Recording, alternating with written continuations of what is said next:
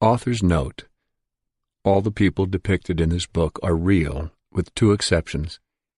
Captain Breeley is a composite character representing several individuals who had little faith in Special Agent Dominic Polifrone's chances of getting close to Richard Kuklinski, the Iceman. Mr. Butterfield is a fictitious character created to illustrate Kuklinski's negative feelings for his neighbors in the Jersey City housing projects.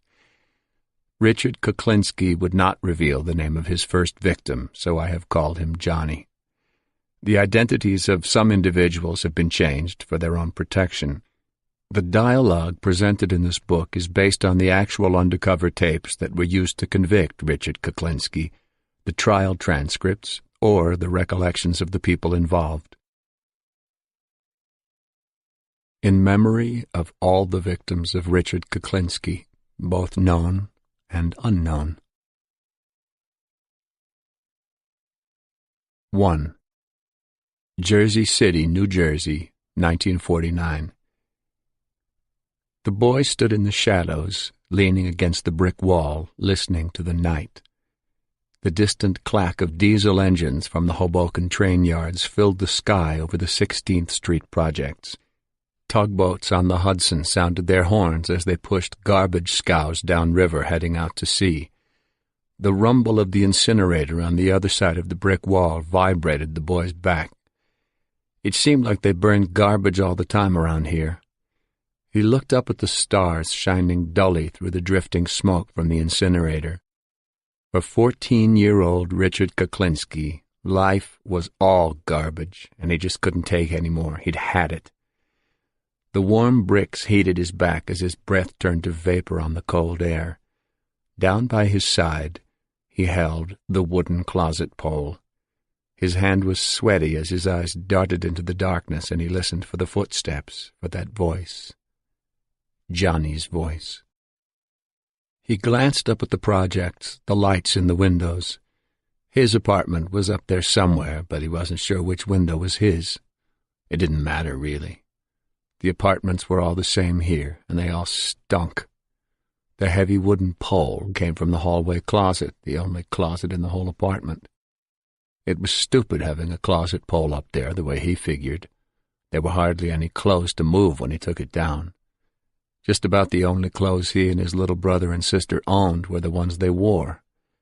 Whenever something wore out and his mother could afford it, they'd just go downtown and replace it, wear it home stiff, sometimes with the tag still on.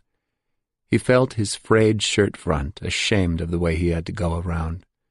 The other kids in the projects teased him all the time, but the most stinging remarks always came from Johnny. Richie the rag boy, Hobo Richie, the skinny Polak. His mother never listened to him. She always bought his clothes big so he wouldn't outgrow them too fast, she said. But he was a skinny kid, and he never grew into them. They just flapped around him as if he were some kind of a hobo. Might as well be a hobo, he thought. He spent all his time wandering the streets as it was, staying to himself. He didn't hang out in gangs the way other kids did. He didn't get along with those kids.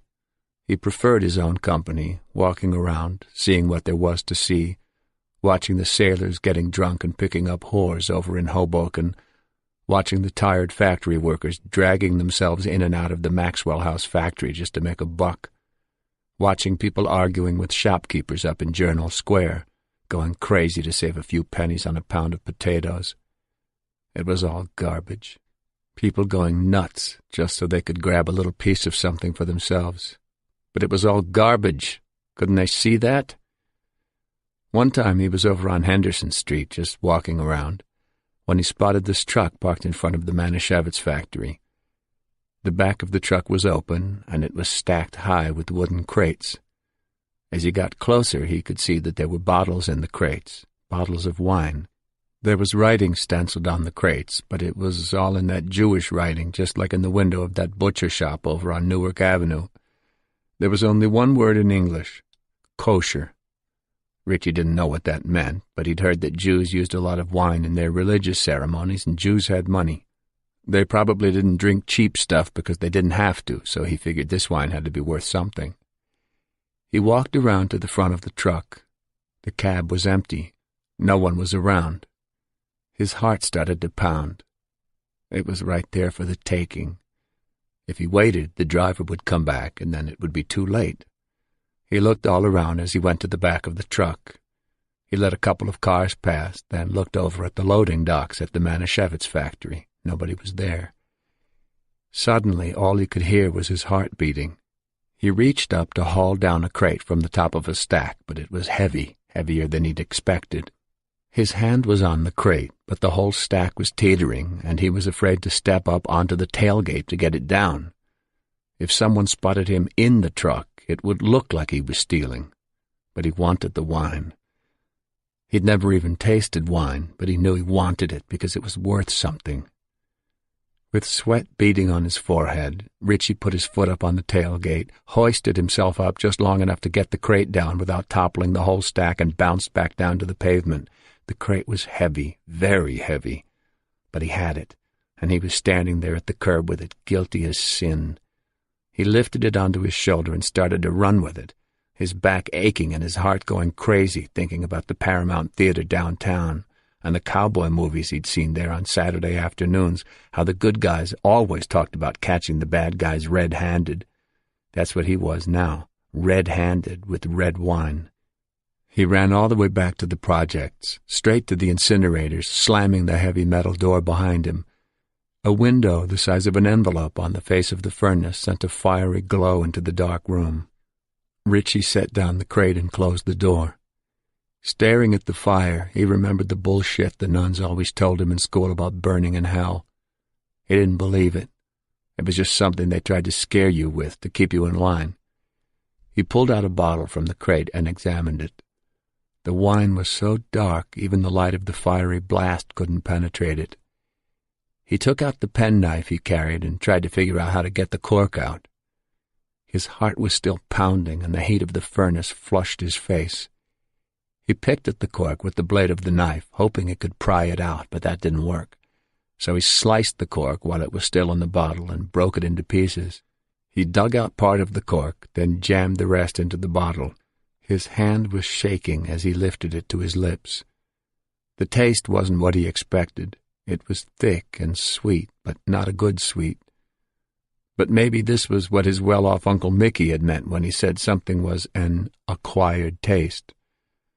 That meant it was really worth something, even if it didn't seem that way. Richie spit out cork crumbs and took another swig. He wasn't sure whether he liked it or not. It must take time to acquire a taste, he figured. He drank as much as he could stand, then hid the rest of the crate under some old newspapers in a corner of the incinerator room. That night he was sick, and he threw up purple. He didn't get drunk. At least, he didn't think so. He was just sick, worried sick that the police would come to the door and take him away, worried that they knew it was him who took the wine. His stomach bothered him for a week, but he didn't say a word to his mother. He couldn't eat, and he was afraid to go out, afraid that the police would snatch him off the street if he did. But nothing happened. It was 2 weeks before he finally convinced himself that he'd gotten away with it, and the wine was really his. But when he went back to the incinerator room to check his stash, the crate was gone. Someone had found it and taken his wine. He figured it was probably Johnny trying to screw him up again. A train clattered in the distance, crossing the concrete trestle on Newark Avenue, either heading for or coming from the Hoboken yards. Richie's father worked for the railroad. He thought his father was a brakeman, but he wasn't sure. The last time he'd seen his old man was when his little sister was born 3 years ago. The old man had run off when Richie was just a little kid, but he'd show up out of the blue every now and then like a sailor home from the sea. It was no treat when he came around. He had a bad temper, and he liked to beat his oldest son just for the hell of it. He'd come storming into the kid's room, stinking drunk, yelling and screaming about something, already pulling the belt out of his pants.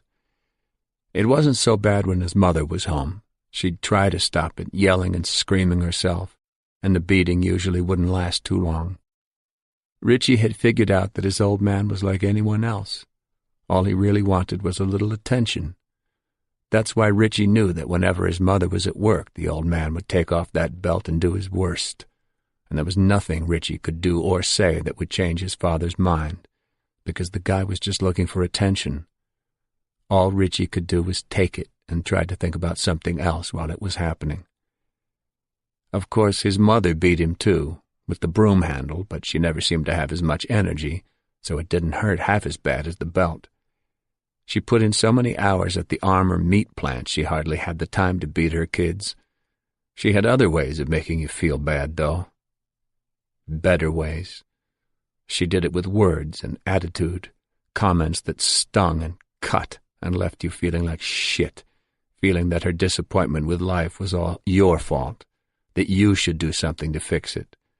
But whatever you did just made her more miserable. Yeah, she could be much worse than the old man. But taking crap from your parents was one thing. Taking it from another kid was something else. You couldn't do anything about your parents, but someone else giving you grief you were supposed to do something about, the way cowboys did in the movies. And now, standing under the smoky night sky with his back to the warm bricks, the closet pole in his hand, he was ready to do something about it. He was ready to go to war. Johnny didn't just taunt Richie. The bully liked to beat him up, too. He lived downstairs from Richie, and he had his own gang, 6 other kids who lived in the 16th Street projects. Johnny always smacked Richie around when his gang was there. It made him look like a big man. It made him the leader. In the beginning, Richie had tried to fight back, but whenever he raised a hand to Johnny, the other kids would gang up on him and get their licks in, punching and kicking. After a split lip and a dull pain in his side that took a month to go away, Richie learned that it was better just to take it and get it over with, the same way he took his father's beatings. But it was hard to take it from Johnny. The boy's incredible arrogance just got to him, and the humiliation of hearing the gang laughing at him gnawed at his gut. Richie shuddered with pent-up hate just thinking about Johnny and his stupid gang. He tapped the end of the pole on the asphalt pavement, nervously waiting. No, he'd really had it now. He wasn't going to take any more. Footsteps came into the dark courtyard, and Richie's heart stopped. Something was coming this way. Richie gripped the closet pole and started to raise it over his head. His arms were shaking. His legs were like lead. The footsteps came closer. Richie wished he could stop shaking. He wanted to run, but he didn't want to run. Not anymore. He wanted to teach Johnny a lesson, show him that he couldn't pick on Richard Kuklinski anymore. Richie just wanted to get Johnny off his back so he could live in peace. Richie just wanted to be left alone. The footsteps were within reach when he saw a face squinting out of the gloom. Richie? He dropped the pole to his side and hid it behind his leg when he saw who it was, Mr. Butterfield from down the hall. The man had a quart bottle of Rheingold in his hand, and Richie could tell this wasn't his first quart of beer tonight. Mr. Butterfield was a drunk, and he beat his kids, too. "Your mother know you're out this late?" Richie shrugged. "She don't care." She had fallen asleep listening to the radio, same as every other night. "You better get in, it's late." Butterfield took a swig from his quart and moved on. Richie chewed his fingernail as he glared at the man. The bastard didn't give a shit about his own kids, and here he was making believe he cared about someone else's kid. Listen to him. It's late. Goddamn hypocrite. But Richie wondered how late it really was. He didn't own a watch. Not one that worked. Suddenly he remembered his confirmation day 3 years ago, and that burning humiliation attacked him again. It blinded him with rage whenever he thought about it. Johnny had worn a new blue suit, white shirt, silver tie, and the lily-white satin armband on his bicep. He looked more like a young hood than a kid going to his confirmation. He must have stolen the damn clothes because he was as poor as everyone else in the projects. But there he was that day, cockier than ever, strutting down the church steps after the ceremony, a new soldier in the army of Christ. More bullshit and hypocrisy from the nuns. Why would God want an asshole like him in his army? Why would they even allow someone like Johnny to be confirmed? Why? Because he had a nice suit? Bunch of goddamn hypocrites, all of them. Richard had been confirmed that day, too, but he wore the same baggy clothes he wore every day, the brown pants, a worn striped shirt, and his navy blue wool peacoat. It was April, but he had to wear his winter coat because it was all that he had, and his mother had insisted. He remembered working the armband up the sleeve of his coat, hoping the elastic wouldn't snap, wishing his mother had put it on for him. But she had to work that day. She got time and a half on Sundays. His little brother and sister stayed with one of the neighbors. Richie had gone to church by himself that day, and he did what the nuns told him to do, kneeling at the altar with the others as the priest came down the line, mumbling in Latin, dipping his thumb in holy oil and anointing each forehead, tapping each cheek with the blow of humility before he moved on to the next inductee. Richard floated through the whole event, feeling blank and empty, and after it was over and the other kids ran to their waiting families, he just started for home, intending to fix himself a sandwich for lunch, if there was anything to eat in the icebox. But as he came down the steps, he spotted Johnny with his family. They were making a big fuss over him. Johnny was smiling, holding up his wrist for everyone to see. Richie could hear Johnny's mother cackling, "Say thank you to your Uncle Mario, Johnny. Say thank you." Johnny had a new watch.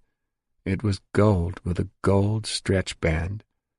Johnny always bragged that he had a rich uncle who gave him things. Until Richie saw that watch, he had never believed it. His mother hadn't even bothered to tell his Uncle Mickey that he was getting confirmed.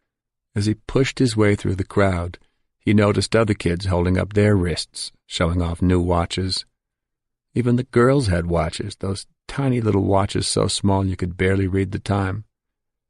Everybody had gotten a new watch except him. The next day after school he went to the corner candy store, determined to buy himself something for his confirmation. He'd seen wristwatches there, pinned to a sheet of cardboard hanging over the cash register. He had almost $1 in change. The watches cost 79 cents each, and his heart raced as he counted out the coins on the counter. The man took down the cardboard and let him pick the one he wanted, even though the watches were all the same. He picked one, and the man wound it for him, set the time, and said, "Good luck, kiddo." Richie strapped it to his wrist and admired it. The next morning when Richie woke up, he noticed that the watch had stopped.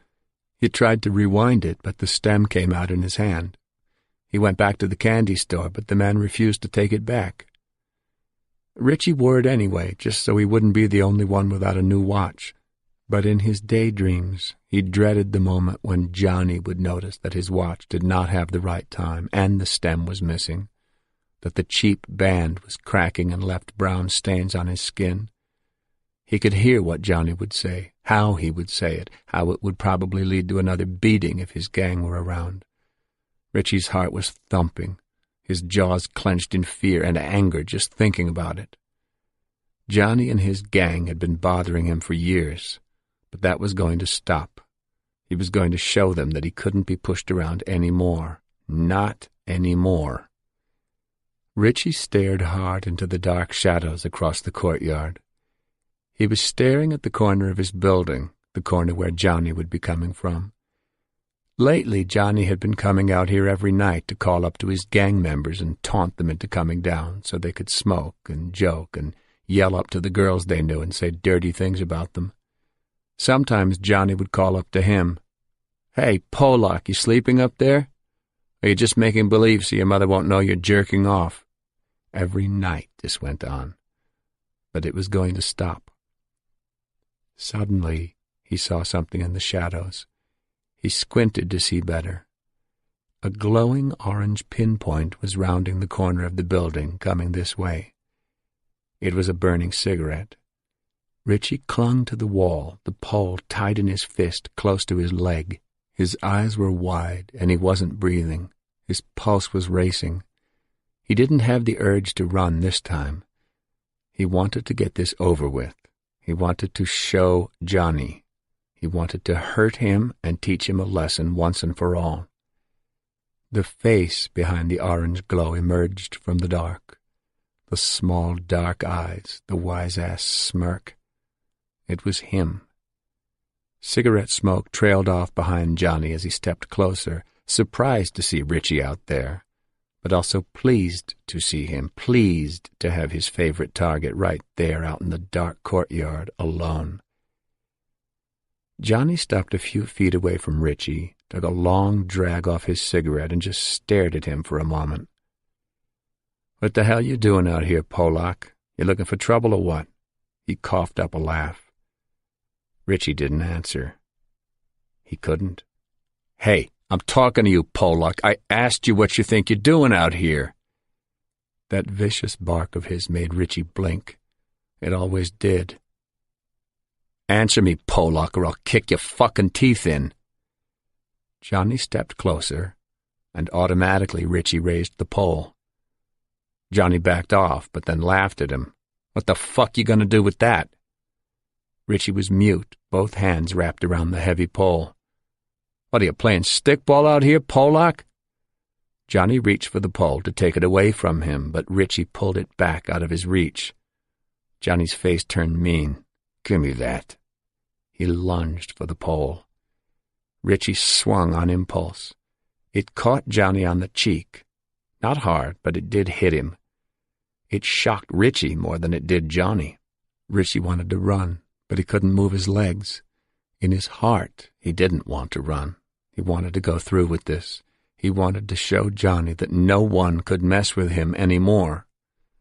Johnny glowered at him, his hand on his cheek. "You son of a bitch," he whispered. "You little son of a bitch," he repeated as he went for the pole again. But this time Richie swung hard. Johnny raised his hand to block it and took the full impact on his forearm. The boy yelped and cursed, holding his smarting arm and curling into himself. Richie stepped forward and hit him again, this time over the head. "Hey, stop!" Richie hit him again, harder. Johnny yelled, louder. Johnny was pleading with him to stop. Richie hit him again, raising the heavy pole over his head and swinging it down onto his tormentor's back, as if he were trying to ring the gong at a carnival. Richie wanted him to shut up. The rest of Johnny's gang would hear him, and they'd come down to help him. Richie kept hitting him. He wanted Johnny to be quiet. "Shut up," he grunted through clenched teeth. But Johnny didn't shut up. He was screaming like a girl now, and Richie bashed him again and again, swinging as hard as he could with each blow. Johnny finally quieted down, and Richie felt something he'd never felt in his entire life. Power. He gained strength with each new blow as he saw Johnny fall down on his knees, getting weaker and more helpless. The rush of total control flew through his veins like a drug. It felt good. It felt great. He kept swinging, pounding Johnny sideways now, hammering his head the way Ted Williams hammered home runs. He couldn't stop. He had to hurt Johnny. He had to show him. He was Richard Kuklinski, and no one messed with Richard Kuklinski. No one. No one. When he finally stopped, Johnny was flat on the ground, and it was hard to get a good whack at him in that position. Richie stood over him, breathing hard, waiting for him to get up so he could hit him again. He was out of breath, but he felt so good. He was exhilarated, in control, powerful. He'd shown Johnny. The whole gang would know not to mess with him anymore. He'd shown them. He climbed the stairs back up to his apartment and hung the pole back in the closet, then got into bed. He lay awake for a while, reliving the excitement of his triumph, then fell into a deep sleep. The next morning, Richie's mother yelled from the bedroom door, telling him to get out of bed or he was going to be late for school. He'd been sound asleep and he didn't want to move, but the sound of men's voices coming from outside drew him to the window. Police cars were parked in the asphalt courtyard. At least a dozen men were clustered around the spot by the incinerator wall where he'd left Johnny the night before. There were a lot of people from the projects down there, too, the usual busybodies trying to find out what was going on. Some of the kids from Johnny's gang were talking to the cops. one kid sticking out his bottom lip and frowning, shaking his head no. "Richard, you're going to be late," his mother yelled from the kitchen. "What's going on outside?" he yelled back. "What?" "Outside, down by the incinerator. You know that fresh boy Johnny from downstairs? Somebody killed him last night. Now hurry up and get dressed or you can forget about breakfast." Richie's fingers were numb as he stared down at the courtyard. Johnny was dead? He hadn't meant to do that. He just wanted to teach Johnny a lesson, that's all. He hadn't meant to kill him. "Richard, are you dressed yet?" His stomach started to ache as he stepped back from the window, afraid that the cops would look up and see him. He went out into the hallway and opened the closet door. He inspected the pole, turning it around and around on its brackets. There was no blood that he could see. Maybe he hadn't killed Johnny. Maybe someone else did it after he left. Maybe someone else found Johnny unconscious down on the ground and took the opportunity to get rid of him. It was possible. He did bully other kids, too. But somehow Richie didn't really believe it. He knew he was the one. The cramps in his stomach got so bad he doubled over in pain. His mother kept yelling for him to get dressed and get to school. It was an ordeal getting his clothes on. Thank God she had already left for work by the time he finished. She'd put some cereal and milk out on the table for his breakfast, but the sight of it nauseated him, and he threw up in the kitchen sink. He leaned on the edge, waiting for more to come up, and through the closed kitchen window he could still hear the police down in the courtyard. He decided to skip school and stay home. He was afraid to go out, afraid to go to the windows, afraid they'd find him and take him away. He lay in bed, imagining the worst. The other kids in Johnny's gang would tell the police that he was the one who probably had done it, that he hated Johnny because Johnny picked on him. Maybe Mr. Butterfield hadn't been that drunk last night. Maybe he'd seen Richie holding the pole and told the police about it. They'd come up to the apartment, beat the door down, and drag him away. He wondered what they did to kids who killed other kids. Did they throw kids in jail? He'd heard about reform schools, but he didn't really know what they were. He'd killed Johnny. Maybe they'd kill him, strap him to the electric chair and pull the switch, same as they did to adult killers. Richie bounced off his bed and ran to the closet. He threw the few clothes that were hanging onto the floor and pulled the pole down again. In the bathtub, he ran hot water and scrubbed the pole with a washcloth, just in case, then dried it with a towel and put it back. It wasn't enough, though. He paced the apartment long into the afternoon, wondering what the police knew, what kind of evidence they could have, when they'd come for him. He shivered and his teeth chattered as he lay in bed, staring at the ceiling, wondering when they'd finally come. The pillow was soaked with sweat when he finally passed out, as if in a fever. When his mother returned that night after picking up his 4-year-old brother and 3-year-old sister from the neighbor who watched them, Richie pretended that he'd gone to school, that everything was normal. His mother didn't mention Johnny. As usual, she was too exhausted to talk about anything. For a while that afternoon, he'd thought maybe he could tell her and get it off his chest. But now he knew he couldn't do that. He couldn't tell anyone. That night he couldn't sleep. He kept hearing Johnny's voice out in the courtyard. That and the whomp of the closet pole as it kept hitting Johnny's head. The next morning, Richie lingered in bed and deliberately made himself late, intending to stay home again. He was never going to go back to school. He was never going to leave the house. He was going to die here. He was going to starve to death because he couldn't eat and he couldn't stop throwing up. All he did was lie in bed thinking about Johnny, thinking about that moment when the cops would break down the door. But that moment didn't come. He stayed home for the rest of the week, worrying, pacing, sweating. But nothing happened. The nuns notified his mother that he hadn't been to school all week and asked why she hadn't sent a note if he was sick. She got so mad she beat him with the broomstick and told him that he was going to school on Monday and that he'd better not try to pull a stunt like that again. She also made him go to church on Sunday, and the sweat poured off him as he sat through Mass, glancing at the pews all around him, looking for the one boy in the gang who would point at him and yell out that Richard Kuklinski was the one who had killed Johnny. But that didn't happen. On Monday morning, he told his mother he was sick for real, but she didn't buy it, and she made him leave the apartment with her. Walking to school, he tried not to be obvious, but he couldn't help looking back whenever he heard a car coming up from behind. He kept expecting a police car to come and take him away. But that never happened. In school, he couldn't pay attention, and the nun who taught his class scolded him several times for daydreaming. If anyone would finger him, she would, he thought. Nuns can spot sinners a mile away. He kept waiting for her screeching accusation, followed by the cops coming into the classroom to haul him away. But that never happened. Nothing happened. It had been almost 2 weeks since that night in the courtyard, and nobody had bothered with him. No cops, none of the kids in the gang, no one in Johnny's family, not even Mr. Butterfield. No one at all. But this was a trap, he thought. They were all pretending. The police were just waiting for the right moment when they could pounce. This was a trap. It occurred to him that maybe Johnny wasn't even dead, that one of these days he'd be walking down the street and Johnny would pop out of nowhere, back from the hospital where the police had been hiding him. He'd point his finger at Richie and tell the police, "That's him. The skinny Polak is the guy who tried to kill me." Richie couldn't eat. He couldn't sleep.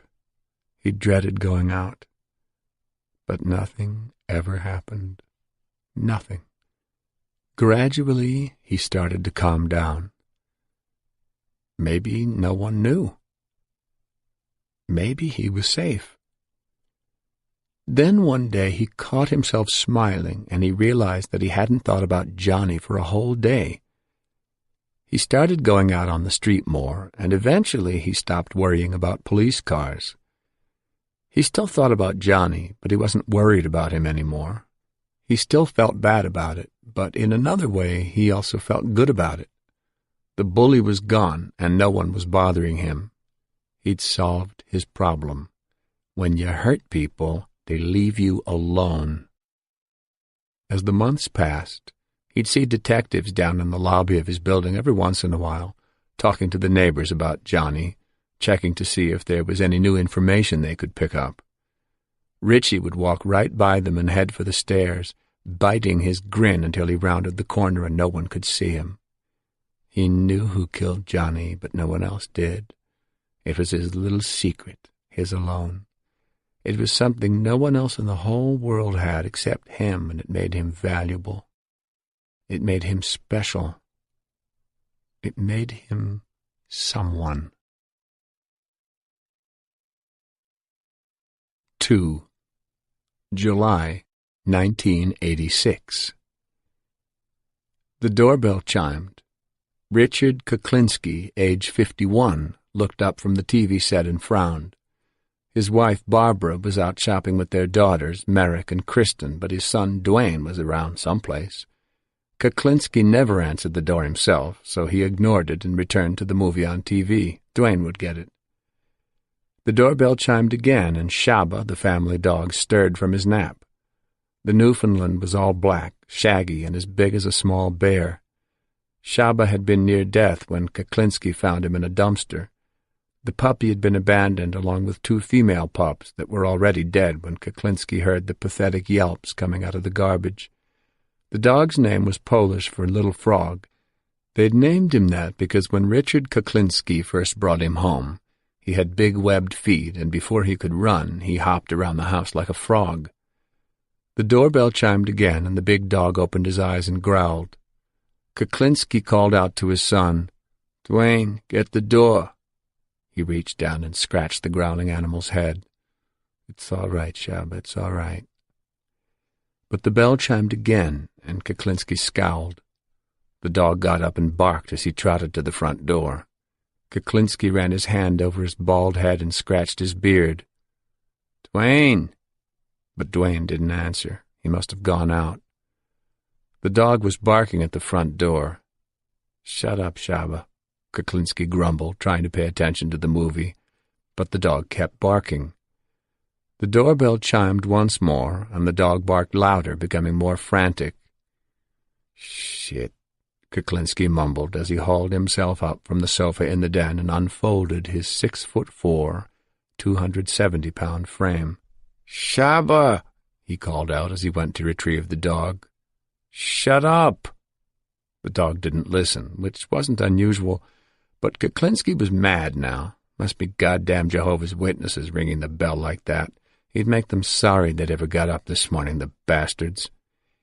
He climbed the stairs of the split-level house to the front door and grabbed Shaba by the collar as he turned the bolt and opened the front door a few inches. "What do you want?" he snarled into the crack. Shaba strained at the collar and barked by his side. Two broad-shouldered men in jackets and ties were at the door. One was holding up a badge. "Mr. Richard Kuklinski?" Kuklinski opened the door a little more and squinted at the badge. "Yeah, can I help you?" "I'm Detective Volkman, New Jersey State Police. This is Detective Kane. We'd like to ask you a few questions." Kuklinski tilted his head back. "About what?" "Several murders." "I don't know anything about any murders." Shaba growled and thrashed his head to get loose from Kuklinski's grip. "Did you know an individual by the name of George Malaban, Jr.?" Detective Volkman asked. Kuklinski shrugged and shook his head. "Did you know an individual by the name of Louis Masgay?" "Nope." The other cop, the younger of the two, just stared at him. Detective Kane didn't say a word, just tried to look mean. Kuklinski knew the routine. They weren't the first cops to come around asking questions. Volkman, the talker, was going to be the friendly guy. Kane was going to be the hard-ass. Kuklinski wanted to laugh in their faces. Who the hell did these guys think they were? Better yet, who the hell did they think they were dealing with? "How about Paul L. Hoffman?" Volkman asked. "Did you know him?" Kuklinski shook his head. "Gary Thomas Smith?" "Nope." "How about Daniel Everett Deppner?" Kuklinski yanked up sharply on Shaba's collar to silence the barking. "Never heard of him either." He had his hand on the edge of the door, ready to close it. Detective Volkman's glance slid toward his partner. "Well, if you don't know these men, Mr. Kuklinski, then I don't suppose you know anything about a Mr. Roy DeMayo." Kuklinski squinted at the detective as his grip tightened on the dog's collar. He wanted to know how the hell they'd gotten that one. "Roy DeMayo," Detective Kane snapped. "He was a soldier in the Gambino crime family, until he was murdered." Kuklinski flashed a cordial smile. "Why don't you boys come in? Let's not talk out here." He opened the door all the way and showed them in. Shaba was agitated, sniffing at their pants, but the dog had stopped barking. Kuklinski led them up the short flight of stairs to the living room. "Have a seat," he said, indicating the couch, as he got comfortable in his favorite chair in the house, the beige leather easy chair next to the fireplace, his throne. The shaggy Newfoundland flopped down on the floor at his feet. He took the dark, amber-tinted prescription glasses out of his shirt pocket, put them on, and tilted his head back. He stared at the two detectives and let the silence get uncomfortable. He wanted them to make the first move to see how much they really knew. Detective Volkman, the talker, finally spoke up. "Are you sure you don't know any of those men, Mr. Kuklinski?" Kuklinski shook his head. "You didn't know George Malaband?" Kane asked. "I don't believe so." Volkman opened a small notepad. "On March 31st, 1980, Mr. Malaband told his brother that he was going to a meeting with you to conclude a business deal. That was the last time he was seen alive." Kuklinski shook his head and shrugged. "Sorry, I have no recollection of such a person." He scratched Shaba's head. He remembered George Malaband, a big mother, 300 pounds easy, barely fit into the barrel. Detective Volkman consulted his notes. On July 1st, 1981, Louis Masgay was supposed to be meeting you in Little Ferry to buy blank videotapes. He was carrying a large amount of cash. His body was found 2 years later in Orangetown, New York. Kuklinski raised his eyebrows and smiled. "I've already told you, Detective. I don't know these guys." He stroked the dog's black fur. Almost $100,000, frozen solid, stiff as a board, made the cops look like a bunch of jackasses. Volkman flipped to another page in his notepad. Paul Hoffman, a pharmacist from Cliffside Park. He left his home on April 29th, 1982, supposedly to meet with you to conclude a business transaction. Again, he also had a large amount of cash with him. Kuklinski sucked his teeth. "Don't know him." He glanced down at the dozing Newfoundland. A real pain in the ass, that guy. Hardly worth the $20,000 for all the trouble he caused. Detective Kane, the hardball, piped up. "You're going to tell us you didn't know Gary Smith and Danny Deppner either?" Kuklinski stared at him through his dark glasses, then turned to Volkman. "Why doesn't my friend Mr. Kane here like me?" "Just answer the question, please," Kane insisted. "I already told you, Detective. If I said I didn't know them, I didn't know them." Shaba lifted his head and growled. Kuklinski scratched the dog's ears to quiet him down. Smith and Deppner had to go. They couldn't be trusted any more. Kane glared at him, sitting on the edge of the couch, as if he were going to jump up and do something. "Mr. Kuklinski, we have reliable information that you were well acquainted with Gary Smith and Danny Deppner, that they worked for you." Kane spit out the words, challenging him. "And who is this reliable person who says I know these two fellas?" "I'm not at liberty to divulge that person's name." "And why is that, Detective? I thought this was America. I thought you were supposed to know who your accusers are.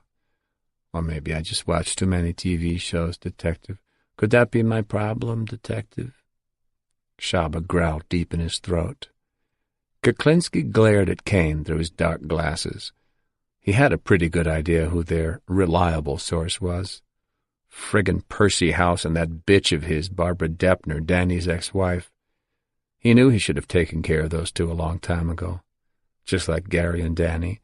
But if Percy House was talking, he wasn't saying much, at least not yet, because these two from the state police didn't know shit. If they did, they wouldn't be sitting here playing games with him. They'd have an arrest warrant. These fools didn't know shit. "How about Robert Prangay?" Kane pressed. "Did you know Bobby Prangay?" "Nope." "Think hard.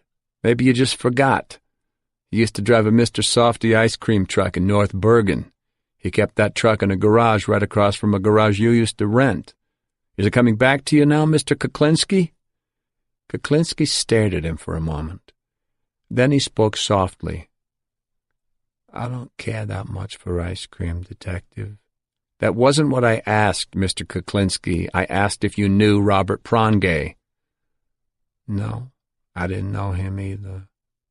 Kuklinski kneaded the dog's neck. "Mr. Softy. Dr. Death." Volkman ruffled some pages to break the tension. He was supposed to be the good cop, after all. He was supposed to make things nice. "How about Roy DeMeo, Mr. Kuklinski? Did you know him?" He was silent for a moment. "I don't know. I don't think so." "Have you ever been to a place called the Gemini Lounge, Mr. Kuklinski, on Flatlands Avenue in the Canarsie section of Brooklyn?" "I don't think so." "Are you sure, Mr. Kuklinski?" "That sounds like some kind of gin mill, Detective. I'm a family man. I don't go to places like that." Kane fidgeted in his seat. He looked like he was about to say something, but a glance from Volkman kept him quiet. "Roy DeMeo was a made member of the Gambino crime family," Volkman said.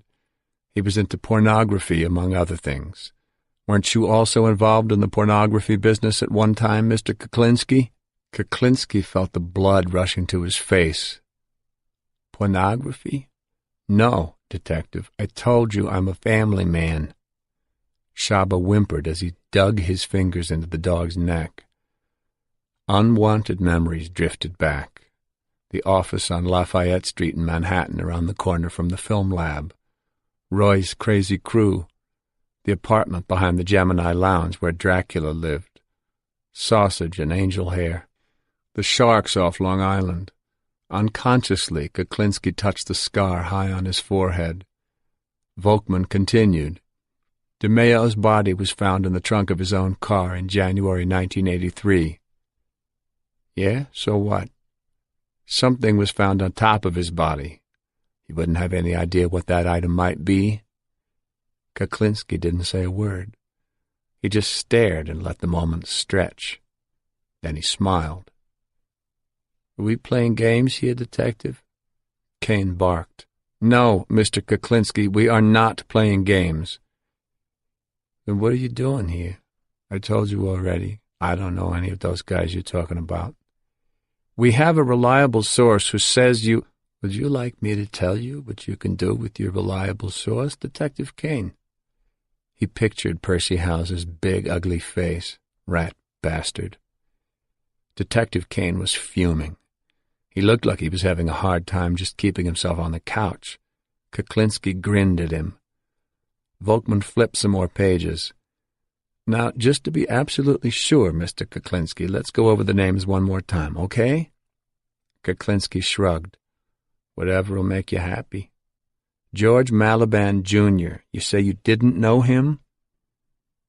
I don't believe I ever met anyone by that name, no.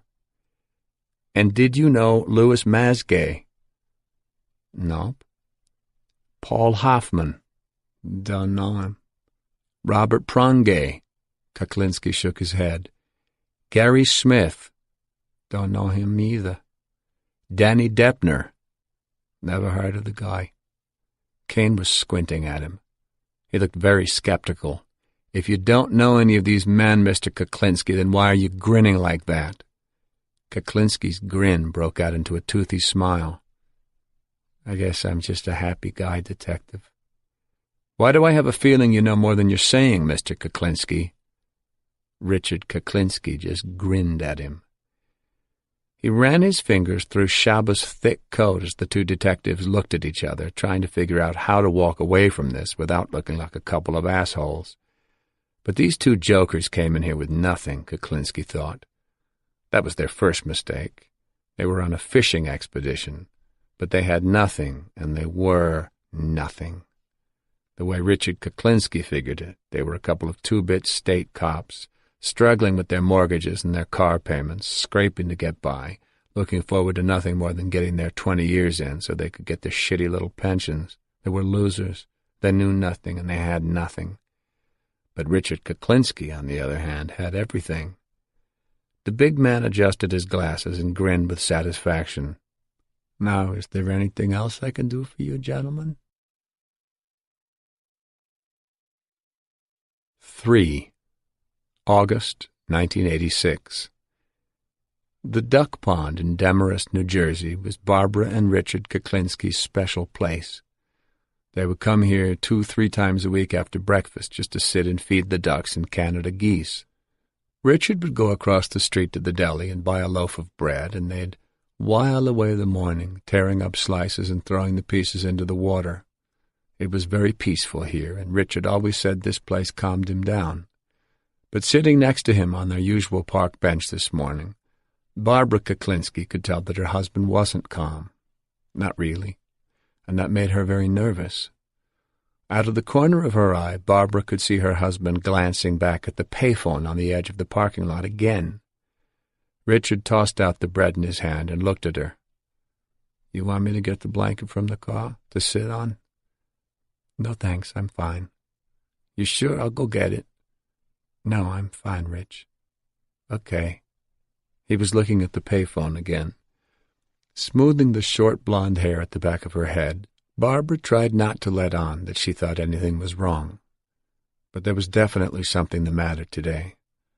Not that Richard couldn't be genuinely sweet. Most of the time he was very attentive to her and courteous to a fault. He really worried about her, and he cared about her, and sometimes no gesture was too extravagant to make her happy. When they first met, she had been working as a secretary at a trucking company, and he was working on the loading dock. For him, it was practically love at first sight, and he pursued her relentlessly, sending her flowers every single day until she agreed to go out on a date with him. Barbara was thrilled by the attention, but she was afraid to get involved with him. She knew that her Italian-American parents would not approve of him simply because he wasn't Italian. But Richard could not be dissuaded, and the flowers kept on coming, every day a new bouquet on her desk. Eventually she gave in and agreed to go out with him on a double date, but the first time she brought Richard home, she told her parents he was Italian and made him use an Italian name. Richard played along with the ruse because he said he loved her. It was months before Barbara confessed to her parents that Richard's real name was Kuklinski. Tossing pieces of bread into the water, Barbara smiled to herself, thinking back to those days when Richard was thin and bashful and always so sweet and thoughtful. She also remembered when Merrick, their oldest daughter, was born and how sick she had been.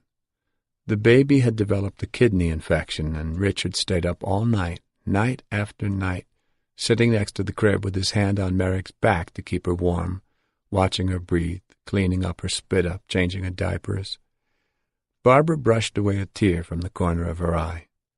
She had a lot of precious memories of her life with Richard. They'd had some very good times together. She sighed, and then her smile started to fade. They'd also had some not-so-good times.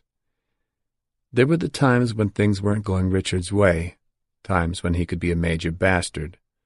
After 25 years of marriage, Barbara knew instinctively when things weren't right with Richard. She could smell it on him. In her mind, there were actually two Richards, the good Richard and the bad Richard, and she had a terrible feeling that she was sitting here with the bad one. Today, it wasn't obvious which Richard he was. Of course, it never was, not until it was too late. Even the children could be fooled sometimes because he was tricky. He hid his moods. He could be furious about something, and you'd never know it. He would sit on his anger for weeks, then suddenly, out of the blue, he would fly into a rage, scream and yell for hours on end. And when the bad Richard went into one of his tirades, the best thing to do was to stay out of his way. But that never worked well for Barbara.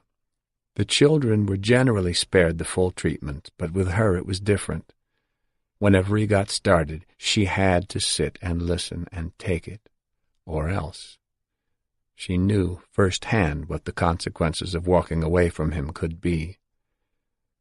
Barbara blinked and touched the bridge of her nose, recalling the third time it was broken. She quickly removed her hand and took a slice of bread out of the bag and started to tear it, fearing that he might figure out what she was thinking.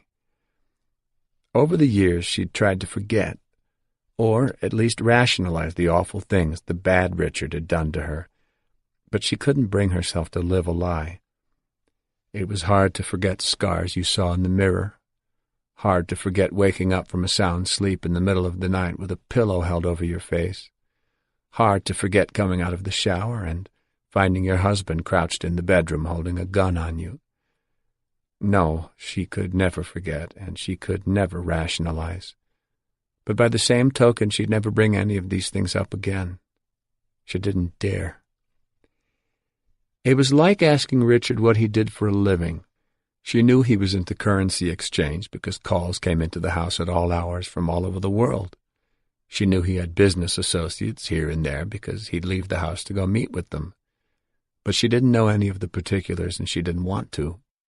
If Richard got up at 3 o'clock in the morning, put on his shoes, and went out, she pretended to be asleep. If he told her anything about any of the people he was involved with, fine. But she didn't ask any questions. She never did. She knew better. She knew her husband was no angel, but he did provide for his family, so she didn't ask questions. You were just asking for trouble from the bad Richard if you did. She tossed more bread into the water and sneaked a glance at her husband.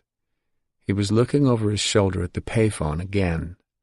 He was making sure that no one used it in case someone beeped him and he had to make a call. God only knew what he would do if some poor bastard came along and tried to use his phone. Suddenly Richard's beeper went off, and the startled ducks at Barbara's feet darted back into the water. Richard unclipped the beeper from his belt and looked at the readout. This toy was his latest fascination. He'd been unhooking the answering machine at home ever since he'd gotten the beeper, and he never went anywhere without it. He even wore it around the house. Richard got up from the bench and started for the payphone. "Who is it?" she asked. She really didn't care who it was. She just wanted him to stay with her and feed the ducks the way they used to. He looked down at her. "It's John." He was wearing his dark glasses. "Oh." She nodded, then turned back to the ducks as he went off to make his phone call. Richard never used to make phone calls from here. The duck pond used to be sacred. It was their time together, the place where the good Richard could recharge his batteries. At one time they used to come here every day, it seemed. They'd go out to breakfast, then come here, hold hands, feed the ducks, not talk. It was always calm and serene, and Richard was always at his best when he was here, always so polite, so considerate. When the weather turned chilly, he'd put out a blanket for her to sit on, another one for her lap, and a pillow for her back. He did worry about her. He really did. He worried about her too much. That was the whole problem. Richard was obsessed with her. He wanted to know where she was at every moment. He wanted her home with him. For the past few years, she'd worked at Dial America, a telemarketing company. At first it wasn't much of a job, but she'd worked her way up to supervisor, and she was really enjoying it. It was the first job she'd had since she was single, and she felt good about herself again. But Richard hated her having that job. He told her to quit, tried to browbeat her into giving notice. He snooped around the building and spied on her through the windows. Then one night, when he picked her up from work, he happened to see one of her co-workers walking out of the building with her. The man meant nothing to her. He was just someone she worked with. But when she got into the car, Richard was wearing his dark glasses. If she didn't quit the job immediately, he stated flatly, something bad would happen to her friend. She knew he meant it, so she gave notice the next Friday. That had happened 6 weeks ago.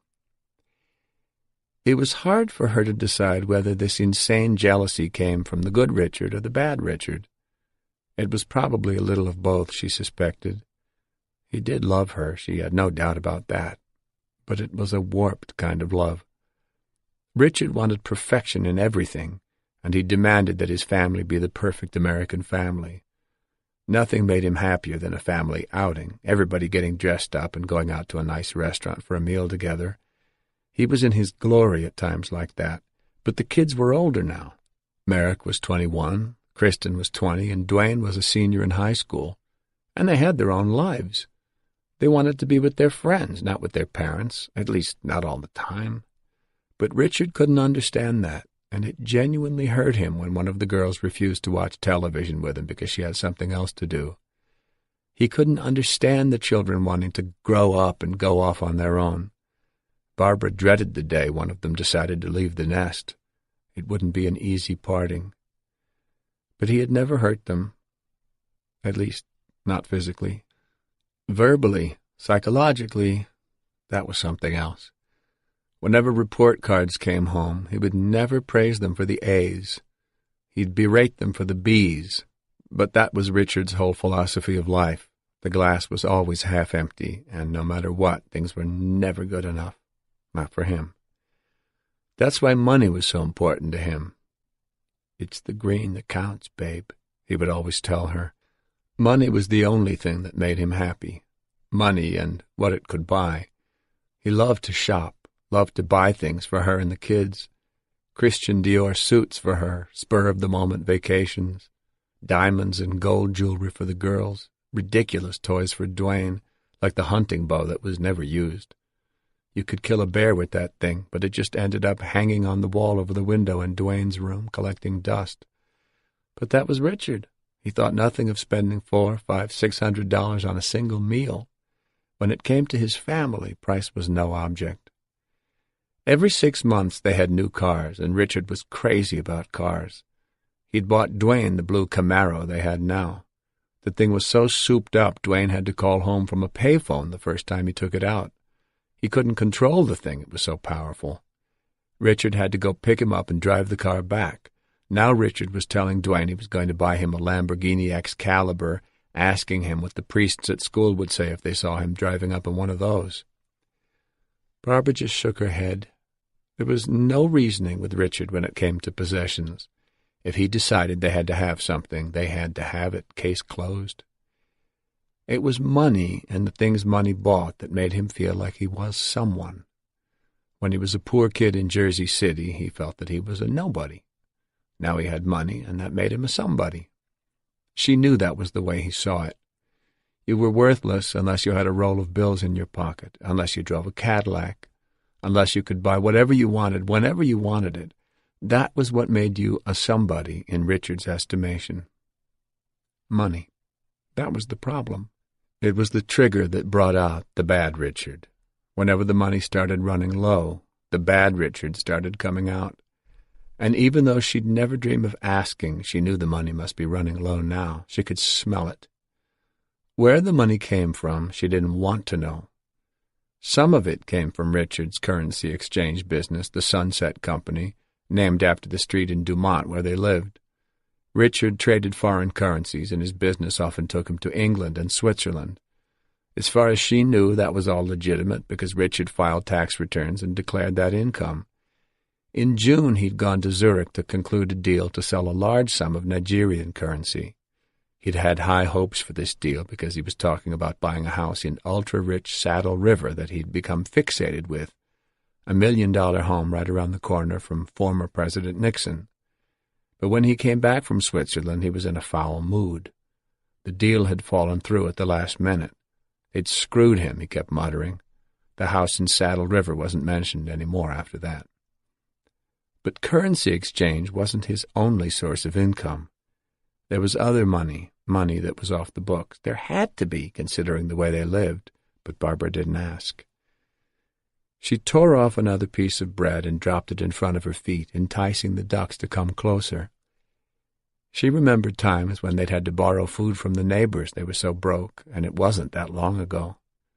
From borrowed cans of Campbell's soup to extravagant meals at fancy French restaurants, that was their life. To call it a roller coaster would be an understatement. There were ups and downs, and the thrills could be very thrilling, but unlike an amusement park ride, the scary parts were for real. She glanced over her shoulder at Richard on the phone and sighed. He was talking to John Sposato. A year ago, Richard had high hopes for John Sposato. They were going to make a lot of money together, he'd told her. At what, he didn't say, but from what she'd gathered, that big payoff hadn't happened yet. John had had something to do with the currency deal that fell through in Zurich, and Barbara had a feeling that Richard was just trying to recoup his losses with Sposato now. She remembered the time last summer when she got a call from New Jersey Bell in the middle of the month asking for a down payment on their monthly bill. "Why?" she asked. "Because your charges for the current month are already over $7,000, the woman from the telephone company said. Barbara nearly fainted. The calls were mostly third-party calls, long distance to Europe, made by Sposato from his place down in South Jersey. She told Richard about it, expecting him to go through the roof, but he didn't. It was business, he'd said. He had faith in Sposato. John Sposato knew what he was doing, he'd said. Barbara didn't believe it, and she had a feeling Richard really didn't either. Richard rarely trusted anyone that much. Her doubts about Sposato were confirmed when she finally met him. The fact that Richard let her meet him said a lot in itself, because he was very strict about keeping his business life separate from his personal life. Even though at the time Richard never said it directly, she knew that he wanted her opinion of this new partner, and if he wanted her opinion, that meant he had doubts about the man. She remembered when she first set eyes on Sposato in the parking lot of a truck stop on Route 80 in central Pennsylvania. To call him a big fat slob would be putting it nicely. His hair was long and stringy and looked as if it hadn't been washed in a month. His last few meals were all over his shirt. He came with his wife and 3 children, and the toddler screamed and fussed the whole time. The woman gave the poor thing a box of Cap'n Crunch cereal to keep it quiet. They never bothered to feed any of the kids a real meal, and repeated hints that the toddler's diaper needed to be changed were ignored by both parents. Richard was thinking about buying into the truck stop with Sposato, and they were here to check out the place. At first Barbara assumed this would be a legitimate investment. Then she met Richard's partner in the flesh. But Richard was high on Sposato in those days, so she didn't dare spoil it by expressing her gut feelings about him. The day after they returned from Pennsylvania, Richard made an appointment with a real estate agent to see houses in Saddle River. She was the agent who showed them the house he'd wanted so badly. Barbara watched Richard's face from the back seat of the agent's car as they drove through the neighborhood. Richard's eyes narrowed when he spotted a video camera mounted on a high pole in the driveway of one grand home. There was another camera sticking out of the mailbox. She knew he wouldn't like this. Richard insisted on privacy. But when the real estate agent told him that this was where Richard Nixon lived, his face changed. Barbara knew exactly what he was thinking. Living in the same neighborhood as a former president of the United States meant prestige. Richard liked that. From a dirt-poor kid in the Jersey City projects to back-fence neighbors with Tricky Dick. That would really be something for Richard. That night after dinner he kept joking about what it would be like taking Shaba out for a walk in that neighborhood, running into Nixon out walking his dog. Barbara closed her eyes and sighed. "No, just shut up about that!" Richard yelled. The ducks scattered in fright. Barbara glanced over her shoulder and saw Richard scowling into the payphone as his voice boomed across the pond. The ducks paddled across to the other side. Richard was jabbing his finger into the air, lecturing the phone as if Sposata were right there in front of him. She couldn't make out what he was saying now, but his tone was clear, and the anger in his face confirmed it. What little patience Richard had was wearing thin. She wondered whether Sposata realized how close to the edge he was skating. From what Richard had said, Sposata was supposedly a smart guy. For his sake, she hoped he was smart enough to stay on Richard's good side. Richard banged the phone down, then picked it up again and punched out another number. She strained to hear who he was calling now. "Hello, Lenny. It's Rich." All of a sudden the anger was gone. He was smiling into the phone. Barbara turned back to the pond. She didn't want to hear. On the other side of the water, the ducks were cowering in a huddle, their wings pulled in tight. She tore up what was left of the loaf and scattered it on the bank, then folded the plastic bag and got up from the bench. There was no use hanging around any longer. The birds were too scared to come back. The day was starting to get hot anyway. You could feel the humidity rising already. She walked across the grass to go wait in the car. It was going to be another wicked day. 4. Tuesday, September 2nd, 1986. Special Agent Dominic Polifrone of the Bureau of Alcohol, Tobacco, and Firearms had a lot on his mind as he parked the Shark, his long black Lincoln Continental coupe. Backing into a space on the busy North Jersey Road, watching for cars coming up from behind, he was thinking about his family. Today was the first day of school for his kids, and his wife, Ellen, was overjoyed. The boys, Drew and Matt, had moped around all weekend, complaining that the summer had been too short, driving their mother nuts. His daughter, Carrie, couldn't wait to get back and start 8th grade. She was 13, and she and her girlfriends were boy-crazy all of a sudden. Dominic wasn't sure if he was ready to have boyfriends hanging around the house. Carrie wasn't even in high school, for God's sake. But right now he had to stop worrying about all that because he wasn't Dominic Polifrone now. Agent Polifrone got out of the car, locked the door, and flipped up the collar of his black leather jacket against the rain. As he glanced across the city avenue at the ordinary-looking storefront on the first floor of the 3-story brick building, the place that had no name and was known simply as the store.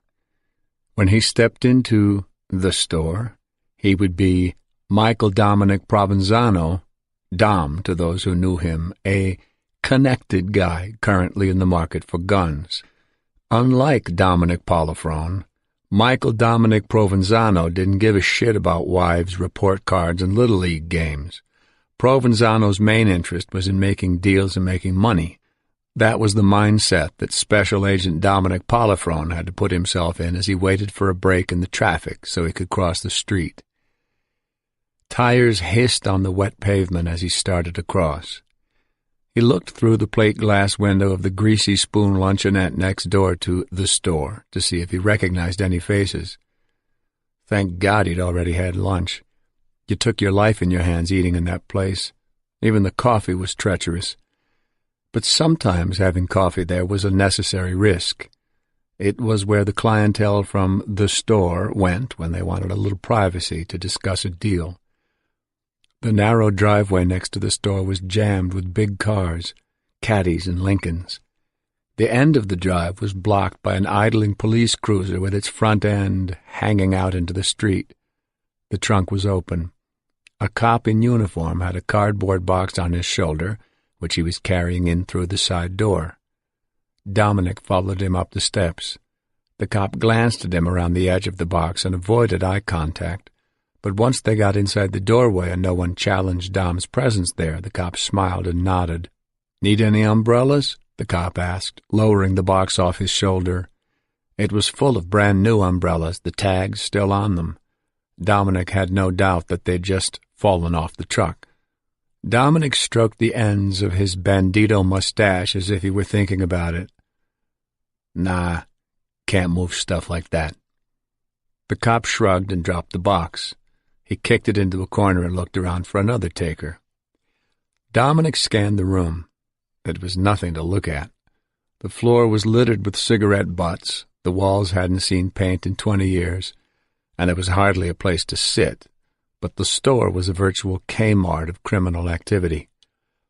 A dozen men or so huddled in twos and threes under clouds of cigarette smoke, buying and selling stolen property, making connections, planning hijackings and burglaries, bragging and bullshitting.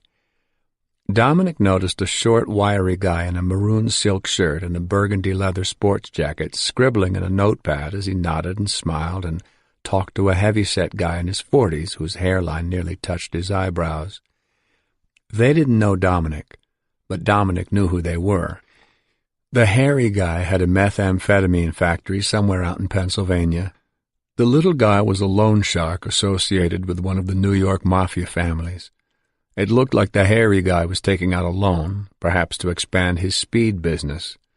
Dominic made a mental note so he could pass it on.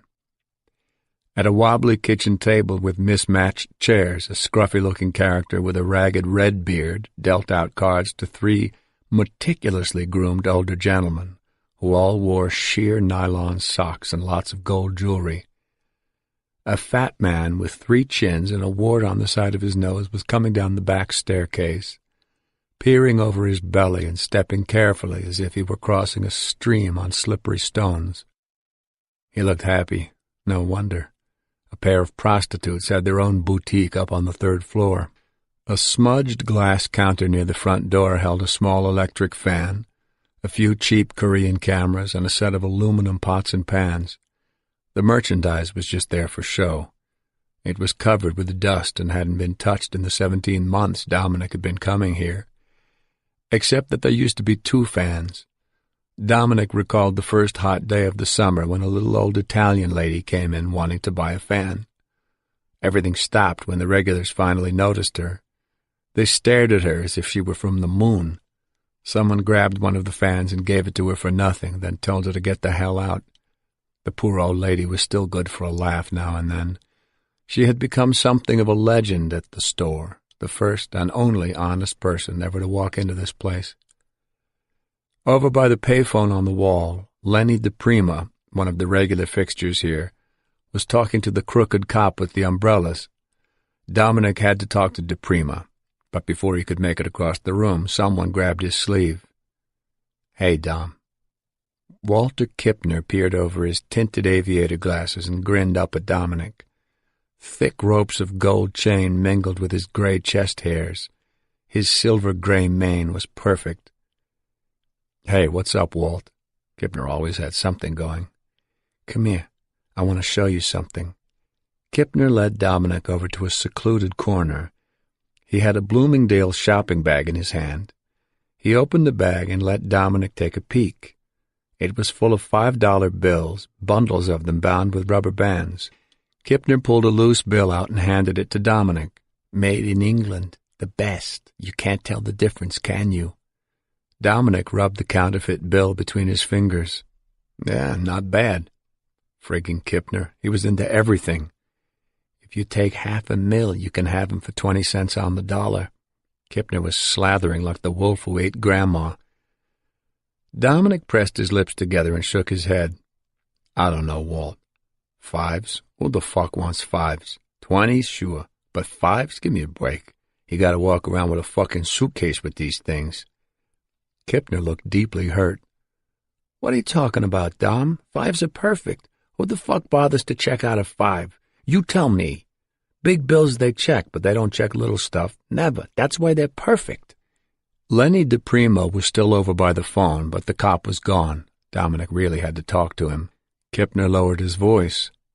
"You take $1 million, and I'll give 'em to you for 15 cents, just for you, Dom." Dominic kept his eye on DePrima. He had to get rid of Kipner and his phony five so he could talk to him, but he'd write this up later in his daily report.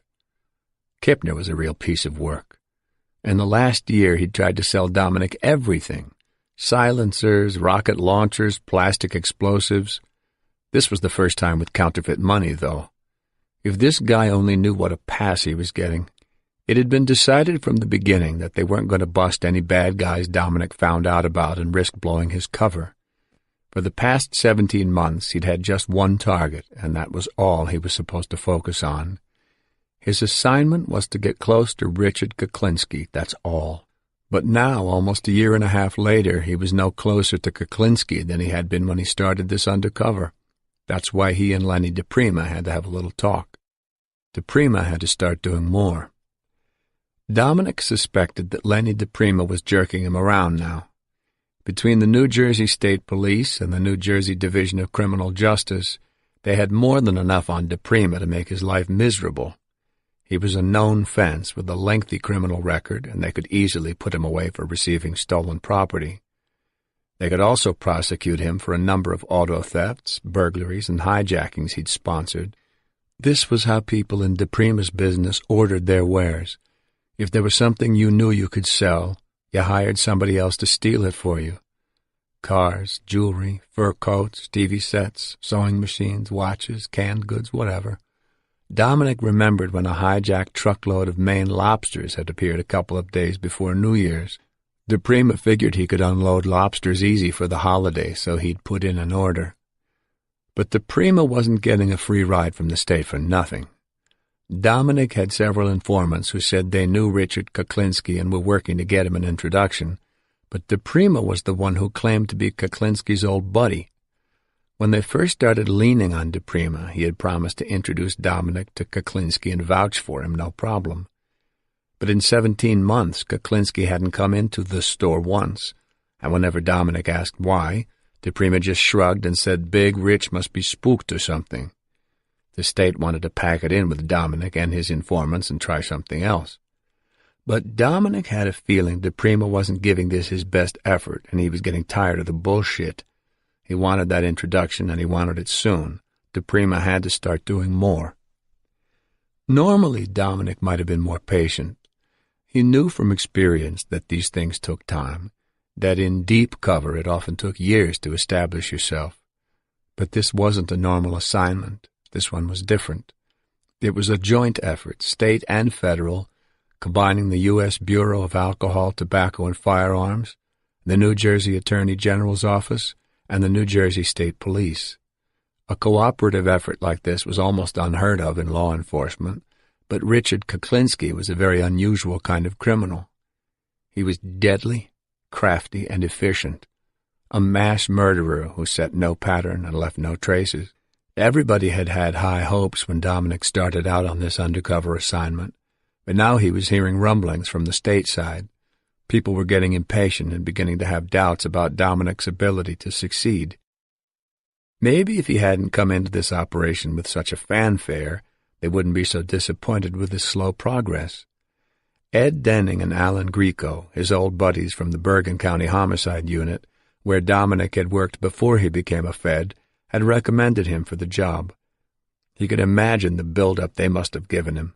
Captain Denning, poker-faced, squinting behind the perpetual veil of cigar smoke, stating the facts as if they were carved in stone. And there must be something wrong with you that you didn't already know this. Dominic Polifrone is the best, period. And Alan Greco, He looked so honest and sincere, he could sell snow to an Eskimo. Dominic could just hear the two of them. "Oh, Dominic's the guy you need for this job. Dominic put John Gotti's little brother Vinny away, the one nobody ever hears about because Dominic put him away for a long, long time. Dominic, he's got balls like a friggin' elephant. One time he went undercover on location in New York where Frank Sinatra was making a movie, and he busted some guy on the crew who was dealing coke. Dominic's got a scrapbook full of wise guys he's put away over the years that would make Dick Tracy jealous." It was all true, of course, but Dominic knew how Grieco and Denning operated. They must have made him out to be Superman. And Grieco was his best friend. 3 times a week he and Dominic went jogging together. No one could ever live up to whatever those two had said about him. Of course, when you consider who they were giving their sales pitch to, the hype job wasn't so surprising. Pat Kane of the state police had been dogging Kuklinski since 1980, and all by himself for most of that time. Catching Kuklinski had practically become his mission in life. So when a pharmacist in Bergen County was reported missing, and the last person this man was supposed to have been with was Richard Kuklinski, Pat Kane made a beeline for the Bergen County Homicide Unit and asked that they not pursue this suspected homicide, but leave it to the state police instead. It never sits well with the locals when other agencies try to horn in on their territory, but when Captain Denning and Lieutenant Grieco heard about all the killings that were linked to Kuklinski, they decided not to argue with Detective Kane over jurisdiction.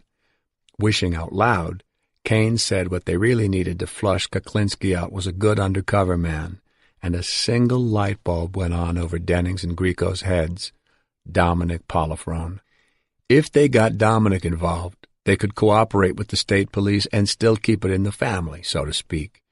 Even though Dominic was a Fed now, he was still one of them. They told Detective Kane that Dominic Polifrone was without a doubt the one man for this job, and when Kane objected that Dominic was a federal agent and probably couldn't get involved in a homicide investigation like this, Denning puffed on his cigar and said one word: guns. Selling guns was part of Kuklinski's extensive criminal portfolio. As long as there were guns involved, an ATF agent could be brought in. Pat Kane bought their pitch and called Dominic that very afternoon. It wasn't long before Dominic was on the job as Michael Dominic Provenzano. But that had been 17 months ago, and even though certain people from the state might not be saying it out loud, Dominic could feel that they were getting antsy. Frankly, so was he. In the past year and a half, he'd heard a lot of stories about Kuklinski and the things he was supposed to have done, stories from both sides of the law. At the store, they referred to him as the one-man army and the devil himself. If half of what Dominic had heard was true, these names were well-deserved. Dominic could understand Pat Kane's relentless devotion to this case. There was something about Kuklinski that was so insidious, so arrogant. Kuklinski's face had become the last thing Dominic pictured before he went to sleep at night, and it was right there staring at him when he woke up in the morning. There was no question about it anymore. The bastard had to go down. He had to. Everyone understood that. But even though Dominic hadn't gotten the kind of results he'd hoped for at this point, no one else had gotten any closer to Kuklinski than he had. Besides, Dominic had put too much time into this to let the state pull the plug on him now. He could smell Kuklinski. He could feel his presence in everyone who'd ever met him. In his gut, he knew Kuklinski.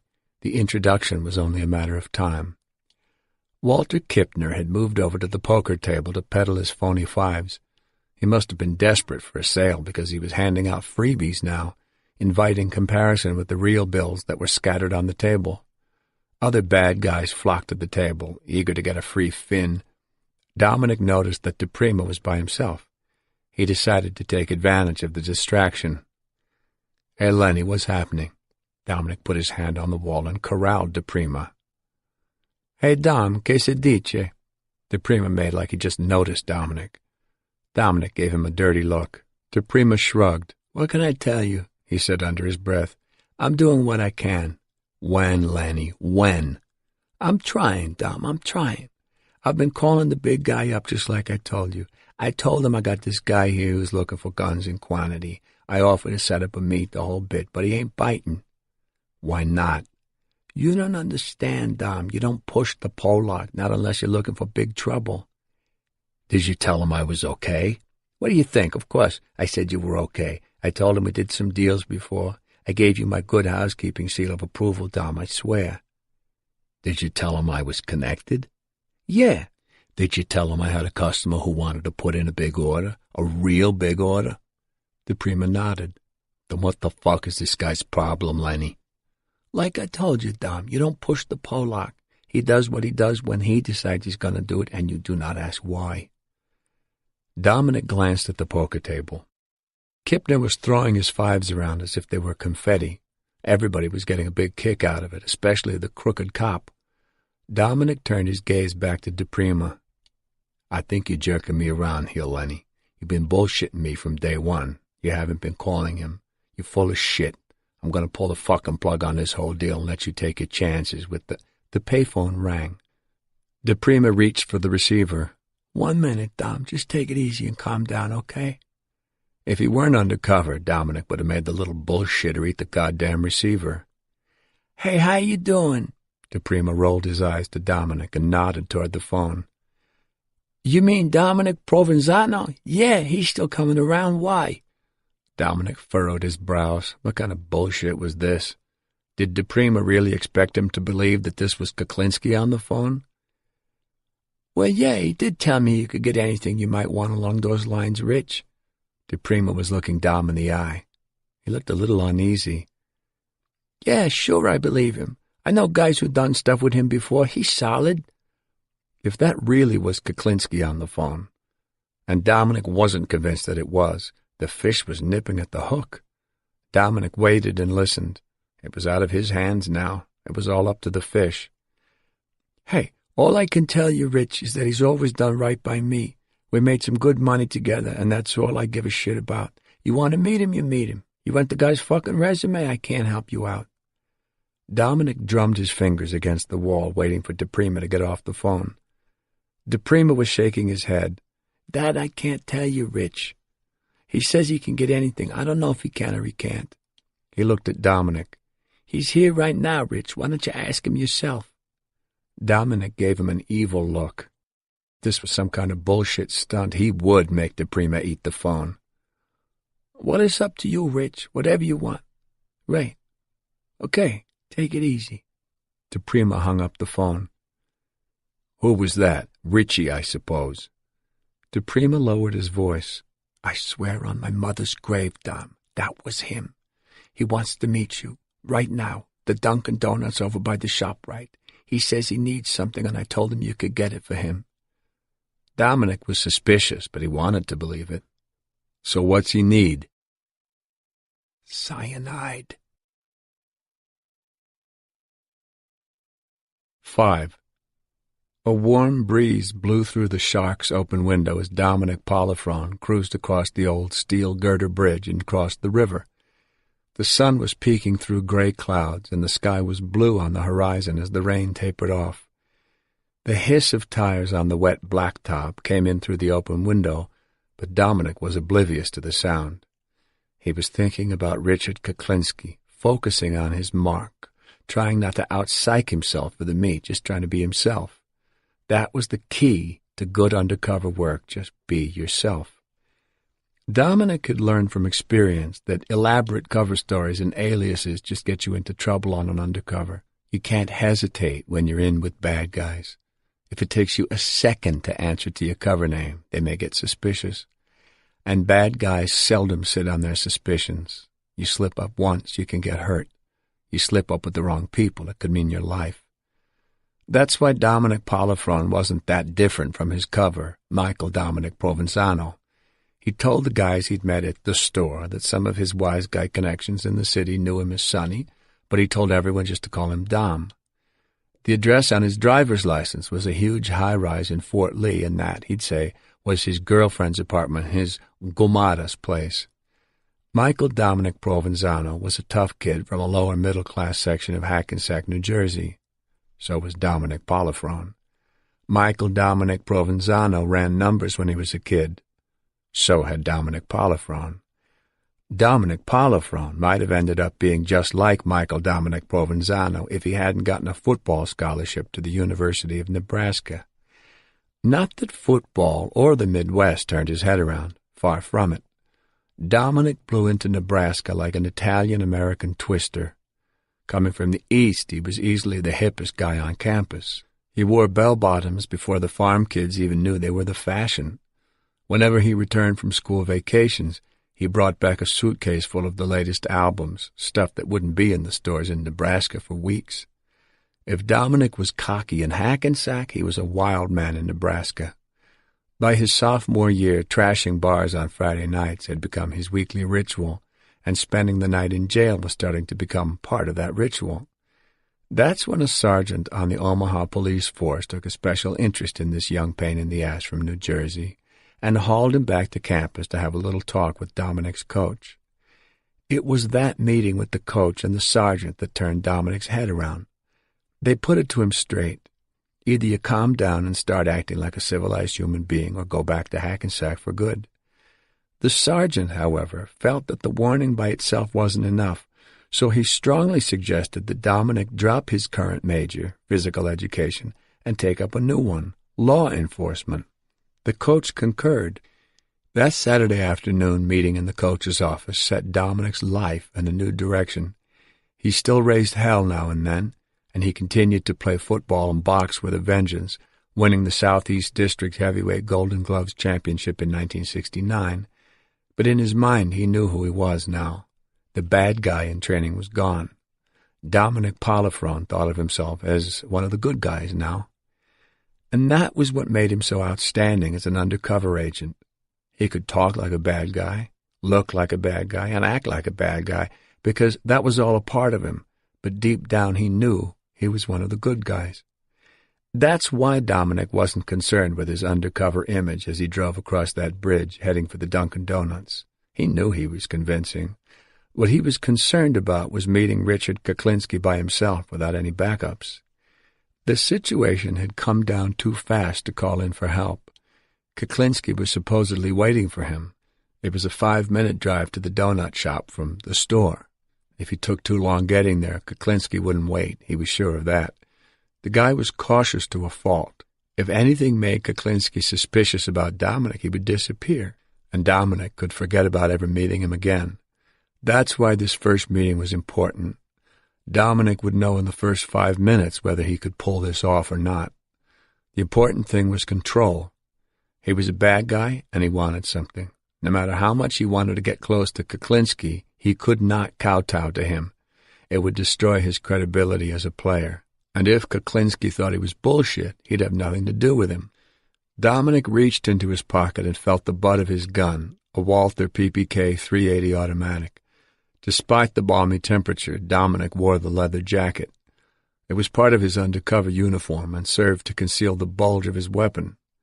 Considering Kuklinski's reputation, he planned to keep his hand in his pocket with his finger on the trigger. Kuklinski was reputed to have taken part in dozens of murders, but the police had never been able to come up with enough evidence on any one crime to arrest him. Dominic had a gut feeling that the killings they knew about were only a fraction of Kuklinski's total body count. From all indications, he was just too proficient at killing. Sometimes Kuklinski killed alone, and sometimes he brought help. Sometimes he worked as a killer for hire. Sometimes the killings were his own doing. Sometimes it was business. Sometimes it was just blind rage. He was known to have used weapons as small as a 2-shot Derringer and as large as a 12-gauge shotgun.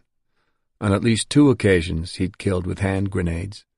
He'd used baseball bats, tire irons, rope, wire, knives, ice picks, screwdrivers, even his bare hands when necessary. And for some reason that no one could quite figure out, he kept one of his victims frozen solid for over 2 years before he dumped the body, which earned him the nickname Iceman in New Jersey police circles after he became the prime suspect in that murder. But according to state police reports, one of Kuklinski's favorite methods was cyanide poisoning. Dominic knew from 16 years of working undercover that you never take any criminal lightly. But Richard Kuklinski was unlike any other bad guy he'd ever encountered. He was not a demented serial killer. Killing apparently did not satisfy any kind of psychosexual need for him. Sometimes he killed weeks apart. Sometimes he waited years before taking his next victim. He didn't smoke, drink, gamble, or womanize. He fitted no easy pattern, and there was no single word to describe what he was, except monster. Dominic let out a slow breath and took his hand out of his pocket. A traffic light up ahead turned red, and Dominic quickly pulled the long black Lincoln into the left lane and stopped behind a white police car. He noticed the cop behind the wheel looking at him in his side mirror. Dominic glanced ahead at the Dunkin' Donuts on the other side of the intersection. A paranoid chill crept through his stomach. What if these two cops decided to pull him over? He hadn't signaled when he pulled into the left lane. What if he fitted the description of some other meatball they were looking for? Kuklinski was supposed to be waiting for him at the Dunkin' Donuts.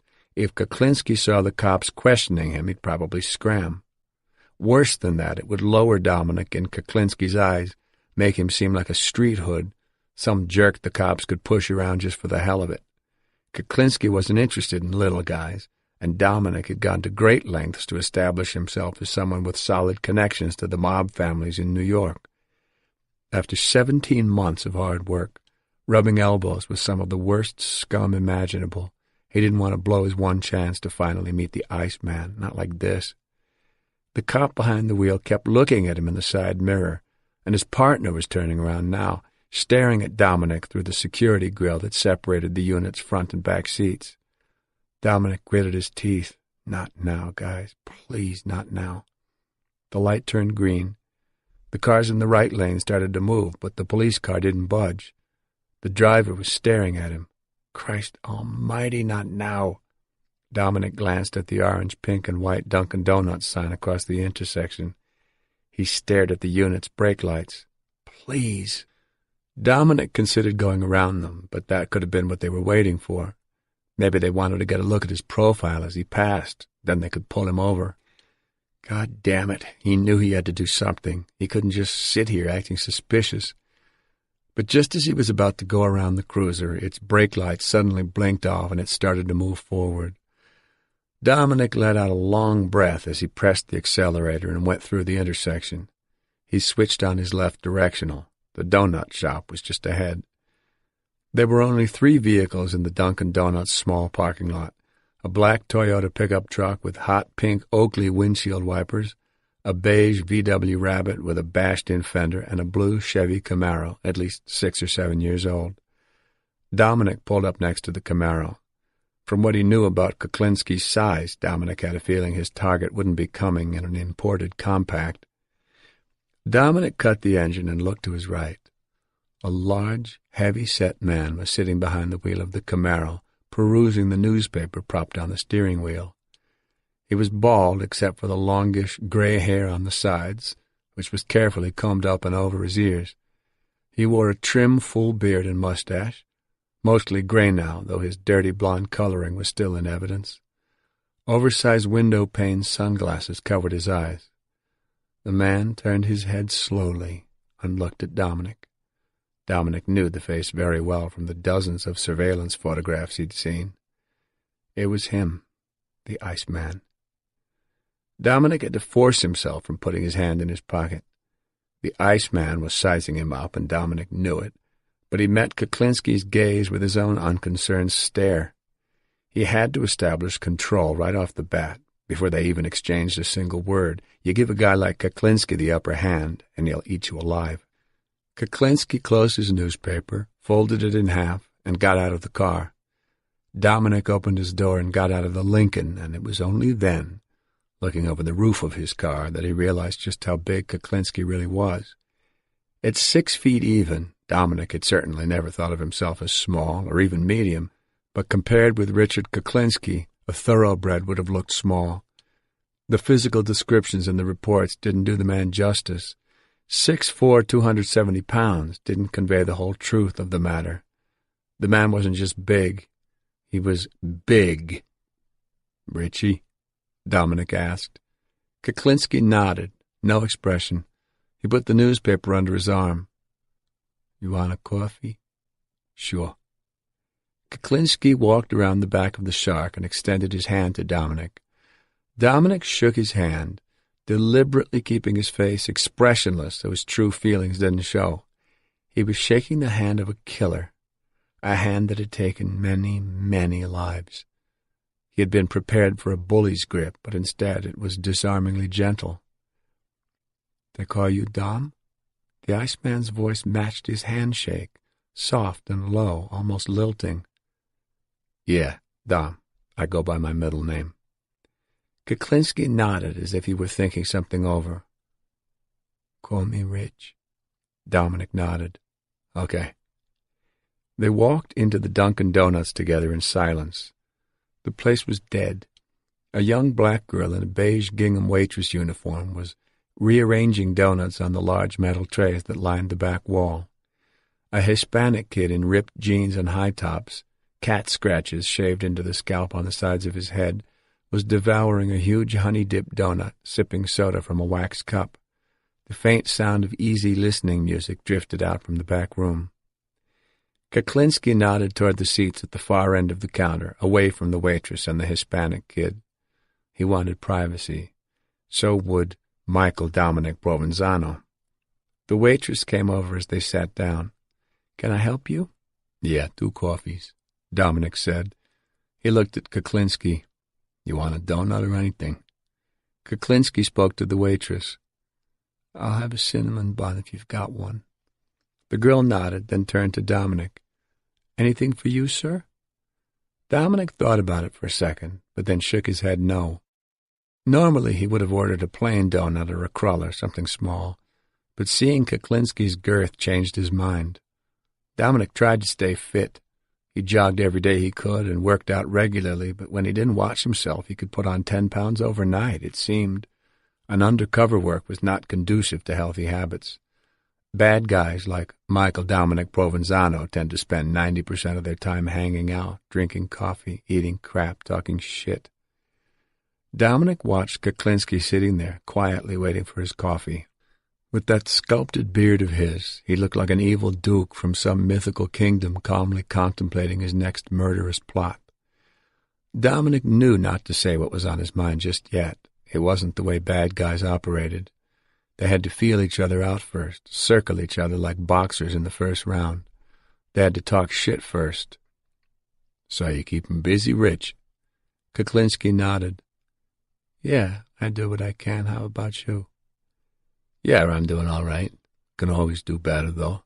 I know I ain't hit the lottery, so I gotta make it myself. You know what I mean?" "Yep." Kuklinski's newspaper was folded on the counter by his elbow. He seemed to be reading it, not really paying attention to Dominic.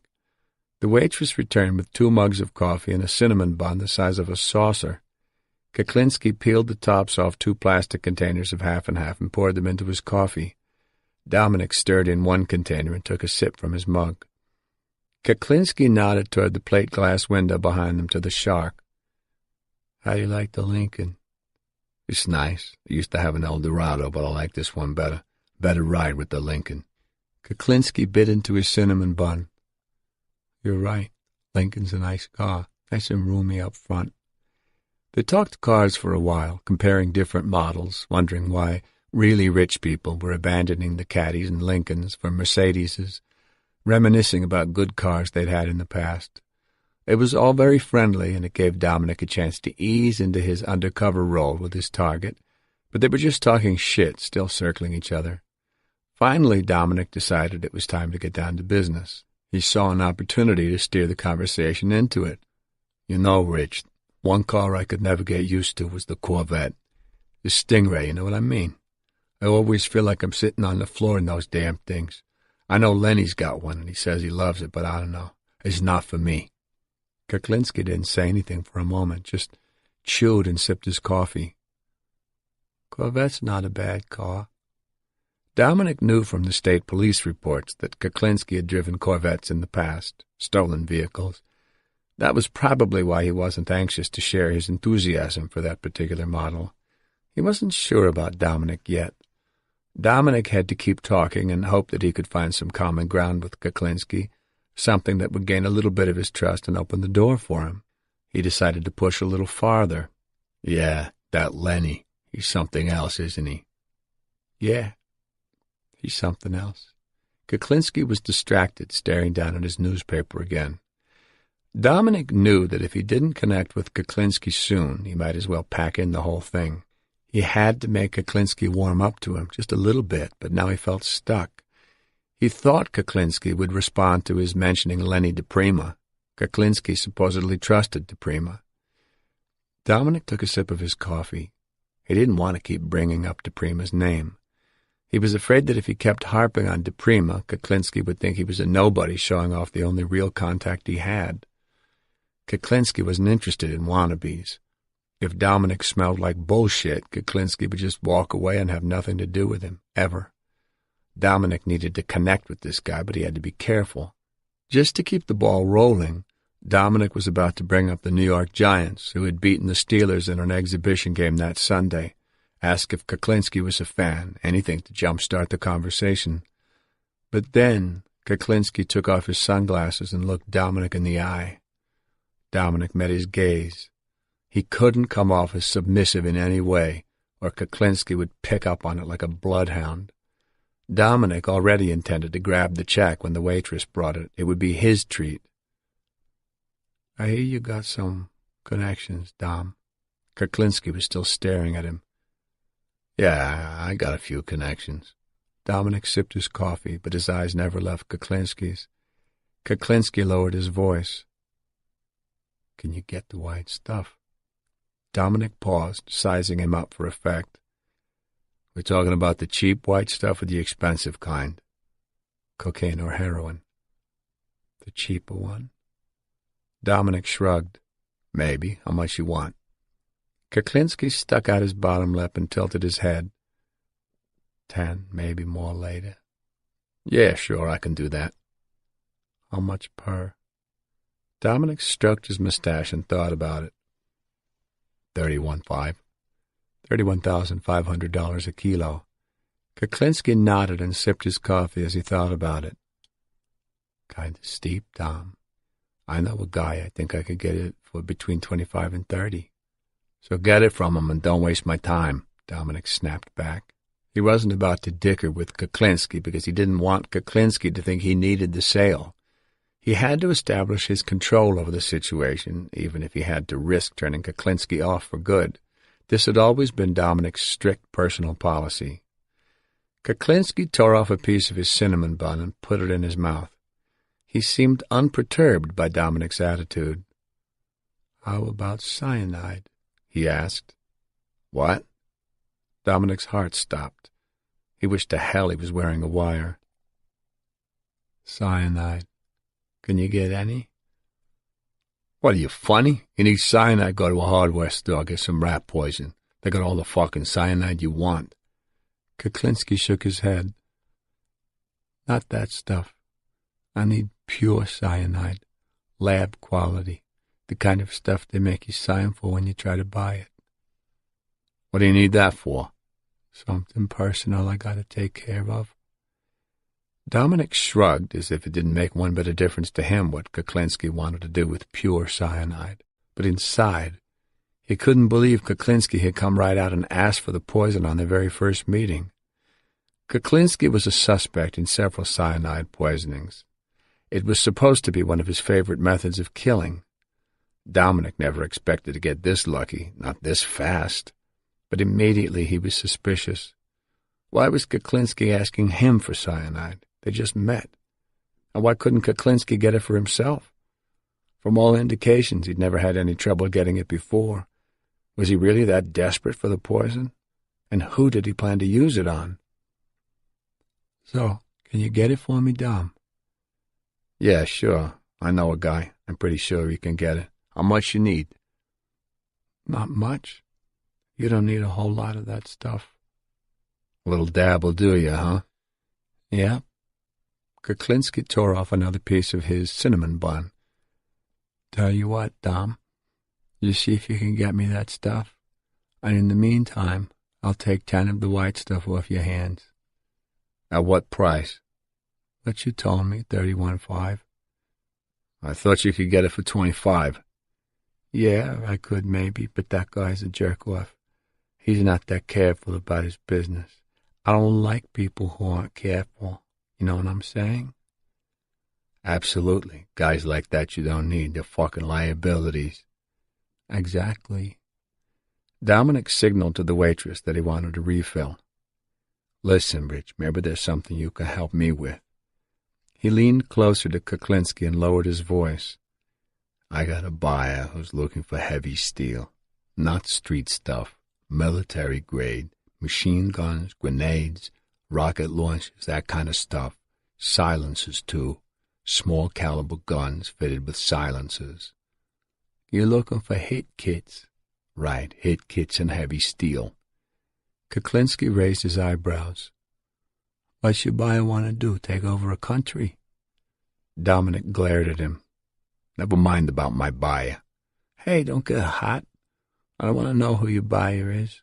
I would never try to go around you and cut you out. I don't work that way. Good. So can you help me out here? Dominic was both relieved and grateful that Kuklinski hadn't been turned off by his quick temper. Kuklinski's question was out of line, and he'd realized that after he'd said it. Dominic's response was totally appropriate. Just tell me this, Dom. Does your buyer want this merchandise delivered, or would he be willing to pick it up? Gotta be delivered to New York. Dominic already had a cover story prepared. He was buying for the Irish Republican Army, and his usual sources couldn't get him what his customer wanted in the quantity they needed. But he wasn't going to tell Kuklinski that right away. At this point, it was none of Kuklinski's business. Kuklinski stroked his beard. Gotta be delivered to New York. That might make it a little hard. It won't be staying in New York. It's going somewhere else. But can't they pick it up, say in Delaware? Dominic shook his head. They won't go for it. I know these people. It's got to be delivered or there's no deal. They're good customers? The best. They pay top dollar and they don't dig around. You get them what they want and they pay on the line. No bullshit with these people. They sound like good customers. Like I said, the best. If you can get me the right kind of stuff, military stuff I'm talking, you can make a lot of money off these people. We both can. Kuklinski laughed. Can't argue with that, brother. I can almost guarantee it. I'm not talking about small quantities here. This will be a big order. Big. Dominic knew that the bait had to be enticing or Kuklinski wouldn't bite. Let me just ask you this. These people from New York, your customers, they connected? Dominic shook his head. I buy for the wise guys now and then, too, but this is different. This has nothing to do with the families. Kuklinski nodded, sucking his teeth. I think I can get you what you want. I'll have to make a few calls to see what's around. I'll get back to you. Okay, fine. But don't take too long. They don't like to wait around, these people. They find a better deal, forget about it. They're gone. Don't worry. I'll get back to you as soon as I know something. Just tell me how I can get in touch with you. Dom pulled a pen out of his shirt pocket and wrote down a phone number on a paper napkin. Here, this is my beeper number. You put your number in the system and I'll call you back in 15 minutes. Great. Now, like I said, you come up with the right merchandise and we could make a lot of do-re-mi with these people. Believe me. I believe you, Dom. But don't forget about those things I want. I won't forget. I got a good memory, Rich. Then of the white stuff and the rat poison. Pure. I need it pure. I got you, Rich. Don't worry. The waitress came over then, carrying a Pyrex pot of coffee. She refilled the mugs without asking. Thank you, sweetheart, Dominic said to her. Hey, Rich, you want another bun? Go ahead, I'm buying. A slow grin spread under Kuklinski's mustache as he looked at Dominic. Sure, why not? 6. Though it has a population of 18,000, Dumont is practically a quaint village by northern New Jersey standards, and one of the more modest communities in generally expensive Bergen County. Dumont is a town of simple salt-box Cape Cods and Center Hall colonials on winding streets lined with mature maples and sycamores, the trees that shed their brown paper bark as well as their leaves. A bedroom community for New York City and Newark, Dumont is a poor cousin to its more elegant neighbors, towns like Cresskill, Demarest, Alpine, and stately Englewood Cliffs, which borders the Hudson River and is noted for its proud old mansions on expansive rolling lawns. The residents of Dumont are an even mix of blue-collar and middle-management white-collar. However, there was one resident of this middle-class suburb who did not fit the local demographics: Richard Kuklinski. Kuklinski was preoccupied as he drove the blue Camaro through the center of town later that afternoon. His brow was furrowed as he sailed up Washington Avenue and passed St. Michael's Catholic School, then took the next left, heading for Sunset Street. The houses he swept past were as solid and respectable as the town itself, but over the years additions and modern flourishes had sprung up here and there like mushrooms. Skylights, brick walkways, expanded decks, sunrooms, central air conditioning units, items that reflected spurts in the various owners' personal finances. Turning onto Sunset Street, Kuklinski guided the blue Chevy into the driveway of number 169, a neat split level with a cedar shake facade and a custom-made $2,500 carved mahogany door. He turned off the engine and sat there for a moment, chewing his bottom lip. He was sorting through the details, considering the possibilities, trying to figure out how Dominic Provenzano could fit into his plans. The dog had started to bark as soon as the car pulled in.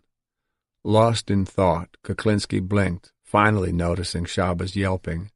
The big black Newfoundland was tied up in the backyard, waiting for someone to walk him. Kuklinski let himself in through the front door and climbed the short flight of steps that led to the living room. His son, Dwayne, was stretched out on the sofa, headphones over his ears, a yellow Walkman by his side, holding a book up over his face. 17-year-old Dwayne was a good-looking kid with dark hair and a ruddy complexion. He was a smart kid, too. He liked to read, just like his mother. Barbara and Dwayne often read the same novels and discussed them late into the night at the kitchen table. But sometimes Kuklinski felt that his son was too smart, that the boy was smarter than he was.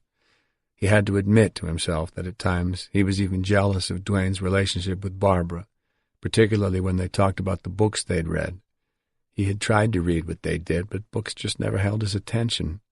It had taken him until he was 16 to finish the 8th grade. The only thing he ever read was the newspaper.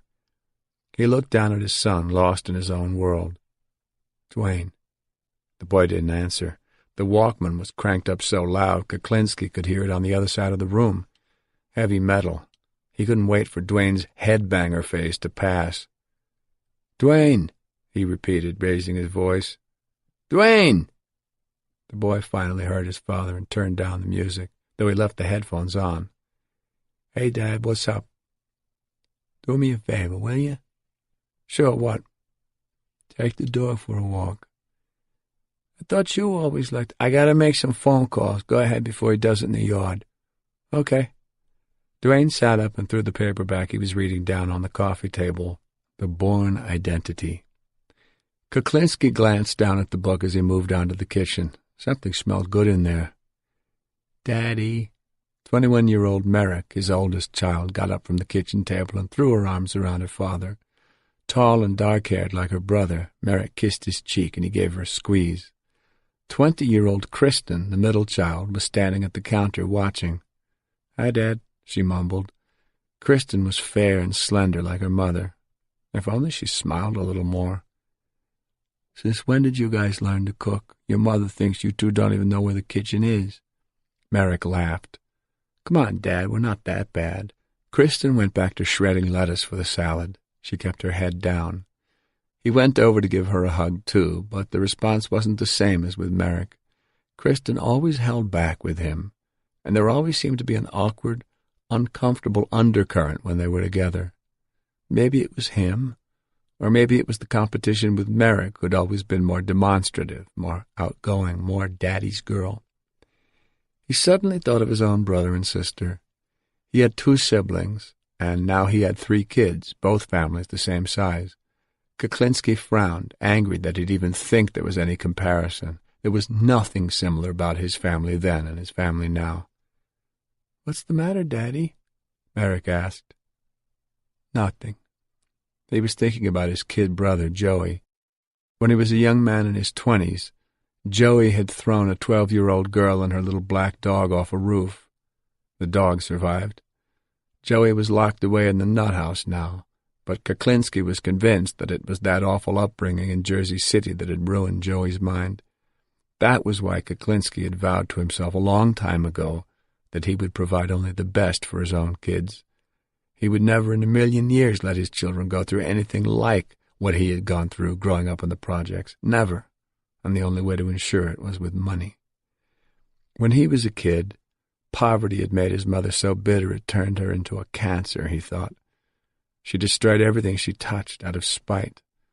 Whenever her children looked to her for encouragement, her nasty comments cut them down and humiliated them instead. Life had dealt her a rotten hand, so she wanted to ruin the game for everyone else. Eventually, cancer, the real thing, destroyed her. But as bad as his mother was, he knew his father was far worse. At least she made an effort to keep her family together. His father just came and went as he pleased, usually drunk, and always ready to beat Richie, the eldest, just for the hell of it. The old man would disappear for a few years, and just about the time Kuklinski had finally forgotten about the bastard, he'd come drifting back in a drunken rage to cause a little more misery before he left again. After many years of separation, Kuklinski had gotten back in touch with his father. He'd thought maybe he could reconcile with the old man, that things could be different now that he was married and established and had a family of his own. But he was dead wrong. His father hadn't changed one bit. He was the same cold-hearted bastard he'd always been, and he didn't give a shit about his son or his son's family. The old man was fine as long as his son was buying him drinks at a bar, but one day, when Kuklinski stopped by at his father's apartment to see how he was doing, the old man wouldn't even answer the door. He told his son to go away and leave him alone. Standing alone in that dimly lit hallway, Kuklinski felt the burn of humiliation. It wasn't worth trying to do something good if this was what you got for it. There was a time when Richard Kuklinski had been well on his way to falling into the same bitter poverty trap as his parents. When he was still a teenager, he'd gotten some woman in the projects pregnant and ended up having to marry her. She was 26 and he was just a kid. They didn't even live together, but he ended up having 2 sons by her. He wasn't even 20 yet, and he saw himself turning into his old man. Thank God he'd met Barbara. She turned his life around. She showed him that life wasn't all shit, that there was a better way. When Barbara's mother paid for his divorce from his first wife and he married Barbara, he swore he would never go back to the kind of life he'd had in the projects. Never. Richard focused on his daughters, pleased with the way they had turned out. They were nothing like his mother or his first wife. They were fine young women with good taste and good looks and good educations. It was all thanks to Barbara. She'd taken care of all the child-rearing. "Where's your mother?" he asked the girls. Merrick was assembling a lasagna, layering wide strips of curly-edged pasta, tomato sauce, slices of mozzarella cheese, and gobs of ricotta in a baking pan. "Mom's upstairs lying down. She's got a headache." "Oh." He looked to Kristen, but she was busy slicing a cucumber. "Where's that boyfriend of yours, Kristen? What's his name?" "Matt." Kristen shrugged, but wouldn't look at him. "I don't know. He's home, I guess." He looked at Merrick, grinned, and winked. "Oh, yeah. Once he smells that lasagna, he'll be over here like a shot." Kristen sighed. She didn't like her father's cracks about Matt. He made it obvious that he didn't like her boyfriend. Ever since that night he caught them making out on her bed and screamed at them for over an hour straight. Merrick pursed her lips and tried not to laugh at her father's needling, for her sister's sake.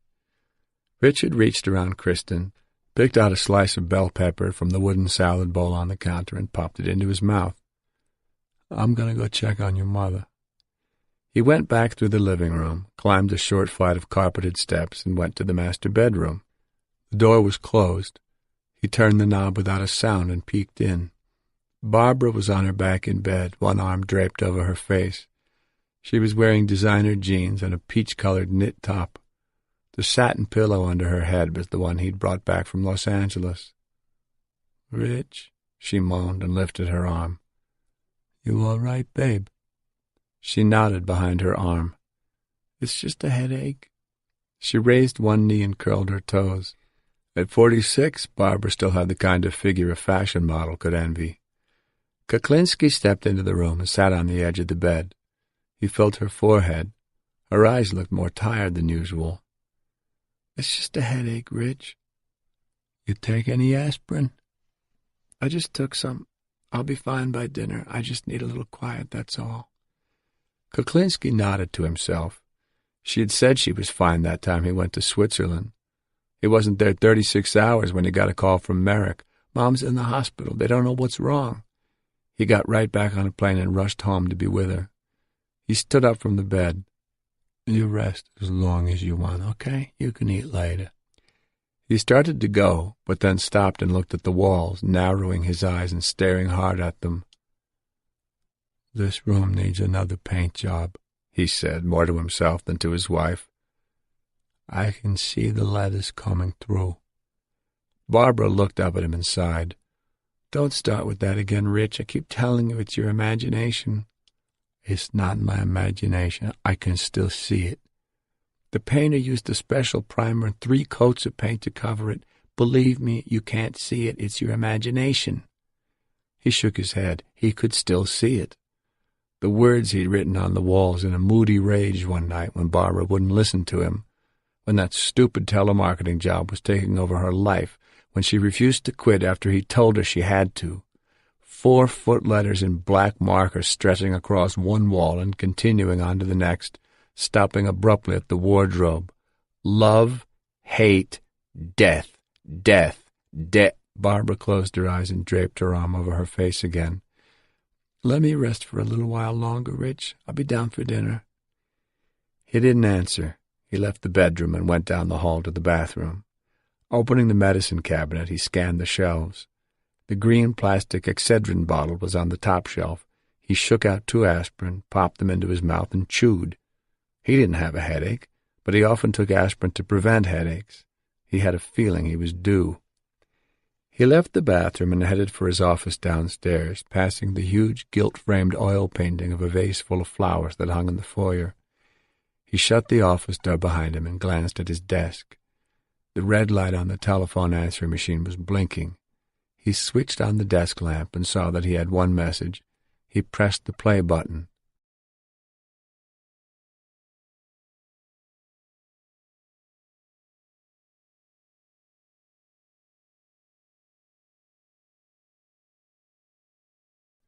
"Rich, it's Tim. I gotta talk to you today." The hang-up was a curt bang. It had an attitude. Tim had an attitude, a bad attitude.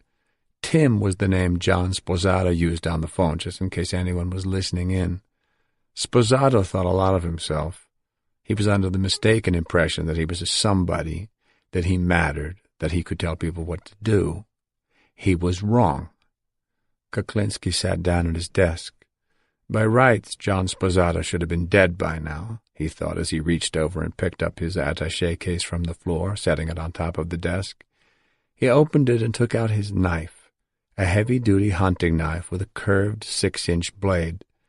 There were 10 notches in the wooden handle, 8 on one side, 2 on the other. He left the knife in its leather sheath, held it in one hand, and slowly ran his thumbnail down the 8 notches, one after the other. When he got to the bottom notch, he started again at the top. Nobody got away with the kind of shit Sposato tried to pull. Not with Richard Kuklinski. That fat-ass slob had the nerve to come to his house last month. His house! Came with 2 goddamn Puerto Ricans to collect money. Came to his home. He had watched them from the upstairs window. Sposato sitting in his car like it was some kind of king, while the Spicks came to the door and hassled Duane. They asked Duane where his father was, said they didn't believe him when Duane said his father wasn't home, said they wanted to come in and look for themselves. Kuklinski stood at the top of the stairs and listened to all this shit. He had a gun in his hand, and he was ready to shoot the 2 of them if they showed their faces inside the door. His home and his family were sacred, and anyone who messed with them was asking for trouble, big trouble. But Sposato didn't know how lucky he'd been that day. The Spics didn't press their luck with Duane. They weren't stupid. They were probably afraid Big Rich was in there waiting for them. Standing there, listening, he'd heard the two greaseballs telling Duane they'd be back later. He went to the window and saw them going back to their car.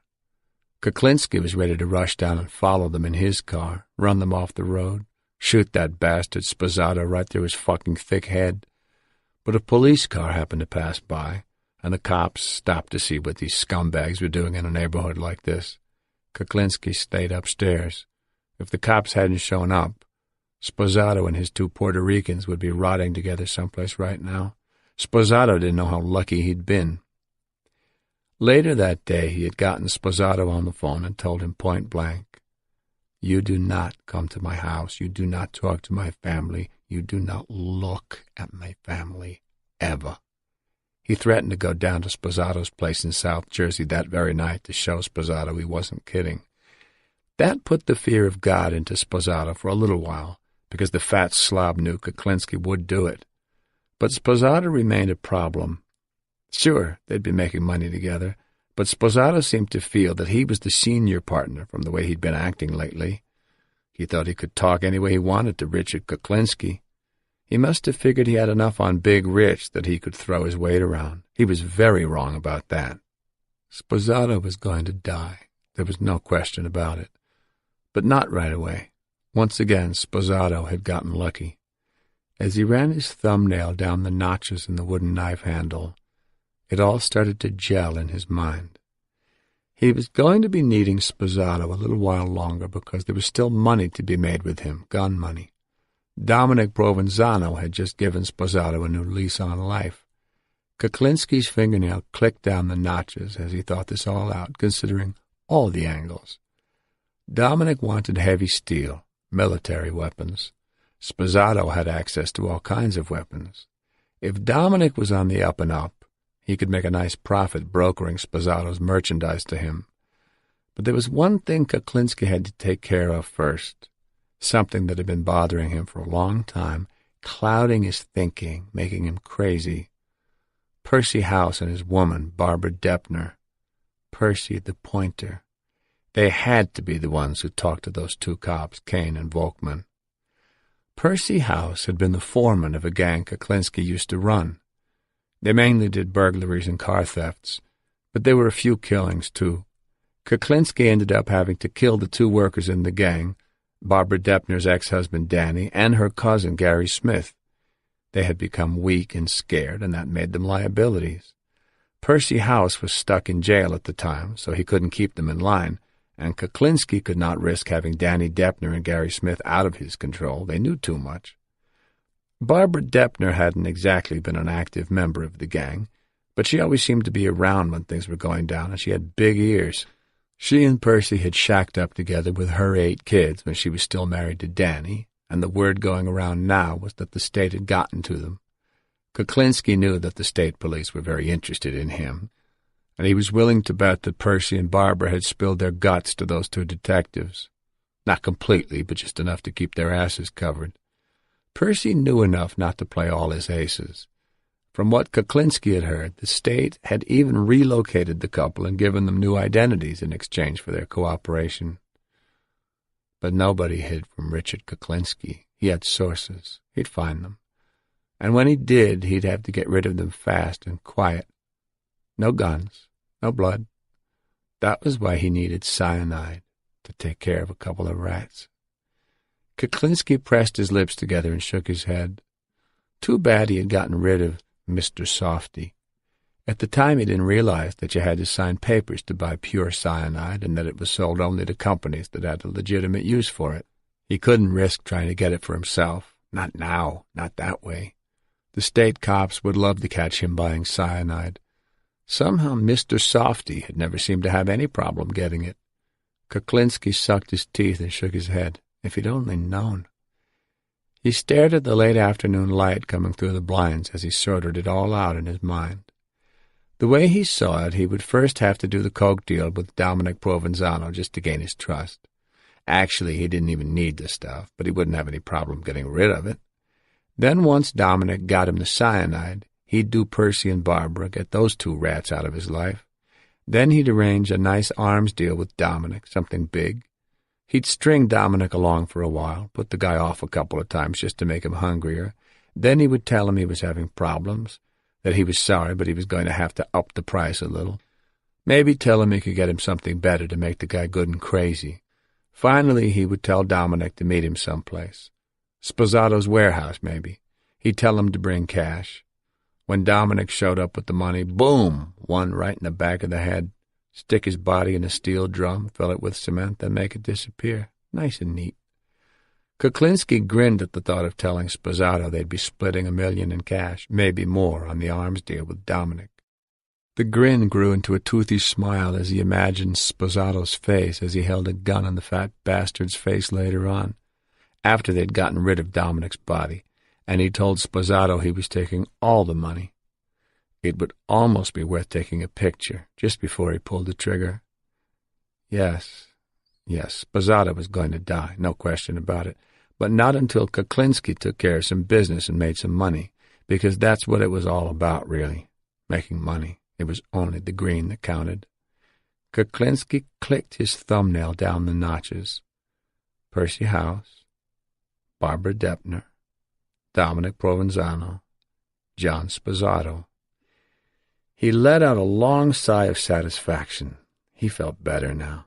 He didn't think he was going to get that headache after all. A short knock came from the other side of the door. "Daddy, dinner's ready." There was Merrick. "I'll be right there, honey." He tossed the knife back into the attaché case, shut the lid, closed the latches, and set it on the floor beside the desk. He switched off the desk lamp and left his office. The aroma of the baking lasagna filled the hallway. "Smells good," he called out as he headed for the kitchen. He was hungry. 7. Wednesday, September 3rd, 1986, 11:55 a.m. The next day, Richard Kuklinski sat at his desk and stared at the papered Dunkin' Donuts napkin in his hand. Dominic Provenzano's beeper number was written in ballpoint pen on the napkin. Kuklinski couldn't decide whether he should call him or not. He wanted to get things rolling with Dominic, but he didn't like going to people, coming right out and saying what he wanted. It made you seem desperate and put you in a weaker position. He preferred to have people come to him. But he needed the cyanide. Percy House and Barbara Depner were out there somewhere. They could get in a jam and start talking again. They would tell stories about him just to save themselves. They'd cut another deal with the state, agree to give up a bigger fish in exchange for dropped charges. They'd do it, no question. That's why Kuklinski needed the cyanide, and he shouldn't wait on this. Dominic said he could get it. Kuklinski picked up the phone and punched out Dominic's number. He waited for the tone that gave him the go-ahead to enter his own phone number into the system. After it sounded, he hesitated for a second, then punched out his number. He hung up the phone and waited. A half-hour later, the phone rang. He stared at it and let it ring a few times. He didn't want to seem anxious. "Hello?" "Hello, Rich." "Yeah." "Dom." "How you doing?" "Good. Yourself?" "I'm okay." "What's up?" He glanced down at his briefcase on the floor. "Remember what we were talking about yesterday? The stuff we were talking about? The white stuff?" "Yeah." Dominic sounded cautious. "Is it okay to talk?" "Yeah, don't worry about it. I'm at a payphone. How about you?" "I'm at home." "Oh." Dominic sounded cautious again and suspicious. "Listen, I was wondering, how much of that stuff could you get?" "How much do you need?" "A lot."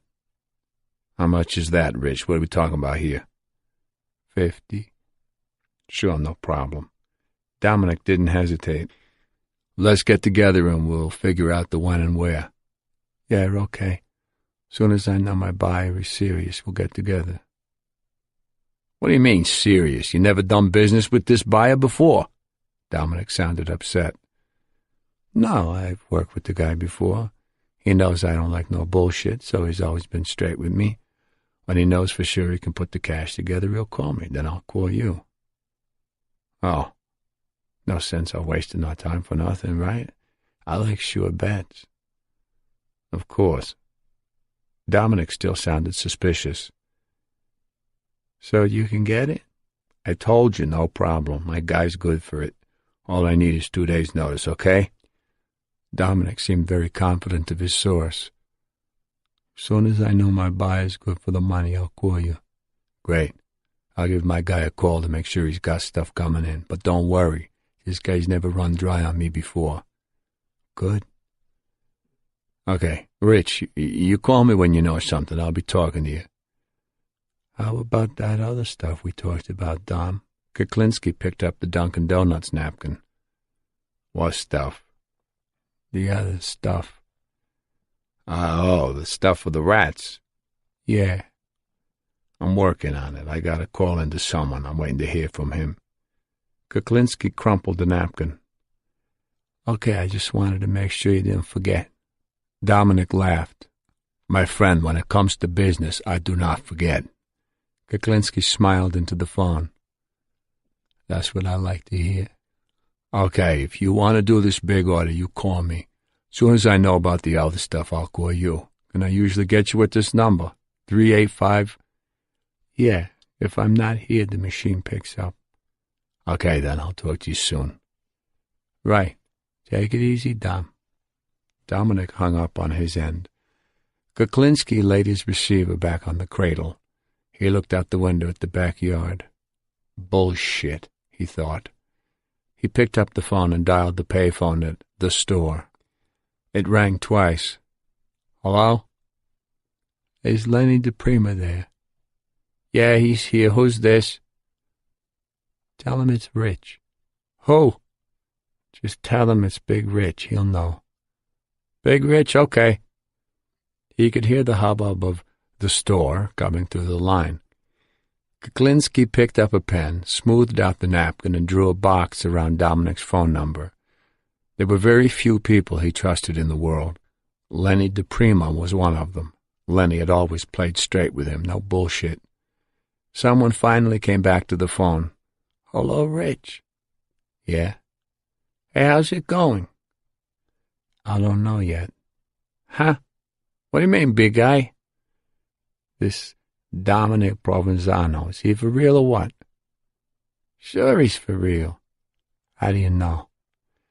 Hey, Rich, if he wasn't for real, do you think I'd send him to you? Yeah, but how do you know he's for real? What do you know about him?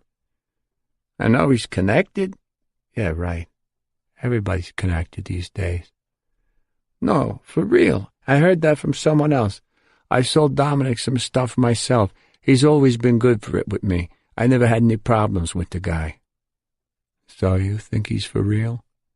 Hey, his cash is green and he keeps his promises. That's about as real as he needs to be as far as I'm concerned. Yeah, I guess so. He underlined Dominic's phone number a few times. As long as his cash is green, that's all that counts. DePrima laughed. You can say that again, brother. All right. I just wanted to make sure before I got into anything with him. He's okay, Rich. You don't have to worry about him. Tell me something. You hear anything about Buck lately? Buck was Percy House's nickname. What, are you kidding? He knows better than to come around here, the bastard. I hope he's got cancer, the fuck. Nobody's seen him. Nah, State's got him in protective custody. You know that. He won't be coming around here no more, not after what he did. Percy House had worn a wire for the police and got a kid in his own gang to admit on tape that he took part in a house robbery where a man was killed. The cops were dying to lock up somebody for that murder, and the kid was good enough. Thanks to Percy, he was serving a life sentence in Rahway now. Percy would rat on his own mother, Kuklinski felt. As for Barbara Deppner, she had helped Percy try to trap her own cousin, Gary Smith, into admitting to that murder, but Gary wouldn't talk about it. These two were inhuman. They turned in their own families. Richard Kuklinski knew he had to take care of them before they did any more damage. You still there, Rich? Yeah, I'm here. Listen, don't worry about Dom. He's okay. And listen. What? If you find Buck, you let me know. I know a lot of people around here who'd love to pay him a visit. You know what I mean? I know. Take it easy, Lenny. Yeah, you too, Rich. He hung up the phone and swiveled his chair toward the window. Looking out through the Venetian blinds, he could see the two small concrete lions on the patio. He was thinking about Gary Smith. Percy House and Barbara Deppner had to go to sleep the same way Gary had gone to sleep. Maybe not as messy as Gary had been, but he wanted them to go the same way. He ran the edge of his hand over the crumpled napkin on the desktop. That's why he needed the goddamn cyanide. 8. Thanksgiving 1982 had started out fine for Gary Smith. That morning, while his wife Veronica prepared the turkey dinner in their kitchen in Highland Lakes, New Jersey, he and his 6-year-old daughter Melissa cuddled on the couch in front of the TV to watch the Macy's Thanksgiving Day Parade. Gary got a big kick out of his daughter's excitement every time a new giant balloon creature filled the screen and she recognized the cartoon character. Melissa was growing up, and Gary's feelings for her had changed.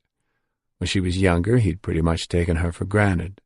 Veronica took care of the baby, and he worked. It was as simple as that. But Melissa wasn't a baby anymore. She was a kid, someone he could talk to and share things with. He was really beginning to enjoy being a father. The house was warm with the smell of the roasting turkey by the time Percy House's wife, Connie, and her children arrived early in the afternoon.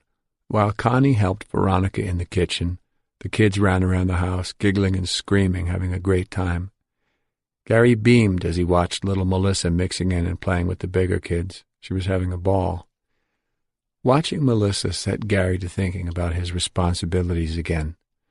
For the past few months, he'd been giving a lot of thought to this, and he'd pretty much made up his mind to quit Percy House's gang and go straight.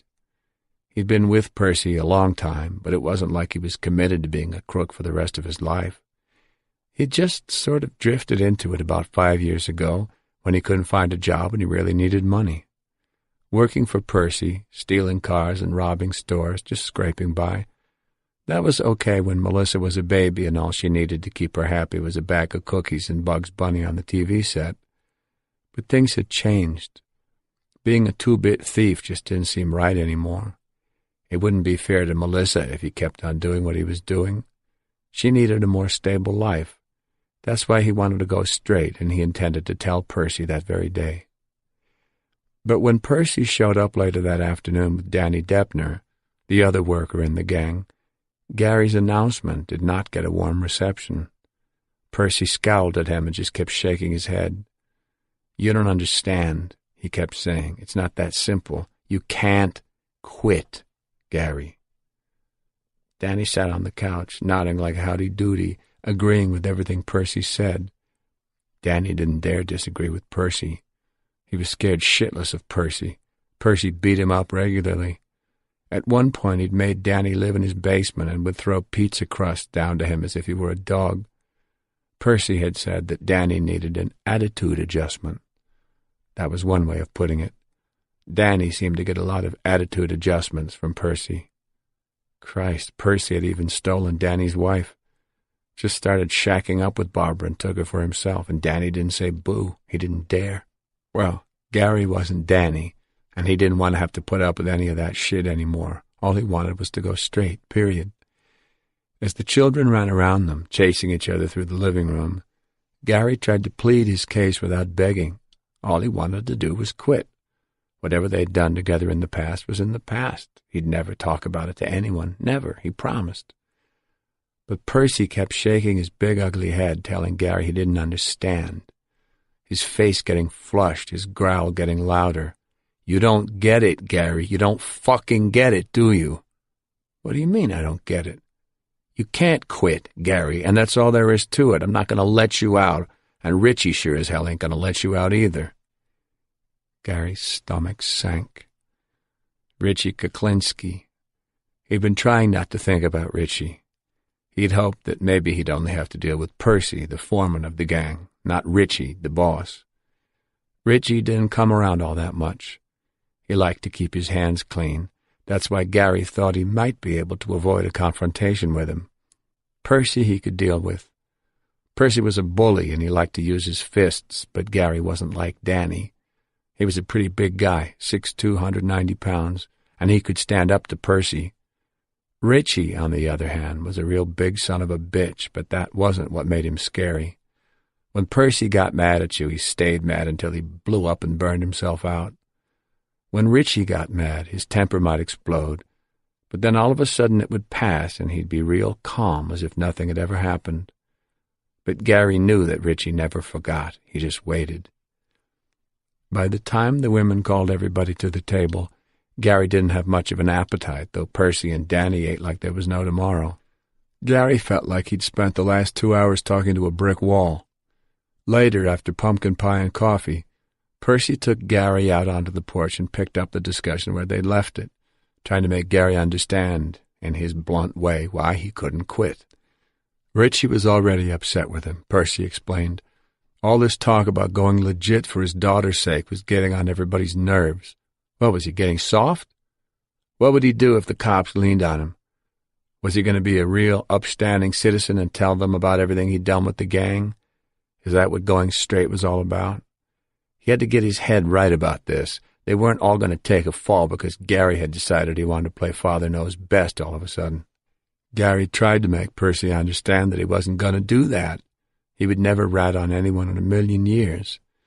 But Percy kept shaking his head, saying that the best thing he could do would be to just be a good boy and do what he was told, because Richie already had it in for him and you never get to strike three with Richie. Gary didn't even have to ask what Richie had against him. He knew. Billy Cudnig's goddamn black Corvette. Richie had a thing for new Corvettes. They'd stolen a bunch of them that year for him. Usually they got them right off the lot from car dealerships.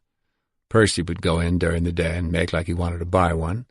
He'd ask the salesman to see the bill of sale to see what the dealer was paying for the car so that they could negotiate. Usually salesmen had no problem with that, except that Percy wasn't interested in the price. He was interested in the 8-digit key number. Percy would stare at the sheet and memorize the number. Then afterward he'd go to a locksmith and have a duplicate key made from that number. A couple of nights later, either Danny or Gary would take the key, unlock the car, and drive it right off the lot, easy as that. But Cudnig's car was different. They didn't steal that one. Billy Cudnig, one of the guys who hung out at the store, owned it for real. Richie had figured he could make a profit on both ends with that one. He and Cudnig would split the insurance money when Cudnig reported the car stolen. Then Richie would sell the car to a guy he dealt with up in Connecticut and get about a quarter of the book price for it. When Cudnig started having second thoughts about doing this, Richie convinced him it would all work out fine. Besides, as he pointed out to Cudnig, he already had duplicate keys to the car because he'd rented it from the man a couple of times, so he could go ahead and steal it anyway and cut Cudnig out completely. Billy Cudnig had no choice but to go along with the scam. On December 21st, 1981, the theft was staged at the Willowbrook Mall in Fairfield, New Jersey. The car ended up with Gary Smith, who was supposed to keep it hidden until Richie was ready to bring it up to Connecticut. Gary kept the car at his house for 2 weeks, but it was making him nervous, so he moved it around from place to place, wondering when the hell Richie would take it off his hands. By February, he was running out of hiding places he could trust, so he left it with a woman he used to work for when he was a teenager. Unfortunately, the police happened to spot the stolen car in her driveway. After checking the vehicle identification number plate on the dashboard to confirm that it was indeed the stolen Corvette, they had it towed away. The car was returned to Billy Cudnig. Kuklinski was furious when he found out about it. That was strike one against Gary. 3 weeks later, the car had to be stolen a second time. This time, Kuklinski traded it to a man from Bloomfield, New Jersey, for a vintage 1964 Corvette coupe. Afterward, everybody kept throwing it up to Gary, needling him about the black Corvette that had to be stolen twice. Richie warning him not to lose any more cars or else he'd be very sorry. Gary was getting sick of hearing this shit. It wasn't his fault. If he had thought the cops would have spotted the car in that lady's driveway, he would never have left it there, for Christ's sake. But they kept on his back about it, and that was when he started thinking that maybe he wasn't cut out to be a thief. Maybe he ought to start thinking about getting into another line of work where the bosses weren't like Percy and Richie. For weeks after that Thanksgiving dinner, Gary mulled over his position in the gang. He really wanted out, but it looked like he was going to have to ease himself out gradually. Maybe stay with them through the winter, then slack off, get a real job, start avoiding Percy, and maybe by spring they'd leave him alone. But then, on December 17th, 1982, the shit hit the fan and everything got crazy. Gary Smith, Danny Deppner, Percy House, Barbara Deppner, and several of her children were driving to her mother's house in West Milford. They were going there to drop the kids off for the day. As they approached the house, they noticed a police car parked off the road, backed up into the woods. Percy was immediately suspicious. It wasn't the kind of road where the police would post a speed trap. When they got to Barbara's mother's house, they saw that her car wasn't in the driveway. Percy ordered Gary and Danny to get out and go hide in the woods behind the house.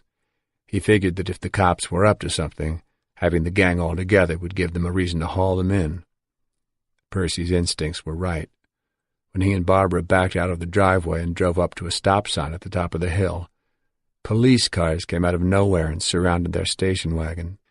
As the police emerged from their vehicles with guns drawn, shouting for Percy and Barbara to show their hands and not move, the frightened children wailed in the back seat. Percy snapped at them and told them to shut up. This was all a lot of bullshit. He'd been through this before. These sons of bitches were just out to hassle him, he figured. But Percy was wrong about that. Passaic County had a 79-count indictment against him for an assortment of offenses, including theft and forgery of motor vehicle registrations. The cops weren't just out to hassle him this time. Their intention was to put him and his gang away. They had arrest warrants for Gary and Danny, too. As the police leaned Percy House over the hood of the station wagon to handcuff him while they read him his rights, he looked over at pregnant Barbara Deppner clutching her screaming baby. He didn't have to say a word. His sad, baggy eyes said it all. She knew right away what he wanted her to do. Call Richie. She looked around at the faces of all the policemen. They were all focused on Percy. She nodded to him that she understood. Later that day, she caught up with her cousin Gary and her ex-husband Danny at Gary's house. Veronica, Gary's wife, was hysterical. Detective Pat Kane of the state police had been there earlier with a search warrant. He was looking for Gary. Danny and Gary were frantic. They were on foot, they didn't have much money, and they didn't want to get caught hanging around there, so Barbara drove them to the Sussex Motel in Vernon, where she rented a room, and they all spent the night. She had already gotten in touch with Richie right after Percy was arrested. Barbara didn't have that much money herself, but Danny had just put down a security deposit on a house in Lake Hopatcong, so the next morning they drove there in the hope that Danny could get the deposit back. But the landlord wasn't around when they got there, and they didn't want to stick around. They all piled back into the station wagon and headed east on Route 80. Richard Kuklinski had instructed Barbara to take Gary and Danny to some place called Paul's Diner on Route 3 somewhere in Hudson County. 45 minutes later, they pulled into the parking lot of Paul's Diner. A white Cadillac with a blue top was parked at the far end of the lot all by itself. Richard Kuklinski was sitting behind the wheel. Barbara pulled the station wagon up alongside the Cadillac and rolled down her window. The Cadillac's power window glided down, and Kuklinski looked right through her, glaring at Danny and Gary. "Follow me," he said. "Where are we going?" she asked. He narrowed his eyes, and his stare bore into her. Her fingers were suddenly freezing. "Just follow me," he repeated. His window glided up, and the Cadillac's engine roared to life. Barbara Deppner followed him to the Liberty Motel in North Bergen, where Kuklinski gave Danny some money, and he rented a room under the name Jack Bush. Relieved to have the fugitives out of her car, Barbara headed straight back to her sister's place, where she left her children. Percy, in the meantime, was stuck in the Passaic County Jail, being pressed for the whereabouts of his associates Gary Smith and Danny Deppner. He repeatedly told the police that he didn't know where they were, but the cops kept hounding him. Actually, Percy wanted to know where they were and what they were doing himself, particularly Gary. He didn't trust Gary anymore, hadn't trusted him since Thanksgiving. Gary still had it in his head that he could reform himself, and Percy feared that if the cops got to him, he'd want to cooperate just to show them what a real good citizen he was now. Gary would turn on them, sure as shit. He was a time bomb waiting to go off. Sitting in his cell, Percy got the sweats just thinking about it. He'd done time before, but he'd never gotten used to the feeling of being locked up. The thought of doing another long stretch was making him short of breath. He couldn't do it. He just couldn't. He'd go crazy. He needed to know where the hell Gary was, but the goddamn cops weren't letting him make any calls. For 3 days he waited, barely containing his panic, until finally they let him have a visitor, Barbara Deppner. Sitting across the table from Percy in a room with guards within earshot, Barbara told him not to worry because the big guy was babysitting the boys. Percy was still uneasy. He leaned forward, smiling sweetly for the guard's benefit, and growled in her face, "Tell Richie to send Gary to Florida." A chill ran through Barbara Deppner's veins. She knew exactly what he meant. Send Gary to Florida, send him away, have him killed. Gary was her cousin, but Percy had been ranting and raving for months about how dangerous Gary had become to them. To her, too. She could be charged as an accomplice. She could go to jail, too. The thought terrified her. Who would watch all her kids? And what would happen to the one she was carrying now? Would she have to deliver the baby in jail, then give it up immediately? No, she wasn't about to let that happen. Gary was her cousin, but Percy was right. Gary was dangerous. The next day, she drove down to the Liberty Motel where Gary and Danny were hiding to deliver Percy's message. Danny was in the room with Kuklinski when she arrived. Gary had gone out to get a soda. She spoke quickly, fearing that Gary would walk in on them. "Percy says you should send Gary to Florida." Kuklinski was sitting in the one armchair in the room, seemingly lost in thought. She started to repeat it, but he cut her off. "I heard what you said." A few minutes later, Gary returned with a couple of cans of Coke. She was startled to see his bruised face. He kept his eyes down, barely saying hello to her. Kuklinski explained to her that Gary had been a bad boy last night. First, he had gotten caught shoplifting at the convenience store across the street, and the manager had almost called the cops on him. Then he'd hitchhiked home so he could see his wife and daughter. Danny whittled his index fingers at Gary. "Shame, shame." Then he balled his fist and nodded toward Kuklinski. "A little attitude adjustment," Danny whispered.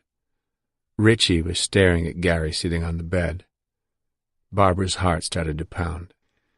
The next day, December 23rd, 1982, Kuklinski moved the fugitives again to another motel in North Bergen, the York Motel, a 2-story green stucco building perched on the edge of the Rocky Palisades on Route 3, 5 minutes from the Lincoln Tunnel. Again, Kuklinski gave Danny Deppner some cash and sent him into the office to rent a room. Under the blinking glare of multicolored Christmas lights strung around the plate glass window, Danny signed the register as Jack Bush and took the key to room 31, a first-floor room that faced the narrow parking lot and a wall of gray, jagged rock beyond. At 5 o'clock that afternoon, Barbara Deppner arrived at the York Motel at Richard Kuklinski's request. She had her baby daughter Jennifer with her. When Kuklinski had called her, he didn't say why he wanted her there, but she knew better than to question Big Richie. He was obviously unhappy with the whole situation, and she prayed he wouldn't take it out on her. When she knocked on the door to room 31, Danny answered. Through the doorway, she could see Gary moping on the bed. Kuklinski wasn't there. Danny told her to go over to the coffee shop at the Holiday Inn down the hill. He'd meet her there in a little while. Over an hour later, Danny finally showed up. Sounding as desperate as Percy had sounded in jail, he told her the plan. They were going to kill Gary tonight. They had to. He'd hitchhiked home again, and Richie was pissed as shit. Gary was going to rat on them. He had to go. Richie was going to bring them some hamburgers later. The one without the pickles would have poison on it. That was the one they would give to Gary. Barbara clutched her baby so close the infant started to scream. She didn't want to hear about it. She didn't want to know. Then her ex-husband informed her that Richie wanted her to come back later that night with the car so they could dump Gary's body. Barbara couldn't answer. Her throat ached. She started to shake her head, but Danny started shaking his. "Better not say no," he warned her. "Richie'll get mad." Danny was serious. But even though she didn't say anything to Danny, she made up her mind on the spot. She wasn't coming back. She didn't want any part of this. As she drove out of the parking lot of the Holiday Inn, she was determined to go home and stay home. She loved Percy, and she felt sorry for Danny, but Gary was her cousin, for God's sake. Later that evening, Richard Kuklinski returned to the York Motel with a bag of hamburgers and French fries. Gary and Danny were hungry. They didn't have any money, and they hadn't eaten all day. As Kuklinski handed out the burgers, he exchanged glances with Danny Deppner. Danny unwrapped his hamburger and lifted the bun. He checked to make sure his had pickles on it. Gary unwrapped his and dug in, but as Kuklinski watched him devouring the food, he wondered why the hell the cyanide was taking so long. Then it happened. Gary had eaten better than half of the hamburger when it finally started to work. Gary Smith dropped the burger and fell back on the bed where he was sitting. His throat was on fire, straight down to his stomach. The room was spinning, and he felt as if his face were going to explode. He knew Richie was going to kill him. He'd known it all along, and now it was happening. In his last moments, he pictured his daughter Melissa's room the way it was 2 nights before when he'd hitchhiked home. He'd gone back there to say goodbye to her. She was sleeping, and he didn't have the heart to wake her up. His wife was in the doorway, whispering to him, begging him not to go back to the motel, that Richie would kill him. "I know," he'd murmured, and he started to cry. The tears streamed down his face and spattered the sheet around Melissa's chin as he bent down to kiss her goodbye for the last time. "I have to go back," he told his wife as he walked past her, heading for the front door. Richie had threatened him after he had hitchhiked home the first time. Richie had promised that if he tried to run away again, he'd find Melissa and he'd kill her. Richie hadn't yelled or screamed the way Percy did when he made threats. He said it nice and calm, just a plain statement of fact, a reality of life. There was no question in Gary's mind that Richie would do it. That's why he had to go back to the York Motel. For Melissa. Blurry shapes loomed over Gary as he started to black out. Danny and Richie were laughing at him. "Look at his eyes," Danny said. "Look at his eyes, they're all goofy." They kept laughing at Gary as he choked and writhed on the bed. But then Richard Kuklinski stopped laughing. Gary wasn't dying fast enough. Maybe he hadn't eaten enough. Maybe there wasn't enough cyanide in his system. He looked around the room for something they could use to finish Gary off. There were 2 lamps in the room, one on either side of the bed. Danny saw the lamps, too. He wasn't laughing now. This wasn't the way it was supposed to go down. Gary was supposed to die fast. Instead, he was choking, making too much goddamn noise. Someone was going to hear him. Why the hell wasn't he dead yet? He'd eaten the damn hamburger. Danny unplugged one of the lamps, stepped on the cord, and jerked it out of the base. Wrapping the ends of the cord around his hands, he went to the bed, put one knee on the mattress, and hovered over Gary. His heart was pounding as he looped the cord around Gary's neck and yanked Gary back. Gary put up no resistance. Danny held him tight, jerking him back and up as if he were riding a wild horse. He pulled so hard the cord snapped. Gary flopped back on the bed. Danny quickly took the longest piece of cord and wrapped it around Gary's neck again, continuing to strangle him, even though he wasn't moving anymore. When his hands started to cramp, he finally let go. Danny looked at Kuklinski, panting for breath. Is he dead, Rich, or should I do some more? What do you think? 4 days later, on December 27th, 1982, the guests in room 31 called the motel office to complain that there was an awful stink in their room. They said it was coming from the bed. The bed in room 31 was a simple wooden frame built to support a mattress and box spring. The space under the box spring was hollow and completely enclosed.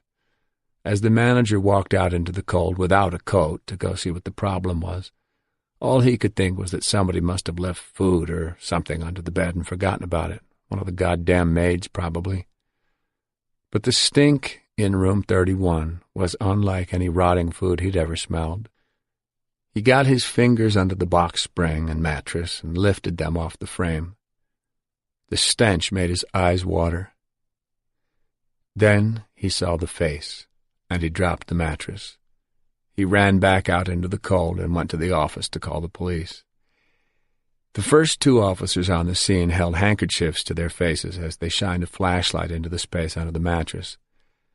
When they called in their report of the body found under the bed, they identified the deceased as an overweight black male. Sealed in the enclosed space under that bed in an overheated room over the Christmas weekend, Gary Smith's body had decomposed rapidly. He was so bloated the buttons were popping on his plaid flannel shirt. His tongue was so swollen it protruded from blubbery lips. His eyes were dull and milky. His skin was charcoal black. 9. Friday, September 5th, 1986.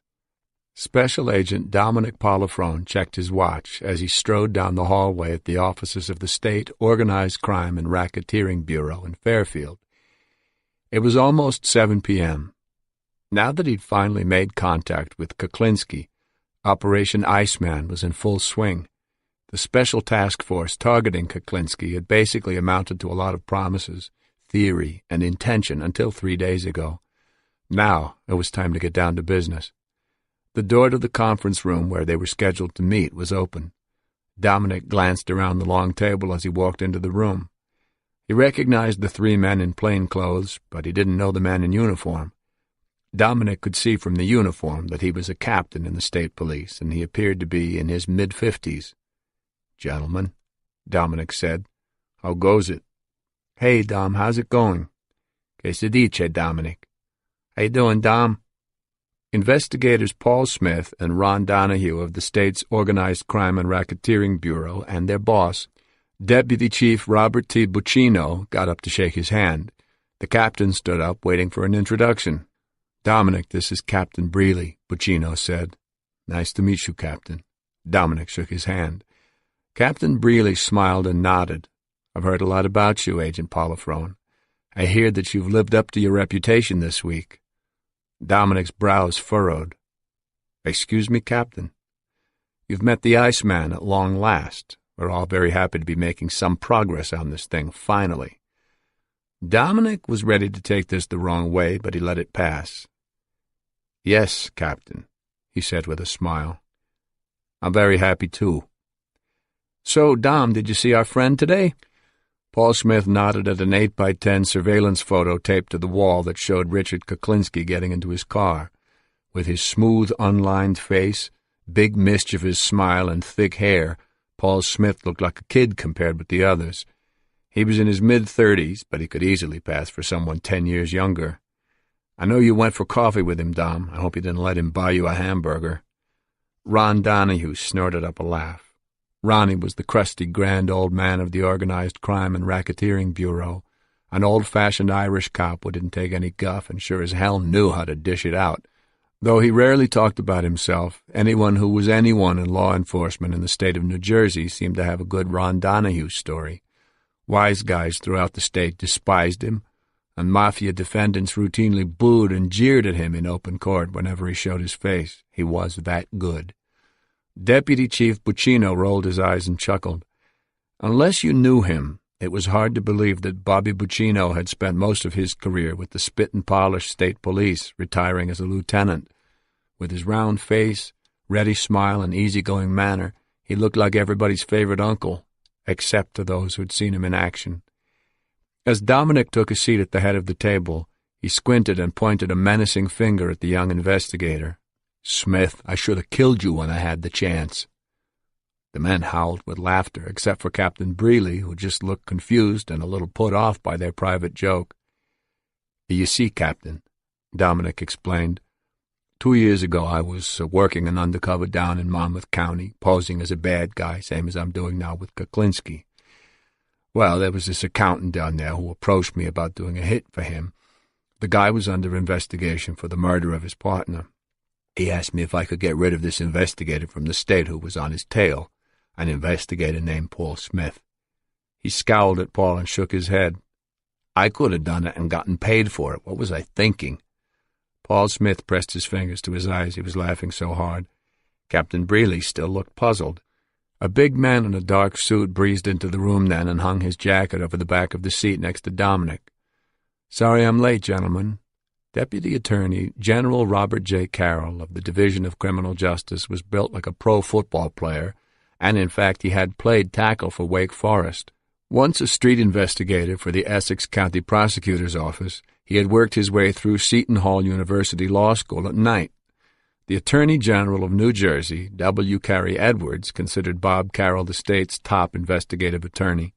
When the Kuklinski file had landed on the desk of the Director of the Division of Criminal Justice, Robert T. Winter, he reviewed the case and, recognizing its importance, passed it on to Carroll for evaluation.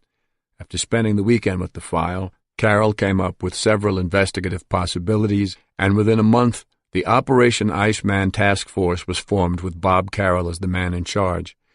The Deputy Attorney General loosened his tie and sat down. "So, what have I missed?" "Nothing. I just got here," Dominic said. "Kuklinski called me again on the beeper this morning. That's the second time in 3 days. He wanted to know if my source came through with the cyanide yet. I told him cyanide was a hot item right now because of the Lipton soup thing down in Camden, but I told him to hang tight. I'd get it for him." Earlier that week, purely by coincidence, a New Jersey man had died of cyanide poisoning. Traces of the poison were found in the Lipton instant chicken noodle soup he had eaten for lunch. The story had been all over the papers, and the timing was perfect for Dominic. It gave him a good excuse for not being able to get Kuklinski the cyanide he wanted right away. But Dominic knew he wouldn't be able to put the guy off indefinitely. Bob Carroll pulled a yellow legal pad out of his briefcase and started to take notes. "Did you discuss anything else?" "I told him I would also get him the coke he wanted, but I was all tied up right now getting guns and shit for my big customer. He told me he was going to be talking to his source today to see if he could get me the kind of arms I need. He promised to get back to me. I asked him if I could get in touch with him at the number he beat me with. He said I could use that number, but that I should be careful what I say when I call him." Dominic looked from Bob Carroll to Bobby Buccino. "Now, what have you decided about the cyanide? If I keep making excuses, he'll think I'm a bullshitter, and that'll be the end of that. He'll disappear. I've got to give him something." Buccino's smile flipped over, and he shook his head. "Can't give him the real thing. No way. He'll use it." "Yeah, but you can't give him fake stuff either," Paul Smith pointed out. "He's used it before. He knows what cyanide's like. He may know it's bogus the minute he sees it." Ron Donahue gave Paul Smith a sour look. "What the hell's wrong with you, Paulie? You can't give Kuklinski the real stuff. What if he tries to use it on Dominic?" "Yeah, but if we give him a fake and he finds out, we'll lose him," Smith said. "Then again, if we give him nothing, we may still lose him."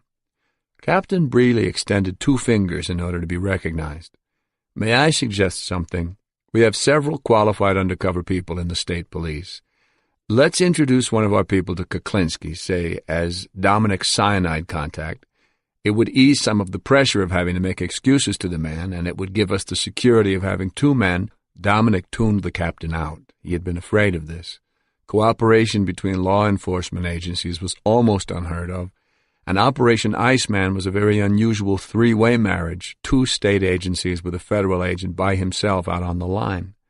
But Dominic had a feeling something like this would happen sooner or later. Someone would decide that he needed help with the undercover end. "Frankly, Captain," Dominic said, "introducing a new man to Kuklinski wouldn't be a very good idea at this point. I just met the guy. We know he's very cautious. If I try to introduce somebody new to him now, he'll back off. We'll lose him." Captain Breeley raised one eyebrow. "You don't know that for sure. You say Kuklinski is desperate for cyanide. If he's that desperate, I think he'll deal with a new person." Dominic bit his tongue before he said something he'd regret.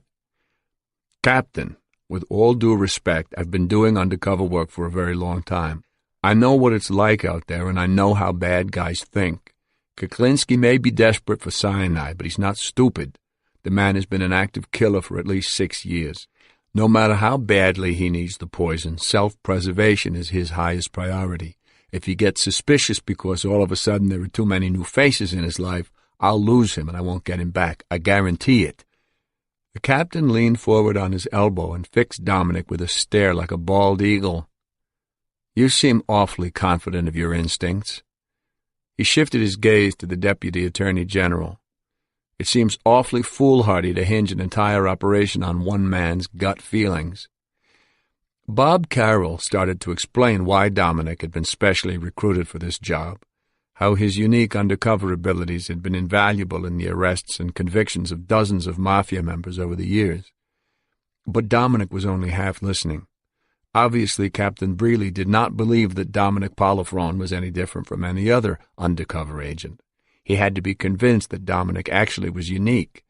Dominic stared the captain in the eye and became Michael Dominic Provenzano. Excuse me," he said, interrupting Bob Carroll. "With all due respect, sir, I think there's something you don't understand here. Richie Kuklinski is a motherfucker, a cock-sucking motherfucker. He kills people the way the rest of us go take a shit. He just does it, doesn't even think about it. It's his right. That's how he thinks. If he wants something bad enough, he'll fuck you, he'll fuck me, he'll fuck anybody he has to get it. He also thinks a lot of himself. He thinks he's hot shit. So if he doesn't respect you, he won't bother with you. And to get Richie Kuklinski's respect, you gotta be a motherfucker just like him. No, worse." Captain Breeley was sitting back in his seat, stunned. All cops curse, to one extent or another, in order to assert themselves, but Dominic Polifrone was the master of the ballistic fuck. Normally he didn't like to curse, but when he had to, he could use the word like a weapon. When he cursed, you felt as if you'd been whacked in the chest with a lead pipe. The room fell silent. Bob Carroll was tapping his pen against his lips. Paul Smith was struggling to contain his grin. The captain coughed into his fist. He looked as if he were about to respond to Dominic when someone's beeper suddenly went off. "It's mine," Dominic said, pulling the small device out of the pocket of his leather jacket. He looked at the phone number on the LCD readout. "It's Richie," he said, "the home number." "There's a phone right there," Captain Breeley said, nodding to the sideboard behind Dominic. "Call him." Dominic shook his head. "Let him wait." The captain's eyes shot open. "Let him wait? You'll lose him, for God's sake. Call him back." "No, I'm not going to suck up to him. He has to come to me." Captain Breeley frowned and looked to Bob Carroll. "Is this how your office plans to run this investigation?" The Deputy Attorney General tucked in his chin and blew out his cheeks. He looked sideways at Dominic. "Maybe you could—" Dominic held up his hand and cut him off. "Let me tell you something, Captain. The name of this game is control. If I go running to him every time he calls, he's going to think I'm bullshit. And once he thinks that, he's not going to want anything to do with me. That's why he's got to come to me. I've got to call the shots, not him. I have to maintain control over him, not the other way around." Captain Breeley focused on Bob Carroll. "Who's running this investigation, Mr. Carroll? I wasn't aware that ATF was running the show." "This is a joint effort, Captain. Alcohol, tobacco, and firearms is participating, not supervising." "Doesn't seem that way to me." Bob Carroll sat back in his chair and said nothing for a moment. His face was placid but determined, the defensive tackle waiting for the snap. "I have every confidence in Agent Polifrone's abilities, Captain. I plan to rely on his expertise as far as the undercover phase of this investigation goes." Captain Breeley didn't back down. "Well, I'm beginning to question the federal agent's judgment. I'm going to have to call my headquarters in Trenton and see what they decide. "You can call anywhere you want, Captain, but this decision will be made in this room, and it's already been made," Carroll said. Breely glared at the Deputy Attorney General as he pointed at the beeper in Dominic's hand. "The target has made contact. I believe we should respond." Dominic tossed the beeper down onto the table and looked at Breely. "I do plan to respond, Captain, but not now. Richie's going to wait until I'm ready to talk to him." Captain Breely frowned at Dominic, then shot an angry glance at every man in the room. His chest was heaving. He was pissed. Dominic sat back and crossed his arms over his chest. He wondered how long this happy marriage would last. It was 20 after midnight when Dominic finally got home that night, and everyone was in bed. He was too wound up to go to sleep, so he poured himself 3 fingers of scotch, lit a cigar, and went out on the deck. He sat down in his favorite redwood chair and stared into the woods beyond his backyard. The Polifrones lived in northern Bergen County, about 5 miles from Kuklinski's home in Dumont. At 9:30, Dominic had returned Kuklinski's call from the Organized Crime Bureau offices in Fairfield. Kuklinski said he wanted to get together to discuss the arms deal. He wanted to meet tomorrow at the Vince Lombardi service area off the New Jersey Turnpike in Ridgefield. Dominic told him he couldn't make it. He was busy. Kuklinski told Dominic he'd bring his source, who would tell him just what kind of weapons he could get. Dominic repeated that he was too busy right now. He told Kuklinski to call him over the weekend. Dominic drew on his cigar. Kuklinski was baiting the hook, offering to introduce him to his gun source. Dominic knew better than to bite at that one. Why would Kuklinski link him up with his source? Dominic could do an end run around the middleman and cut a deal directly with the source, leaving Richie out in the cold. Kuklinski was smarter than that. What he was really doing was trying to lure Dominic out. But why? And why at the Lombardi service area? At the meeting of the task force earlier that evening, they hadn't decided what to do about Richie's request for cyanide.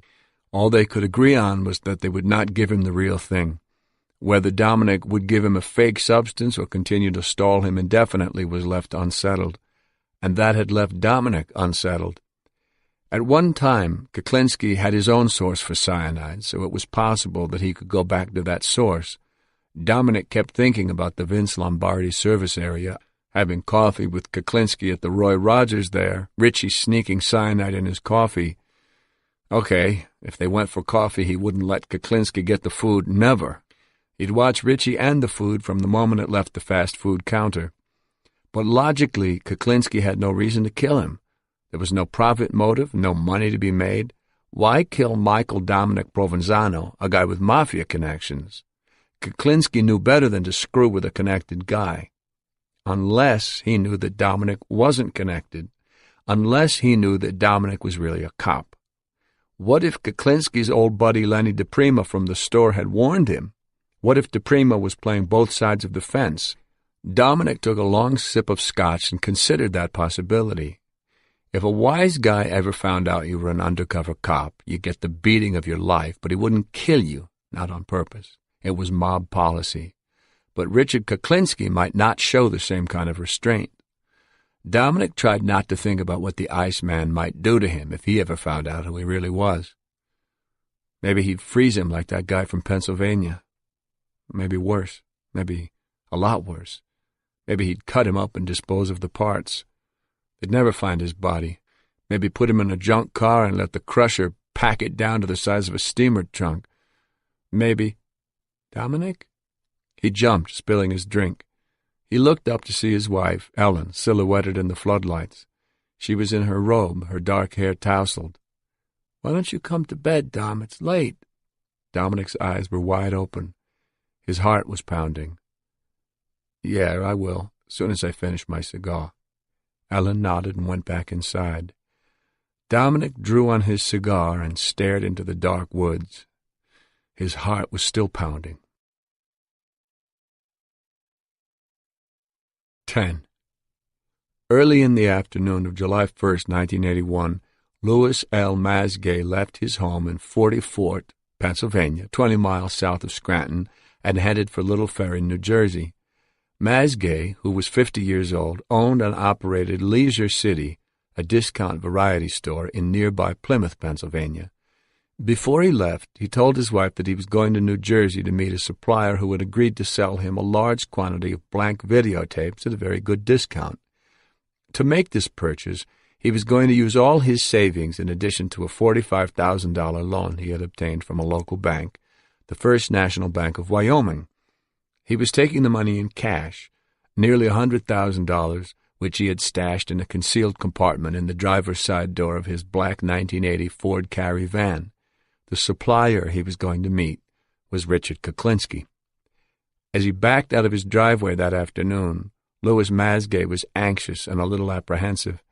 He'd already traveled to New Jersey 5 times in the past month to meet Kuklinski and conclude this deal, but Kuklinski had stood him up each time. There was always a problem. Each time Masgay would come home, his van empty, and Richie would call a few days later to apologize and tell him that his connection had screwed him up again, but that he had another connection who could get him more tapes, only this guy's price was a little bit higher than the last guy, so Masgay would have to bring a little more cash next time. Masgay had wanted to tell Richie to go to hell, forget about it, but even with the increase, Kuklinski's price was still very good, too good to pass up, really. He knew he could move those tapes at his store and make a nice profit, but this was going to be Richie's last chance. If Kuklinski stood him up this time, he would tell him to go to hell. Masgay's son, Lou Jr., worked for his father and was already on his way to pick up a load in New York that day.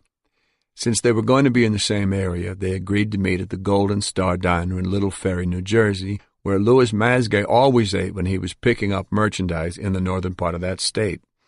Lou Jr. did meet his father at the diner where they had coffee together. He asked his father if he wanted any help loading the videotapes.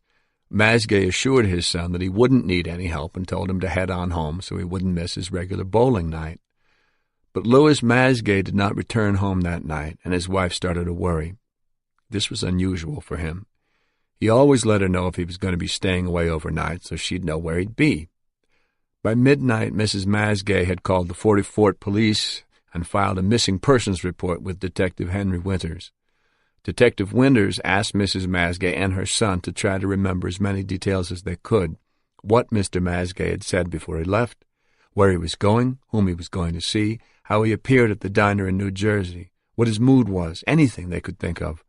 The next morning, Detective Winters contacted the Bergen County Sheriff's Department in New Jersey and notified them that Louis Masgay was last seen in their jurisdiction.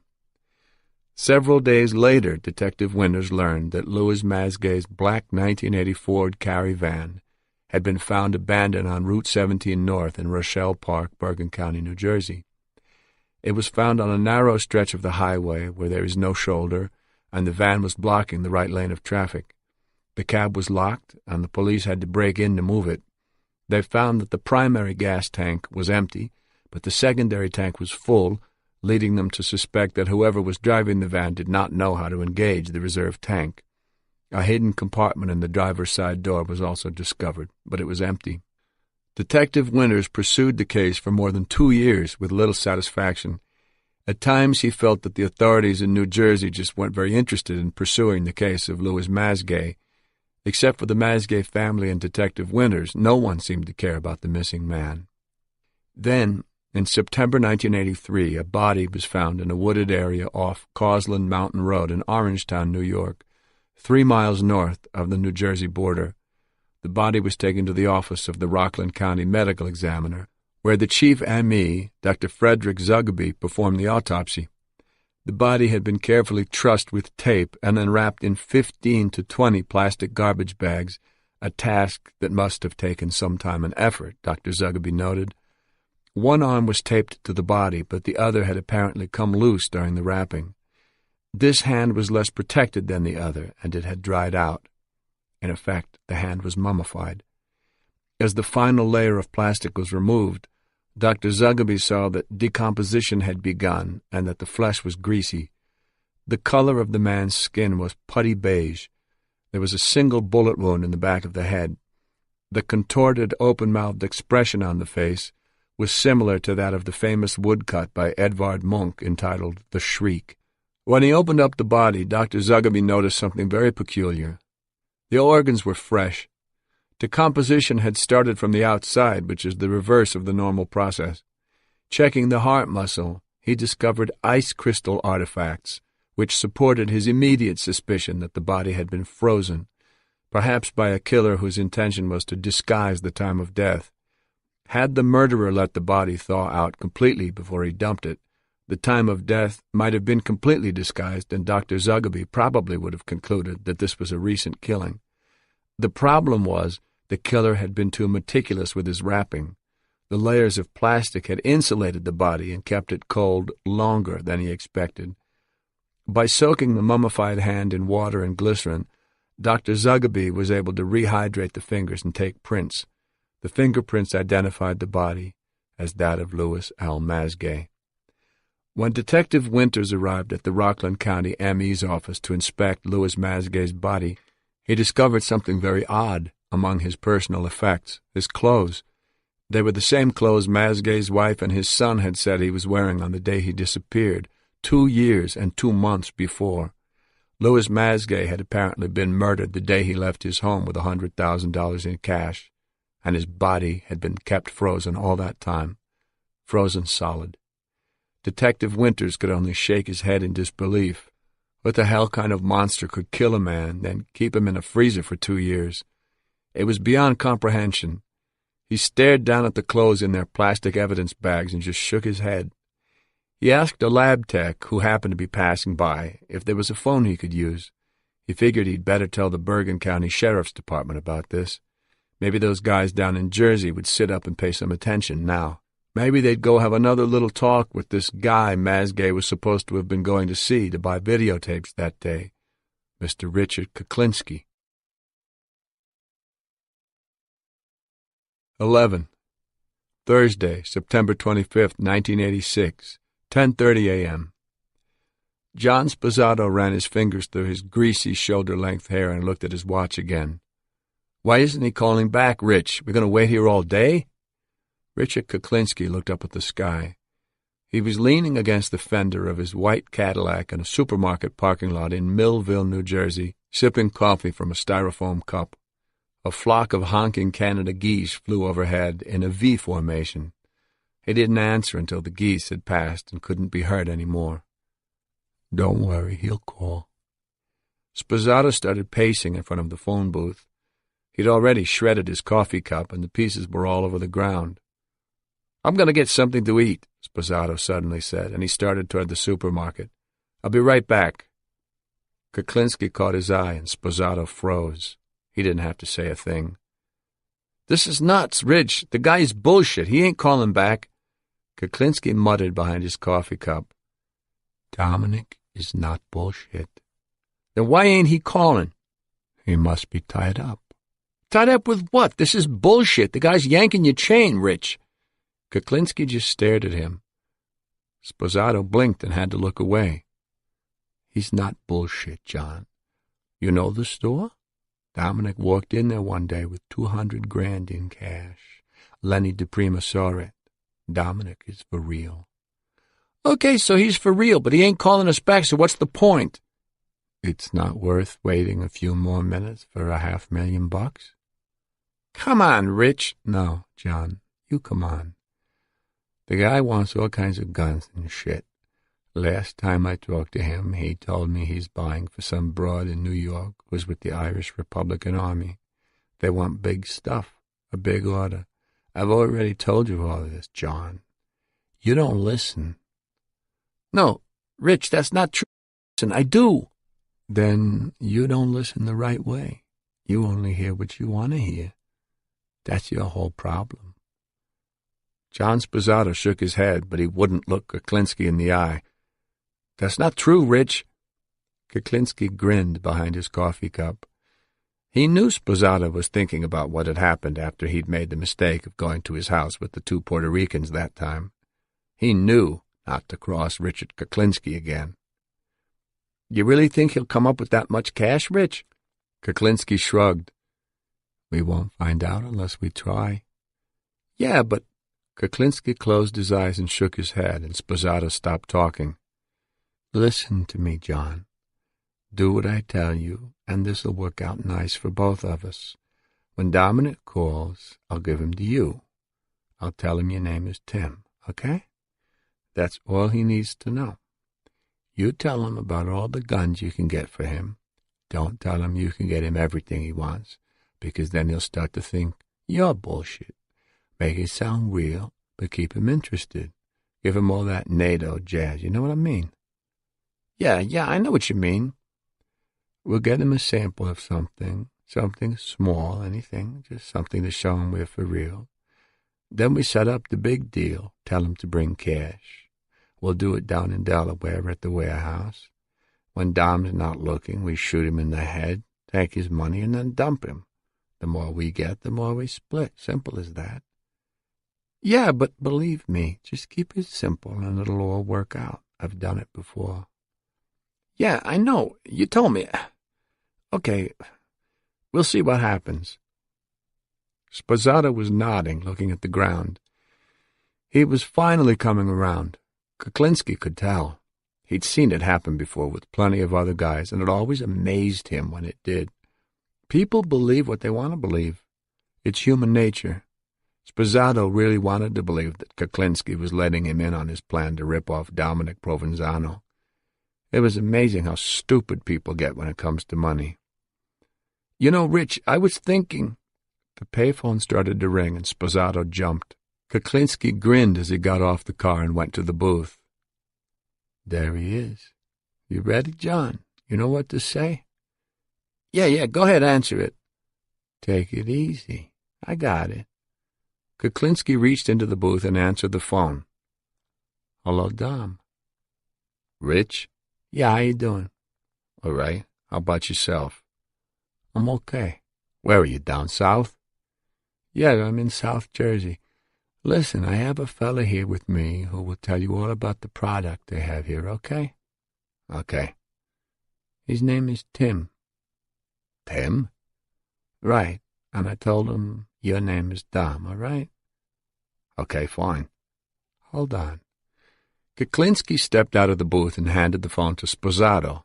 Kuklinski went back to the Cadillac and leaned on the fender, crossing his arms over his chest and listening to Tim make his pitch. 20 millimeter? Yeah, sure, I got some. I got 1,200,000 rounds, 12 lengths. I got 400,000 rounds, 14 lengths. That's hermetically sealed, electric primers, NATO stuff. You need C4? Sposato glanced out at Kuklinski. No, I don't have any right now. Kuklinski nodded to him. He was doing okay.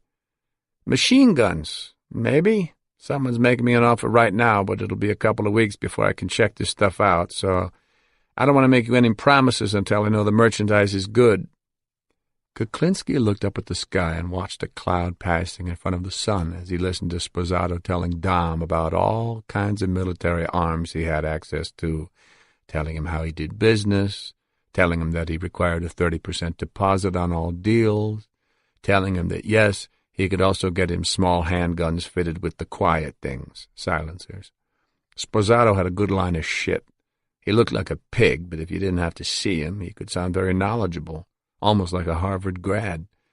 He was a clever guy, no doubt about that, but not quite clever enough for Richard Kuklinski. Just like everybody else in the world, John Sposato was greedy, and his greed was going to be his downfall. Kuklinski knew that in his mind Sposato already had the money spent that they were going to take from Dominic, but that's just the way some people are. Money makes them stupid.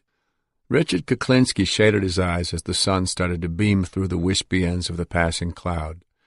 When the time came, and he put a couple of slugs into Dominic's head, Sposato would be jumping out of his skin, his eyes bugging out, thinking about all that money they were taking. But Kuklinski couldn't wait to see Sposato's fat face when he turned the gun on him and put a few slugs into his head. 2 birds with 1 stone. Dump the 2 of them and the whole kitty would be his. Could be as much as 500 grand. Not too bad. It would be the biggest score he'd ever pulled off by himself. Not bad at all. Hey, Rich! Rich! Sposato had his hand over the mouthpiece. He wants to talk to you.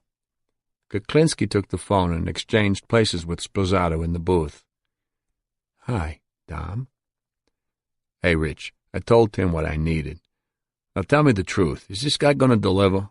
I don't want to hear a lot of promises, then get a lot of excuses down the line. You know what I'm saying? You don't have to worry, Dom. If he says he can get you something, he'll get it. If he can't, he'll be straight with you. All right, I don't want to end up looking bad on this. My IRA girl, she looks like a school teacher, but she can be a real ball buster. You disappoint her once, that's it, no second chances. She'll find somebody else, and I'm telling you, she's one customer I do not want to lose. You understand me? I hear you, Dom, I hear you. Now, I understand that Tim's got all this heavy stuff in the Mediterranean, so it's going to take some time to get us some samples. But let's keep my girl happy, okay? Get me some silencers so I can show her something. Just something I can show. I'll pay you for it. Don't worry about that, but just get me something. Did Tim tell you he had silencers available? Yeah. Here? Yes. Then don't worry about it. We'll get you something as soon as we can. Okay, but don't make me wait. I'm telling you, we can both make a lot of money off this broad. Let's not screw it up, okay? I hear you. Don't worry. Okay, Rich, let's stay in touch. Say, Dom, you didn't get any word on that stuff I was looking for. You know what I'm talking about? Yeah, I know. I talked to my people, but they were all nervous about this Lipton soup thing. Why? That was a couple of weeks ago. They heard that there's a lot of federal people going around asking questions about all that shit. Now, I know they got a chemist who gets that stuff for them, but like I said, they're all nervous. I got stuff like that from these people before for other customers of mine, so I'm pretty sure they can get it. They just want to wait till this Lipton soup thing cools down before they'll give it to me. In the meantime, I'll get you the other stuff. You're on payphone, right? Yeah, aren't you? Yeah, of course. Now, the coke I can get you, but the other stuff, the cyanide, you got to be careful. Because, I don't know how you fucking want to use it. But that's your business, Rich. I'm not asking. Well, it won't be a problem of exposure. I don't intend to resell it to anybody. I'm intending to use it myself. Yeah? Well, don't you take it. Kuklinski laughed. No, I don't intend to. I just have a few problems I want to dispose of. I have some rats I want to get rid of. Yeah? Why not use a fucking piece of iron to get rid of these fucking people? Why fuck around with cyanide? Why be messy, Dom? You do it nice and clean with cyanide. Let me ask you something, then. You do the same thing I do once in a while, but I always use steel, you know what I'm saying? Yeah, I understand what you're saying. So what I'm asking is, would you be willing to do a contract with me? Dominic, if the price is right, I'll talk to anybody. Yeah? Sure. And you mean to tell me your way is nice and clean and nothing fucking shows up?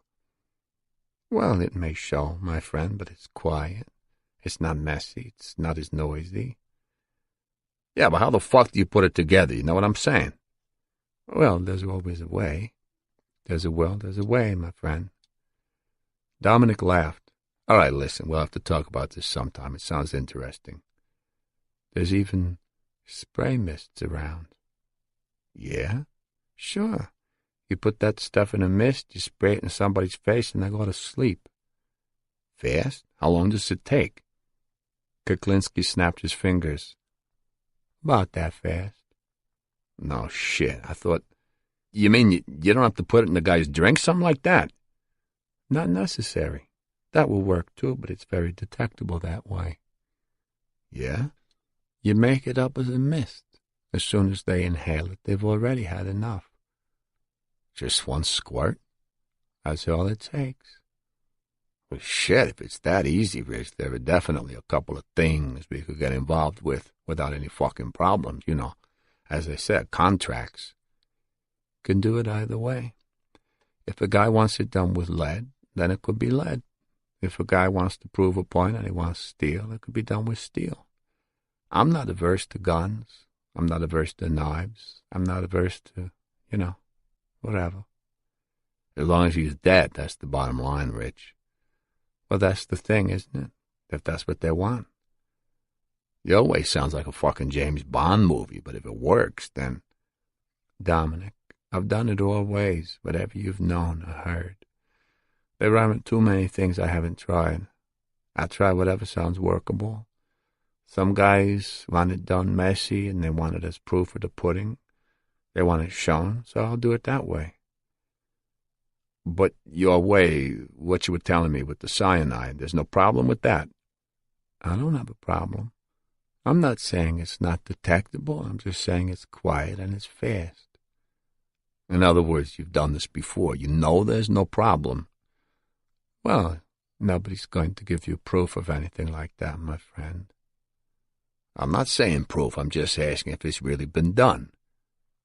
It's been done. This sounds interesting. We gotta fucking go for coffee, break bread over this thing. It sounds good.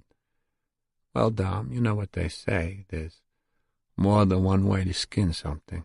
I hear you. It all depends on how determined you are to get it done.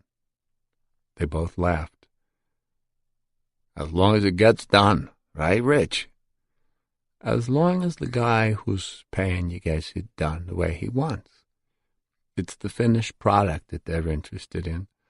And I haven't had any complaints because, as you can see, I'm still around. If I had any complaints, I'm sure I wouldn't be here. I hear you, brother, I hear you. But getting back to the other stuff with Tim, what should we do? You want to beep me or should I call you? Why don't you call me this weekend? But just in case I'm not at that other number, let me give you my beeper number. You got a beeper now, Rich? Yeah, this number is for me and Tim. We both use it, okay? I understand. Okay, the number is 1-800-402. Kuklinski gave Dominic the number, and Dominic repeated it back to him. Now, like I said, one of us will be carrying the beeper, either me or Tim. Okay. Kuklinski looked out at Sposato, who was waiting by the car like a puppy desperate for a little attention. Tim and I will work together on this. We work together pretty much on a lot of things. Sposato was grinning. If he had a tail, he would have been wagging it. All right. Take care of yourself, Dom. Bye-bye. Sposato practically lunged as soon as Kuklinski hung up the phone. He went for it, Rich? He really bought all that stuff I told him? Kuklinski stepped out of the booth and nodded. Yep. How much is he going to buy, Rich? How much money will he bring? Kuklinski stared up at the sky. The sun was bright and warm on his face. Don't know yet. Dom's going to talk to his buyer. You know that. Yeah, I know. I just thought he would have told you something. You know what I mean? Kuklinski didn't answer. He took out his dark glasses and put them on so he could face the sun and soak up the warmth. The hook was in. Sposato had dollar signs in his eyes. He was ready to do anything to make this deal happen. Same thing with Dominic. He was eager to make this buy. Maybe not as eager as Sposato, but he'd get there. They all do. It never fails. They all want the easy buck, and they all get stupid, just like the pharmacist. He adjusted his glasses and soaked up the warm Indian summer sunshine. It felt nice. It was going to be a nice day. 12. The pharmacist had thought of himself as a player, but he wasn't. His name was Paul L. Hoffman, from Cliffside Park, New Jersey, and in 1982 he was 51 years old. He used to show up at the store now and then, looking for a deal on anything he could move in his drugstore, Farmacia San Jose in Union City. He bought a lot of hot perfume, especially Charlie, which was a popular item with his Hispanic customers. The regulars at the store thought Hoffman was a pest, a bullshitter who tried to convince everyone that he was a big deal, a player, but he never brought in any merchandise to sell, he only bought. They tolerated him, though, because he always paid cash up front. One day, when he showed up at the store, Lenny DePrima pulled him aside and asked him if he knew anything about some little white pills called Tagamet. Hoffman explained that Tagamet was a prescription drug for ulcers. It was the ulcer medication. Everybody who had ulcers took it. Tagamet was probably the most prescribed drug in America, Hoffman said. He asked why DePrima wanted to know. The fence said that he'd gotten one of those big plastic jars of it, a couple of thousand pills, and some guy bought it off him right away, treated it like it was gold. When Hoffman found out how much DePrima had sold it for, his jaw dropped. It was a third of the price he had to pay for Tagamet legitimately. He begged DePrima to get him some, as much as he could get. DePrima knew that the jar of Tagamet was just a one-time deal, something that just happened to come in with a bigger load. He didn't have a connection who could get him more, but he didn't tell Hoffman that.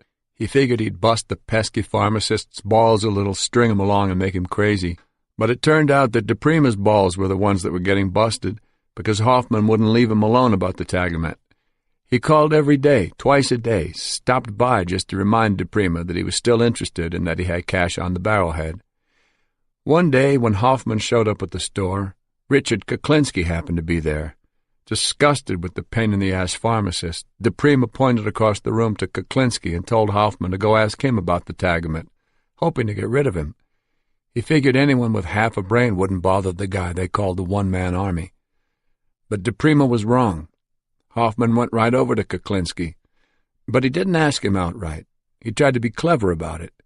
Knowing that Kuklinski sold pornography, Hoffman told him that he could get porno into Israel and suggested that they might go into a deal together. He bought 5 8mm reels from Kuklinski to prove that he was serious. Kuklinski played along with him just to make the sale. He knew how DePrima felt about the guy, but neither one of them wanted to tell Hoffman to go take a hike because he always did have cash. Kuklinski gave Hoffman a phone number where he could be reached, figuring he might be able to sell anything to a character like this. But Kuklinski hadn't counted on Hoffman's persistence. Over the next couple of months, he called Kuklinski 62 times, always wanting the same thing. "The Tagamet, Rich. Did you get it yet?" Kuklinski stopped returning his calls. Then, early on the morning of April 29th, 1982, Hoffman called Kuklinski at home, and Kuklinski happened to pick up the phone. Hoffman told him he had to meet him right away. He sounded both desperate and testy. He said he was serious about this, that he wanted to get some Tagamet right away. He told Kuklinski to meet him at a diner on Bergen Boulevard in Cliffside Park. Hoffman said he'd be bringing cash, $25,000.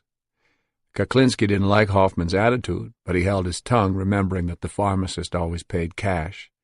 But was the guy really stupid enough to carry $25,000 to a meeting where he wasn't even sure there'd be any merchandise to buy? Hoffman was a real piece of work, more nerve than brain. He just might. Kuklinski couldn't believe it. The guy was practically begging for it. He met Hoffman at the diner and told him it was all set up.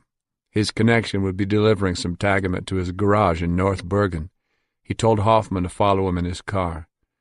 But as Kuklinski sat in his car watching Hoffman go to his car in the rearview mirror, he started to have doubts. What did this guy think he was kidding?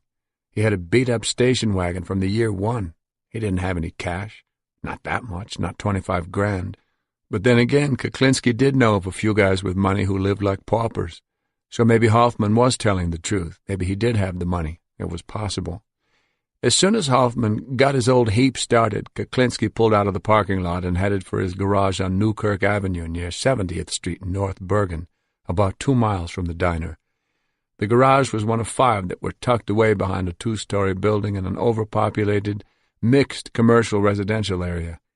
A steep, narrow driveway led down to a muddy courtyard that was too small for a car to make the sharp turn into Kuklinski's garage without a lot of maneuvering. Kuklinski unlocked his garage and lifted the green overhead door. He pulled his car in, then let Hoffman back his old station wagon in. Hoffman turned off his engine, and Kuklinski walked up to his window and told him to get comfortable. It would take the guy with the Tagamet at least 2 hours to get here. He went over and closed the garage door then. He'd already made up his mind that he was going to kill the pharmacist. Hoffman got out of his car and started yammering again. Talk, talk, talk. All this guy ever did was talk. He talked about his kids, his wife, his drugstore, his customers, anything and everything. He wanted to hear about Kuklinski's family, and he kept asking questions about them. Kuklinski didn't say much. His family was none of anybody's business. He leaned against the trunk of his own car, his foot propped up on the bumper, watching the pharmacist go on and on like some kind of crazy mynah bird. Kuklinski just nodded and smiled, not even listening to what he said, thinking instead about the .25 caliber pistol in the pocket of his jacket. He'd just picked it up yesterday, hadn't even fired it yet. But as Hoffman kept talking, Kuklinski changed his mind again. This guy really was bullshit. He didn't have any money. No way. And if he didn't have any money, what good was killing him? Kuklinski figured he might have to beat the shit out of the guy to teach him a lesson, but why bother killing the little bastard? But the pharmacist's non-stop yakking got faster and more agitated then. Hoffman was getting huffy. He needed that Tagamet, he said, and he didn't understand why it was taking so long. After they'd been there for about an hour, he asked if Richie had a phone in the garage. He had to call one of his employees to tell him to open up the drugstore because he was going to be late today. Kuklinski shrugged and told him he didn't have a phone here. Hoffman said he'd have to go find one. Kuklinski felt the weight of the gun in his pocket as he watched Hoffman lift the garage door and let himself out to go find a payphone. Here's his chance to save himself a lot of pain and grief, Kuklinski thought. If he's smart, he won't come back. But 20 minutes later, Hoffman did come back, and he was all worked up now. He couldn't find anyone to open up the drugstore, and now he was losing money sitting here, waiting. If he waited around much longer, the money he'd make on the hot Tagamet might not make up for the lost income from having the store closed. The guy was in a real state, telling Kuklinski that he didn't want to wait around forever, that he wasn't shitting around, that he was serious about this. He went to the back of his station wagon, pulled out his car keys, and opened the gate. He threw back the carpeting over the spare tire well. Wedged in around the spare were packets of dollar bills, 10s and 20s bound with rubber bands. It looked like a lot of money. Kuklinski moved closer and stared down at all the cash. Son of a bitch, he thought. The guy did have it. See, Rich, I got it, Hoffman said, almost pleading. You didn't think I had it, did you? Well, I do have it. Now, where's the merchandise? Kuklinski pulled the gun out of his pocket and stuck it under the pharmacist's chin. There is no merchandise. He pulled the trigger, and Hoffman's head flew back with the impact of the first shot. But when Kuklinski pulled the trigger again to finish him off, the goddamn thing jammed. Hoffman was on his knees, clutching his throat. He was gurgling, blood pouring out of his mouth, but he wasn't dead. Kuklinski grabbed the tire iron from the spare tire well and smashed him over the head. The pharmacist scrambled to his feet and tried to run, but Kuklinski hit him again and again. Hoffman collapsed to the floor, flat on his face. Kuklinski stood over him with the tire iron in his hand, watching the blood pool around his head, then branch off like a snake, slowly feeling its way along the oily floor to the drain in the middle of the garage. Richard Kuklinski waited and watched the still body to make sure Paul Hoffman was really dead before he started to remove the packets of money from the spare tire well. He did a quick count. There was only about 20,000. Hoffman had said he had 25. Kuklinski smirked and shook his head as he put the money in a plastic bag and locked it in the trunk of his own car. He then went to the back of the garage where he had a 55-gallon steel drum. He rolled it on its rim to Hoffman's body, filling the enclosed space with a noise that sounded like a gathering thunderstorm. He turned it on its side and shoved Hoffman's body in. After setting it upright, he put the lid on but didn't seal it. He took the keys out of the tailgate of Hoffman's station wagon and drove the car down the hill to Route 440 to a Rickle Home Center in Jersey City. He bought 5 bags of Sackcrete instant concrete and returned to the garage. He removed the lid from the drum and dumped the instant concrete over Hoffman's body, turning away so he wouldn't have to breathe in the powdery mixture. He shook the drum after each bag so that it would all sift down. After the 5th bag of Sackcrete, he uncoiled the garden hose that was attached to a spigot near the front of the garage and filled the drum with water. When it started to overflow, he turned the spray to the floor and washed all the blood and excess concrete down the drain. He took his time washing the blood off the tire iron, then wiped it down with a rag before he threw it back into the tire well of Hoffman's station wagon. He recoiled the hose, then checked the drum to make sure no part of the body was sticking through the surface. He wanted it to look like nothing but solid concrete after it hardened. Satisfied that the pharmacist was totally submerged, he put the lid back on, sealed it, and left it there. A month later, Kuklinski decided it was time to get rid of the drum. He'd read some stories in the local papers about police efforts to find the missing pharmacist, but that didn't concern him. The damn barrel was just getting in the way. He rented a van and rolled the heavy drum into the back. Then, after dark, he headed down the hill to Routes 1 and 9. The hill was steep, and the barrel shifted as he took a corner, smashing into the side wall of the van. Kuklinski slowed down and looked over his shoulder. One of the windows had shattered. He turned around in his seat and stepped on the accelerator. Good thing he had taken the insurance, he thought. He drove north on 1 and 9, then west on Route 46, stopping at a motel in Little Ferry that was next to a little hot dog joint he liked, called Harry's Corner. He pulled the van up alongside the motel and rolled the heavy barrel out the back, letting it drop to the pavement. He rolled it up against the wall so it would be out of the way, turned it upright, and left it there. A few days later he stopped by Harry's Corner and ordered 2 hot dogs with mustard and chili. He sat on a stool at the counter that ran along the window overlooking the driveway between Harry's and the motel. The drum was still there, right where he'd left it. Every week he managed to stop by Harry's Corner for a couple of hot dogs, and he always sat at that counter staring at the 55-gallon drum as he ate. Then one day he came in and noticed that it was gone. Someone from the motel must have gotten sick of having it there and decided to have it hauled away and dumped somewhere. He just assumed the body was never discovered, or else he would have heard about it at Harry's. It would have been big news if a body in a steel drum full of concrete had been found next door. Richard Kuklinski bit into his first hot dog. Staring at the spot where the drum had been, he chewed and wiped chili from the ends of his mustache. He took a second bite. It was a good thing they hadn't found Hoffman, he thought. Harry made a pretty good hot dog. If they'd found the body, he'd have to stop coming here for a while. 13. Thursday, September 25th, 1986, 1 p.m. Dominic Polifrone still couldn't believe it. He was grinning as he drove the Shark through the intersection of Bloomfield Avenue and Route 23, passing a White Castle hamburger joint on the corner. The cassette, a copy of the recording he'd made of the telephone conversation he'd had with Richard Kuklinski and Tim that morning, was in his pocket. He was coming from the Bureau of Alcohol, Tobacco, and Firearms offices in Newark, where he'd returned Kuklinski's call on a phone rigged to a tape recorder. The Operation Iceman task force had been hastily summoned for a meeting, and he was heading for the Organized Crime Bureau offices in Fairfield. Dominic couldn't wait to see Bobby Carroll's face when he heard what was on this tape. The Deputy Attorney General was going to get up and do a dance on the table. Kuklinski had actually admitted to killing with cyanide. It was on tape. And that business about putting it in a spray mist, Jesus, how could a jury not convict this guy when they heard that? Carroll was going to think it was his birthday. A traffic light turned red up ahead, and Dominic pulled to a stop. There was a small shopping center with a Newberry's on the right and a Chinese restaurant called the Great Wall of China on the left. Suddenly, Dominic's beeper went off.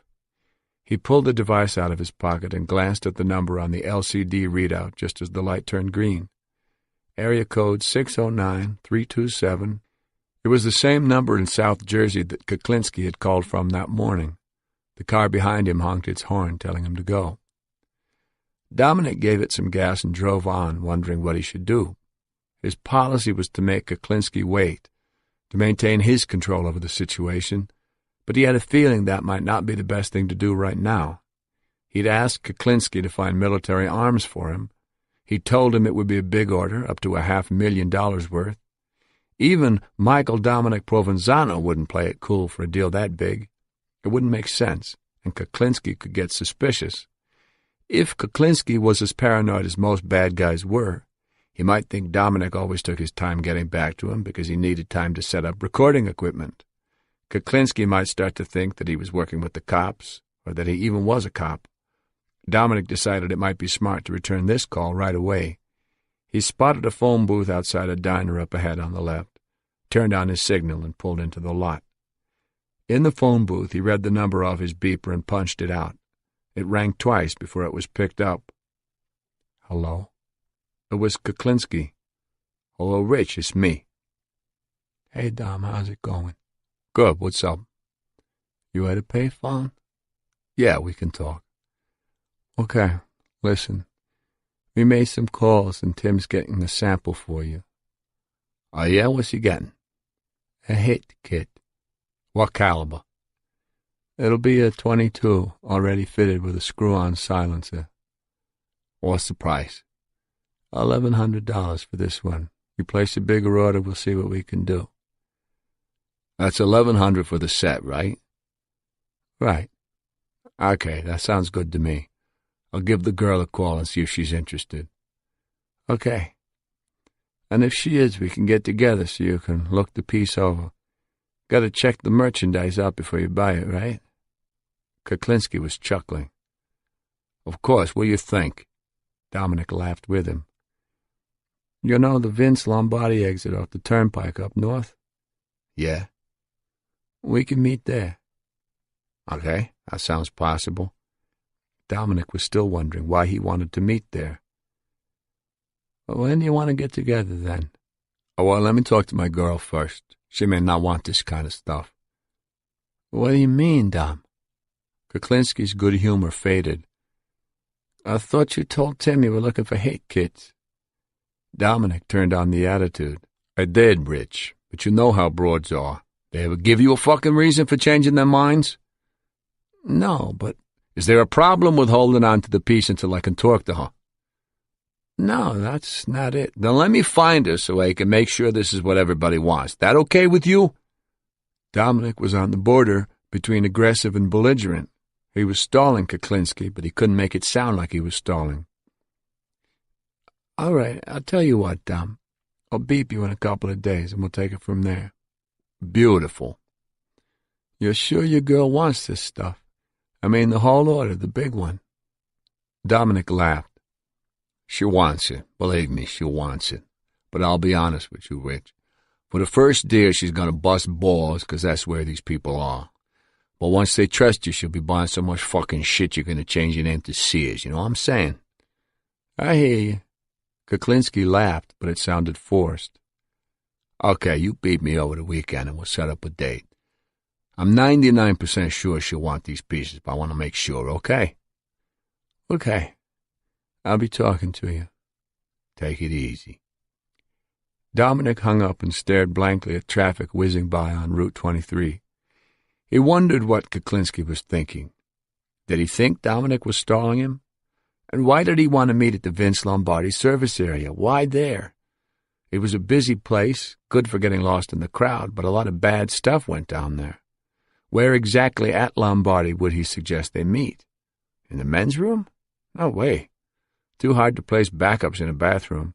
Besides, it was an enclosed space. What if he had a little nasal spray bottle full of cyanide? Dominic headed back to his car. He knew he was going to have to meet Kuklinski again sometime, and it looked like he might have to go along with Richie's meeting place of choice, the Lombardi service area. The problem was, how would they control the situation there? He turned the key in the ignition and started the engine. As he pulled back out into traffic, he wondered how quickly he could react if he was sprayed in the face.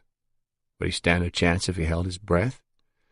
Maybe he'd better find out some more about this stuff. His eyes stung just thinking about it. 14. Thursday, October 2nd, 1986, 2:45 p.m. The Vince Lombardi service area off the New Jersey Turnpike in Ridgefield, New Jersey, is always busy. It's the last rest stop before the highway becomes I-95 again and crosses the George Washington Bridge going into New York City. Coming the other way, it's the first rest stop you can see from the road after leaving New York, an oasis for travelers who've been keeping their knees together waiting for a bathroom, choosing not to risk the ominous exits along I-95 as it winds through Harlem and the Bronx, where dingy tenements and monolithic housing projects loom, and the stripped remains of abandoned cars litter the shoulders like big-game carcasses after the vultures were through with them. The main building at the Vince Lombardi service area has 2 fast food restaurants, a Roy Rogers and a Bob's Big Boy, as well as several smaller concessions. Outside there's a Shell gas station and 2 large parking lots, one for cars, the other for trailer trucks. If you look west from the parking lot, you can see vehicles crossing an elevated section of the turnpike, the loud diesel engines roaring through the sky. To the east is the Manhattan skyline. Fields of 7-foot-high grasses and cattails in the swampy wetlands surround the service area, which is bordered by a ribbon of access road. It takes about 3.5 minutes to drive around this access road and circle both parking lots if you drive a little faster than the speed limit, as practically everyone does. On this cool, cloudy Thursday in October, Deputy Attorney General Bob Carroll and Investigator Paul Smith knew exactly how long it took. They'd been doing it for the past 40 minutes. Paul Smith was driving the silver-gray sedan. Bob Carroll was in the passenger seat. In their suits and ties, they could easily be mistaken for a Mutt and Jeff pair of traveling salesmen, Smith being the junior trainee, even though he was actually only 2 years younger than Carroll. Investigator Ron Donahue was crouched on the floor of an otherwise unoccupied state police car parked at the curb near the entrance to the Roy Rogers.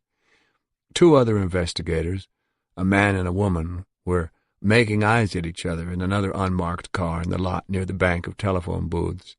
They were all watching Dominic Polifrone, who was sitting on a picnic table on the grass near the phone booths, his foot propped up on the seat. They were all waiting for Richard Kuklinski. Paul Smith sighed and drummed his fingers on the steering wheel. So where the hell is he? Bob Carroll's eyes swept the parking lots like a constant lighthouse beacon. For all we know, Richie could already be here. Smith shook his head in disgust. I wouldn't be surprised. They both knew how Kuklinski could be. He was the most cautious criminal they'd ever come across. He'd come to meetings early and just stand around, surveying the scene. Then he'd stay late afterward doing the same. Once, when the state police were following him in an unmarked car on the Garden State Parkway, he just pulled over to the side of the road and sat there for an hour, waiting and watching. They could never figure out how he knew they were following him. He was either super paranoid or supernatural. As Paul Smith drove by the rows of gas pumps at the Shell station one more time, the AID radio receiver in the attaché case on the seat between him and Bob Carroll hummed and crackled with background noise. Dominic was wearing a concealed Cal transmitter as well as a Nagra tape recorder. Ron Donahue and the couple had similar receivers. They were all listening to the same thing, the rustle and squeak of Dominic's leather jacket whenever he moved. In other words, they were listening to nothing.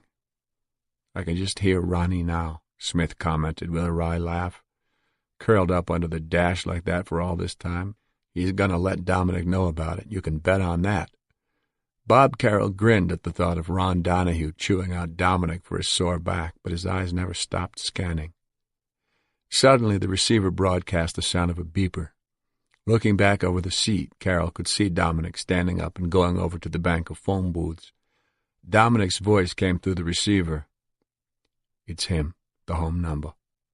Smith and Carroll listened intently to the AID receiver as they glided around the access road. Dominic was calling Kuklinski back. "Hey, Rich, it's me. Where the fuck are you?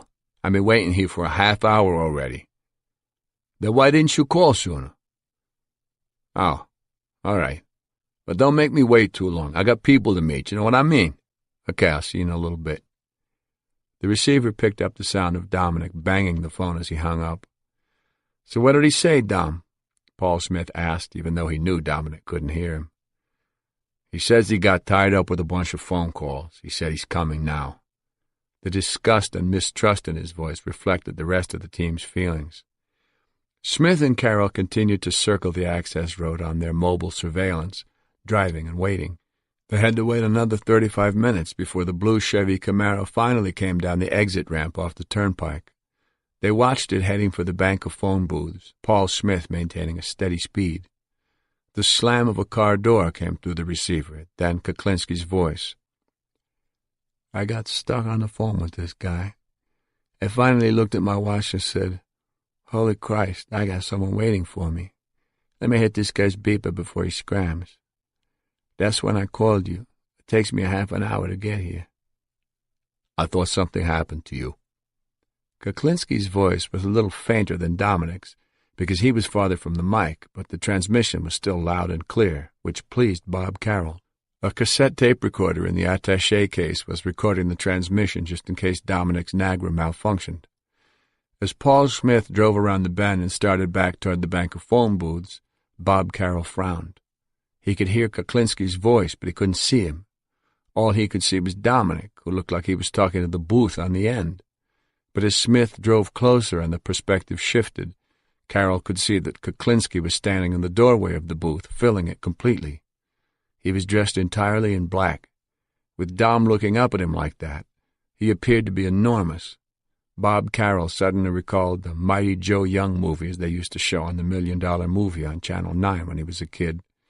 The only difference was the gorilla in the movie was friendly. "So what do you want to do?" Dominic said. I got the thing in the trunk. Kuklinski headed back to his car. Dominic followed him. As Dominic and Kuklinski passed between two parked cars, a shivering, emaciated dog came out of nowhere and was nearly hit by a passing pickup truck.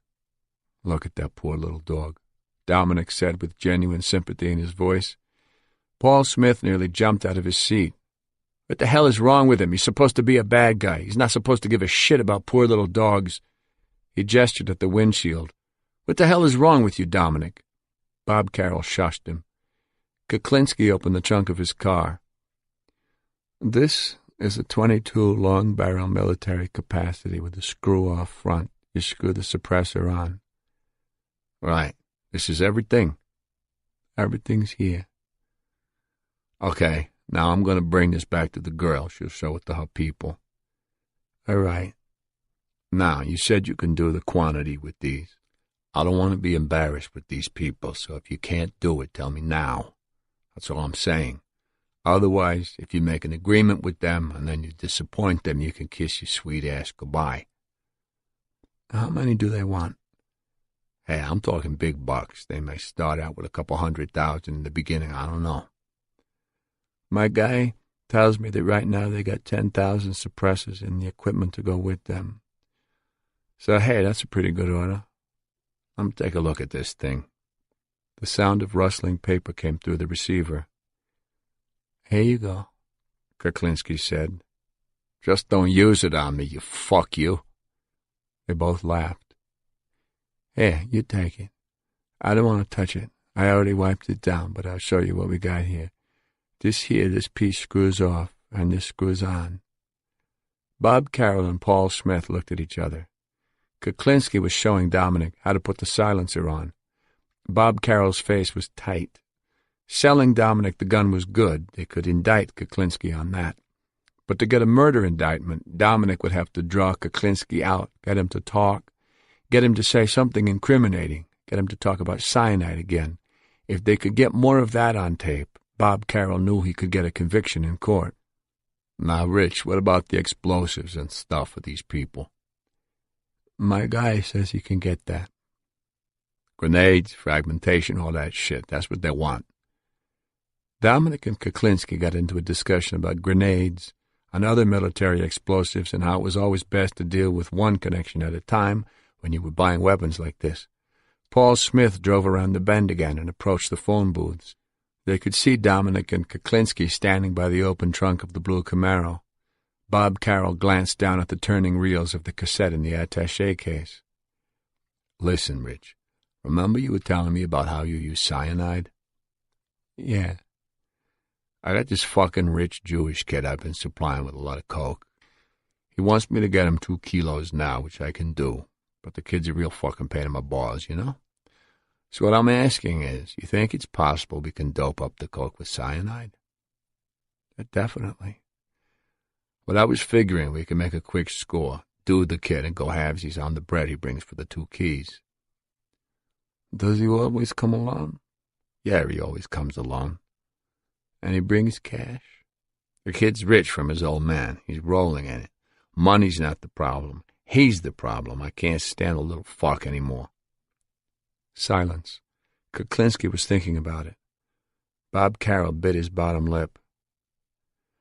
"All right. Just tell me when." The Deputy Attorney General's face lit up. He could see the words typed up on an indictment, conspiracy to commit murder. As Paul Smith drove past the blue Camaro, Kuklinski changed the subject.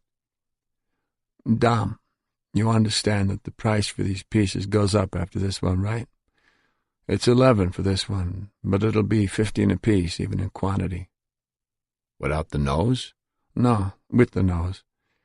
The same as you got here, except it'll be 1,500, not 11. "What caliber?" "I didn't even ask. Probably 22. "Hey, what the fuck do I care? It's the Irish broad's money, not mine. I don't give a fuck. Personally, I could give 2 shits about that cause over there. I'm going to give you your price today. Whatever it is tomorrow is her problem." "Whatever. I'm just telling you, Dom. And as for that other guy, that sounds very interesting. Fuck it, I'll hit a Jew in a minute. Who the fuck cares?" Yeah. Not only that, you said we can make a nice buck off this. That's what I'm telling you, Rich. You know what we can do? I don't know if you want to do this. I can bring the kid here someday. I'll meet him here for coffee, and you can come and take a look at him if you want. No problem. Tell him you'll meet him over by the Falls, and I'll park over there so I can see what he looks like. Good, good. Only thing is, Rich, I don't want him whacked. His old man's got money up the ass. He'll hire private investigators and all kinds of shit. That's why he's got to look like an OD, you know what I'm saying? No problem. I can do it. But you got to get me the cyanide. I'll make it up and hit him in the face with it. I can make then just one hit, and that's it. He goes to sleep. Or we put it in the coke. I don't give a shit, really, just as long as he's gone and it looks like an overdose. My friend, there's more than one way to do it. You don't want him shot. We can do it another way. There's millions of ways. An OD, that's what I want. Well, we can give him some pure shit and make him really OD. Whatever. I gotta run now, but we'll talk about this some more later. All right, big guy? You got it. See you later. Paul Smith slowed the car down as he came back around. Kuklinski was closing the trunk of his car. He had a paper bag in his hand. Dominic was walking away holding a small gym bag. Dominic had the hit kit, and Kuklinski had 11 $100 bills provided by the state of New Jersey. Smith looked over at Bob Carroll. So what are we going to do about this rich Jewish kid business?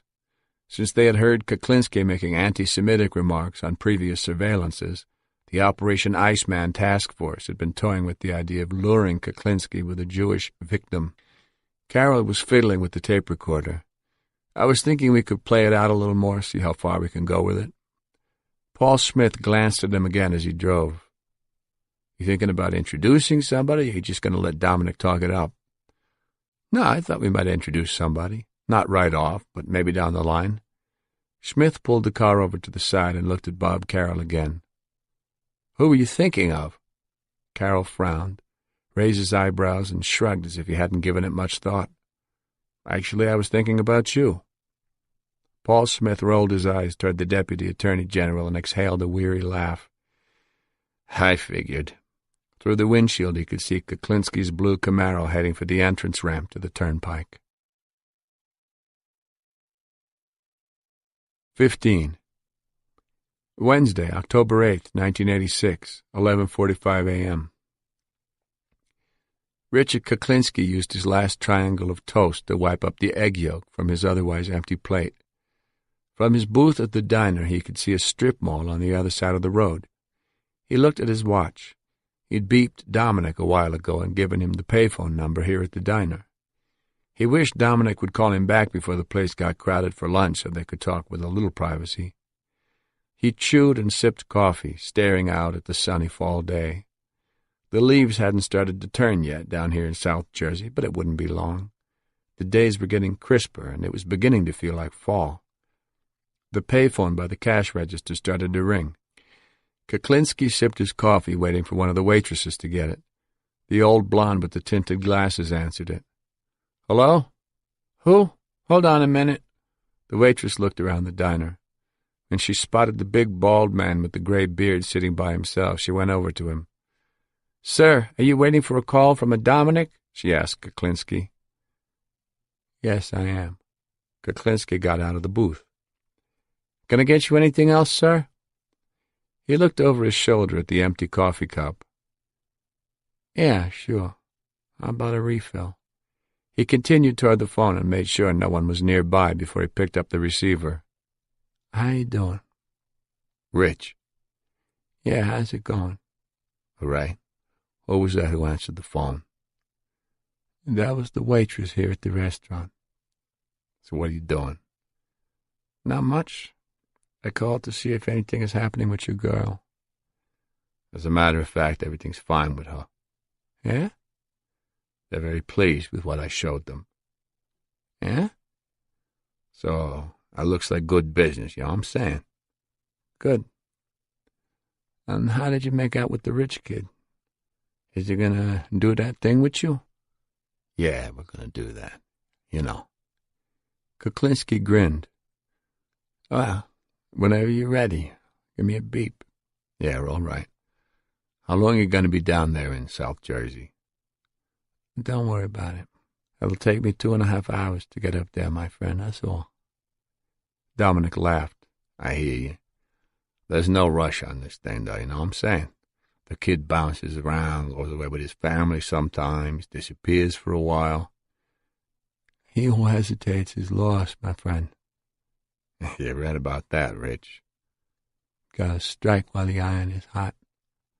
I hear you. I'll let you know when the time is right. Okay. And how about the other thing with the girl?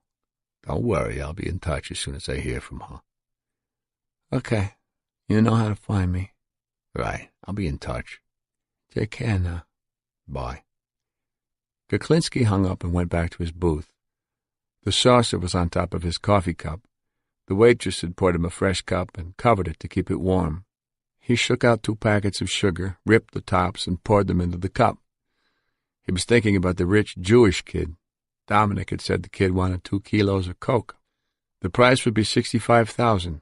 The kid would bring cash. They'd kill him, take his dough, and split it. That would give him another $32,500 on top of whatever he and Spazzato ripped off from Dominic with the bogus arms deal.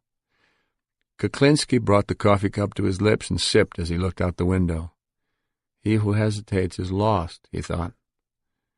He who hesitates. There was one time when he had hesitated, and he ended up regretting it. Back in the early 70s, a guy who owed him money was telling people that he didn't intend to pay up. Richard Kuklinski wasn't about to let it get around that he sat back and allowed people to stiff him. So he paid the deadbeat an unexpected visit late one night at his office in Midtown Manhattan. The man was very surprised to see him. He was more surprised to see Kuklinski's 38. Kuklinski told him he'd done wrong, and there was no making up for it now. The man just fell apart. Please, Rich, no. Please don't do this. Please, God, don't let this happen to me. Please, God, make him listen. Please, God. Kuklinski stood over the deadbeat as he fell to his knees. The man couldn't walk, he was so upset, crying and pleading, praying to God for mercy, promising God he'd do anything if he just helped him this one time. Kuklinski sneered down at him. I'll tell you what, he said. If you believe so much in your fucking God, I give you a half hour to pray to him. We'll see if he can do something for you, okay? He leaned on the desk and made himself comfortable, then looked at his watch and told the guy the clock was ticking. That was a mistake. The guy started to blubber something awful, crying and wailing and begging. It was pathetic. It was degrading. The guy couldn't even get up. He was such a mess. He tried to drag himself across the floor like some kind of cripple who'd lost his wheelchair. Eventually, the guy shit his pants, literally. It was disgusting. Kuklinski never thought anyone could be this desperate. After a while, he couldn't take it anymore, so he just shot him and got it over with. He hauled the body down in the service elevator and threw him in a dumpster. He never heard another word about the guy after that, but that one still haunted him. He shouldn't have hesitated. He should have just shot him right away and kept it simple. Doing it that way, making the guy beg like that wasn't worthy of Richard Kuklinski. It made him feel small, and he knew he was better than that. He learned a good lesson from that one, though. He who hesitates is lost. More coffee, sir? The waitress was hovering over the table, ready with the coffee pot. No, thanks, he said. Just the check. Yes, sir. She scurried back behind the counter to tally up his check. He drained his cup and waited. 16. Saturday, October 25th, 1986. Ellen Polifrone was genuinely happy. Dominic could tell. His wife never complained when he was on assignment, but he knew it never thrilled her. He watched her from the dining room table as she pulled a roast out of the oven. She was happy because tonight was a real occasion. Her husband was home for dinner for a change. Operation Iceman was turning out to be the longest undercover assignment Dominic had ever been on, 19 months now, but Ellen knew very little about it. She had no idea who Richard Kuklinski was, and that was the way she wanted it. If she knew the details of her husband's work, she'd go out of her mind worrying about him. As it was, whenever one of his cases broke and she read about it in the newspaper, she'd nearly have a fit. She would never sit by the window in a restaurant with Dominic anymore because she was afraid some mafia assassin would try to get back at Dominic for something he'd done to the mob. Dominic watched her spear the steaming roast and put it on a serving platter. He'd known Ellen since high school, and he often said she was the one who kept him sane. But right now he was tempted to break their long-time understanding and tell her what was going on with the Kuklinski investigation. The strain was getting to him, and he really wanted to unload some of what he was feeling. Ellen looked at him over her shoulder as she carved the roast. "Call the kids, Dom. Everything's ready." Dominic stayed in his seat, clutching the glass of scotch in front of him. "Kyrie, Drew, Matt, dinner's ready. Come on, let's go." Ellen rolled her eyes, but she didn't say anything. She knew her husband had a lot on his mind. Whenever Dominic took a glass of scotch out onto the deck, lit up a cigar and stared out at the trees, she knew something was bothering him, something about work. Lately it seemed like he was going out there a lot more than usual. "Hey!" Dominic suddenly erupted. "I said dinner's ready. Get up here and forget about eating." I'm coming," Drew yelled up from the den. Drew, their second child and the older boy, was 11 years old, and his fresh mouth occasionally got him into trouble, especially with his father. 13-year-old Carrie, the oldest, wandered into the kitchen and asked her mother if there was anything she could do. Matt, the youngest, tripped into the dining room wearing a red satin cape, a matching cap with red horns that tied under his chin, and a pair of horn-rimmed glasses with a rubber nose and a black feather mustache. Halloween was still a week away, but the 7-year-old was so excited he tried on his costume every day and dreamed out loud about all the candy he'd get trick-or-treating. He sat down at the table and waited for his father to notice him. Dominic noticed, but the smile for his son was forced. The red satin horns on Matt's head reminded him of one of the names they had for Richard Kuklinski at the store, the devil himself. Carrie started putting out plates and silverware, and Ellen brought out the food, but Dominic wasn't paying attention. He was thinking about him again. That's all he could think about these days, him, the devil himself. Kuklinski's face was the last thing he saw when he closed his eyes at night, and the first thing he saw when he opened them in the morning. He was afraid that they were losing him now. A week after he'd returned Kuklinski's call at the diner in South Jersey, Dominic beeped Kuklinski, but it was Tim, Kuklinski's arms supplier, who returned the call. He told Tim that he needed to talk to Richie about the IRA deal, and Tim said he'd give Richie the message. Later that day, Kuklinski called him, and they discussed the possibility of getting 5 to 10 more hit kits like the one Dominic had already bought. But Kuklinski seemed hesitant, insisting that his people wouldn't sell these guns piecemeal. He was clearly looking for a bigger order, playing hard to get. Dominic didn't accommodate him. This was what the girl wanted for now, he told Kuklinski, that's all. He was sticking to his policy of not conceding anything to Kuklinski. But now he was beginning to have second thoughts about his strategy. 11 days had gone by with no word from Kuklinski. Then today, while he was raking leaves in the front yard, his beeper went off. He pulled it out of the waistband of his sweatpants and saw right away that it was Kuklinski's home number. When he returned the call, Dominic could tell from Kuklinski's voice that things had definitely changed. The Iceman was cool and noncommittal. Dominic reminded him that the rich kid ripoff was still on the table if Kuklinski was interested, and he suggested that they get together to discuss it. Kuklinski didn't say he wasn't interested, but he didn't seem all that enthused about it. The conversation was short, but Dominic felt like he was pulling teeth the whole time, trying to jumpstart the guy. Kuklinski promised to give him a call on Monday, but Dominic didn't think he would. He was afraid that the Iceman had lost interest in him. Of course, in hindsight, it made sense. Almost 2 months had gone by since they'd met, and the only money Kuklinski had made on this relationship was the $1,100 Dominic had paid him for the one gun and silencer, which he probably had to split with Tim. This was small potatoes for Kuklinski. He probably thought he was wasting his time with Dominic. Dominic stroked his mustache.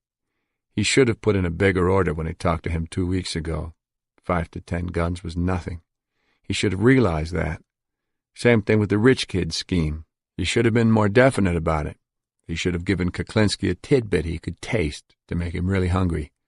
Kuklinski probably thought he was a small-timer who was stalling him because he couldn't come through with what he'd promised. Kuklinski thought it was bullshit. Dominic. Dominic. Huh? Ellen gestured with her head. Dinner's ready. Dominic looked down and suddenly realized there was a full plate in front of him. Roast beef, string beans, baked potato, and a salad. Carrie was in her seat, and Ellen was standing over Matt, cutting his meat for him. Drew's place was empty. Dominic's brows furrowed. Where's Drew? Carrie shrugged. Dominic exploded. Drew, if you don't get in here right now, you can forget about— I'm right here, Dad. You don't have to yell. Drew raced in through the kitchen and jumped into his chair. He was wearing his catcher's mitt. Dominic pointed at the mitt. Get rid of that thing. You don't bring that to the table. What's wrong with you? He gave him an exasperated look and took off the mitt. He was about to pitch it into the living room when Ellen stopped him and saved him from his father's temper. Just put it under your chair, Drew. Ellen sat down and everyone dug in. Dominic sliced his roast beef and absently took a bite. Kuklinski thought he was bullshit. He knew it. Dominic took another bite. He didn't even know what he was eating. He was so preoccupied. Is it good?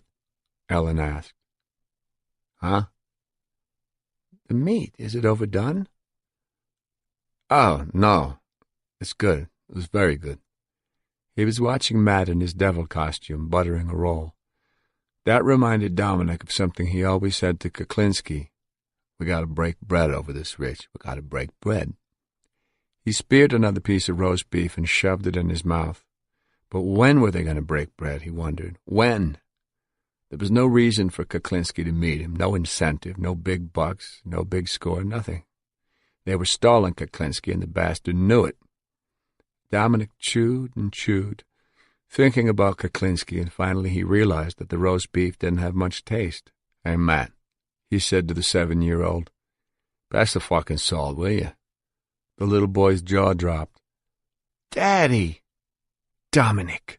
Ellen scowled at him. Drew thought it was hilarious. Ooh, what you said, Dad? Dominic clenched his teeth and felt his face turning red. He was just about to scream at Drew when he caught himself.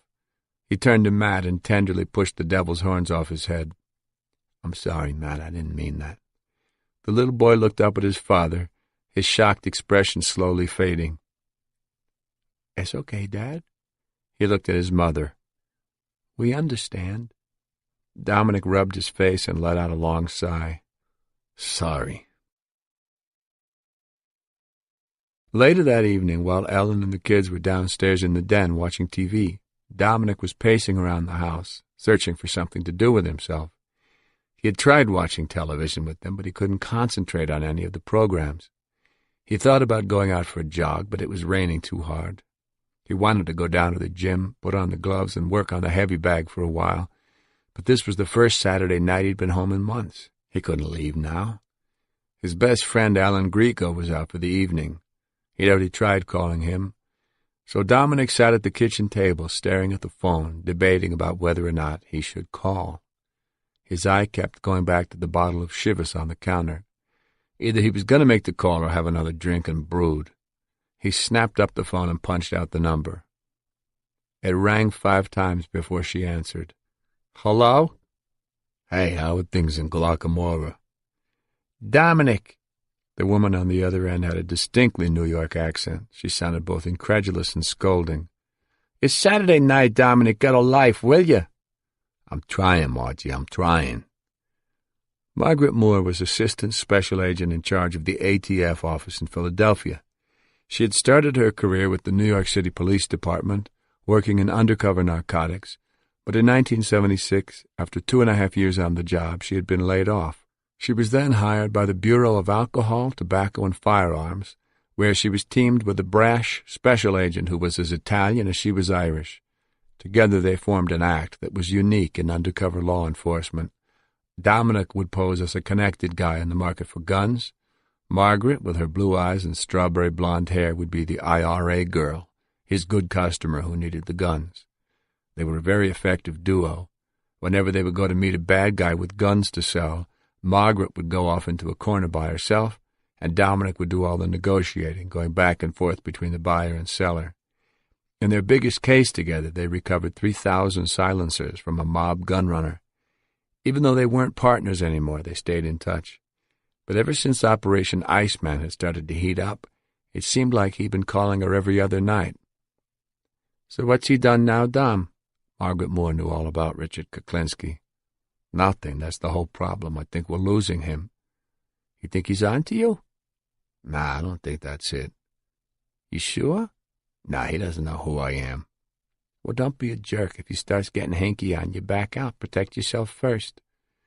"Don't worry, Margie. It's okay. He doesn't know." "Hey, I know you. You'll tough it out no matter what. Don't be stupid. Remember, you don't have me around anymore to keep you in line." Dominic laughed. "Don't make me curse, Margie." The muscles in his forehead were relaxed all of a sudden. "So, Dom, you want me to put in a petition to let me help you out with this guy? You introduce me as the IRA girl and we'll wrap this thing up quick, just like we used to." They both laughed, but they both knew it was more complicated than that. Kuklinski wasn't some street punk with a few guns to sell, and this wasn't the same kind of buy-bust situation that they had been used to. This was a homicide investigation. Dominic had been on this case 1.5 years now, and it didn't look like they were going to wrap it up soon because the state of New Jersey had first dibs on Kuklinski for murder. Selling illegal firearms was just a side dish at this feast. Dominic knew that his old partner would jump in to help him in a minute if she could. But Margaret Moore was a supervisor now, and supervisors were officially prohibited from returning to street duty. "You getting good cooperation from the state?" she asked. She sounded like a protective mother. "Oh, yeah, these guys are great. No complaint there. The guys from the Attorney General's office are top drawer." "So why isn't this thing moving? What's the problem?" "We got to get Kuklinski for the murders. I got to get him to talk more on tape. Bobby Carroll's running this show, and he says we keep going until we get enough on tape to nail Kuklinski in court for good." "Yeah, but Dom, doesn't he understand that Kuklinski's going to fly the coop if you jerk him around too long?" "He understands that." "Does he understand that it's your life hanging out there on the line with this ape? Does he understand that?" "Yes, Margie, he understands that." Dominic was touched by the ferocity of her concern for him. "Look, Dominic, I shouldn't have to tell you this, but I'm going to say it anyway. Nobody understands what it's like being out there by yourself on an undercover. No matter what these guys tell you to do, you do what you have to do. It's your life that's on the line, not theirs." Dominic stared out the sliding glass doors at the teeming rain and the floodlights out on the deck. "I know, Margie. Believe me, I know." 17. Wednesday, October 29th, 1986, 1:50 p.m. At the Vince Lombardi service area, Dominic Polifrone stood just inside the glass doors at Roy Rogers, his hands in the pockets of his black leather jacket, holding his gun in the right pocket. The Niagara tape recorder concealed on his body was running. 3 investigators from the state's Organized Crime and Racketeering Bureau were at different booths in the fast food restaurant, blending in. One of the 3 was Ron Donahue, who was hunched over a paper cup of tea, drinking it slowly and making it last. A 4th investigator was sitting in a stall in the men's room, just in case. They were waiting for Richard Kuklinski. Dominic had waited all day Monday for Kuklinski's promised phone call, but it never came. Tuesday had passed, and there was still no word from him. Dominic was discouraged. He'd thought about calling Kuklinski himself, but he didn't like that idea. The way Kuklinski had sounded the last time they talked, it was as if they'd never met. At this point, if Dominic called him, in effect they'd be starting all over again, clean slate, except Dominic would be in the weaker position because he'd be the one doing the pursuing. That he didn't want. He'd decided to wait it out a little longer and see what would happen. Then, that morning, Kuklinski finally beeped him, but when they talked, he was still cool and evasive. He was making excuses, telling Dominic that he lost his number and that's why he hadn't called sooner. Dominic said he wanted to meet him so they could discuss a few things, but Kuklinski tried to put him off, saying that he didn't have the time because he was leaving for South Jersey in a little while. Dominic insisted, and Kuklinski finally agreed to meet him at the Vince Lombardi service area. Dominic scanned the parking lot through the glass doors, then looked at his watch. He knew he was going to have to make the sales pitch of his life. Not hard sell, though. That would just send Kuklinski back into the bushes. No, he was going to have to be very subtle, but also totally upfront. He was going to have to appeal to the only thing that apparently turned the Iceman on: money. The restaurant was visible in the reflection of the glass doors. Outside it was cold and blustery. Dominic didn't like the idea of meeting Kuklinski inside, but given the weather, he didn't have much choice. For one thing, there were too many people inside. What if something happened and he had to pull his gun? Then there was the bathroom problem. What if Kuklinski wanted to go talk in the men's room? It was an enclosed space. What if Kuklinski was on to Dominic and he decided to get rid of him with his cyanide spray? The man stationed in the toilet wouldn't be much help in that case. That's why Dominic had already decided that he would try to head off any suggestion that they go into the bathroom by saying he hadn't had lunch yet and he was starved. Of course, the thought of eating with Kuklinski wasn't very comforting either. All Dominic could think of was Gary Smith's last hamburger. He was definitely going to make sure that he ordered the food and that it didn't leave his sight. He was glad Ron Donahue was sitting there. Ronnie would watch for something like that, and Ronnie wouldn't hesitate if he saw Kuklinski trying to pull something. At 2:00 on the nose, Kuklinski arrived, this time in a different car, a red Oldsmobile Cutlass Calais. Dominic watched the big man across the parking lot. He was wearing his gray leather bomber jacket and pressed jeans with a sharp crease down the leg. He was also wearing the dark glasses again. A bad sign. The members of the task force had agreed that these were his motherfucker glasses. Whenever he wore them, that was usually the attitude he had. Kuklinski pushed through the glass doors. "Hey, Dom, what's new?" Dominic shook his hand. "You're getting smaller and smaller, my friend. What, are you on a diet?" Kuklinski laughed, but Dominic could tell that it was forced. "You want coffee? I haven't had lunch. Come on, let's have something." "Not for me. You go ahead." They headed for the counter and stood in line together so Dominic could get something to eat. "Those things I wanted, Rich, the 5 or 10, you know what I'm talking about. Can you get them for me?" Kuklinski shrugged. "They're down there if you want them. You go get them yourself, though. They're in Delaware." He kept his glasses on. "And you know that he's got 10? 10, 20, 30, whatever you want. But I don't want to transport them. If you want them, you go get them." Kuklinski was wearing his attitude like a fur coat. Dominic knew it was time to start his pitch. "Tim explained to you that these pieces aren't for the girl, didn't he? This is a favor I'm doing for a wise guy in New York. Small change. This isn't the big one. That's what I got to talk to you about." Dominic got to the head of the line, and Kuklinski waited for him to order. Behind the counter, a pimply kid in a paper hat punched out Dominic's selections on the cash register, then went to fetch his order. "My people are ready to buy. They said they don't need samples. All they want is a list of what you can get." Dominic lowered his voice. "I know they got at least $500,000 to spend on ammo alone." Kuklinski didn't answer. He was looking down at Dominic's plastic tray as the kid behind the counter filled it. A carton of milk, a Coke, large fries, and a cheeseburger. As Dominic paid, Kuklinski went to find an empty booth at the far end of the room by the windows. Dominic carried his tray over to him, passing Ron Donahue sipping his tea. They didn't look at each other. At the table, Dominic unwrapped his cheeseburger and took a bite. He wasn't going to put it down until it was finished. Kuklinski sat there with his fingers linked on the tabletop, a stone face behind the dark glasses. "My people are looking for grenades, machine guns, all that kind of shit. You know what I mean? We're ready to put in our order." Kuklinski sucked on his teeth. "Yeah, I keep hearing about this big order, but my guy wants to know when. It's getting embarrassing for me." "I'm giving you the order now. If Tim can handle it, we're buying. Just get me a list of what he's got." "Okay, I get you one." The big man sucked his teeth. "What's your girl going to do over there? Start a war?" "I want to know so I can Move out of the way a little bit." Kuklinski was smiling. It seemed genuine.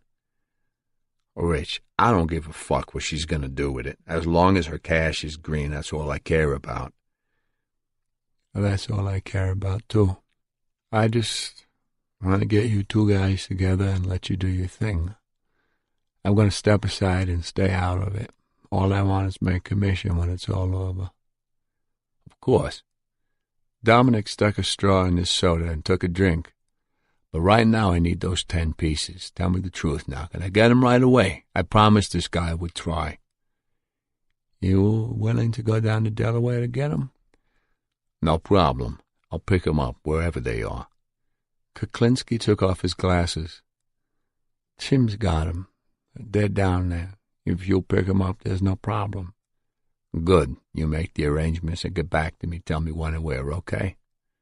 Kuklinski nodded. "Will do." Dominic stuffed a few French fries into his mouth. "So, what happened to your little Jewish friend?"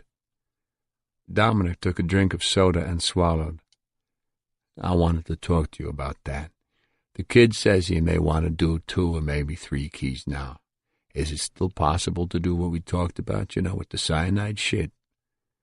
"Dom, if you can get me a little bit of cyanide, I could take this kid out easy.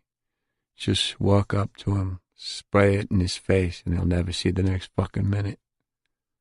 "Guaranteed?" "My friend, I've done it already. The kid will never know what hit him. Once it gets into his system, he's done for. He's gone." "What about his car and stuff? What do we do with it?" Kuklinski shrugged. "What do you want me to do with it? All I'm interested in is taking his money. Just leave him. Don't touch nothing. You want to move him? Move him. But I don't see it as a problem. Just leave him where he is. He'll look like he's sleeping." "That's what I want. Whack him without any fucking problems. Then we got his cash plus the coke I bring to the meet." "See that old guy sitting over there?" Kuklinski pointed with his glasses. Dominic turned around in his seat. He was pointing at Ronnie Donahue. Dominic's hand went to his lap, ready to go for the gun in his pocket. "Yeah, what about him?" "I could walk by and give him a little swish in the face. And I could walk right out of here and no one would even realize what happened to the guy. Except when someone asked him to get up and move. That's when they'd realize he wasn't with us anymore." Dominic relaxed and reached for his soda. I get offers for these kind of jobs in the city sometimes. Would you be willing to teach me how to use this stuff on somebody? What's the best effect?" "The best way is to hit him right in the nose with a spray so he inhales it. Once he inhales it, he's done. There ain't nothing he can do about it. Only thing is, you got to be careful you're not downwind, 'cause if you inhale it, you're gone." Dominic nodded. "Yeah, that makes sense." "My friend, I've done it on a busy street where they thought the guy had a heart attack. I walked right up to him, made like I was sneezing into my handkerchief to protect myself, and sprayed him in the face. He tripped and fell, and everyone thought he had a heart attack. Later on, they found out that that wasn't what killed him. I've done it on the busiest street in the world, people all over the place." Dominic smiled and shook his head in amazement. He was trying to imagine what Bob Carroll's face was going to look like when he heard this. This was pure gold. "And the beautiful part is, when they find out it's not an accident after all, they're not going to know what happened. Once they do the autopsy, they're going to know he sniffed something, but they'll never figure out that he sniffed cyanide. Nobody sniffs fucking cyanide." "Right, of course not." "If you got to do a job, Dom, that's the way you do it. Nice and neat, no mess." "You're right. Nice and neat.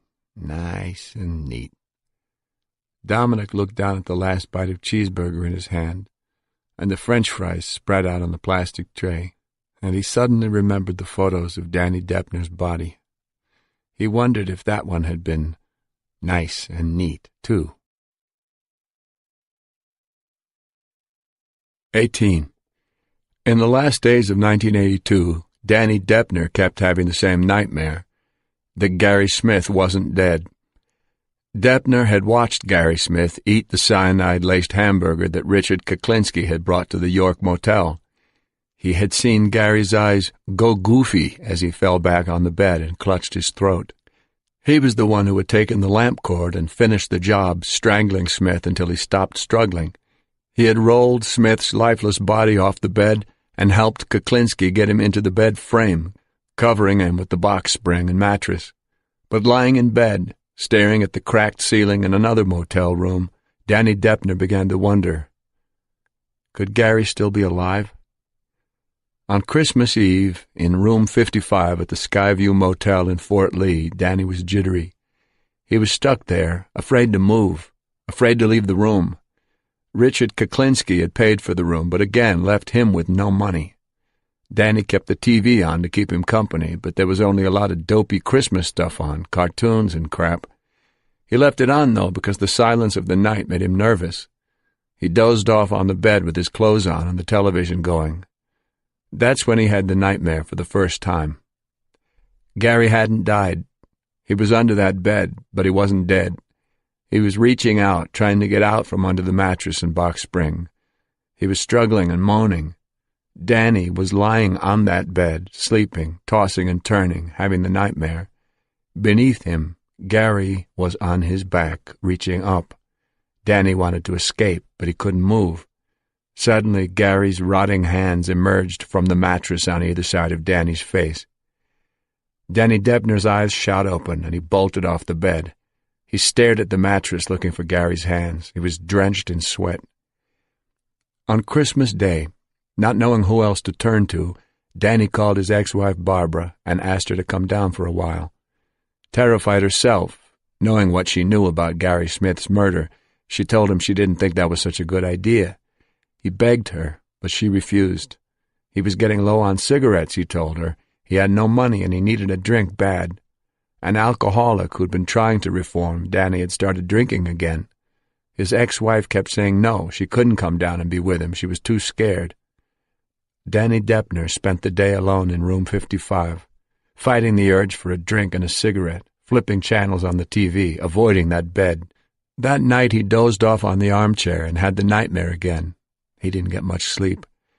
The next day, Barbara Deppner changed her mind and went to the motel to be with Danny, but he wasn't there. Afraid that he might be dead too, she called the only other place she thought he could be, the store. She asked if Danny or Big Rich had been around, but no one had seen either of them lately. Later that day, she returned to the motel and found Danny in his room. He said he'd gone out for a long walk, anything not to be cooped up in that room. She could see that he was a mess. He couldn't stop talking about how he and Kuklinski had killed her cousin Gary, begging her to listen to all the gory details. But she didn't want to hear about it. She had her own problems. Percy House was still in jail, and she had all those kids to take care of by herself. Anyway, the whole thing about what they'd done to Gary made her sick, but Danny had to tell somebody. If he didn't let it out, he'd go crazy, he said. She tried to get him to change the subject, but he wouldn't.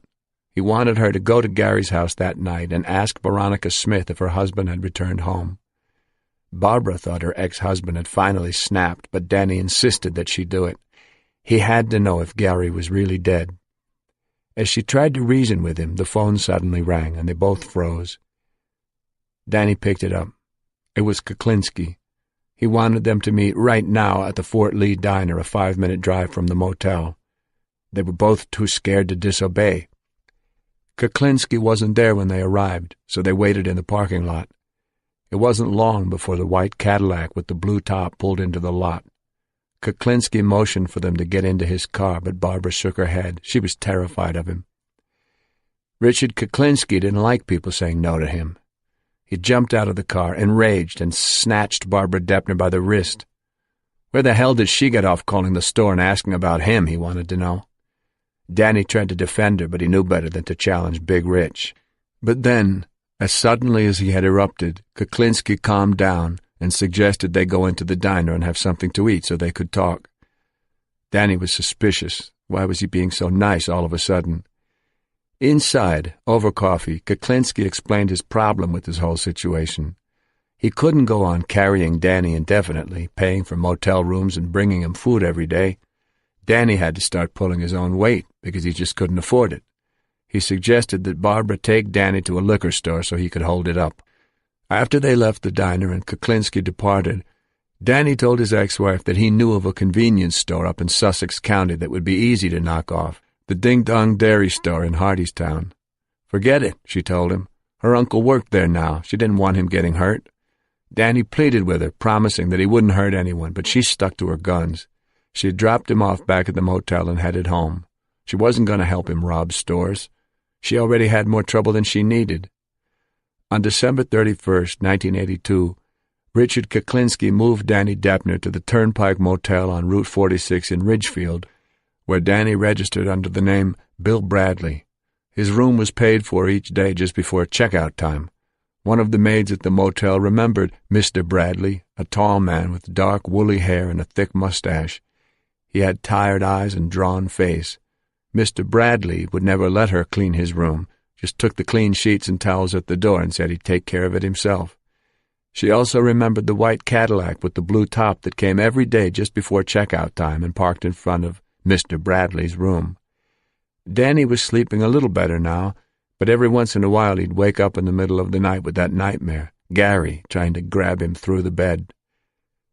On Saturday, February 5th, 1983, 44 days after Gary Smith's death, Richard Kuklinski moved Danny Deppner once again, this time to an apartment in a residential section of suburban Bergenfield, New Jersey.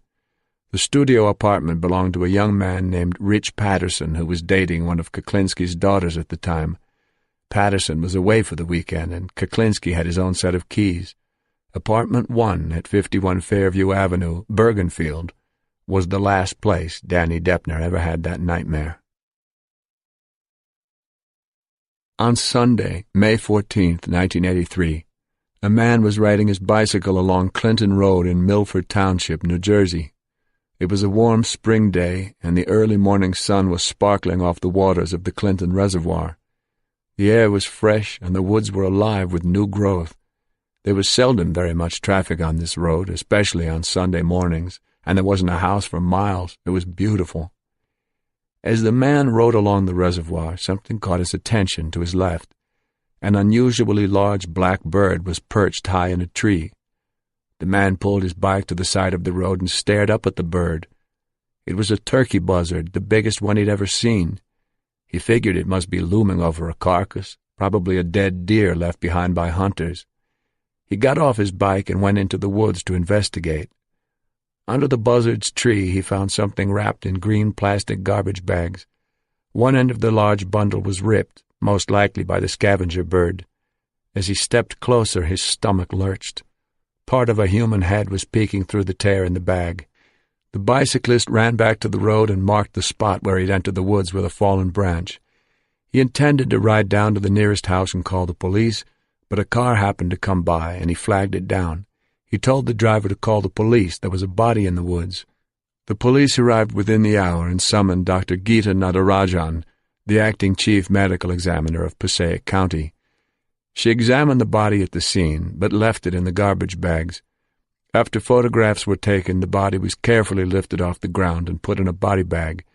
Samples of the dead leaves underneath the body were taken. They would help Dr. Natarajan determine when the body had been left there. The body was then taken to the state medical examiner's office in Newark, where she would perform the autopsy. At the ME's office, Dr. Natarajan's first task was to remove the plastic bags, taking note of how many were used. Expertly, the victim's limbs had been bound with paper tape. Then came the one job she detested most, dealing with the bugs. She took samples of all the insects and larvae she found present on the body, mainly carrion beetles and blowflies. The number of insect generations on the body would help determine how long it had been left in the woods. Identifying the types of insect would also be helpful, since different species thrive at different times of the year. When Dr. Natarajan was certain that she had samples of all the species present, she hosed the rest of the swarm down the drain and ground them in the garbage disposal, glad to be rid of them. Laying the body on a stainless steel work table, Dr. Natarajan then began the autopsy. The victim was a male, 6 feet 1½ inches, 173 pounds. The man's face was almost totally skeletonized, and there was only partial flesh on the limbs, but the torso was very well preserved. Spring had come late that year, so the cold had kept him relatively fresh, and fortunately the buzzard had not had that many meals off this carcass. She removed the clothing, a white V-neck T-shirt with extensive brown-red staining, a pair of blue jeans, a black leather belt, blue socks, and took note of the absence of shoes or a coat. There were no gunshot or stab wounds, but she did find hemorrhaging on the neck just above the Adam's apple and on the whites of the eyes. A pinkish flush was apparent on the skin around the shoulder and chest on one side. This kind of discoloration, called pink lividity, can indicate several things, most commonly carbon monoxide poisoning. When Dr. Natarajan got to the stomach contents, she found more than 2 pounds of undigested food, beef, beans, potatoes, carrots, and beer. It was a large meal, but not unusually so for a man this size. There was no sign of gastric emptying. The food hadn't moved on from the stomach through the digestive tract, which meant that the man was killed soon after he had finished his meal, perhaps during the meal.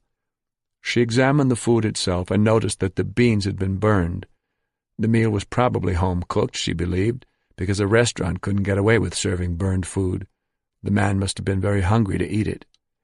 In the pocket of the man's jeans, she found a black wallet that contained no money or identification. She did find 5 wet slips of paper in the pocket, which turned out to be motel receipts. There were also 3 photographs that had stuck together. She soaked them and carefully separated them, laying them on paper towels to dry. There were pictures of children, 2 boys and a girl. Dr. Natarajan bagged them and sent them up to the Passaic County prosecutor. When he received the photos, the prosecutor laid them on his desk and stared at them. There was something familiar about those kids, but he couldn't place them. The pictures sat there for 2 days, haunting him, the little faces staring out at him like 3 pathetic little orphans. Then it dawned on him. He did know those kids. They'd been in the Passaic County prosecutor's office with their mother and her low-life boyfriend, common-law husband, whatever the hell he was, Percy House. Those were Barbara Deppner's kids.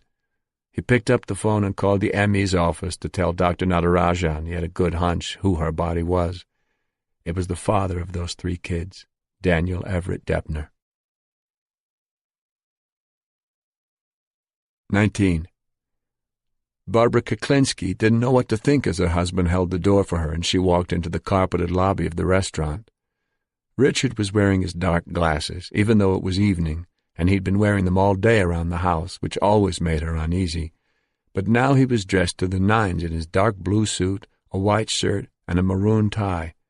This was their favorite French restaurant, the place they always went to when they had something to celebrate. He'd specifically asked her to wear the dove-gray Christian Dior suit he'd bought her a few months ago. As they went up to the maitre d's station together, out of the corner of her eye Barbara saw him take off the glasses and put them in his pocket. He smiled at the maitre d' as he gave him their name. She couldn't figure it out. Richard seemed to be in a good mood, but the dark glasses made her suspicious.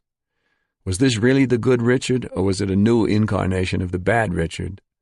The maitre d' nodded to Richard and raised his finger as if to say, "Just one moment." He turned and stepped into the dining room, waving his hand at the pianist until he caught the woman's eye. He nodded once to her, and she stopped what she was playing and started a new song. Barbara recognized it immediately, Kenny Rogers's Lady. When the record had first become popular, Richard declared it her song, and whenever he was in a very good mood, he'd call ahead to the restaurant and make sure it was played for their arrival. "Thank you, Richard," she said as the maitre d' led them to their table. He raised his eyebrows and smiled. "I haven't done that in a while." "It's very sweet of you." "Who else have I got to be sweet to?" She smiled and squeezed his hand, but she was still suspicious. As soon as they were seated, a waiter came and asked if they'd care for drinks. Richard wasn't much of a drinker, but he did like wine with his meals. The waiter fetched the wine list for him, but Barbara already knew what he'd order, a good Montrachet, their favorite red wine. The ones Richard ordered were never less than $100 a bottle. The waiter returned with the bottle of Montrachet and showed Richard the label. He nodded his approval, and the waiter uncorked the wine, placing the cork in front of Richard, then poured a little into his glass. Richard took a sip, looked down, and considered it for a moment, then told the waiter it was very good. The waiter filled Barbara's glass first, then Richard's, then left to let them study the menu. Barbara forced herself not to look at Richard over the top of her menu. She wasn't convinced that this was really the good Richard, and she knew from experience that anything could set the bad one off, though she was usually safe in public. Most times he saved his temper for behind closed doors, but not always. There was the time she'd talked back to him at the house. He didn't sit on his temper that time. The explosion was immediate. Barbara's father had been scheduled to undergo surgery that morning in Florida, and she was anxious to hear how he was. She and Richard weren't even dressed yet when the call came from her father's wife, and Barbara took it in their bedroom. She was understandably relieved when she heard that the surgery had been a success and her father would be fine. As she hung up the phone, Richard was just coming out of the bathroom in his underwear. "So, is the bastard dead?" he asked with a smirk. She stared at him, stung by the senseless cruelty of his remark. "That wasn't necessary," she snapped back. His face froze, and his eyes narrowed. Then she saw that look that always terrified her. His eyelids fluttered, and the eyeballs rolled back for a split second the same way a shark's does just before it's going to bite. Panic filled Barbara's chest. She was already backing toward the door when he lunged. "You do not talk back to me," he yelled. "Do you understand that? You do not talk back to me." She broke free from his grasp and ran down the steps into the living room, then down the flight of stairs to the front hallway like a deer being chased by a grizzly bear. Though she was in her slippers and bathrobe, she didn't hesitate to throw the front door open and run out into the snow. Outside she'd be safe, she figured. He never showed his temper in public. She stood on the sidewalk, out of breath, clutching the robe close around her neck, wondering how long she'd have to wait before he calmed down and she could go back in. But then the sound of the electric garage doors startled her. As the doors rose, an engine roared to life, and she saw the tailpipe of the red Calais spewing out exhaust on the cold air. The car screeched out of the garage in reverse. Richard was behind the wheel in his T-shirt. He bellowed out the open window, "You do not talk back to me!" Barbara could see that he was out of his mind with rage. She started to run. The sound of spinning tires was right behind her. He drove up onto the sidewalk, determined to run her down. She ran for the next-door neighbor's yard, slipping on the snow, heading for the big tree in the backyard. It was the only thing she could imagine that would protect her from the impact of the car. She slipped once more before she reached the tree, falling on it, scrambling behind it, clutching it close, breathing so hard her chest hurt.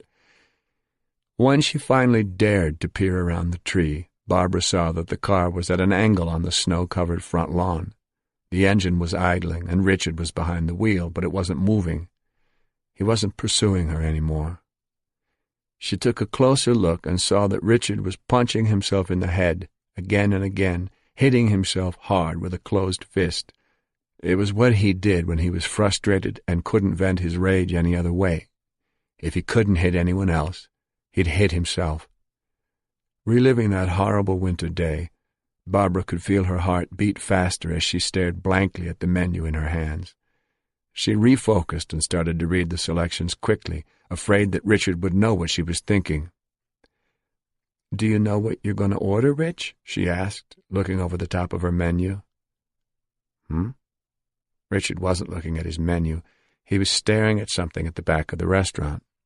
Barbara turned around and saw two couples seated at a leather banquette. One of the men was gesturing with his arms, telling a story that was making the others howl with laughter. The man was heavy-set with a fleshy, oblong face and thin, dark hair combed straight back. His jeweled cufflinks glittered as he motioned with his hands. The women were considerably younger than the men, and one of them looked like a high-class call girl. The two men looked like hoods. The corners of Richard's mouth drooped as he stared at the man telling the story. His eyes were narrow. Barbara couldn't understand why this man was upsetting her husband. Her heart started to pound. Richard Kuklinski touched his forehead where the scar was. Barbara glanced quickly over her shoulder, but she didn't see any resemblance between this man and anyone she'd ever met. She shook her head, confused and anxious that their evening would be ruined after all, fearful that he would erupt right here in the middle of the restaurant. He kept staring at the man. Suddenly, Richard's eyes shot back at her. "That guy sort of reminds me of Roy." Barbara swallowed hard and looked down at her menu, praying to God that this wouldn't set him off. 20. Roy DeMeo had a very bad temper, the kind of temper that flared fast and hot and came when you least expected it. A soldier in New York's Gambino crime family, DeMeo was subject to dramatic mood swings. He'd give you the shirt off his back one minute and cut your throat the next if you hurt his feelings. Richard Kuklinski had seen for himself how evil DeMeo's temper could be one summer day in the late 70s, when DeMeo chartered a fishing boat out of Sheepshead Bay, Brooklyn, to take a few of his associates out for a pleasure cruise. They'd brought beer and wine, Italian bread and provolone cheese, sandwiches made with all kinds of Italian delicacies. Roy was a jolly host that day, regaling his men with jokes and stories as he encouraged them to eat. It was a bright, sunny day, and the cool breeze was a relief from the sweltering heat of the city. The boat went out several miles, taking them to good fishing waters. The mood on board was pretty raucous by the time the captain cut his engines and moved to the stern, where he started to chum the waters with cut-up chunks of fish and fish blood in order to attract game fish. Chumming often attracts sharks, too, and Kuklinski noticed several fins starting to circle the bloody water around the back of the boat. The men joked about the sharks and threw beer cans at them. Roy DeMeo had just finished making a toast to everyone's health and long life, his beer can held aloft, when out of the blue his face suddenly changed and he glared at one of his guests. "You know, you got one motherfucking big mouth, pal." The man was stunned. Everyone was. "Roy," he said, "I don't know what you know what the fuck I'm talking about." DeMeo reached into the beer cooler, pulled out a pistol, and shot the man in the head just like that. The man collapsed to the deck, and DeMeo put another bullet into his back. DeMeo then ordered his other guests to throw the bastard overboard to the sharks. No one dared object. The agitated sharks lunged for the body before it even hit the water. Their violent thrashing as they tore the body apart gave the mobster a grim satisfaction that only he understood completely. Richard Kuklinski would never forget the twisted, sadistic look on DeMeo's face that day on the boat. It was a look he came to know very well. DeMeo's crew hung out at a bar called the Gemini Lounge on Flatlands Avenue in the Canarsie section of Brooklyn. Roy's cousin Joseph Guglielmo lived in the apartment behind the bar. His nickname was Dracula. One night Kuklinski had gone to the Gemini Lounge to see DeMeo, and Roy invited him to stay for dinner at his cousin's place. Kuklinski accepted the invitation and followed DeMeo through the back hallway into the apartment, where several young men were seated at the kitchen table. They were all members of DeMeo's crew. DeMeo preferred young guys. He felt they were hungrier and more willing to carry out his orders, no matter how gruesome. Kuklinski took a seat at the table just as DeMeo's cousin Dracula was pouring out the big pasta pot into a colander in the sink. Steam plumed up around Dracula's head like a mushroom cloud. One of the young guys poured wine for everyone, and a big steaming bowl was brought to the table, angel hair and sausage. Kuklinski dug in. Wise guys knew good food, and this was excellent. He was halfway through his meal, reaching for the bowl of grated Parmesan cheese, when all of a sudden DeMeo stood up and pointed a .22 fixed with a silencer at the kid across the table from him. The kid dropped his fork. His eyes bugged out. Roy, what?" "Shut up." The shots sounded like balloons popping. The kid's chair toppled over backward, and he crashed to the floor dead. DeMeo sat back down and returned to his meal, twirling pasta on his fork. One of the other crew members got up to move the body. "Leave him," DeMeo barked with his mouth full. "Finish eating," he ordered. "Everybody, eat." They all ate. When DeMeo finally gave them the okay, his men did what they did best. They made the body disappear. They took the kid's corpse into the bathroom and threw him in the tub where they drained his blood, then proceeded to cut him up and wrap the pieces in small, sealed packages. The packages were distributed to a number of dumpsters around the city. DeMayo's crew had honed this chore down to an efficient assembly line process. They'd done it many times before.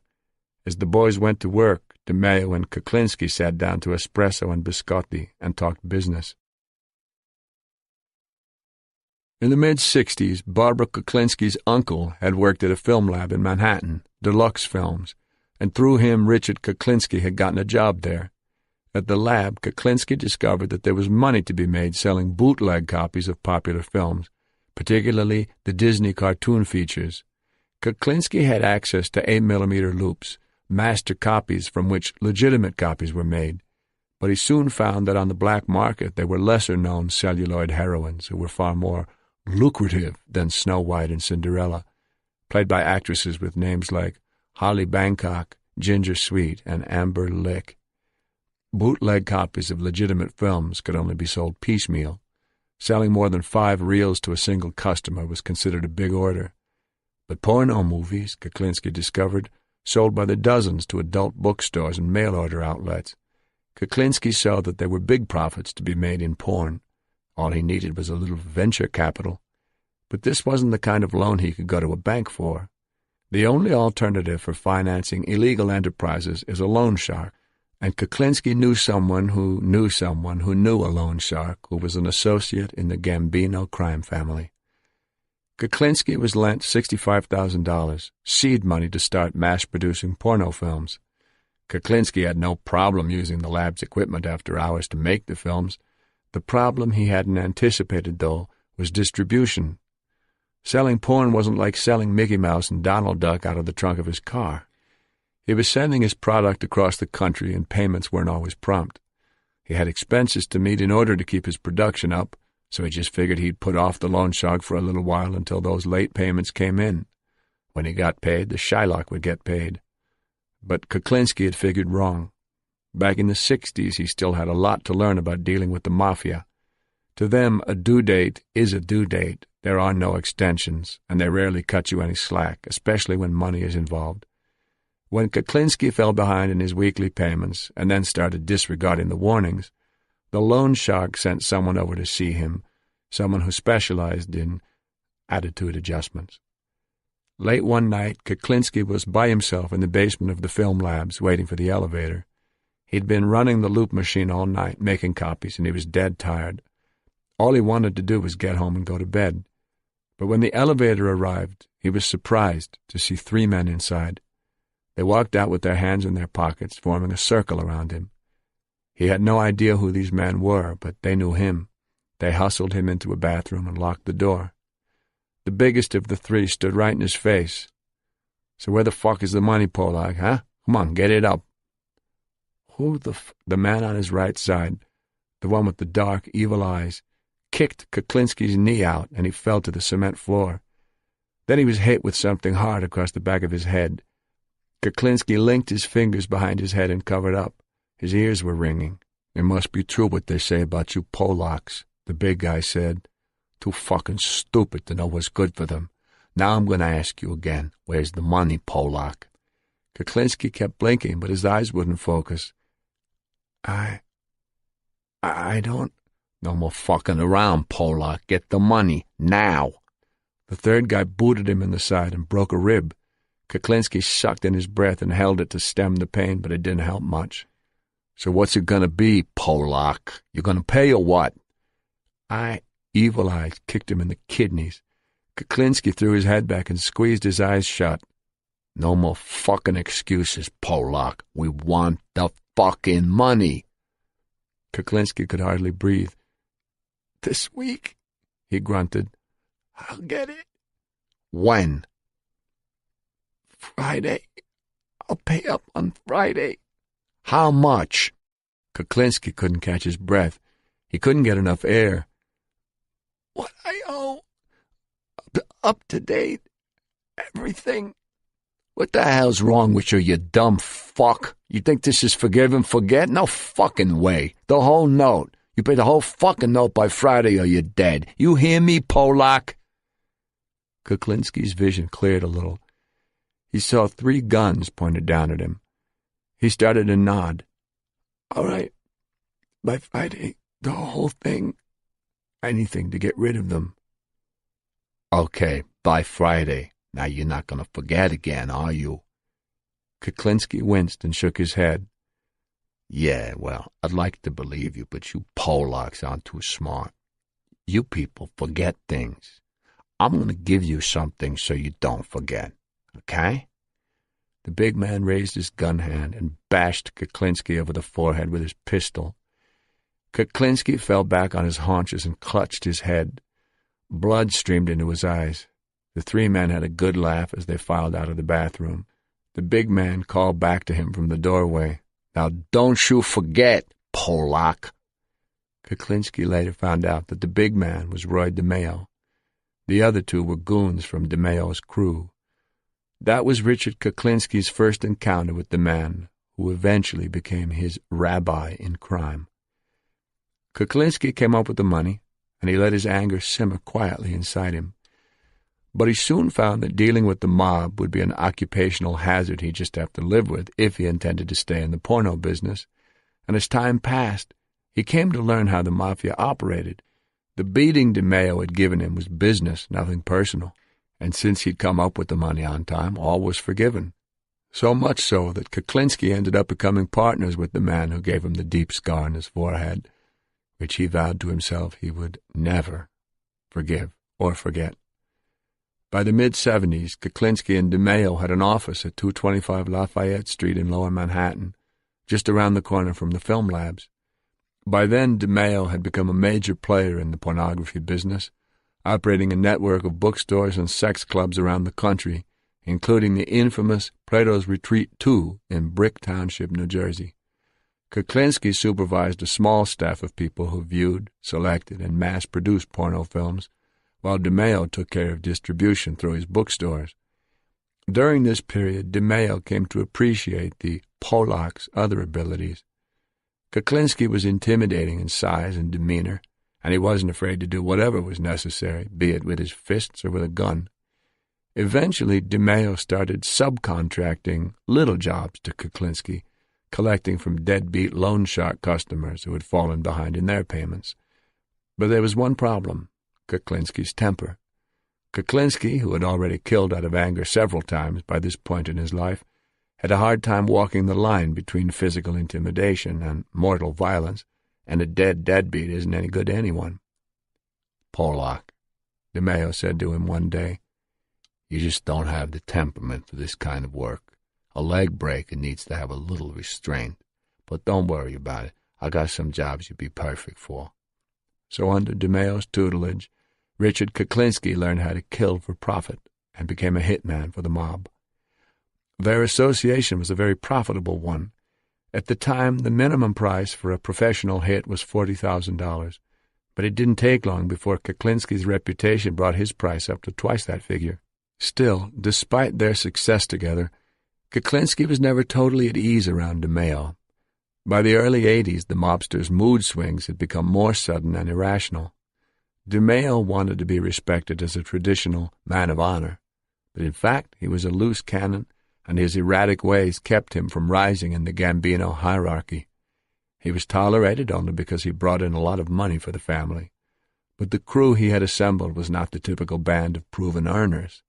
Instead, he had put together a pack of obedient Doberman pinchers for himself. When Roy DeMeo said kill, they killed, no hesitation. And though Richard Kuklinski did a lot of jobs for DeMeo and earned a lot of money for the mobster, he was not an official member of DeMeo's crew. To DeMeo, he would always be the Polak, which meant an outsider. One night in Dracula's apartment behind the Gemini Lounge, Kuklinski was having coffee with DeMeo and a few of his crew members discussing Corvettes. DeMeo wanted Kuklinski to get as many as he could. There was a big demand for them in the Middle East, where he'd been shipping stolen luxury cars and selling them for a nice profit. Kuklinski said he had a few guys in North Jersey who could steal brand-new Corvettes right off the lot. Kuklinski was in the middle of assuring DeMeo that he could get him whatever car he wanted, when he suddenly realized that everybody had moved to the other side of the room behind Roy, and they were all smiling these weird little smiles. DeMeo was holding an Uzi machine pistol fitted with a silencer. It was leveled at Kuklinski. "Hey, Polak, how would you like me to pull the trigger?" Kuklinski had no idea what he'd done to deserve this, but by this time in his life he'd been in DeMeo's position many times. He knew the rush you felt holding a gun on someone, the adrenaline high of total control over another human being. Sitting there in Dracula's House of Horrors, where they cut and packaged people like Italian sausage, Kuklinski did the only thing he thought he could do, take the joy out of it for Roy. He looked DeMeo straight in the eye. "It's up to you, Roy. I have no control over the situation. Do what you want." He made it sound as if he didn't care one way or the other. DeMeo's grin collapsed. He sneered and glared, then lowered the Uzi and tossed it on the table. He forced a laugh and looked around the room at all his men.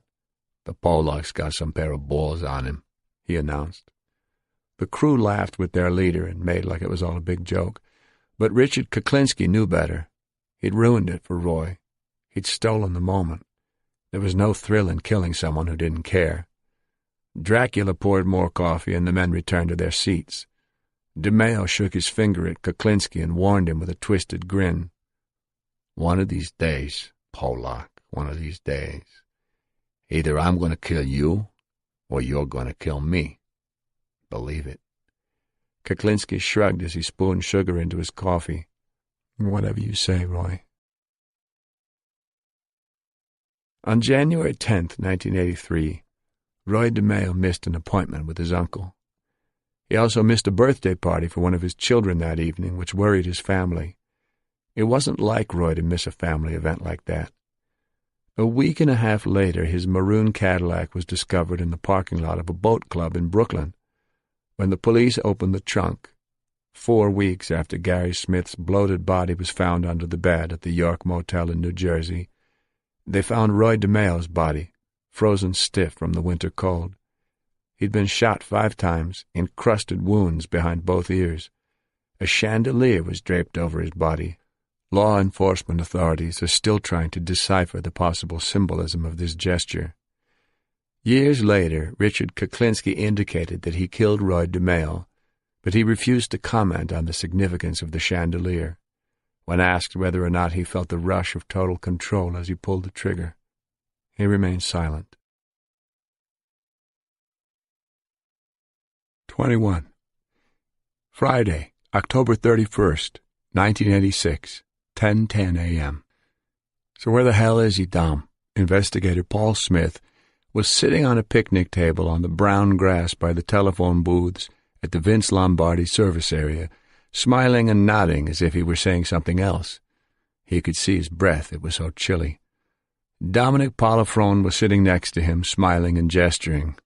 "How the fuck do I know? Just keep smiling." Dominic scanned the parking lot without making it obvious. It was a raw, cloudy day, and motorists were rushing from their cars to get in out of the cold. He'd talked to Kuklinski yesterday and told him that he was going to be meeting the rich Jewish kid here at 10 o'clock. He said he was going to be giving the kid a sample of the cocaine he wanted to buy. Dominic had suggested to Kuklinski that he come by to eyeball the kid so he'd know who he was supposed to kill when the time came. Kuklinski had agreed to come and take a look. He said he'd meet Dom after the kid left, inside by the men's room. "I'm freezing my ass off out here, Dom." Paul Smith was still smiling. "He better fucking show up. I did a lot of research getting ready for this." Dominic's eyes narrowed. "What research?" "I asked Ronnie Donahue how I should play the rich kid, how I should act to be believable." "Oh, yeah? What did he say?" "He told me to act like a mutt." "Oh, you mean he told you to act natural?" Smith pursed his lips and glared at Dominic. "That's exactly what he said. How'd you know that?" "He told me." They started laughing for real. Neither of them looked directly at the green sedan parked 30 feet away, where investigator Ron Donahue was sitting behind the wheel pretending to be reading a newspaper. Donahue had an earplug in his ear that kept him in contact with the 3 other backups planted around the service area. A large wax paper soft drink cup sat on the dashboard in front of him. As soon as he heard that Kuklinski was spotted, He'd moved the cup off the dashboard so Dominic and Paul would know the big guy was on his way. Don't make me laugh, Smith. I'm not supposed to like you that much. Why not? I'm the rich Jewish kid. I'm your best customer. I'm going to buy 2 goddamn keys off you. I might even buy 3. But I got to tell you, Dom, your price isn't that great, so don't get wise.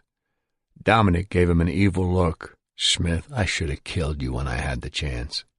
Paul Smith had to pinch his nose to keep from bursting out loud.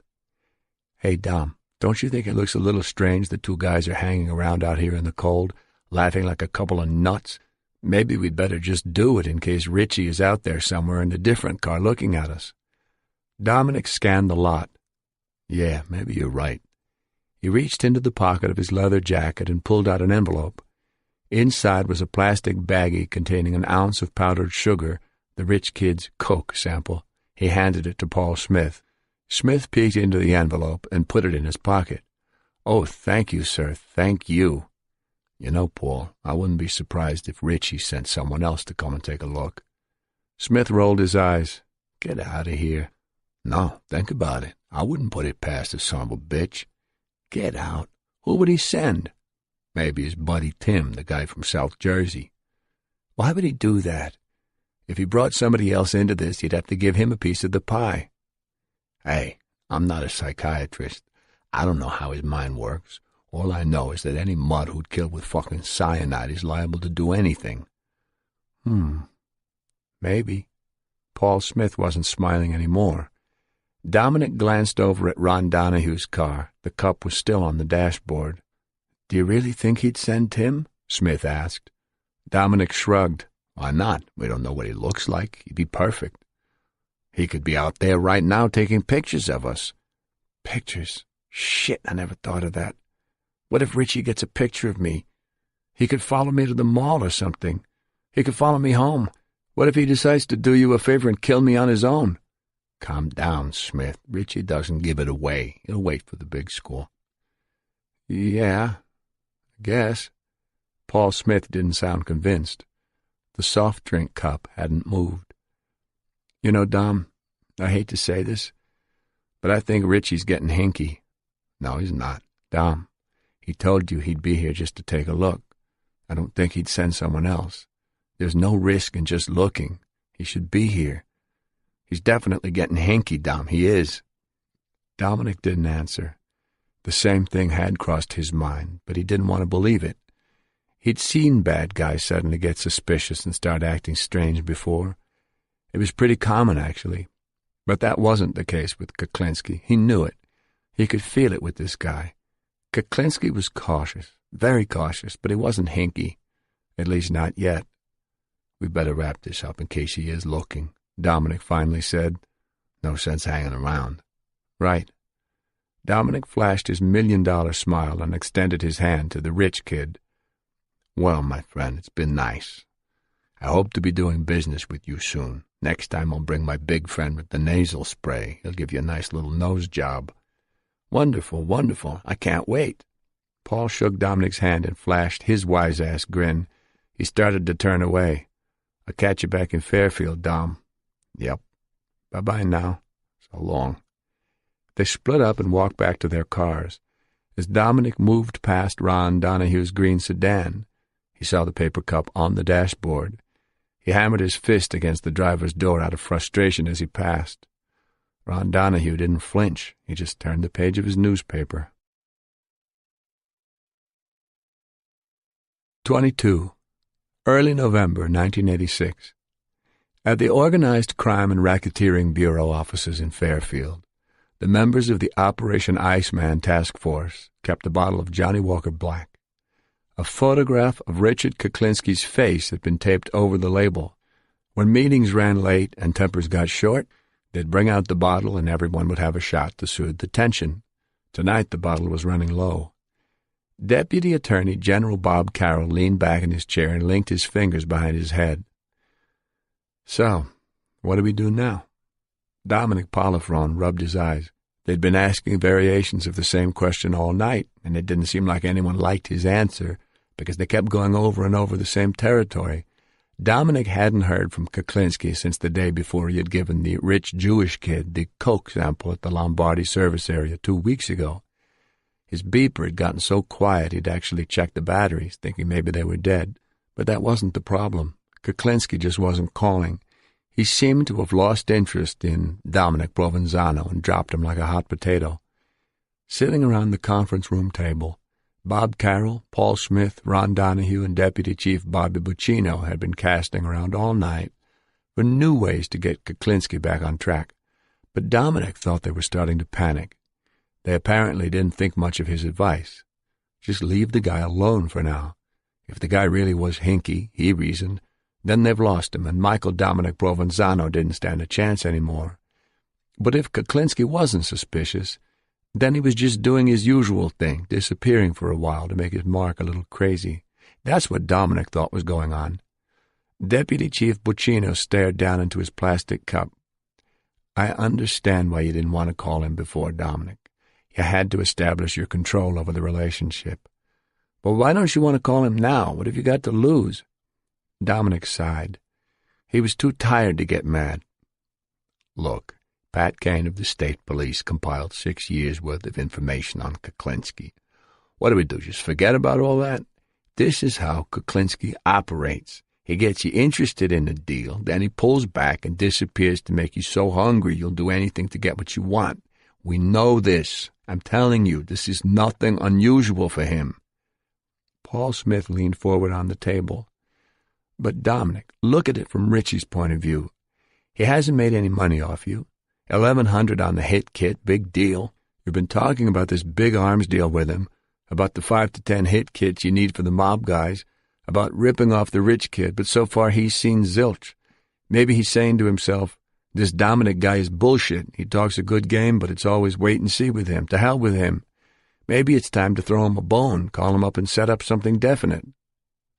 That's what you and I tried to do at Lombardi, Paul, but he didn't show. Yeah, but he hasn't made any real money off you yet, Dom. Did he make any money off Paul Hoffman before he killed him? How about Louis Mazgay? I don't think money is the issue here. It's control. He's pulling back to make me hungry, so I've got to do the same thing to make him even hungrier. Otherwise, if I go to him, we have to start playing the game by his rules, doing what he says, and that puts me at a disadvantage. Don't you see that? But, Dom, and would you want to be at a disadvantage with this motherfucker? The ballistic fuck quieted the objections. Ron Donahue, who hadn't said much until now, broke the silence. Dom's right. Fuck him. Let him stew. Eyebrows went up. Ron Donahue usually didn't say much, but with a reputation like his, he didn't have to. He was known for getting results. His vote of confidence in Dominic meant a lot. Why do you think Dominic's right? Bob Carroll ventured. Donahue poured himself a little more scotch. He just told you, for Christ's sake. Enough said. Bob Carroll agreed with Dominic's reasoning, but he still wasn't comfortable with the idea of letting Kuklinski be. As head of the task force, he was the one who had to answer for what they did or didn't do. He would have a hard time explaining to his superiors that they had officially decided to do nothing. He looked at Dominic. Hypothetically, what if he kills again while we're sitting here playing it cool? You tell me. How the hell are we supposed to know what's going on in that crazy head of his? You want to take him down right now on the federal charges with the hit kid? Just tell me and we'll do it. But I thought the murders took precedence. This task force was formed to nail him on the murders. If you think we have enough to get an indictment, beautiful. Let's arrest him and wrap it up, okay? Dominic knew they didn't have enough evidence to get a conviction yet. Look, Dominic continued, Kuklinski's been telling me things. He told me about the cyanide, how he's used it to kill. He's told me about the arms deals he's done. He's told me a lot of things. He's been treating me like an equal.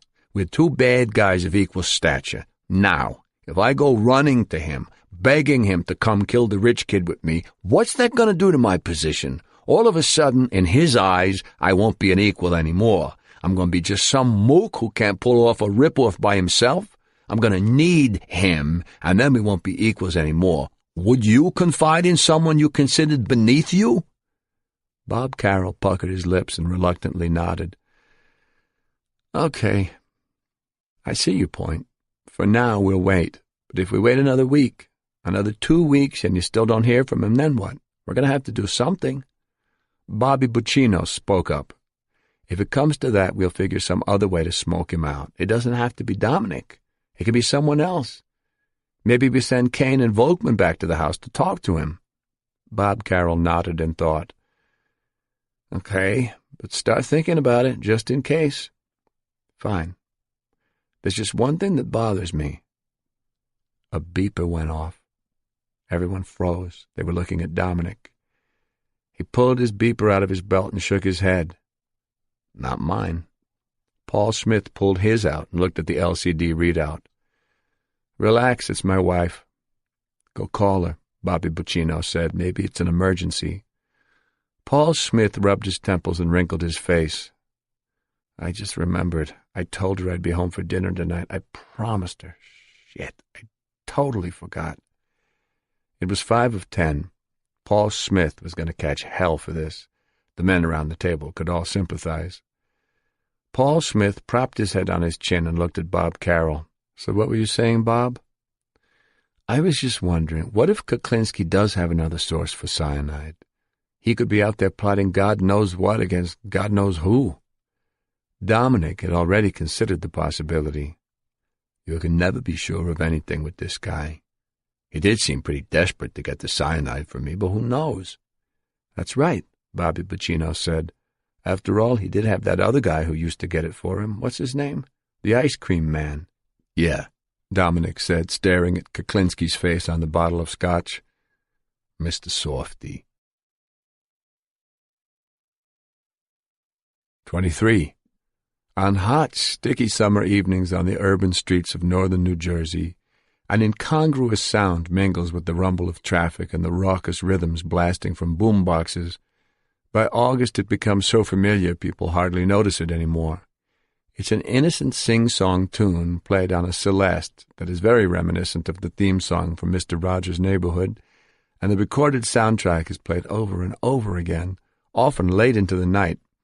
It comes from the Mr. Softy ice cream trucks that trawl the inner-city neighborhoods, enticing children outside with that familiar strain, inviting them to come down and buy a cool, sweet treat. Inevitably, anyone who drives one of these ice cream trucks becomes known to his patrons as Mr. Softy, but in the early 1980s there was one driver from North Bergen who was known to Richard Kuklinski as Mr. Softy, and he was into more than just Dixie cups and Eskimo pies. His real name was Robert Prongay. Just as Agent 007 James Bond had Q, the technical wizard who supplied him with deadly gadgets and high-tech weaponry, the Iceman had Mr. Softy. Although he was 10 years younger than Kuklinski, Prongay was the Iceman's instructor in the various methods of assassination. While mobster Roy DeMeo showed Kuklinski that murder could be profitable, Prongay showed him that it could also be interesting. Kuklinski considered Mr. Softy both a madman and a genius. When Robert Prongay was a student at Auburn University in Alabama, he channeled his creative energies into pornographic filmmaking.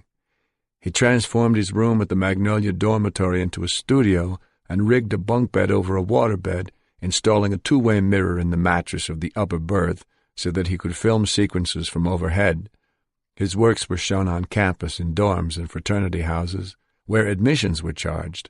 When the administration got wind of this, the campus police were sent to raid Prongay's room at 6:00 a.m. on May 14, 1974.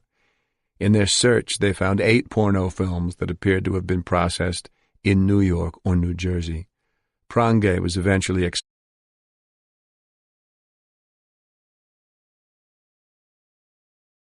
expelled from the university for his transgressions. But by the time Robert Prongay became associated with Richard Kuklinski several years later, Mr. Softy was into more than just making movies. Yeah. Prongay had become an expert in arcane killing techniques. Kuklinski first learned about the ways of cyanide from Prongay, who mysteriously seemed to have no trouble obtaining the poison. To prove the efficiency of putting cyanide into a spray mist, Prongay took him along on a job. They drove to a bank in Pennsylvania early one morning and waited for a certain bank officer to show up for work. When the man arrived, Kuklinski watched from the car as Prange strolled over to his target, feigned a sneeze, and sprayed cyanide into the man's face from a small nasal spray bottle. The man collapsed to the asphalt, struggled briefly, then keeled over and died. It took about 15 seconds, start to finish. From that moment on, Kuklinski became a true believer in the wonders of cyanide. But cyanide wasn't the only poison in Mr. Softy's arsenal. He had developed a concoction that worked particularly well in crowded bars, where a killer could pretend to be intoxicated and carry a glass of the toxin as if it were a cocktail. The drunk would pass by his intended victim, stumble, and spill the liquid onto the person's pants.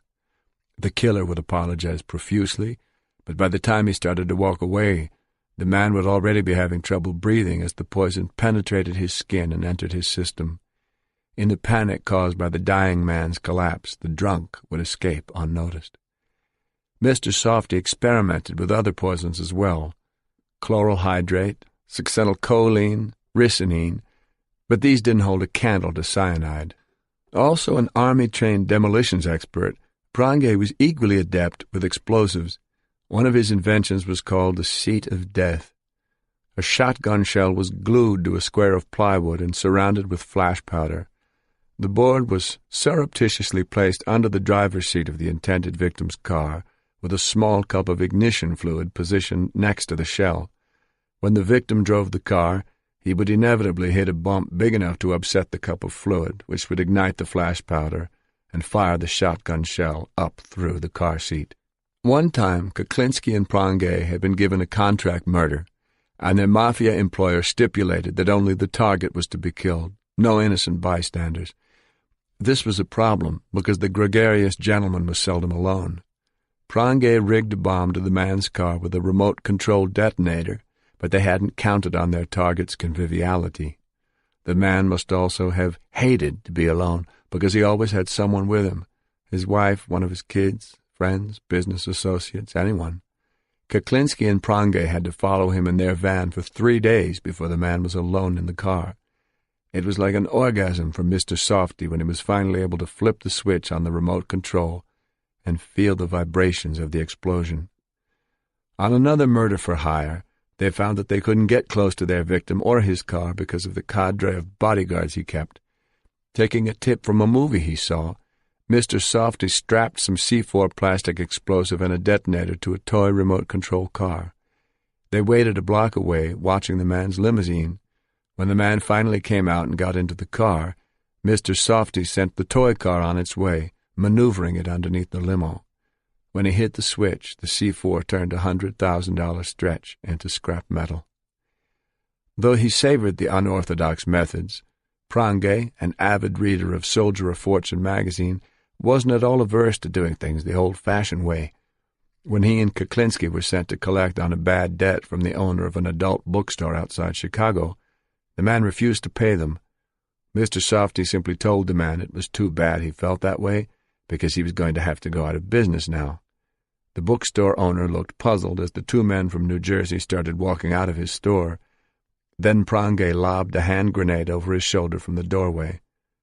It was the last thing the man saw. Together, Kuklinski and Prange did jobs all over the country. One job took them to Canoga Park, California, the pornography capital of the country. A porno distributor owed someone in New York a lot of money, and he was making it plain that he didn't intend to pay up. He was making his Shylock look like a fool, and that couldn't be tolerated. Prange and Kuklinski shipped their guns to Los Angeles via Air Express, then flew out themselves. They took their time scouting out the man's home in Canoga Park, which, to their annoyance, was built like a fortress. Posing as a delivery man who required the man's signature in order to leave a package, Prange rang the doorbell and waited by the heavy metal door, peering through the peephole. After a long wait, Prange was told through the intercom that the man wasn't at home, that he was on vacation, but after watching the house day and night, Prange and Kuklinski were convinced that the man was inside, hiding. Prange wanted to bomb the whole place to kingdom come, but Kuklinski reminded him that the wise guy who had sent them would not be pleased if he found out the man's family had been hurt. So they waited and tried to think of another way. The afternoon wore on, and the man's family left the compound by car. Then, as the sun was setting on the horizon, Prangay suddenly remembered the peephole in the door. He told Kuklinski to check his gun and follow him.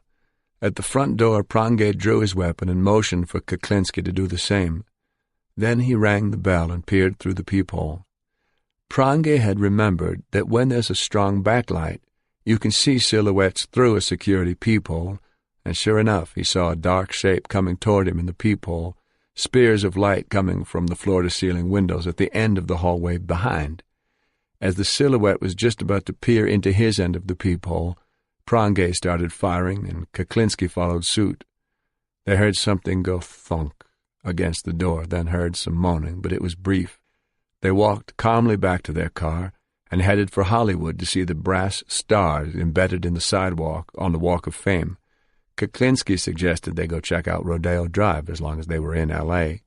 He bought a gift for his wife there, the satin pillow she kept on their bed at home. It was also Mr. Softy's idea to freeze Louis Masgay's body as an experiment to see if freezing could truly disguise the time of death. At the time, Kuklinski and Prangay had rented adjacent garages in the same complex. Kuklinski's space did not have electricity, but Prangay's did. However, the police never found a freezer large enough to hold a man in either garage. The only freezing unit Kuklinski would have had access to was the ice cream locker in Mr. Softy's truck, which was powered by an electric generator when the truck's engine wasn't running. During the 2 years that Louis Masgay was missing, Robert Prangay sold ice cream out of that truck. In many ways, Kuklinski saw Mr. Softy as a mentor, someone who showed him that there were better ways to kill, quiet ways, bloodless ways, foolproof ways, nearly undetectable ways. It was the perfect student-teacher relationship. One had the know-how, the other had the ambition. But in August 1984, the two men had a disagreement that led to some heated words, and the volatile Mr. Softy made the mistake of his life. He threatened Kuklinski by saying that he knew where he lived. He must not have realized that Richard Kuklinski's home was sacred. The mere suggestion that he would even think about approaching Kuklinski's wife and children sealed Robert Prangay's fate. On August 9th, 1984, Prangay failed to appear in court, where he was facing aggravated assault charges for bombing the front door of his ex-wife's home and threatening to run over both her and their teenage son. The judge issued a bench warrant, and 2 sheriff's detectives were dispatched to find him. The next afternoon, they located his garage on Newkirk Street near 70th Street in North Bergen, just across the courtyard from Richard Kuklinski's garage. When the detectives opened the garage door, the first thing they saw was Robert Prangay's lifeless body hanging out the counter window of his Mr. Softy truck. He'd been shot twice in the chest with a .38 caliber revolver. 24.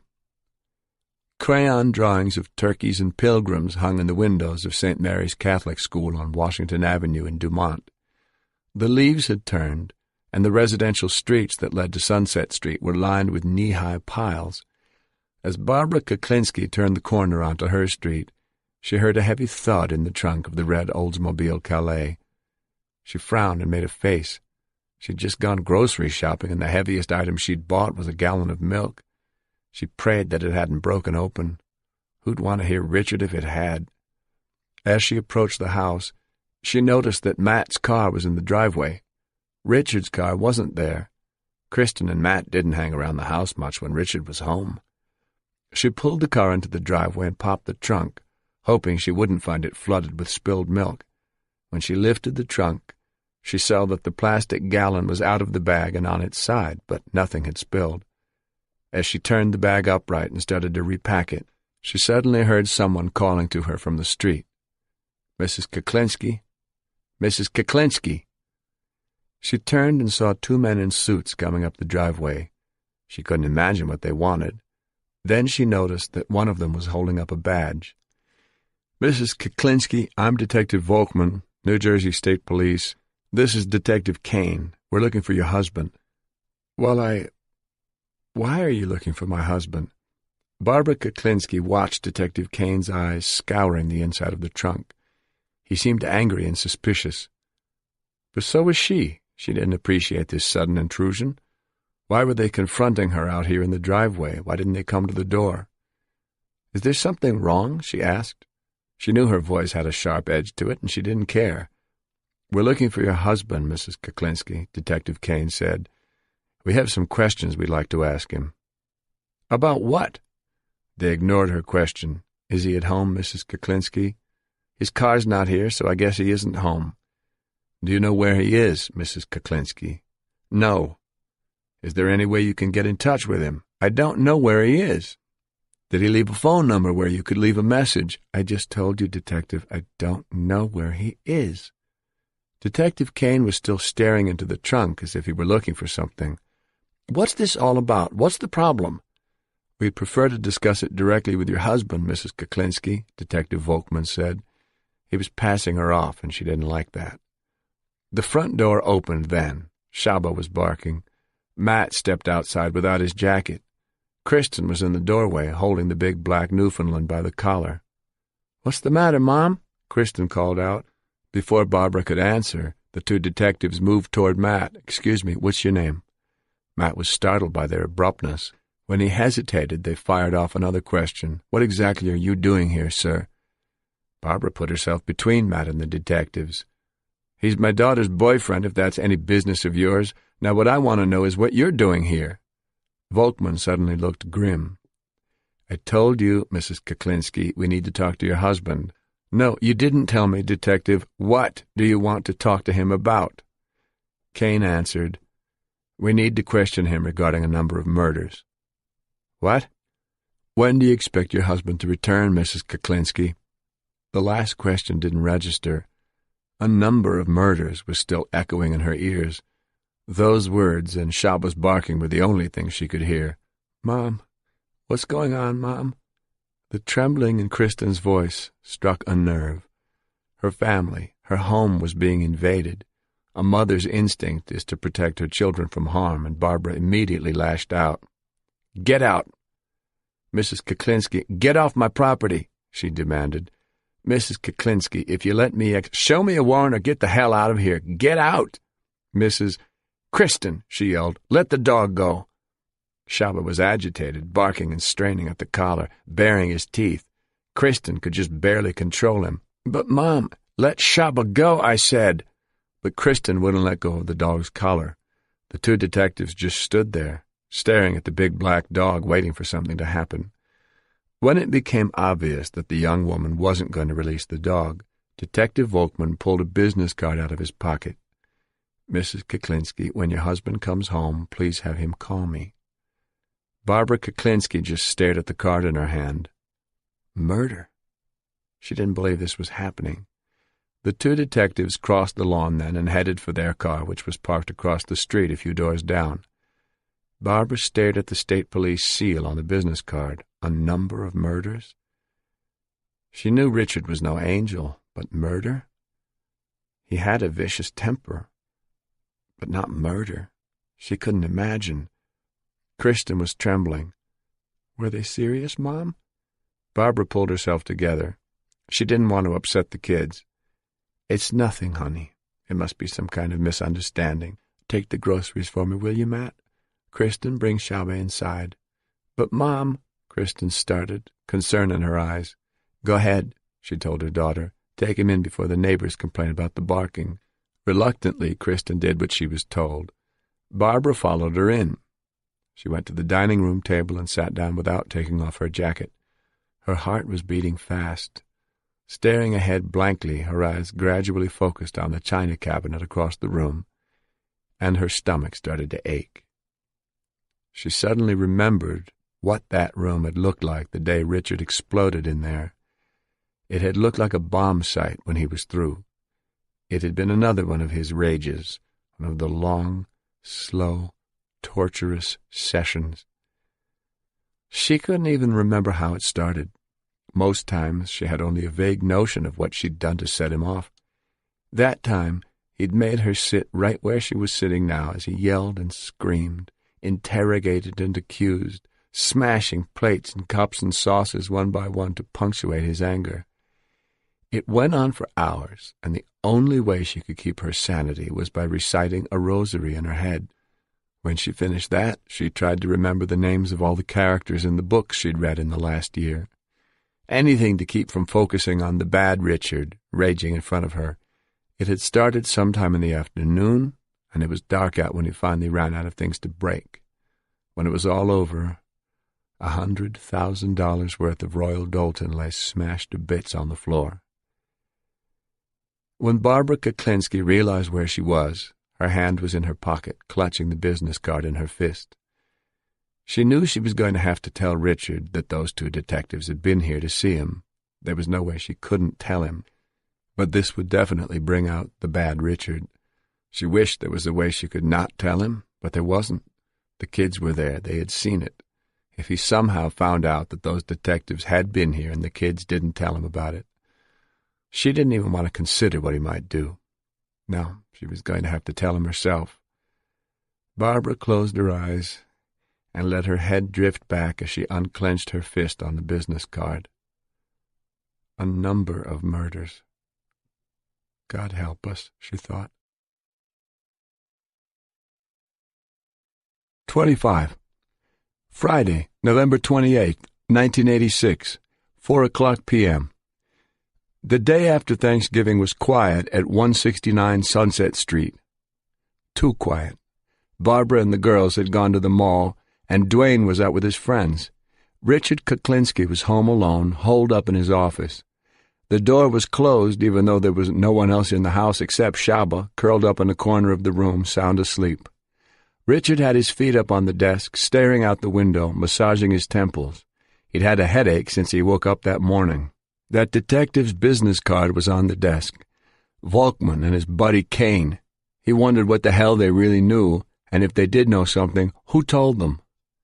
Percy House and Barbara Deppner, that's who. Who else could it be? He knew the state had them in protective custody somewhere out in Pennsylvania. Someone from the store had happened to run into Percy by chance out there, and word had gotten back to Kuklinski. At least now he knew the general vicinity of where they were living. He glanced down at his briefcase on the floor and frowned. Even if he did find them, getting rid of them wouldn't be that easy. Sure, he could shoot them or knife them or even strangle them, but all those methods leave evidence. Besides, the state cops must check in on them pretty regularly if they're in protective custody. Getting them at home could be risky. If only he could get some cyanide. With cyanide, he could do it anywhere. Follow them till they went somewhere, then spray them in the face as they got out of the car. Or put it in a sandwich or something. Get them to eat it, the way Gary Smith had. If only he had some cyanide. Dominic Provenzano had said he could get him some, but he never came through with it. Dominic was giving him some fugazi bullshit about his source clamming up because of that Lipton soup poisoning in Camden. But that was back in September. Things must have cooled down by now. Kuklinski's eyes slid to the phone on his desk. Dominic said he could get it. Guys say a lot of things they don't really mean, especially when they're trying to make themselves out to be more important than they really are. He hadn't heard from Dominic in almost a month. The guy was supposed to be all hot to make a deal on a shitload of arms and crap for the IRA. What happened to that? The guy was bullshit. He had to be, unless he's found another source for what he wanted. Dominic had been talking big money last time they discussed this deal, $500,000. If Dominic was being straight about that, ripping him off would be one sweet payday. It had been too long since Kuklinski had made a decent score, and he was getting low on cash. That had really hit home yesterday when he sat down to Thanksgiving dinner with Barbara and the kids. Christmas was coming. Barbara was out starting her Christmas shopping right now. He'd always hated the holidays, but Barbara loved this time of year. He needed money to buy her something nice. He was still feeling a little guilty about the house they hadn't bought, the one around the corner from President Nixon in Saddle River. He had gotten everyone all excited about moving. Then he just dropped it because he didn't have the money. He felt he had to make it up to Barbara. But aside from Christmas presents, he needed money anyway, real money. Too many deals had fallen through lately. They were starting to live like everyone else in this goddamn neighborhood, and his family deserved better than that. He deserved better than that. He was Richard Kuklinski, after all, And Richard Kuklinski was never going to be poor ever again. Never. That's why he needed money. A fluttering sensation spread through his chest, and his breathing was suddenly short. It occurred to him that maybe he was losing his touch. He was going to be 52 in a few months. Maybe he was getting too old for all this. The panic of being stuck without cash zinged through him like an arrow. Maybe he really was losing it.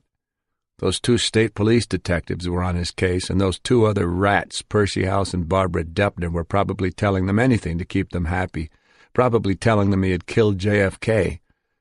He hadn't pulled down a single major score this year, and Dominic Provenzano, the one guy he'd thought he had on the line, didn't seem to care about him anymore. Richard Kuklinski could see Dominic's $500,000 flying right out the window. Kuklinski kneaded his temples and wondered what the hell was wrong with him. His head was splitting. His whole world was turning to shit. What the hell had happened? What was wrong with him? Nothing. Richard Kuklinski took his feet off the desk and pulled up his chair. He picked up a pen and started drawing boxes on a yellow legal pad. There was nothing wrong with him. Nothing.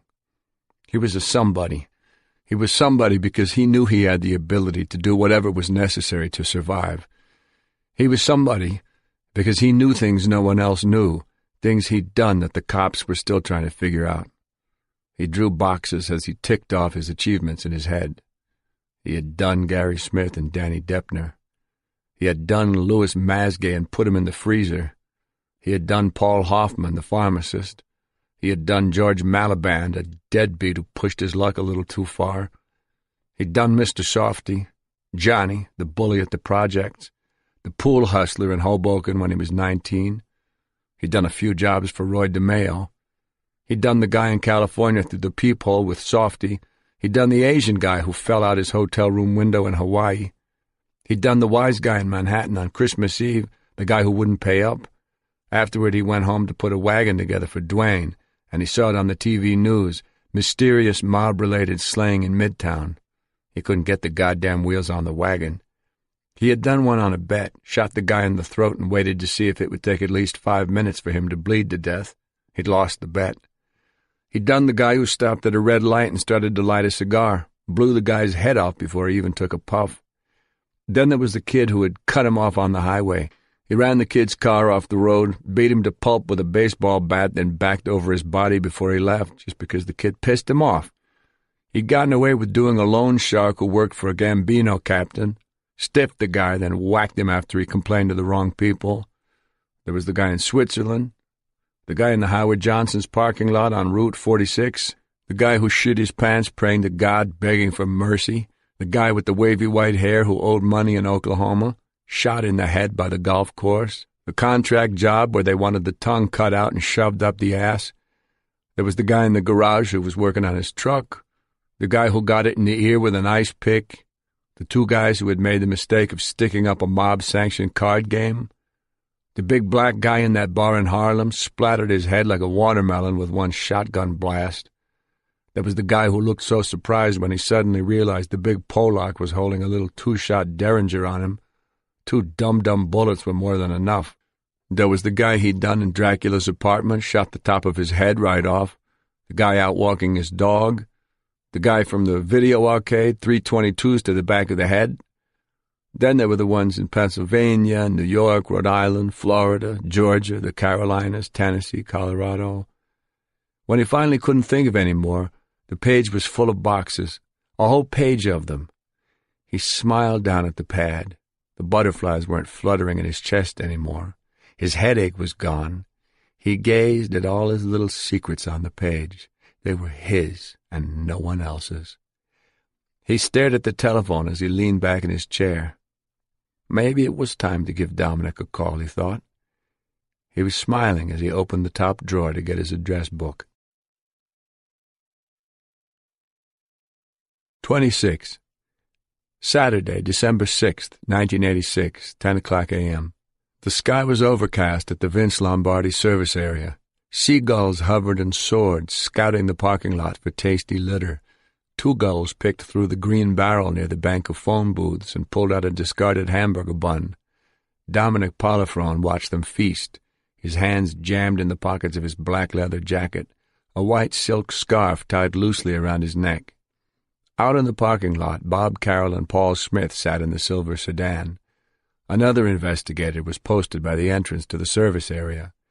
Dominic watched for the coffee cup on the silver sedan's dashboard to disappear, his signal that Kuklinski had arrived. This meeting with Kuklinski had been hastily arranged, and they were short of manpower today, so these were the only backups Dominic had. He was also wearing only the Nagra tape recorder. They couldn't get the Kel transmitter to work, so Dominic's backups wouldn't be able to monitor what went on between him and Kuklinski today. Standing inside a phone booth, Dominic wondered what kind of attitude his friend would be wearing today. They hadn't seen each other in over a month. Kuklinski had pulled back, and the task force had decided to let him be, but that had given him a lot of time to think things over. He might be happy to see Dominic, more anxious than ever to do the arms deal with him. Or he could be mad as hell that Dominic was wasting his time, that Dominic was all talk and no show. Or Kuklinski could be any shade of gray in between. There was no telling until he got there. The gulls squawked and flapped their wings, fighting over the hamburger bun. Dominic glanced over at the silver sedan. The cup was gone from the dash. He scanned the cars pulling into the lot, looking for the blue Camaro. He wasn't expecting the white Cadillac that rolled into a space on the far side of the phone booths. The caddy's door swung open, and out stepped Kuklinski, dressed in a dark suit and tie under a black cashmere overcoat. Dominic was stunned. He hadn't expected this either. Dominic extended his hand as Kuklinski approached. "Jesus, Rich, you look like the Board of Health here, all dressed up nice." Kuklinski flashed a toothy smile as he shook Dominic's hand. "So what you been doing, guy?" "Same shit." "Oh, yeah?" They moved over to the picnic table. Dominic sat on the tabletop. Kuklinski put his foot up on the bench and leaned on his knee. Dominic lowered his voice. "You know, Rich, I gotta tell you something. I was at that Greasy Spoon next door to the store the other day, and there were these two detectives there, from the state police, I think. They were asking questions about you." Kuklinski shrugged. He seemed unconcerned. "I'm just telling you to let you know, Rich. You better be careful now." "Dom, they've been on my ass since 1980, and they still haven't got me. Maybe someday they will. Who knows? But in the meantime, what the hell am I going to do about it?" "I'm just passing it on. I thought you'd want to know." "Yeah, Kane and Volkman. I know all about them." "One of them, his name was Pat something or other. He asked me if I knew you. I told him I didn't know nobody. What do they want you for?" The big man tilted his head from one side to the other. "They're after me because, well, let's just say there were some people who got hurt, some problems." "Yeah, I understand." "Then there's this one guy who turned out to be a pointer. The police got him in protective custody now. Problem is they can't get anybody to back up his bullshit. I've been trying to find him." "Oh, yeah?" "I hope he gets a bad cold and drops dead." Dominic laughed. "That would be nice." "This guy who turned out to be a pointer had a couple of friends who had accidents. I was lucky with them. But these goddamn troopers got a bug up their asses about me. They want to get me for murder." "No shit." "Yep. I'd love for this other guy, the pointer, to have an accident like his buddies. But like I said, they got him in protective custody." He shook his head. "Percy House," he grumbled in disgust. Dominic couldn't believe it. Kuklinski had come right out and said he was looking for Percy House. He mentioned Percy House by name. But why was Kuklinski telling him this? "Yeah, and those goddamn troopers are dying to get me. I'm probably a thorn in their side, just like Percy's a thorn in mine. I mean, face it, I'm no virgin. I've done a lot of shit in my time. The cop that gets me won't be getting no virgin. He'll be getting an old whore with me." "So what are you going to do about this?" "Nothing. I'll just do what I've been doing, being careful and staying out of sight. That's why I don't go to the store no more. I haven't been there in 2 years. Well, Rich, if there's anything I can help you out with, just let me know. There's nothing that can be done, Dom. If they get me, they get me. But they got nothing on me. If they did, they wouldn't be going around asking everybody questions about me, right? So until they have something they can use, I intend to just go about my business and do what I have to do. That's all you can do, I guess. Listen, I had that stuff you wanted. You know what I'm talking about? Kuklinski's eyebrows rose. The powder? The special order you put in. I had it in my trunk, a little vial of the stuff. I called you a couple of times, but there was no answer. I didn't want to be carrying that shit around with me, so I brought it back and told the guy to hold it for me until I found you. Geez, that's just what I could use right now. How come no one answers that phone, Rich? When I'm not there, I unplug that line. That's my special line. If there's no answer or you get an answering machine, you know I'm not around. Oh, okay. Dominic brought up Tim then and renewed his interest in buying 10 hit kits for his wise guy customer in New York, as well as completing the big arms deal for the Irish Republican Army. That morning, Bob Carroll had coached him on what he should get Kuklinski to talk about, and they discussed how Dominic might draw him out. But Kuklinski didn't need any drawing out today. He was running on at the mouth, more talkative than he'd ever been, acknowledging his criminal career, stressing his need to get rid of Percy House, referring to the murders of Gary Smith and Danny Deppner. After a while, Dominic had to keep himself from looking at his watch to see how long they'd been there. He couldn't believe this. Why was Kuklinski telling him so much? Why was he sharing all this incriminating information? The answer was obvious, and it came as no surprise to Dominic. Kuklinski intended to kill him. Why else would he be talking so much? Dominic only hoped that the task force's assumption about the Iceman was correct, that he killed only when there was a profit to be made. As long as Dominic didn't have any large quantities of cash with him, he was safe. Nevertheless, he kept his hand on the gun in his pocket, and even with that he paid close attention to which way the wind was blowing, so that he'd know where to move if Kuklinski tried to spray him in the face. So, Rich, you still interested in doing the kid with me? Dominic said, steering the conversation toward the matter of killing the rich Jewish kid. That's your game, Dom. You tell me when. I'm ready to do whatever you want to do with him. We do him with cyanide, no? The way you told me, right? Okay. So how do we do it? Kuklinski frowned and shrugged. You bring him back here. I'll have a van. You tell the kid to get in the back of the van so you can do the deal, and we'll do it there. And you sure the cyanide won't show up when they find him? If they do a regular zip-zap job and throw him out, it don't matter, they won't find it. If they do certain tests on him, it might show up. But like I'm saying, it all depends on how thorough the coroner is. If he's not thorough, he's in a hurry to get the fuck home and he just slaps it together, you got it made. How about just making him disappear completely? There's some old abandoned mine shafts in Philadelphia. Drop something down there, you don't even hear the fucking thing bounce. All right, that's possible. And how about the car? You think we should leave it or get rid of it? Either way, we could sell it for parts. I know a place, bang, bang, bang, they cut it up and get rid of the parts the same day. They don't keep anything around to get them in trouble. Dominic wrinkled his face and looked doubtful. He wanted Kuklinski to talk some more about murder. You sure about all that stuff about fooling the coroner? They got all kinds of ways to find out things, don't they? Hey, you think those people are smart? Listen to me. They found this one guy, and when the autopsy was done, they said he was only dead 2.5 weeks. But see, he wasn't. He'd been dead 2.5 years. Those guys got the little nuts twisted on that one.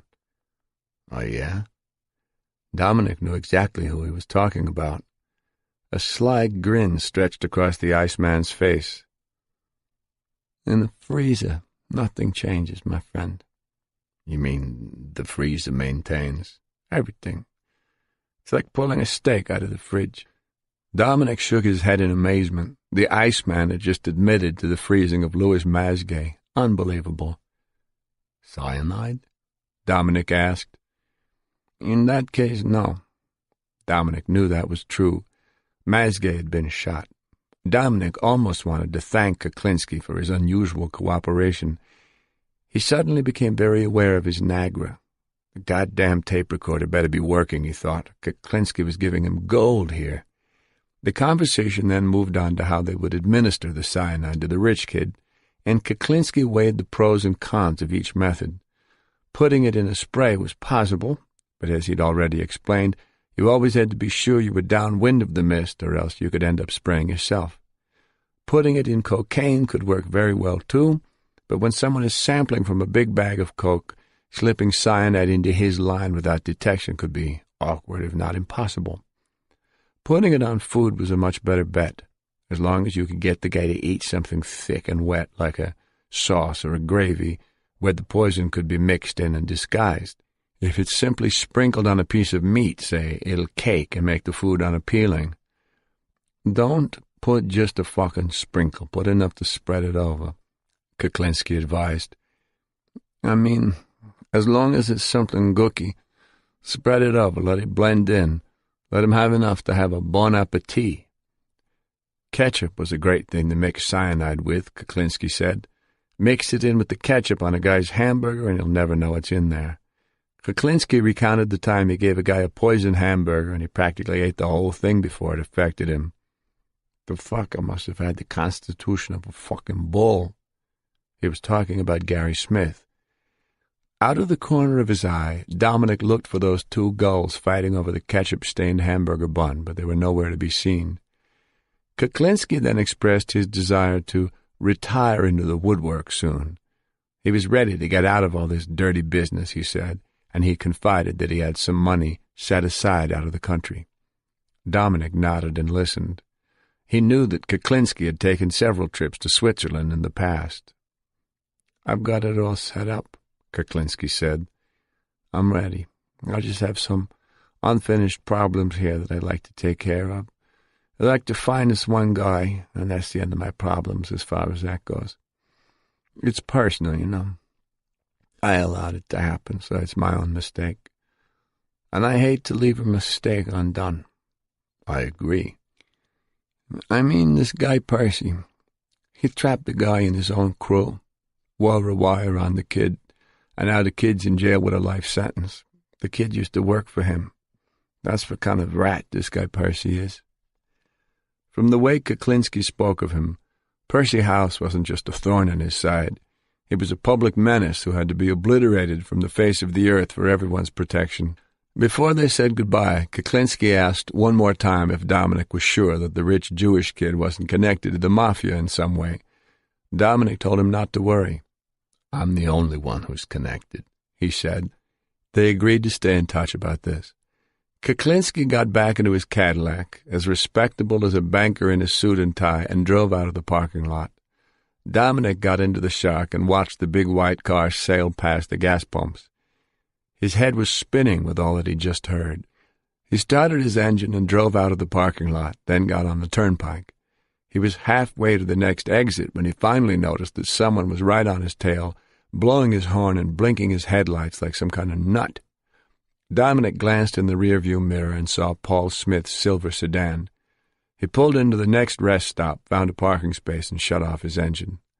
Smith pulled his car in next to the Shark. His eyes were bugging out of his head as he rolled down his window and motioned for Dominic to do the same. "Dominic, what the hell happened? You were out there an hour, the two of you yakking like a couple of old ladies. What did he say?" Dominic just shook his head. His face was drained. "I'm full up, Smith. I'm full. Can't hold no more."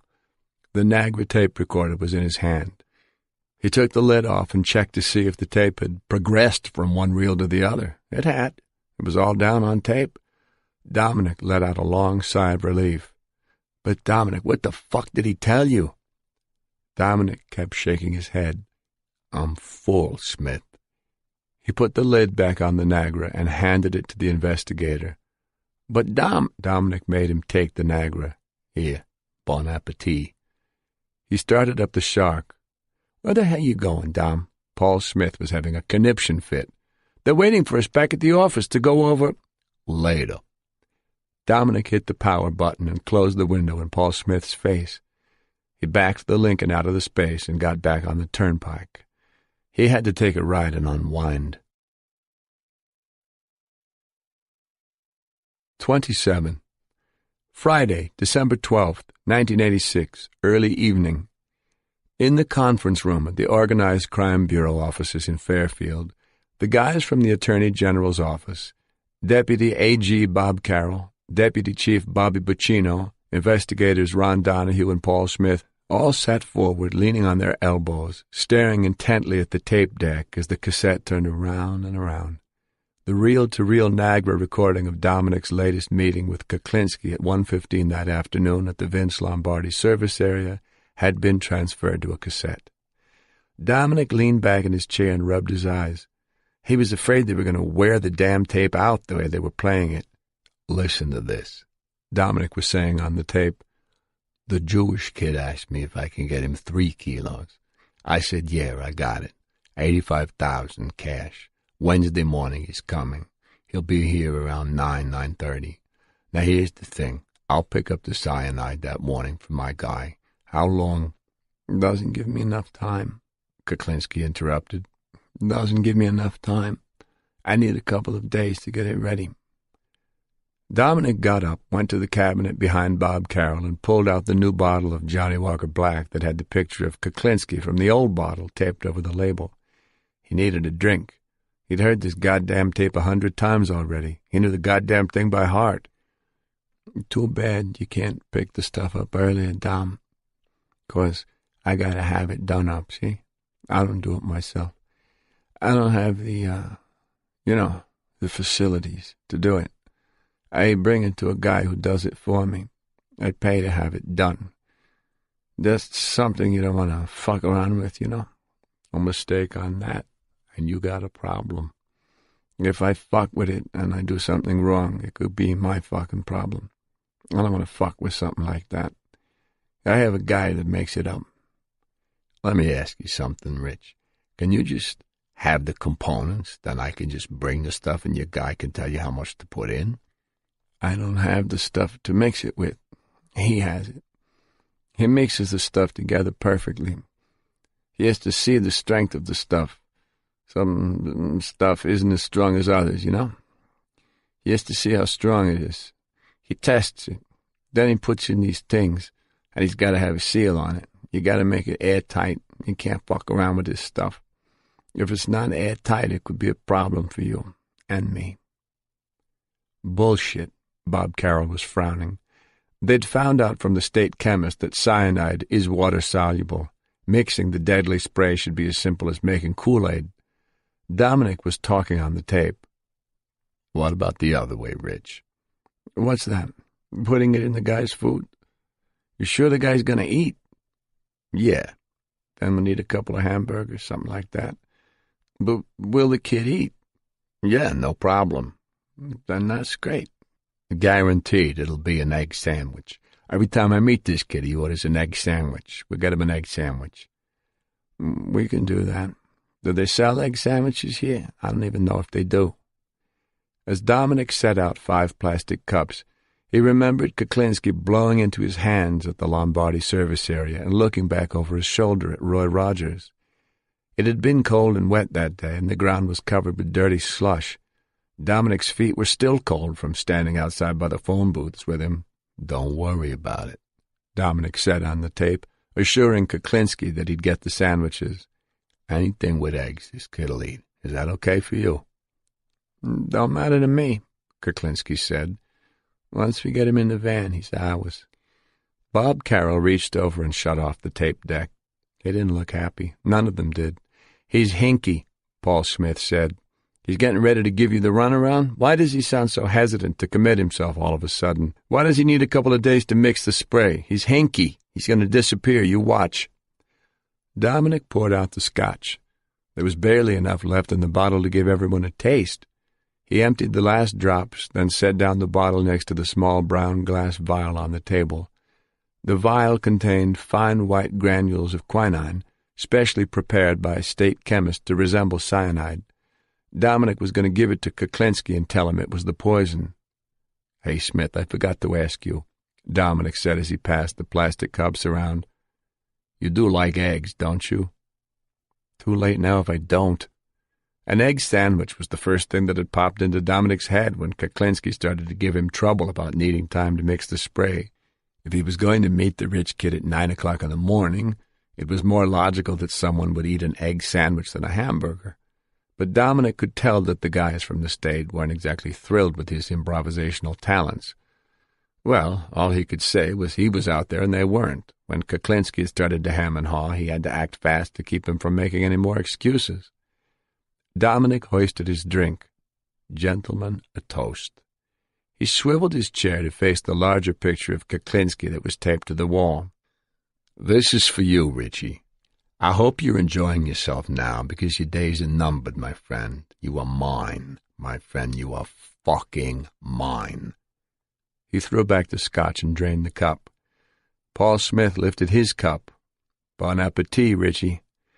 They all laughed and downed their drinks. They had to laugh because they knew that if they didn't, they'd be climbing the walls. It wasn't a matter of cockiness or false bravado or machismo.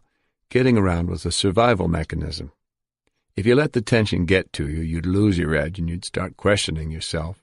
And once you started to doubt your abilities, you started making mistakes. And you do not want to make mistakes with a mass murderer. That's why Dominic was laughing the loudest. The Deputy Attorney General set down his cup and pressed his lips together. I'm still thinking we should move the meeting indoors. Why?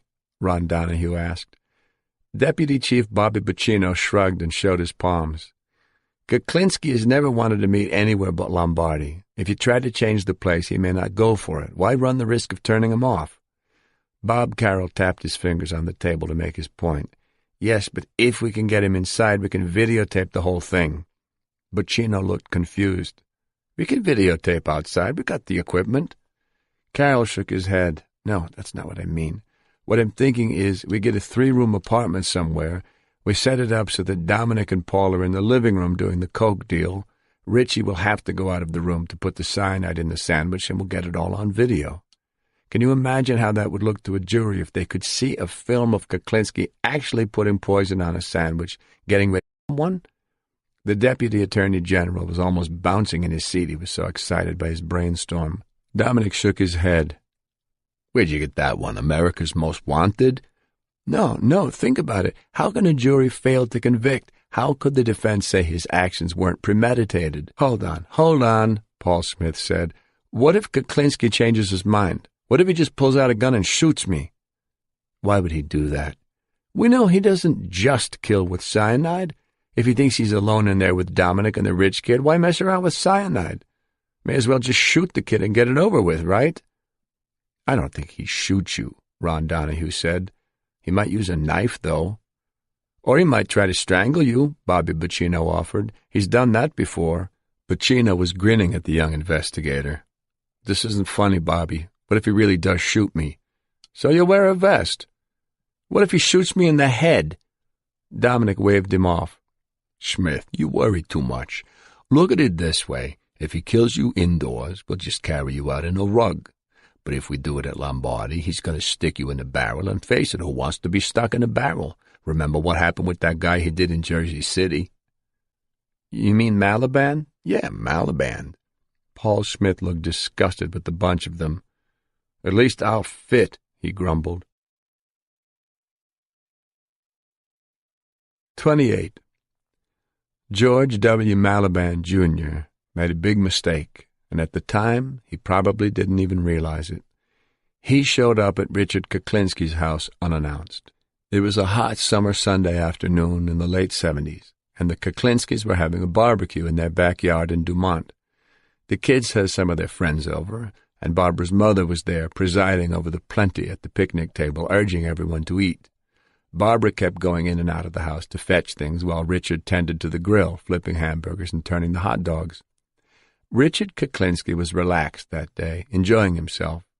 He liked it when his family was all together, doing something together as a family. Moving back from the rising smoke, he watched the flames lick the sizzling burgers as fat dripped onto the burning coals. Another couple of minutes and the burgers would be done. He opened a package of buns to toast on the grill just before he took the meat off. But just as he started to separate the buns, his mother-in-law came over and grabbed him by the sleeve. She looked upset. There was a big man standing on the grass at the side of the house, staring at them, she said. She'd asked the man what he wanted, but he said he had to talk to Richie. Kuklinski looked up and squinted against the smoke. George Maliband was at the edge of the yard, waving him over. The 300-pound, 6'3" man wore metal-rimmed glasses and a bushy mustache. From the look of horror on Kuklinski's mother-in-law's face, it was as if the blob had suddenly arrived for lunch. Kuklinski's mood turned black. He shoved the bag of hamburger buns into his mother-in-law's hands and ordered her to watch the grill while he took care of the intruder. He strode toward Maliband, slow but purposeful. Maliband had a hell of a lot of nerve coming to his house. But before he said a word to Maliband, he managed to put a clamp on his rage. He was furious that Maliband, a wheeler-dealer from central Pennsylvania whose main source of income was pornography, had shown up without an invitation and barged in on a family cookout. He regretted that he'd ever brought Maliband home that one time. He was just trying to be social, but that was a big mistake. He swore he'd never do that again with anybody. But Kuklinski didn't show his anger to Maliband. He could only blame himself, really. Apparently he hadn't made it clear enough that he did not like having his family exposed to his business associates. He didn't say anything at the time, but in the back of his mind this unwelcomed visit would be a permanent black mark against Maliband. It was the kind of thing he would never forget. Years later, at 2 o'clock in the afternoon on February 1st, 1980, Richard Kuklinski was at George Maliband's house in Huntington, Pennsylvania. It was Maliband's 42nd birthday, but they weren't sticking around to celebrate. They had business to attend to in New York, serious business. George Maliband was in big trouble. He'd borrowed money from Roy DeMeo, and he'd fallen way behind in his weekly VIG payments. The mobster did not like deadbeats. They were bad for business, and they made you look bad. He demanded that Maliband come to Brooklyn to see him. Since Richard Kuklinski was the one who had vouched for Maliband, he was responsible for him, and he was going to make sure that Maliband made that appointment. That evening, when they arrived at DeMeo's hangout, the Gemini Lounge in Canarsie, Roy wasted no time with niceties. 8 of DeMeo's men hustled Maliband and Kuklinski through the back hallway into Cousin Dracula's apartment. They sat Maliband down at the kitchen table, and DeMeo put it to him straight. "You owe me a lot of fucking money," DeMeo yelled. "You owe money to Las Vegas, too, and you owe money to Altoona. You owe all over the place. How you gonna fucking pay all this, George, huh?" Maliband was sweating. "Don't worry, Roy, I'm good for it." "Is he?" DeMeo's hot glare turned to Kuklinski. Kuklinski was taken by surprise. I don't know, Roy." "Well, you fucking better know. He brought this fucking mutt to me and told me he was okay. You knew what was going on with him, and you never said nothing to nobody. I hold you responsible, Polak. If I don't get my money in 3 days, it's going to be your problem. You understand? Now get the fuck out of here and don't come back unless you got the green." As they drove back to New Jersey, Maliband was frantic. He had loan sharks coming at him from all directions. He definitely didn't have enough money to pay up, and he was beyond the point of placating DeMeo with a partial payment. He didn't know what to do. He pleaded with Kuklinski to think of something. "You gotta help me, Rich, you gotta." Kuklinski glanced at him sideways as he drove. "Why do I have to help you? I didn't help you lose the money, did I?" "Hey, come on, Rich, you gotta help me. I'm desperate. These guys will fucking kill me." "You're damn right they'll kill you." Maliband slapped the dashboard in frustration. "God damn it, don't say it like you're not involved here. You got me in with DeMeo. You're part of this. He said so himself. You gotta help me." "I don't gotta do anything, my friend." Kuklinski gripped the wheel tighter. He hated when people told him what to do. Maliband's eyes were wild with fear. "Listen, Rich, you gotta help me. I'm telling you, I know where you live. You know I do." Kuklinski's vision blurred. "What? What are you saying here? You telling me you're going to hurt my family? If you don't help me out—" Kuklinski fell silent, and his black mood filled the cab of the van like a toxic gas. Maliband's nervous chatter eventually tapered off. and he stared out the passenger side window, lost in thought, biting his fingernails. After a long stretch of tense quiet, Malaban was startled back to the present when the van suddenly pulled to a stop. The street outside his window was dark and deserted. George Malaban frowned at the unfamiliar setting. "What are we doing here?" he asked. Kuklinski didn't answer. He pulled a .38 revolver out of his coat pocket and pumped 5 bullets into the left side of Malaban's chest. The explosions were deafening inside the van. The muzzle flashes left spots in front of Kuklinski's eyes. He stared down at Malaban's body slumped over the dashboard. His ears were ringing. He thought back to that cookout at his house years before when George Malaban had the gall to walk onto his property without an invitation. The next day, Kuklinski delivered an attaché case containing $50,000 in cash to Roy DeMayo to settle Malaban's debt. He was no longer responsible for the man. On February 5th, 1980, at 10:55 a.m., the owner of the Chemetex Coated Corporation opened the rear door of the plant at 3 Hope Street in Jersey City. At the bottom of the palisades that overlooked the building, he noticed a dented steel drum turned over on its side. From where he was standing, the man couldn't quite make out what was inside the barrel, but it looked very peculiar. Walking closer, he saw what he thought he had seen: a pair of legs, one of them bloody and hacked. The barrel had been rolled off the cliffs some 60 feet above. The lid had popped off when it hit bottom. The police determined that the victim, a 300-pound middle-aged white male, hadn't quite fit into the 55-gallon steel drum head first, so the killer cut the tendons on the back of the last leg in order to snap the knee and bend it forward, forcing him in. Apparently, George Malaban never got it. He'd made the same mistake twice, and he never even realized it. Nobody threatens Richard Kuklinski's family and gets away with it. 29. Tuesday, December 16th, 1986, late afternoon. If you put a 10-gallon hat on James Hoss DeVita, he would be a dead ringer for Dan Blocker, the actor who had played Hoss on the old television western Bonanza. But unlike the stalwart TV character, Hoss DeVita was given to grand Neapolitan gesturing. His face could switch from joviality to utter dejection like a clown-faced Pagliacci. Perhaps it was this comic quality that appealed to Richard Kuklinski because he had been doing business with DeVita for a long time, getting Hoss stolen cars, which he then fenced for Kuklinski. Or maybe it was just that Hoss DeVita always seemed to have what he needed. That was certainly why Kuklinski had traveled all the way up to DeVita's home in New London, Connecticut that day. He needed a van, and the first person he thought of was Hoss DeVita. Hoss specialized in vehicles. Kuklinski had called Hoss earlier that day and asked him to pick him up at a shopping center in New London. When they got back to the house, Hoss's wife had company over, so they went to the back room where Hoss stored the merchandise for his wholesale business. Hoss closed the door for privacy. Kuklinski was in a strange, pensive mood, and Hoss came right out and asked what was bothering him. Kuklinski leaned against the wall and crossed his arms over his chest. "My friend," he said softly, "in this life you never set a pattern." Hoss looked concerned. "What's the matter, Rich? You got trouble with the—" Kuklinski smiled and shrugged. "I'm feeling a little heat, yeah. I have to have my car checked for bugs every day. That's why I didn't drive up here." "Oh, I'm sorry to hear that."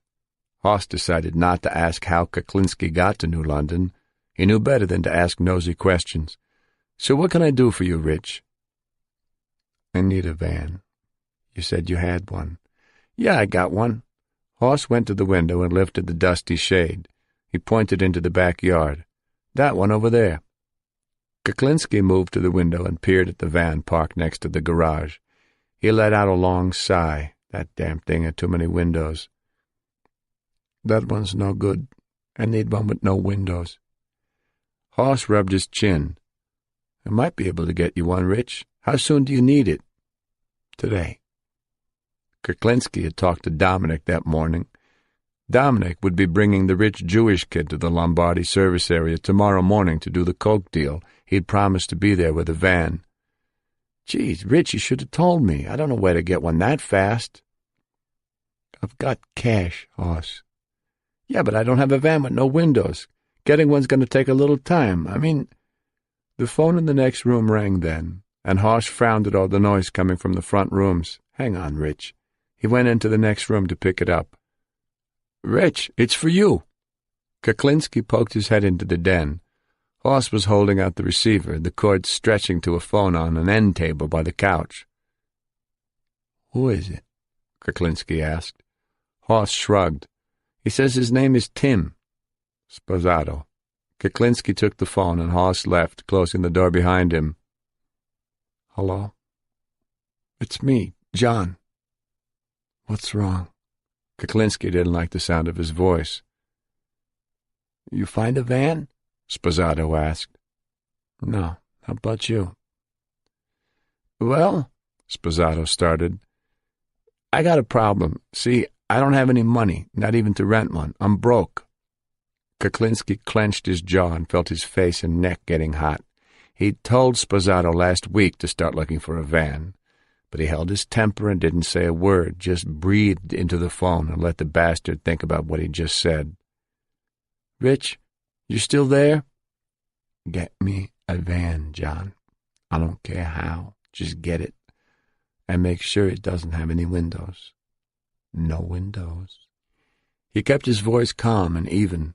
People took threats more seriously when there wasn't any yelling. But, Rich, you don't understand. I can't. Just get one. I'll call you later. Kuklinski hung up the phone. He didn't want to give Sposato the last word with his sniveling bullshit. He wanted to leave him with something to think about. He went back into the storeroom where Hoss was waiting for him. Hoss started shaking his head. I'm real sorry I can't help you with the van, Rich. Rich? Kuklinski went to the window and stared out at the darkening sky. You know, these days I feel like I'm in the middle of this big circle of people and everyone is disappearing around me. Pretty soon I'll be the only one left standing. Hoss made a face. What? Kuklinski turned around and looked at him. Never mind. Hoss changed the subject. You ever come by any Corvettes anymore, Rich? Nah, those days are over. He was staring out the window again. That was nice when you used to get those. Got rid of those fast, no hanging around. Good money with those things. Back in 1982, when Kuklinski had Percy House, Danny Deppner, and Gary Smith stealing brand-new Corvettes, Horst DeVita fenced them for him. They usually got 1/4 of the sticker price, about $6,000. Horst would get $2,000, and Kuklinski would take the rest. Sometimes Horst went down to Kuklinski's warehouse in North Bergen to pick up the cars, and sometimes Kuklinski drove them up to Connecticut. On one occasion, Kuklinski had delivered a new white Corvette to DeVita. Danny Deppner drove the stolen sports car while he followed in his own car. They met Horst at a diner in New London, and when they went inside, Horst noticed that Deppner wouldn't say boo in front of Kuklinski. He asked Kuklinski why his guy was so quiet, but Kuklinski didn't really give him an answer. Horst thought it was awfully strange that the quiet guy wouldn't even smoke until Kuklinski gave him permission. When the waitress came to take their orders, the quiet guy didn't do that for himself either. Kuklinski ordered for him. 6 months later, Kuklinski had met DeVita at the Dunkin' Donuts across from Teterboro Airport in New Jersey. In the course of conversation, Horst had asked about the quiet guy. He's gone, Kuklinski had said. He was running off at the mouth, so I had to take care of him. In that same conversation over coffee and donuts, Kuklinski had mentioned to Horst that there was a guy in protective custody who could mess him up, a possible pointer. He'd even mentioned the pointer's first name, Percy. In hindsight, that wasn't very smart. Kuklinski turned back from the window and stared at Horst. He was thinking about that circle of people and how it was shrinking. Maybe he'd told Horst too much. He glanced out the window at the van again. The wooden sash bars were like crosshairs in a rifle scope. Kuklinski had done a few jobs with rifles, but he always preferred small handguns. .22s, .25s, .380s.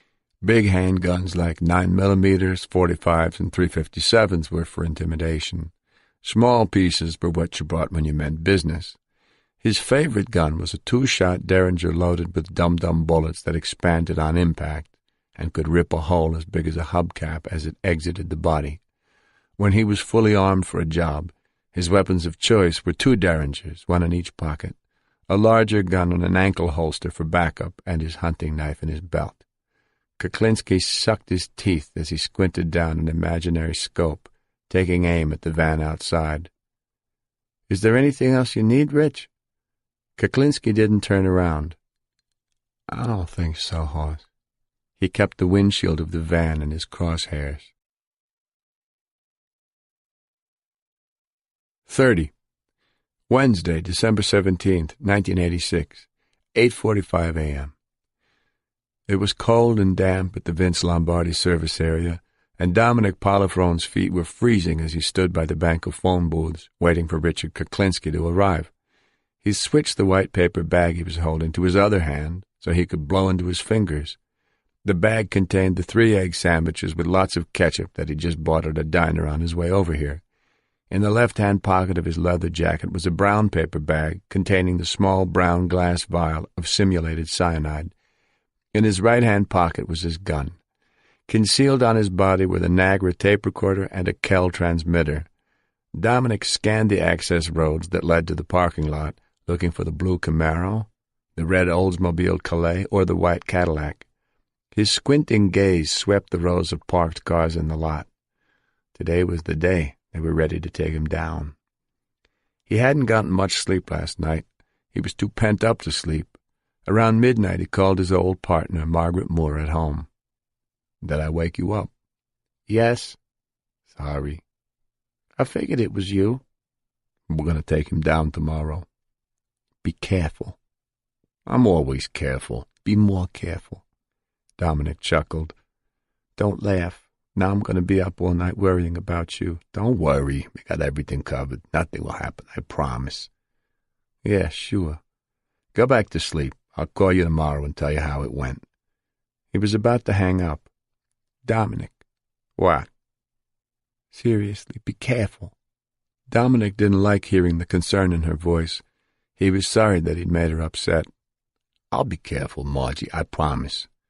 The worry in her voice was still bothering him as he stood out in the cold waiting for the Iceman. A few minutes later, the red Oldsmobile Calais cruised down the access road and pulled into the parking lot. The driver's oversized frame behind the wheel was unmistakable. "There he is," Dominic said. The transmitter broadcast his words to the entire arrest team. He wanted them all to know that he'd spotted the Iceman. Kuklinski pulled his car into the closest available space to the bank of telephone booths. He emerged from the car, and Dominic saw that he was wearing his street clothes, gray leather jacket over a navy blue shirt, a yellow T-shirt, and pressed blue jeans. He was wearing his dark glasses, too. The big man walked toward Dominic, avoiding the puddles and stepping over the slush at the curb. They shook hands when they met. "How you doing, big guy?" Dominic said. "Not bad." Dominic wished he could see Kuklinski's eyes behind the glasses. He handed Kuklinski the white paper bag. "Here's the sandwiches. The kid called me last night and again this morning. There's no problem." Kuklinski took the bag. "You sure?" Yeah. "Where's your friend now?" "He's not far from here. I'm gonna go get him." Dominic couldn't read Kuklinski. He seemed reluctant, annoyed, something. Maybe this was the way he got when he was getting ready to kill. Or else he was suspicious. Dominic hoped that wasn't the case. "Just stick with the program, Rich," he thought. "No improvising, just stick with the program." No one wanted the Iceman to start improvising. "I'll go get the kid and be back in like 15 minutes. Kuklinski nodded. "Okay, I'll go get the van. It isn't far from here. Just down the next exit. It's just a 10-minute ride." "What color is it, so I'll know?" "Blue." "Now, where are you going to park it so I can bring him right there?" "Right here. We might as well do it over here out of the way of everybody. Kuklinski seemed to be getting into it. He didn't seem so reluctant now. Dominic relaxed a bit. "I'll be sitting in the driver's seat," Kuklinski continued. "You can't miss it." Dominic lowered his voice. "Okay, I'm going to bring him right into the back of the van to let him test the coke." "Okay." "Here." Dominic took the crumpled brown bag out of his pocket.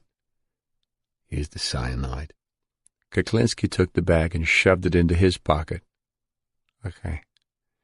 "You got enough shit there to take care of Hackensack and Patterson. Now I'm going to bring him back in his car, so afterward I'll take care of the car while you get rid of him. Where you going to put him?"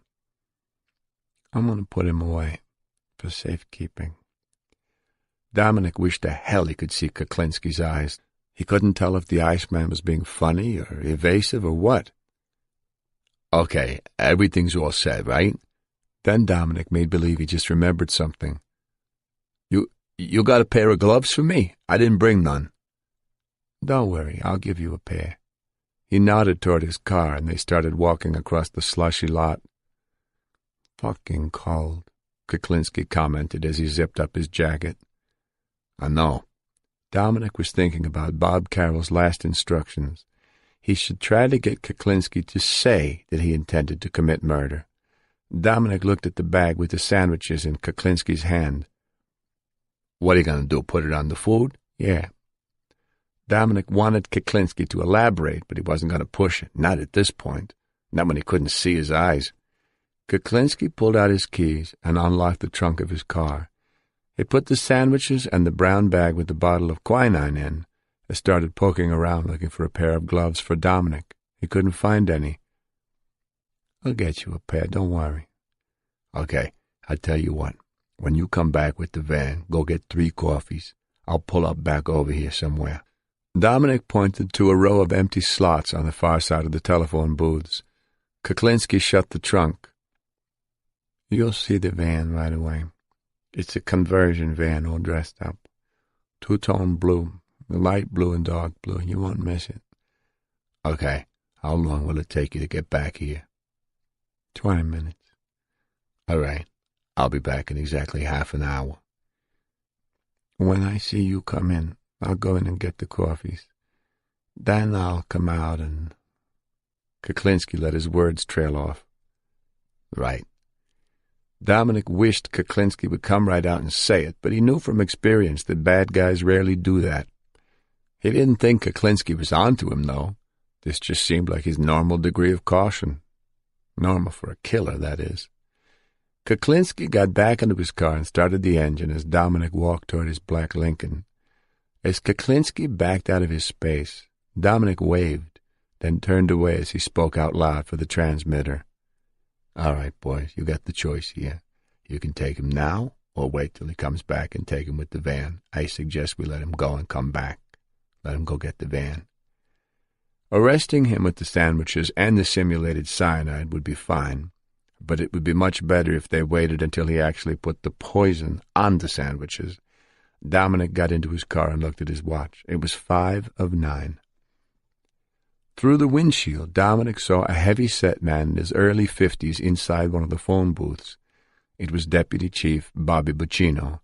He was pretending to be on the phone, but in fact he had an earplug in his covered ear, and he was listening in on Dominic's transmissions. A folded newspaper was taped over his hand. Inside the newspaper he was holding a 9mm automatic. He'd been there the whole time Dominic and Kuklinski had been there. In the rear-view mirror, Dominic could see the unmarked black van with 3 heavily armed troopers. Detectives Ernie Volkman, Pat Kane, and Dennis Vecchiarelli were waiting. Ron Donahue was also back there somewhere in another car. Other investigators from the Attorney General's office and agents from the Bureau of Alcohol, Tobacco, and Firearms were scattered around the area. Dominic's best friend, Lieutenant Alan Grieco of the Bergen County Homicide Unit, was back there too. A plain-clothes trooper with a shotgun and another one with an assault rifle were at separate positions nearby. Uniformed state troopers were parked along the turnpike near the entrance ramps in case additional backups were needed. When Kuklinski returned, they'd hit him hard and fast. If it all went down the way they'd planned it, there'd be no opportunity for accidents or unpredictable behavior. No improvising. Dominic turned the key in the ignition and put the Shark into gear. He had to go get the rich Jewish kid. It wouldn't be long now. 31. 9:45 a.m. An hour later, as the arrest team waited for Richard Kuklinski's return at the Vince Lombardi service area, Barbara Kuklinski sat in her living room, her eyes closed and a hand over her forehead. She felt miserable. She had a headache and a fever, but she didn't think it was the flu or a cold.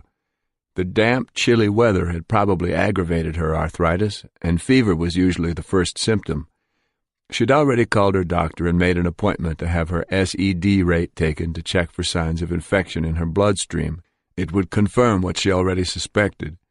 She opened her eyes and stared blankly at the unlit Christmas tree, the colored balls and tinseled garland shining dully in the gray morning light. She didn't want to be sick for Christmas. The kids always got so excited, even now that they were older. It was the one holiday she loved most. She got up and went to the window. Looking through the curtain, she saw Richard outside, hunched over the open trunk of the Calais. He was doing something in the trunk, but she couldn't see what, because the lid was blocking her view. She wondered why he decided to come back home. He had left the house early that morning, and normally he would have been gone for at least a few more hours. Richard had called her a little while ago from the Grand Union on the other side of town to ask her if she wanted to go out for breakfast. He'd said he was picking up a few things that Dwayne had wanted, pasta and cookies. She'd told him how awful she felt and that she'd called the doctor, so he offered to make breakfast for them at home instead. He'd hung up before she could object. When Richard cooked, he cooked for an army. The cleanup after he was through was hardly worth the effort. Hanging up the phone, she'd changed her mind and decided to go out to breakfast despite her fever. She could go straight to the doctor's office from there. The thought of dealing with Richard's mess in the kitchen made her weary. Sometimes it was just easier to go along with what he wanted than to argue with him. She parted the curtain for a better view, but saw only the top of her husband's head behind the open trunk. Whatever he was doing, he was awfully busy doing it. She sighed and closed her eyes. Whatever it was, she wasn't going to ask. She was in no mood for a fight. While Barbara Kuklinski watched her husband from her living room window, detectives Thomas Traynor and Denny Cortez of the New Jersey State Police were also watching him. They had been assigned to monitor the Kuklinski residence in Dumont that morning. At 9:20, Detective Cortez had driven their unmarked car past the house at 169 Sunset Street. Sitting in the passenger seat, Detective Traynor saw no sign of Richard Kuklinski or the red Oldsmobile Calais at that time. Cruising the neighborhood and staying out of sight so as not to be obvious, they returned 25 minutes later and could now see Richard Kuklinski standing in the driveway, leaning over the open trunk of the red Oldsmobile he'd been driving that morning. Not wanting to be spotted by Kuklinski, they circled the block and parked far enough up the street from the Cedar Shake split level so as not to be seen. Traynor radioed the arrest team at the Vince Lombardi service area to report that Kuklinski was back home doing something they could not identify in the trunk of the red car. The Shark was parked at a rest stop on the New Jersey Turnpike, a mile north of the Lombardi service area. Dominic Polifrone was standing outside at a payphone, the receiver clamped on his shoulder so he could keep his hands warm in his pockets. He was talking to Deputy Chief Buccino, who was still at the service area. "So where the hell is he, Bobby?" "We don't know yet, Dom. I'm waiting to hear." Buccino was in charge of the arrest, and he was the one calling the shots. Dominic had worked with him before, and he knew that Bobby Buccino was the kind of no-nonsense field commander who led from the front lines. With 25 years in law enforcement under his belt, he was no one's jolly uncle at times like this. The deputy chief's goal for the day was clear: arrest the suspect and make sure no one gets hurt. "Where's Paul?" Dominic asked. "He's on the road waiting to hear, just like the rest of us." "You think Richie knows?" "I don't know." Buccino's voice was terse. If he was frustrated, he wasn't showing it. Dominic was trying not to be frustrated. He kept telling himself that this really wasn't a problem, that they'd catch up with Kuklinski later on, no problem. Still, he was worried. Kuklinski was improvising, and that could mean trouble.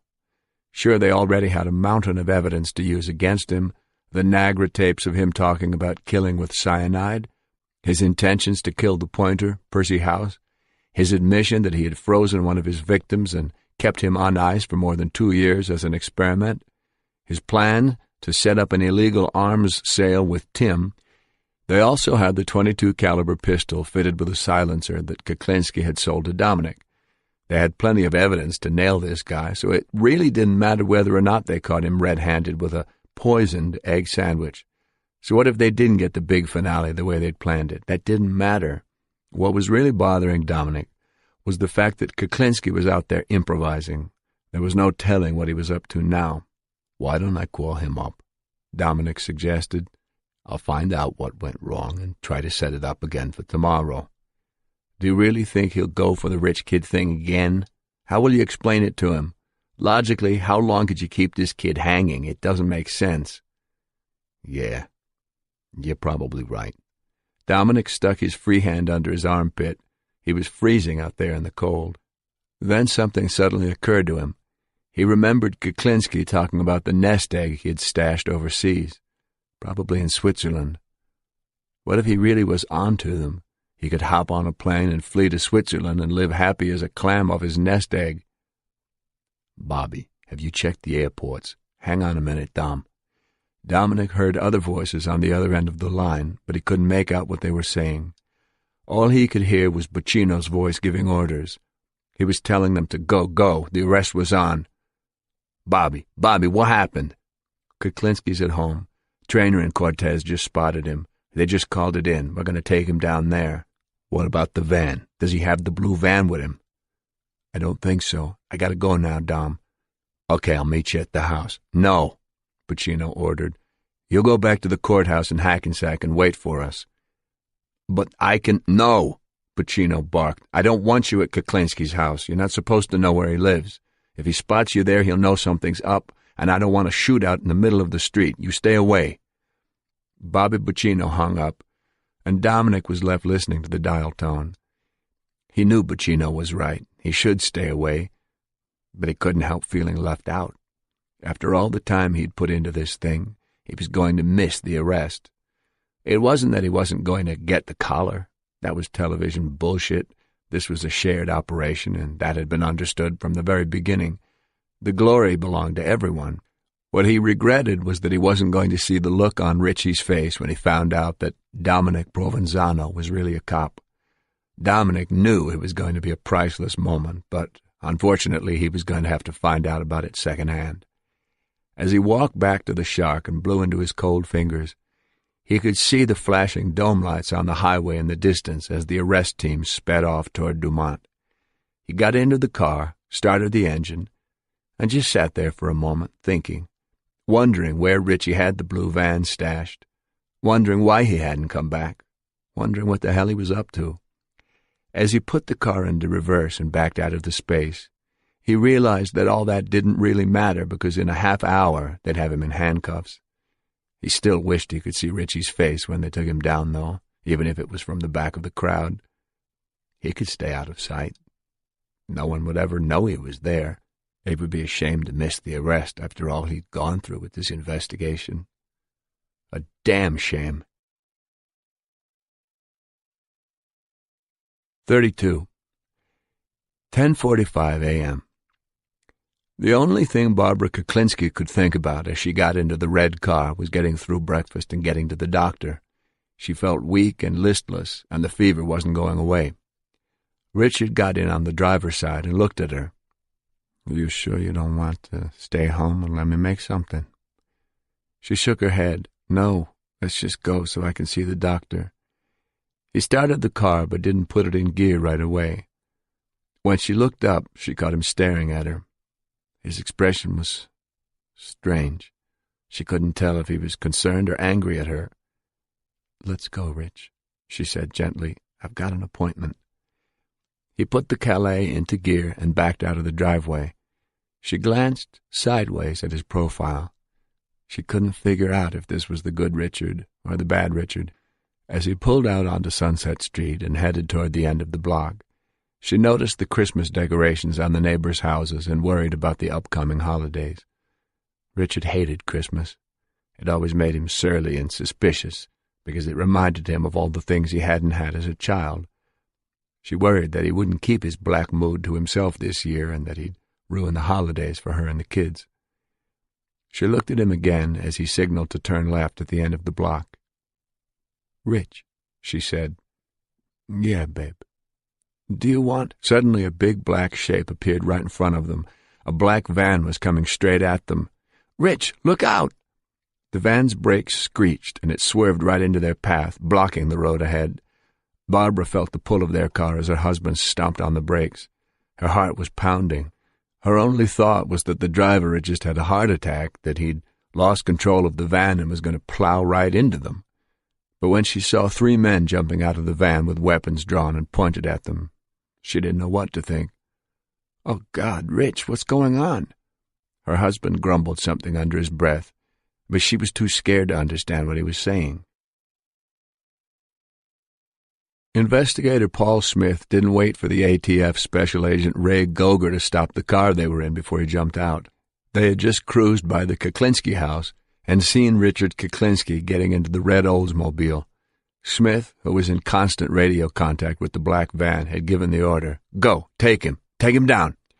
As more cars arrived on the scene and plainclothes officers spilled into the street, Paul Smith drew his gun and led the pack running down the street toward the black van to assist with the arrest. His boss, Deputy Chief Bobby Buccino, was a few feet behind him. Suddenly, Smith heard the unexpected screech of spinning tires. Up ahead, the red Oldsmobile Calais was mounting the curb, doing an end run around the black van. The Calais ran over a lawn, then bounced back into the street, metal scraping the pavement and tires smoking. The engine roared. Standing in the middle of the street, the red car coming right at him, Paul Smith could see Kuklinski's large frame behind the wheel. The options flew through Smith's mind. He could either jump out of the way and hope he wouldn't get run over, or he could shoot. But as he gripped his weapon, he could see that there was someone else in the car with Kuklinski. Maybe one of the kids, he thought. If he touched off the shooting, the gunfire would be so heavy the person in the passenger seat would die for sure. Then there was the matter of stray bullets ricocheting off the vehicle. This was a residential neighborhood. Someone could get hit. But the red car was bearing down on him now, and it wasn't going to hit just him. Kuklinski was going to mow down every man in his way, men Smith had known and worked with for years. Paul Smith's finger tightened on the trigger. The red car kept coming. He started to squeeze the trigger, resolved to shoot, but then suddenly the red car bucked and started to slow down. It was moving forward, but very slowly, as if Kuklinski had taken it out of gear and just let it roll under its own momentum. The 3 state troopers from the black van, Detectives Pat Kane, Ernie Volkman, and Dennis Vecchiarelli, were running toward the car from behind, shouting as they came, but Paul Smith, who was now the closest man to the car, kept his eye on Kuklinski at the wheel. As he rushed up to the car, leading with his weapon, he couldn't see the big man's eyes behind the dark glasses. Smith whipped the door open, and Kuklinski leaned forward. He appeared to be reaching under the seat for something. Before he could get his hand back up, Paul Smith jammed his gun into Kuklinski's ear and pinned the Iceman's head to his other shoulder. "Freeze! Police officer! Put your hands on the dash or I'll blow your friggin' head off!" Smith yelled into Kuklinski's face as loud as he could. Kuklinski didn't move a muscle. Then slowly he brought his hands up and put them on the steering wheel. There were at least 4 muzzles pointed at Kuklinski's head now. Investigator Smith grabbed the Iceman by the shirt front, keeping the gun in his ear, and started to pull him out of the car. Kuklinski said nothing and put up no resistance at all.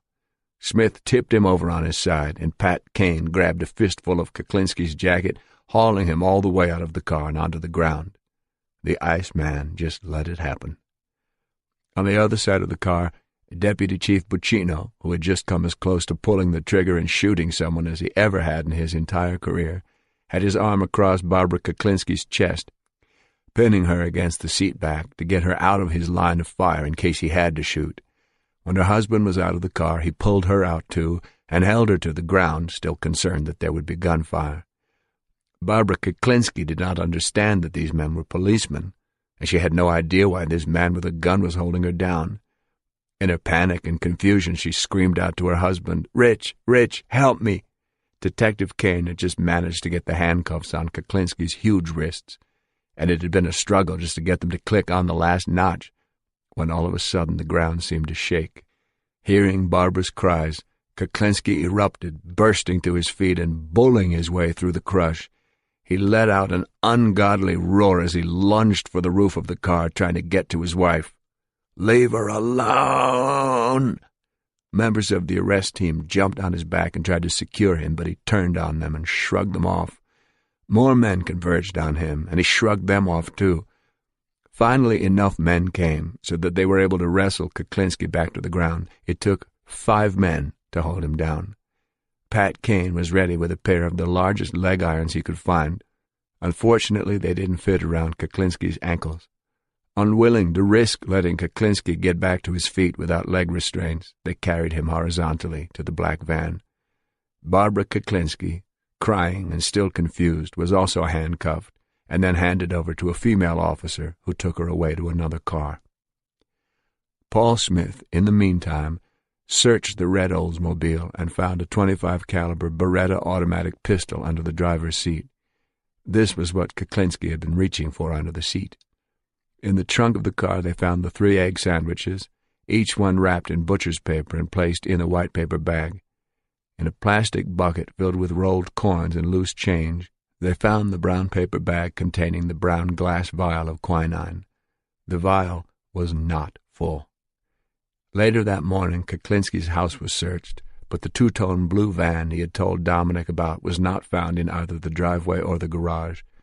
Officers searched the areas around Kuklinski's home and the Vince Lombardi service area for days, looking for an abandoned blue van. They never found one. While Richard Kuklinski was being read his rights, Dominic Polifrone was in Hackensack, pacing the floor, wondering what the hell was going on at Kuklinski's house. He had fought the urge to go see the arrest for himself and had gone back to the Bergen County Courthouse complex to wait. When the word finally came in that Richard Kuklinski was under arrest and was being brought in, Dominic rushed from the offices of the Bergen County Homicide Unit, where he'd been waiting, to the sheriff's department next door. The Bergen County Courthouse complex is a stately building with marble columns and a huge domed rotunda, but the sheriff's department is housed in a small addition to the courthouse that is tucked away on the parking lot side. Its designer must have had a dark sense of humor, because the structure has a decided medieval facade complete with crenellated battlements along the roofline. In the sheriff's department, Dominic found an empty office off the main staircase that leads up to the holding cells. If he couldn't see Kuklinski's face, maybe he'd at least be able to hear the big son of a bitch when they brought him in. He left the door partway open. Dominic watched from a window as the caravan of vehicles returning from the arrest pulled up to the entrance to the sheriff's department. From that window, he couldn't see them bringing the Iceman out of the van, but he had no trouble hearing Kuklinski after they had him inside. Kuklinski's arrogant voice carried up the stairwell. "You know what your trouble is? You guys been watching too many movies." Dominic furrowed his brow. He thought he could hear a woman crying in the midst of a jumble of male voices. "Hey, I told you guys to leave my wife alone," Kuklinski bellowed. "She didn't do nothing. This has nothing to do with her. Now get those fucking cuffs off her." The sound of shuffling feet carried up the stairwell. Dominic wondered if Kuklinski was really giving them a hard time or just mouthing off. He couldn't tell for sure. He was dying to go down and see Kuklinski's face, but he figured he'd better stay out of sight, just in case Kuklinski got out on a technicality and he had to approach him again as Michael Dominic Provenzano. Dominic strained to hear what was going on down there, but it was hard to tell. He had already heard that they couldn't get Kuklinski in leg irons, and he had imagined the big man struggling to get free, kicking and thrashing his head and swinging his shoulders. But it was pretty quiet down there now. Dominic listened to the scrape of shoes on the steps as the pack passed by on its way upstairs to the holding cells. Kuklinski wasn't talking. But when the cell door upstairs finally slammed shut, that's when Kuklinski started. He yelled and roared, taunting and threatening the police who'd brought him in, demanding to know what they were doing to his wife. "Hey! What are you going to do with my wife? You let her go. She didn't do nothing. Let her the fuck go or I'll kill somebody." His bellowing was so loud, Dominic was certain they could hear it in all the courtrooms next door. They could probably hear it across the street. Dominic sat down at the desk and just shook his head. It was finally over. The Iceman was behind bars. After all this time, it was hard to believe. "Dominic, what the hell did you do?" Lieutenant Alan Greco, Dominic's best friend, was standing in the doorway. His tie was askew, and his eyes were wide. "What do you mean?" "Your friend Kuklinski is up there shaking the bars like he's King Kong. I can't believe you went undercover with that animal. You must be crazy." Dominic could only shrug. "Hey, Alan, you do what you gotta do in this business. You know that." Rico was about to say something when the Iceman's roar rang through the building. "I'll kill you bastards! I'll kill all of you!" The two men just looked at each other and shook their heads. 33. After his arrest, Richard Kuklinski appeared before New Jersey Superior Court Judge Peter Cellino and was charged with 19 offenses, including 5 murder counts for the killings of George Maliband, Louis Masgay, Paul Hoffman, Gary Smith, and Danny Deppner. The Attorney General's office decided not to charge him for conspiracy to murder the rich Jewish kid, so the question of what Kuklinski's real intentions were on the morning of his arrest would have to wait. The state was more interested in building a solid case against him for the 5 murders at hand. Kuklinski's bail was set at $2 million, and he was transferred to the Bergen County Jail. When Kuklinski's home on Sunset Street in Dumont was searched, 2 more firearms were discovered in addition to the .25 caliber Beretta that was found under the driver's seat of the red Oldsmobile Calais. A 9mm Walter automatic pistol, model P38, was recovered from the master bedroom, and a neglected Mossberg 12-gauge bolt-action shotgun was wedged behind some garden tools on a garage wall. The Newark office of the Bureau of Alcohol, Tobacco, and Firearms ran a trace on these weapons, but both handguns were too old to yield any information. The rusty Mossberg shotgun, however, was traced to a firearms wholesaler in Mahwah, New Jersey, who had sold the gun to the Two Guys department store in Hackensack on August 2, 1979. On the day before Christmas 1979, the gun was purchased by a Robert Patterson of Bergenfield, New Jersey.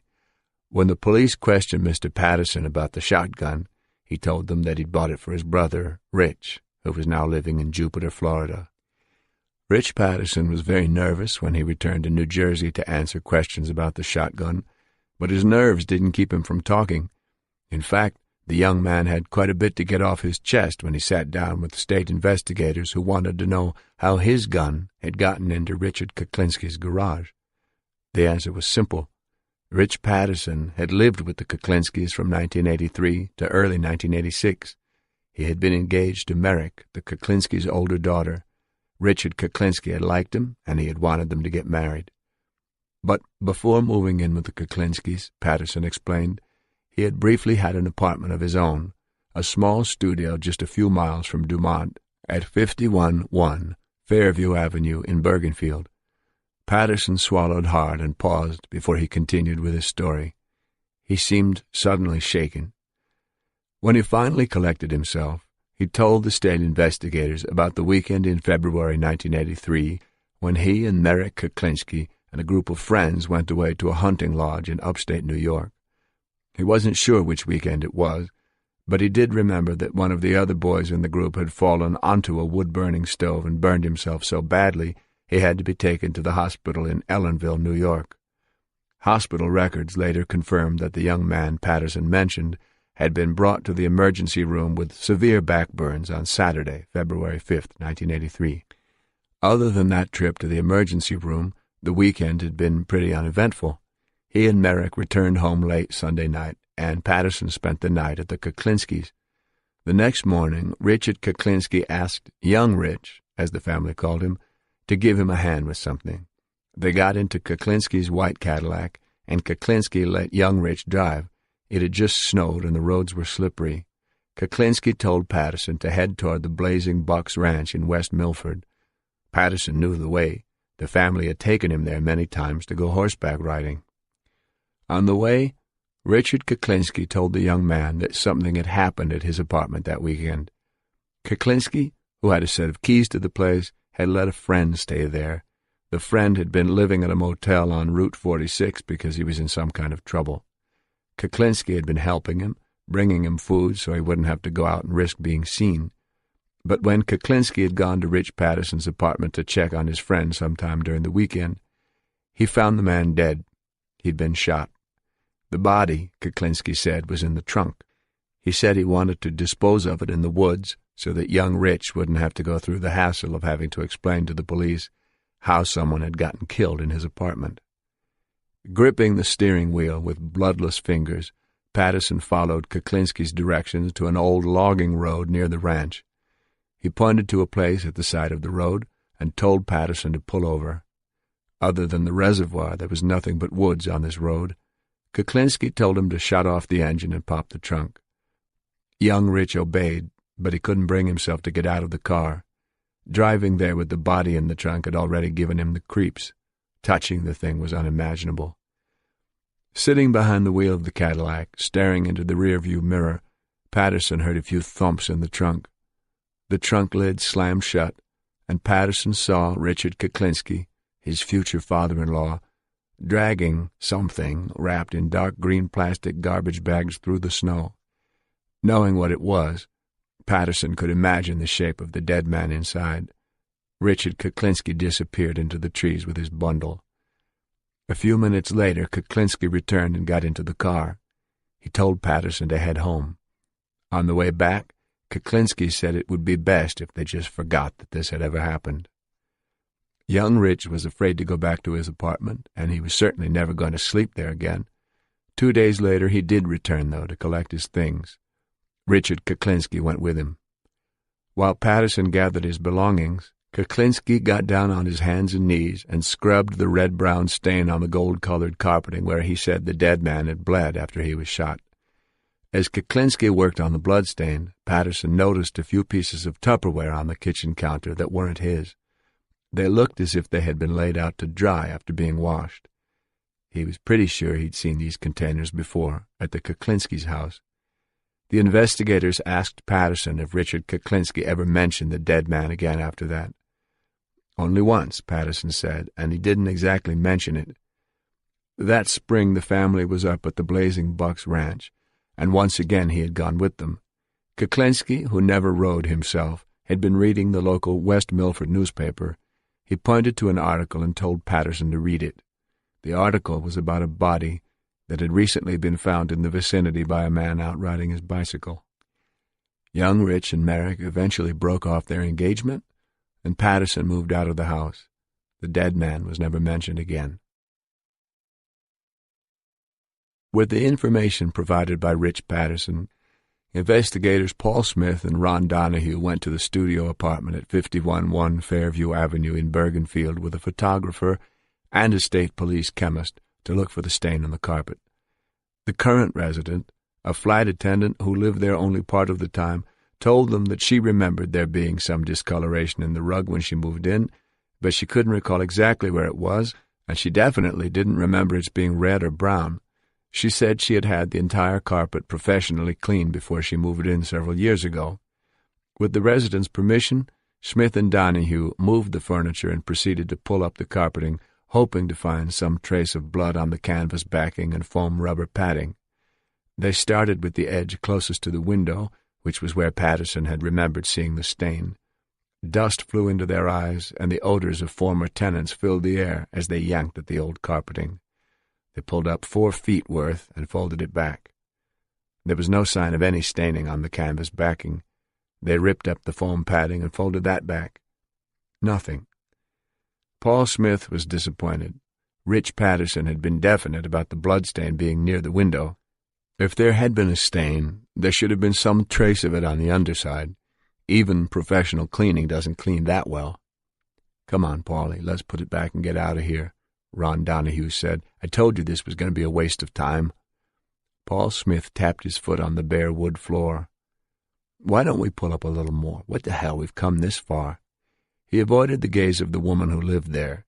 He'd promised her that they wouldn't make a mess. Donahue frowned at the young investigator. "This is a waste of time, I'm telling you. If there was a bloodstain here, Kuklinski would have gotten rid of the whole goddamn carpet. He's no dummy." "Ronnie, we're here for Christ's sake," Smith said under his breath so the woman wouldn't hear them argue. "What's it going to hurt to do a little more?" Donahue smirked and shook his head. "If it'll make you happy, Paulie, but don't listen to me. I've only been doing this friggin' job since you were in short pants. Just give me a hand, will you, Ronnie?" Coughing and blinking, they pulled up 4 more feet of carpeting and padding. Still no stains. Paul Smith cursed under his breath. "See, Paulie, what did I tell you? Now let's put it back so we can get out of here." "Hang on a minute. Let's just pull up a little bit more. I got a feeling."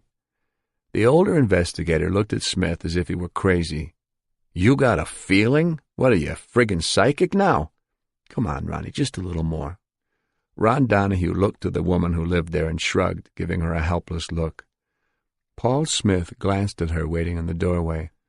Her arms were folded, and all of a sudden she didn't look like a nice, accommodating flight attendant anymore. She was scowling at him. "You told me you wouldn't make a mess." Paul Smith coughed into his fist. "I'm sorry, ma'am, but this is a murder investigation. Don't worry, though. The state will reimburse you for any damages." She rolled her eyes, exasperated. "Go ahead, then. Do what you have to." "Thank you. We'll put it all back the way it was, I promise." Smith and Donahue moved her table and chairs onto the exposed wood floor and tipped her fold-out couch up on one end to make room. "There'd better be a something under here," Ron Donahue whispered to Paul Smith. "This lady's going to call the governor if there isn't. Just shut up and help me, will you please?" They heaved the carpeting back over on itself with a dusty whomp. The padding was stuck to the canvas backing, and they had to tear it away to get a look. Paul Smith blinked back the grit in his eyes, then beamed at what he saw. It was as if he'd found the pot of gold at the end of a long rainbow. Ron Donahue's jaw dropped. "I told you I had a feeling, Ronnie." A large, brown, blob-shaped stain was on the canvas backing, and its twin was on the foam padding. The stain had even soaked through the padding and penetrated the hardwood floor. Paul Smith took out a tape measure to get the exact location of the stain. It was 12 feet 7 inches from the window. While the photographer started to take pictures, Herbert Heaney, the state police chemist, tested the dried stains on the carpeting, the padding, and the floorboards. He tested 4 separate areas for the presence of human blood. Paul Smith hovered over him like an expectant father. "Well, is it or isn't it?" Heaney took his time and made sure of the results before he looked up at Paul Smith. "It's positive," he said. 4 for 4. It's all blood." Smith slapped Donahue on the back. "See, what did I tell you, Ronnie? The Patterson kid was right about the stain. His geography was just a little screwed up, that's all." The flight attendant coughed to get their attention. She wanted to know when they were going to put her apartment back together. "Soon." Paul Smith put on a straight face and tried to contain his glee and project a more professional image for the citizen whose home they'd just torn apart. "Just as soon as we finish up here, ma'am. As I mentioned, this is a murder investigation." As Deputy Attorney General Bob Carroll proceeded to assemble the evidence against Richard Kuklinski, the matter of Danny Deppner's death remained a problem. They had Rich Patterson's statements that he'd witnessed Kuklinski dumping a body in the woods.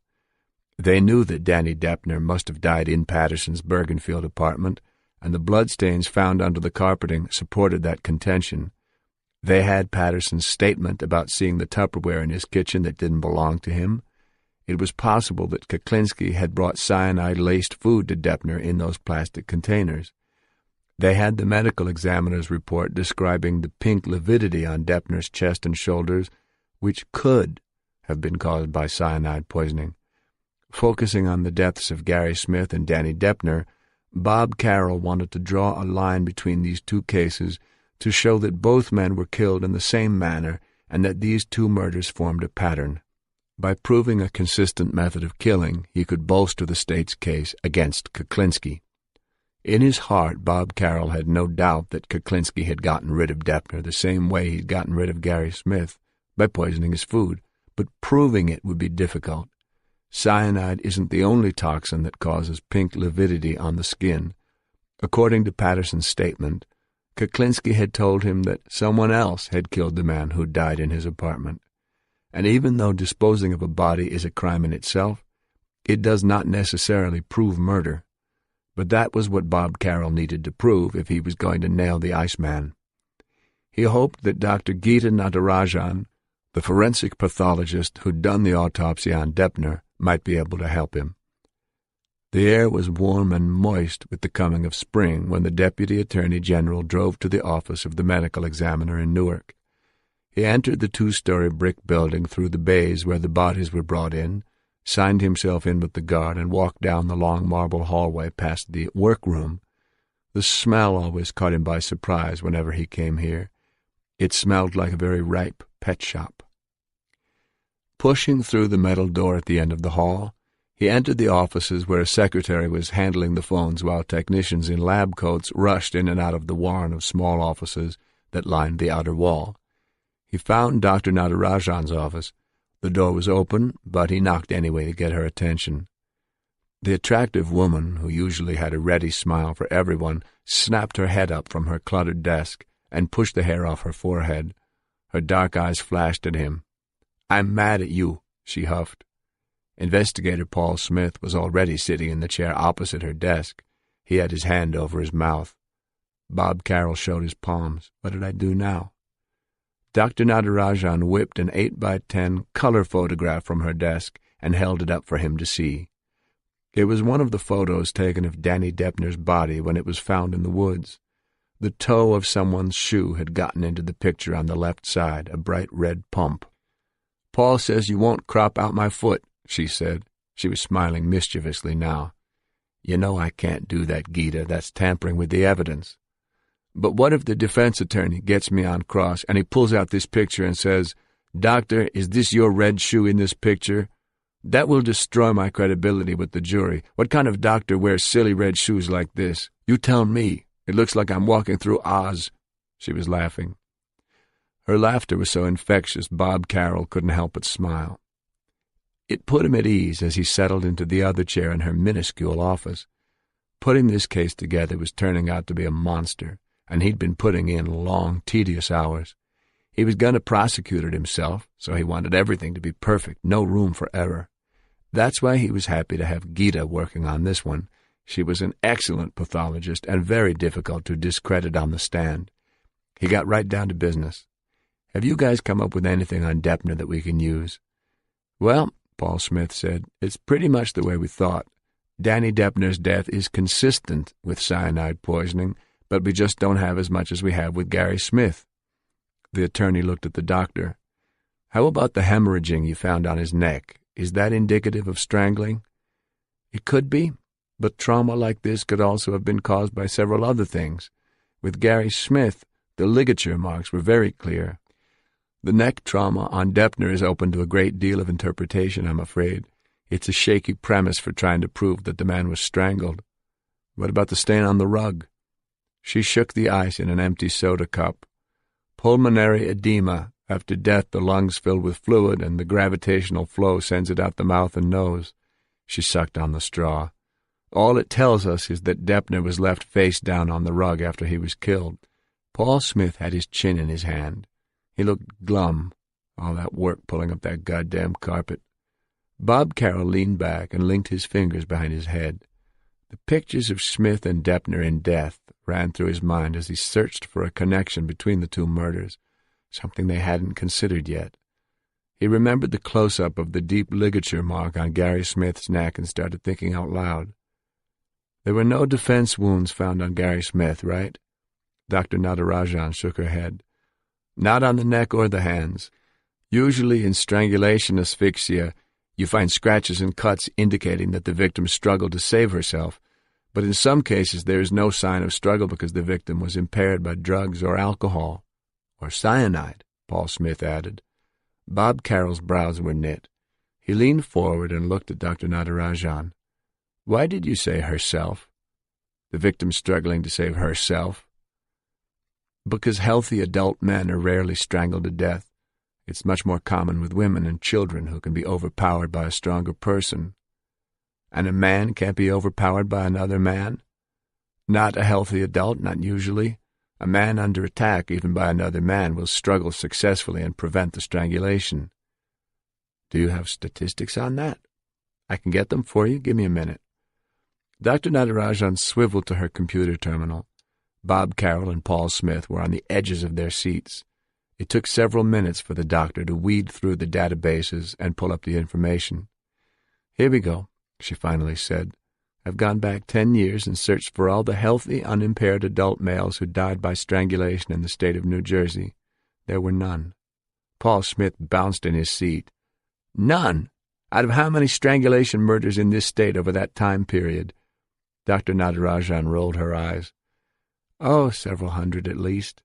But Bob Carroll wasn't ready to celebrate yet. "Just for the sake of argument, Gita, if there had been any strangulations of healthy, unimpaired men, how would you say they would have died?" The doctor shrugged. "They probably would have been bound, handcuffed, something like that. Or perhaps in the case of an exceptionally small man, he might have been overpowered by a stronger person. Perhaps." "Okay, so what do we have now?" Carroll was thinking out loud again. "Healthy adult males do not die by strangulation unless they are impaired in some way. There were no defense wounds on Danny Deppner.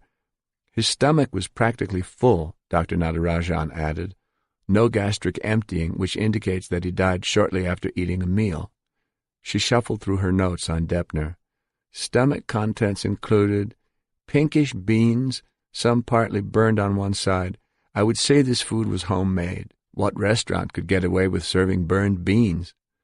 "And the Tupperware on the counter," Paul Smith said. "The Patterson kid said he remembered seeing that stuff at Kuklinski's house." Bob Carroll picked up the train of thought. "So Kuklinski brought the food from his home and gave it to Deppner. Food poisoned with cyanide because Deppner showed pink lividity on his skin and he died right after he ate. And pulmonary edema would be consistent with cyanide poisoning," Dr. Natarajan threw in, "which would account for the stain on the carpeting. So whether Kuklinski strangled him or not is almost beside the point. The circumstances are the same as with Gary Smith's poisoning. It shows a pattern of behavior, a pattern of poisoning his victim's food." Paul Smith's eyes lit up. "Which was what he was going to do to me, the rich Jewish kid, cyanide in the egg sandwiches." Bob Carroll grinned. "And we've got that all down on tape, thanks to Dominic. Kuklinski gave him a lesson in how to put cyanide in someone's food. It all fits." Smith pounded on the desk in triumph. "I think we've got him on Deppner." Carroll nodded, faintly grinning as he tried to find a hole in their reasoning, but he couldn't come up with one. "I think you're right, Paul. I think we've got him on Deppner. I do." Dr. Natarajan beamed at the two men, her eyes sparkling. "See, I've solved another case for you." She pointed to the photo on the edge of her desk. "Now, will you take my shoe out of the picture?" 34. On January 25th, 1988, 13 months after the arrest, jury selection began on the case of the State of New Jersey versus Richard Kuklinski. The counts against Kuklinski were divided so that there would be two trials.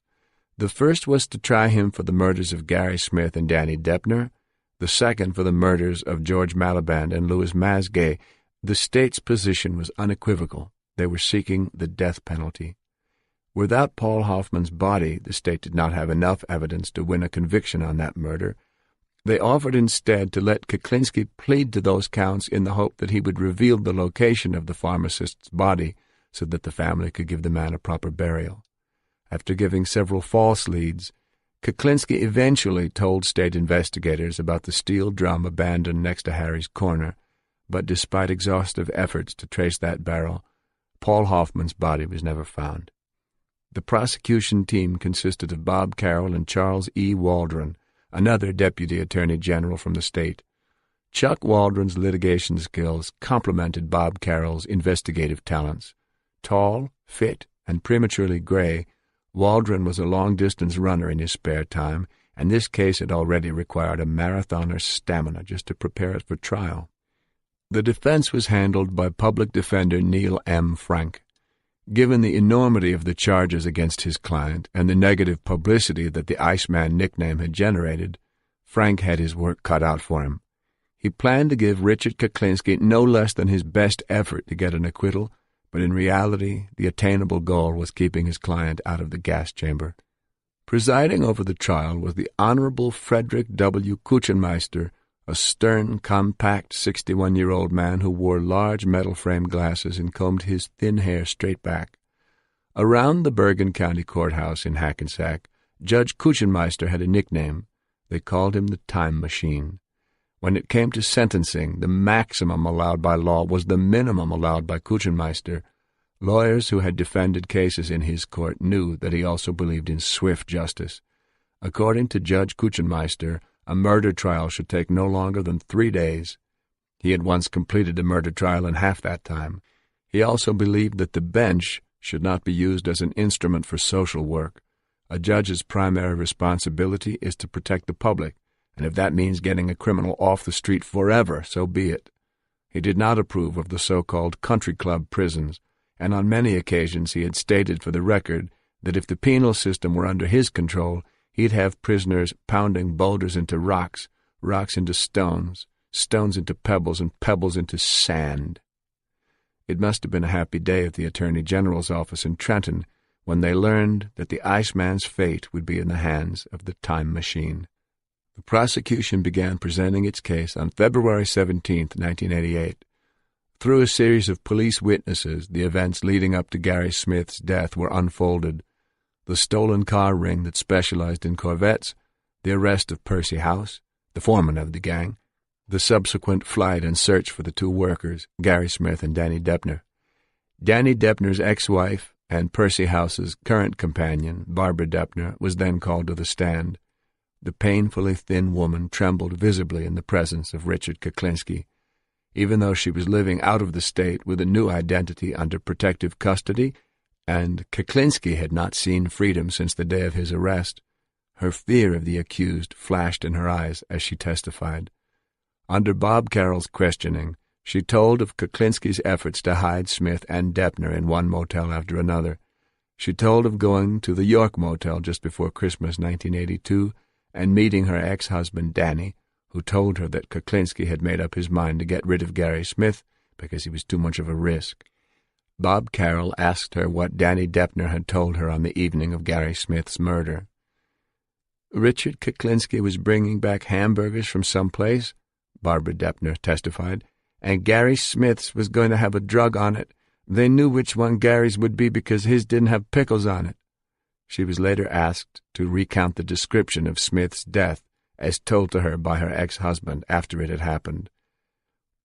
After Gary had eaten his hamburger, he had fallen back on the bed and they, Danny Deppner and Richard Kuklinski, were laughing at him because his eyes were so goofy. Kuklinski's lawyer, Neil Frank, tried to discredit this testimony with allegations that the state's Division of Criminal Justice had improperly interfered with efforts made by the New Jersey Division of Youth and Family Services to take Barbara Deppner's minor children away from her and her allegedly abusive live-in companion, Percy House. Frank's contention was that the Division of Criminal Justice wanted to keep its star witnesses happy so that they'd cooperate fully in this trial. A Division of Youth and Family Services legal counsel, a woman who happened to be a deputy attorney general just like the two prosecutors, testified that she had been approached by another lawyer from the Division of Criminal Justice who had asked her to drop the legal actions against Barbara Deppner concerning her children. But the heartbreaking sight of that pale, frightened mother of 9 trembling on the stand proved to be a hard image to shake from the minds of the jurors. Percy House was called to the stand next. Gruff and burly, House made no attempt to sugarcoat his involvement with Richard Kuklinski. His attitude was blunt. He was what he was, take it or leave it.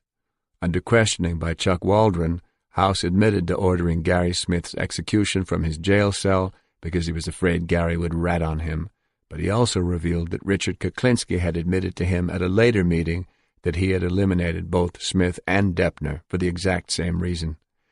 Given House's involvement in Gary Smith's death, his previous involvement in another unrelated murder, and the fact that he was granted immunity in exchange for his testimony, Neil Frank had a golden opportunity to trash this witness's credibility. until his client cut his legs out from under him. As court broke for lunch and Percy House was leaving the stand, Prosecutor Waldron saw Kuklinski glare at his former associate as he pointed his finger and cocked his thumb as if he were firing a gun at House while mouthing the words, "You're dead." The jury was still in the courtroom when this happened, and Waldron immediately brought it to Judge Kuchenmeister's attention. The end result was that the jury accepted the prosecution's contention that, as bad as Percy House was, he was only the foreman in the gang. Richard Kuklinski was the boss. Gary Smith's wife, Veronica Chisek, testified to the events on the night of December 20th, 1982, when her husband arrived home unexpectedly while he was on the run. He had been hiding out from the police, but he had risked coming back to see his daughter one last time. She testified that when her husband walked in the door, he was very upset. He was very nervous. He couldn't relax or even sit still. In fact, he walked into my daughter's room and just stood there and looked at her and stood there crying. "How long was he in your daughter's room?" Chuck Waldron asked. About 3 or 4 minutes. And when he came out, how did he look?" "He was crying. He had tears rolling down his face." Veronica Chisek later testified that her husband felt he couldn't escape from Richard Kuklinski, even though he knew Kuklinski intended to kill him, for the simple reason that Richie had told him that he was going to kill our daughter if he ran. Even the severely impartial time machine was moved by this testimony. James Hoss DeVita willingly told of his role as the fence for the stolen Corvettes. He also told of conversations he'd had with Kuklinski, in which the Iceman had admitted to killing Danny Deppner, the quiet guy, and spoken of his desire to eliminate Percy House. Questioned by Bob Carroll, DeVita paraphrased the Iceman's statement to him the day before the arrest. Richard Kuklinski said that everybody was disappearing around him. He felt like he was in this big circle and he was the only one left standing. Rich Patterson was a bundle of nerves when it was his turn to testify about the trip he had taken to the woods of West Milford with Richard Kuklinski to dump Danny Deppner's body. But despite his distressed appearance, he held to his statements under vigorous cross-examination. As with Barbara Deppner, the jury did not take his nervousness as a symptom of guilt or lying. They saw it as fear of the Iceman. Darlene Pecoraro, the flight attendant who had taken over Rich Patterson's studio apartment in Bergenfield years after the murder, gave testimony on the condition of the gold-colored carpeting in that apartment when she moved in, and investigator Paul Smith followed with a description of how the bloodstain was discovered on the reverse side.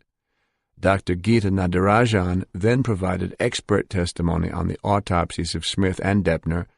Her statements were precise and detailed, intentionally loaded with medical terminology. If a person were to ingest a quantity of cyanide, Bob Carroll asked her, what would be the possible symptoms that could be manifested? The symptoms of cyanide poisoning will depend primarily on the dosage. The lethal dose, the amount that is necessary to kill a human being, of sodium or potassium cyanide is from 30 milligrams to about 60 or 70 milligrams. Now, if a smaller amount is consumed orally, smaller than 30 milligrams, the person will have a burning sensation on the roof of the mouth and the food pipe, and he will then have dizziness, headaches, confusion, depending on how hypoxic he gets or how much of the cyanide there is in the material he consumed and how much of it has blocked the cellular respiration. How long does cyanide typically remain in the body after death?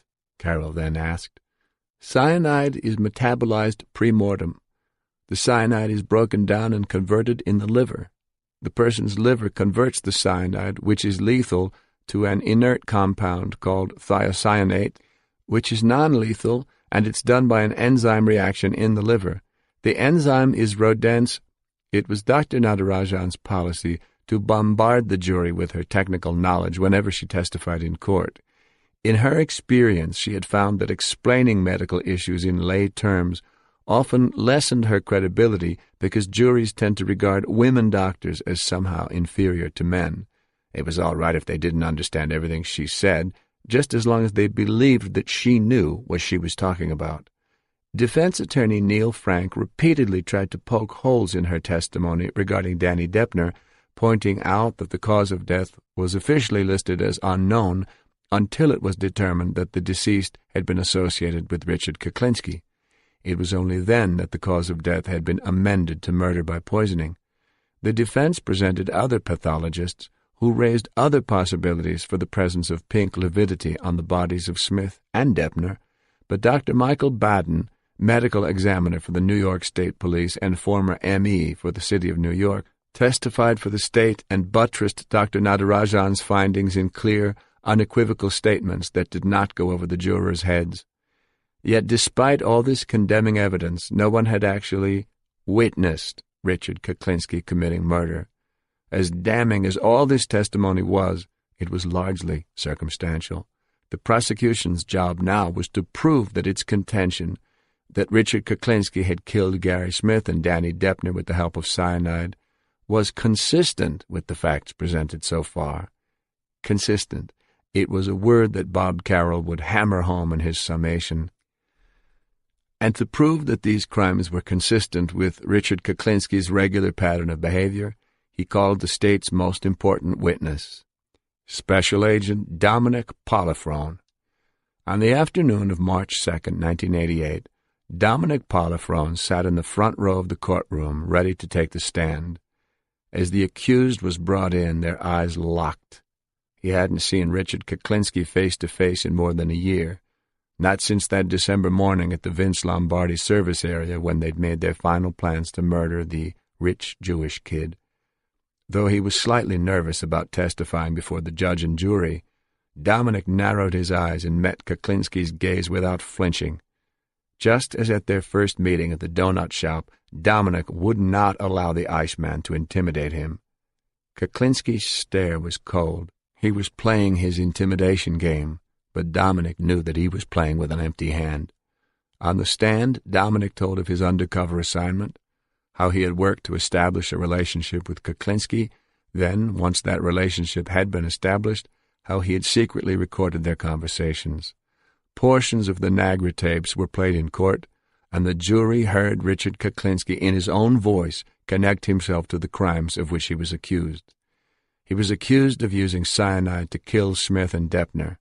On tape, he had explained to Dominic in great detail how to kill with cyanide, how to mix it in someone's food, how you have to make sure to mix it in with something gooky so that it's palatable to the intended victim. Richard Kuklinski was accused of putting cyanide on a hamburger and giving it to Gary Smith. On the tapes, he had told Dominic Polifrone that he had put cyanide on a guy's hamburger once and that the guy must have had the constitution of a fucking bull because it took him so long to die. This was consistent with the testimonies of Dr. Natarajan and Dr. Baden, who said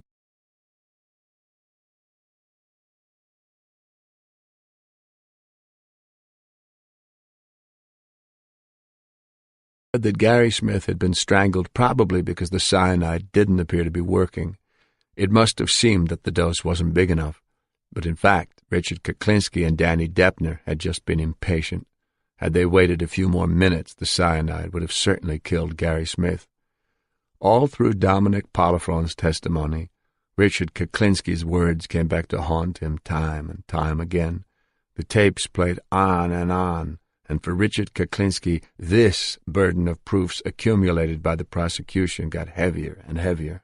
On tape, Kuklinski had spoken of his need for cyanide to take care of a couple of rats. In one conversation, he had told Dominic about the pointer who could send him to jail, and in another he had mentioned Percy House by name.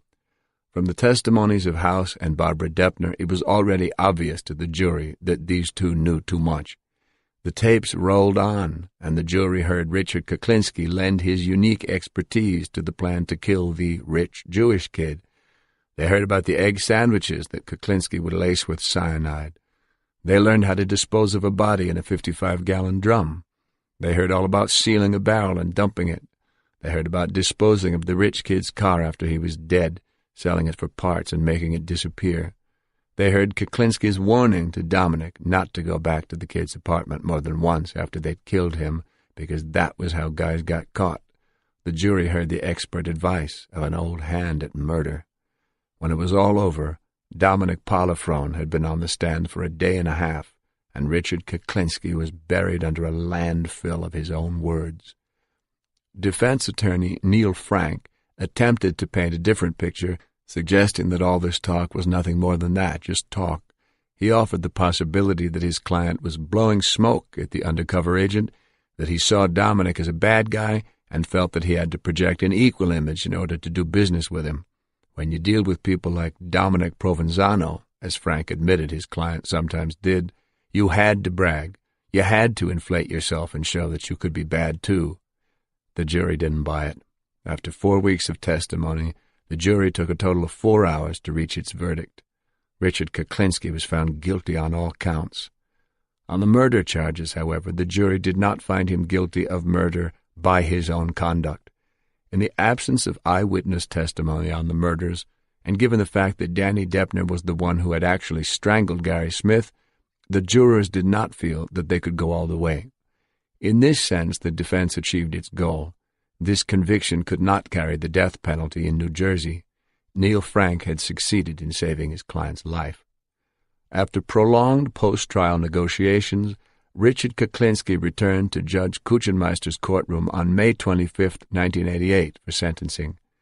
As he was led into the courtroom, Kuklinski spotted Dominic Polifrone sitting in the spectators section. "Hello, Dominic," he said with a smile. "How you doing?" "Good," Dominic replied. "How are you doing?"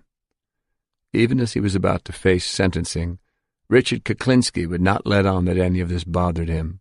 He wouldn't give Dominic Polifrone the satisfaction. The judge emerged from his chambers, and the proceedings began with Bob Carroll outlining the terms of an agreement Richard Kuklinski and his attorney had reached with the state.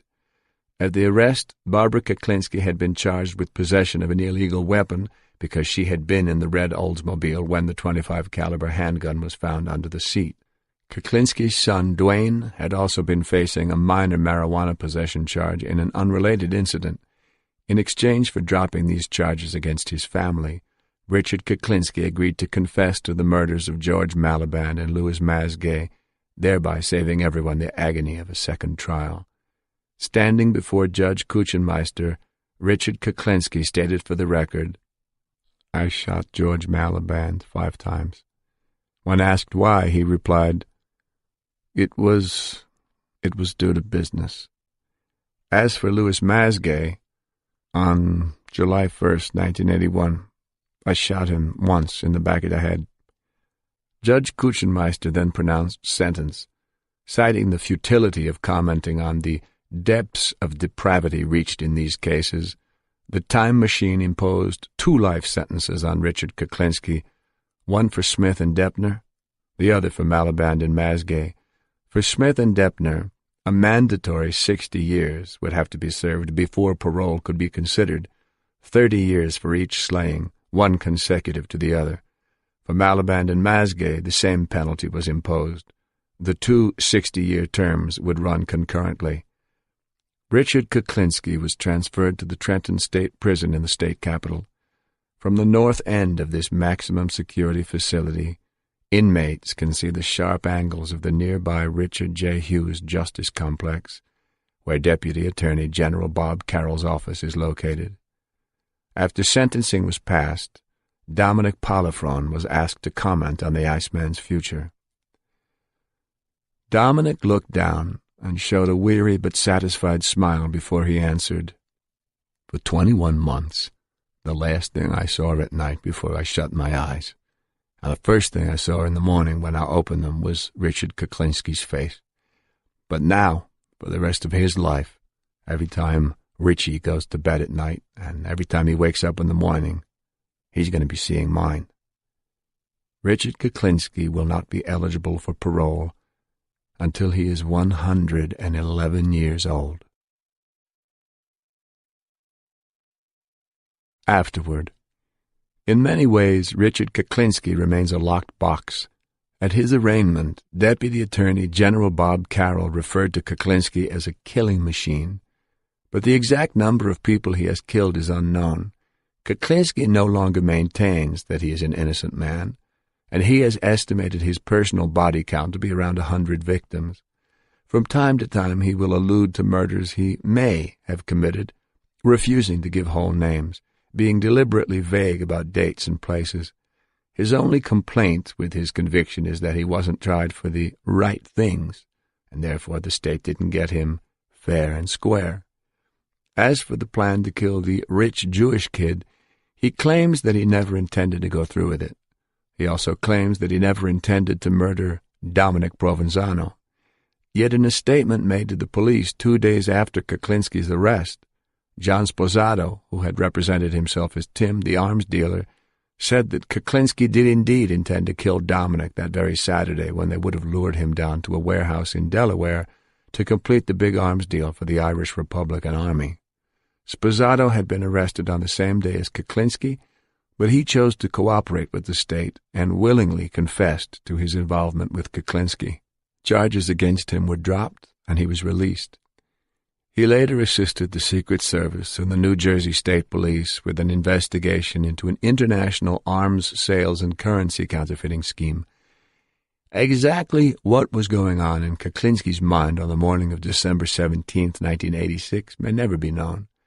When the 3 egg sandwiches were recovered from the trunk of Kuklinski's red Oldsmobile, the contents were combined so that the state chemist could accurately measure the amount of quinine present in the sandwiches against the total amount he had previously put into the square brown glass vial. But in doing this, the number of sandwiches that were poisoned was never determined. If only one sandwich had been poisoned, it's possible that Kuklinski did intend to go back and fulfill his part of the bargain with Dominic. But if 2 sandwiches contained the simulated cyanide, perhaps Kuklinski had decided to kill both the rich kid and Dominic. The promise of the big arms deal had been dangled in front of his face for months, but nothing had materialized. Perhaps he had lost faith in Dominic and decided to settle for the bird in the hand, killing these 2 and taking the entire $85,000 that the rich kid was supposed to be bringing to buy 3 kilos of cocaine. Or it may have been that Richard Kuklinski's obsessive love for his wife overruled his desire to make the score. When he learned of Barbara's illness that morning, returning home to take care of her may have become his paramount concern. Though he did prepare the sandwiches, perhaps he changed his mind. Getting her to the doctor may have become the only thing that really mattered to him that morning. The police never found the 2-tone blue van Kuklinski had told Dominic he had waiting just down the turnpike from the Vince Lombardi service area. He did not get a vehicle from Haus de Vita in Connecticut the day before, and John Sposato was apparently so broke that day he couldn't even afford to rent one. Kuklinski has also reasoned, who would eat a cold egg sandwich? No one, not even a cocaine addict, would eat something that had been hanging around as long as those 3 sandwiches had. But if, in fact, he did not have a van that morning, perhaps he never intended to kill the rich kid at all. But he had poisoned at least one of the sandwiches, so who did he intend to kill? Perhaps the sandwich was actually intended for John Sposato. Kuklinski had never forgiven him for showing up at his house with his 2 goons. Overweight and slovenly, Sposato was hardly a picky eater. The fact that an egg sandwich was cold and a little stale might not have mattered that much to him. Another possibility is that Richard Kuklinski was just lazy that day. Why bother killing the rich kid for half of $85,000 when all the while he intended to rip off Dominic later in the week for $500,000? Kuklinski knew the police were after him for murder. Why add another killing to his resume for a relatively paltry amount of money? He didn't know who this rich kid was, and he had always been very cautious when he killed. Despite Dominic's assurances that the kid wasn't connected to the mob, Kuklinski may have feared that their intended victim could very well have had mafia ties. A spoiled, rotten cokehead with money to burn was just the kind of friend a wise guy would want. Perhaps Kuklinski figured killing this kid simply wasn't worth the risk. But only Richard Kuklinski knows why he didn't show up to kill the rich Jewish kid that morning. It is one of many items in the locked box. Though he admits to freezing Louis Masgay's body and keeping it on ice for more than 2 years, Kuklinski will not say where he kept the body all that time. A freezer big enough to hold a man would have to have left some kind of mark on the floor of his rented garage in North Bergen, but the police found no hard evidence that a unit that large had ever been there. The refrigerated lockers inside Mr. Softy's ice cream truck would have been big enough to hold a body with room to spare, but when asked about all this, Richard Kuklinski just smiles. Richard Kuklinski claims that one of his favorite weapons was the compact Derringer pistol and that he carried two when he was fully armed. But no Derringers were found when his house and cars were searched. He says that he had been carrying a one-shot firearm shaped like a fountain pen in his shirt pocket when he was arrested. It was lost in the scuffle at his arrest, he says. International currency exchange was Richard Kuklinski's supposed legitimate business, but many questions remain unanswered on that aspect of his life. He claims to have made a great deal of money selling Nigerian currency at a discount to American companies that had factories in that country. He has implied that he had obtained the Nigerian money through arms deals, but how would he have made a profit if he had to sell the currency at a discount in order to get American dollars? Were these arms deals deadly rip-off scams like the one he had planned for Dominic Polifrone, in which the weapons never actually existed? Only Richard Kuklinski knows. The hunting knife that he kept in his briefcase had 10 notches on the handle. He claims to have killed with knives, but none of the murders that the police have connected to him were stabbings. Who were these victims? Only Richard Kuklinski knows. The locked box may open up someday, but until then we can only speculate on what else is in there. Only Richard Kuklinski knows for sure. Judge Kuchenmeister has observed that most of the convicted criminals who faced sentencing in his courtroom seem impassive and even relieved when their punishment is handed down. The average offender cannot structure a life for himself, and so he falls into a life of crime. Prison will provide a structure that these criminals have never had, and in that sense they are relieved of the burden of having to figure out what to do with themselves every day, day after day. Criminals like Richard Kuklinski are the exception. They have structured their lives. This is why Kuklinski was so hard to catch. He was careful, he was methodical, and he was disciplined. He knew how to separate the various aspects of his life, and he tried not to let his emotions overtake his business decisions. But it is this ability to structure a life that has made prison so difficult for him. He doesn't like other people telling him what to do and when to do it. Looking back on the morning of his arrest, he often wishes that he had died in a shootout with the police. If his wife had not been in the car with him, he says there definitely would have been some bloodshed. Richard Kuklinski now works in the prison library and keeps to himself as much as possible. His brother Joseph is imprisoned at the Trenton State Hospital in a ward for the criminally insane, 2 miles from the Trenton State Prison. The brothers have not seen each other in more than 20 years, and Richard has no interest in re-establishing communication. Kuklinski has made no friends in prison, only acquaintances. At one point, convicted murderer John List tried to win his friendship. List is the New Jersey man who killed his wife, children, and mother in a bizarre ritual, then fled to Virginia and created a new life for himself, which he maintained for 14 years before he was caught. But Richard Kuklinski wants no part of List. To him, anyone who would harm his own family is beneath contempt. He has said repeatedly that the only friend he has ever had and ever will have is his wife, Barbara.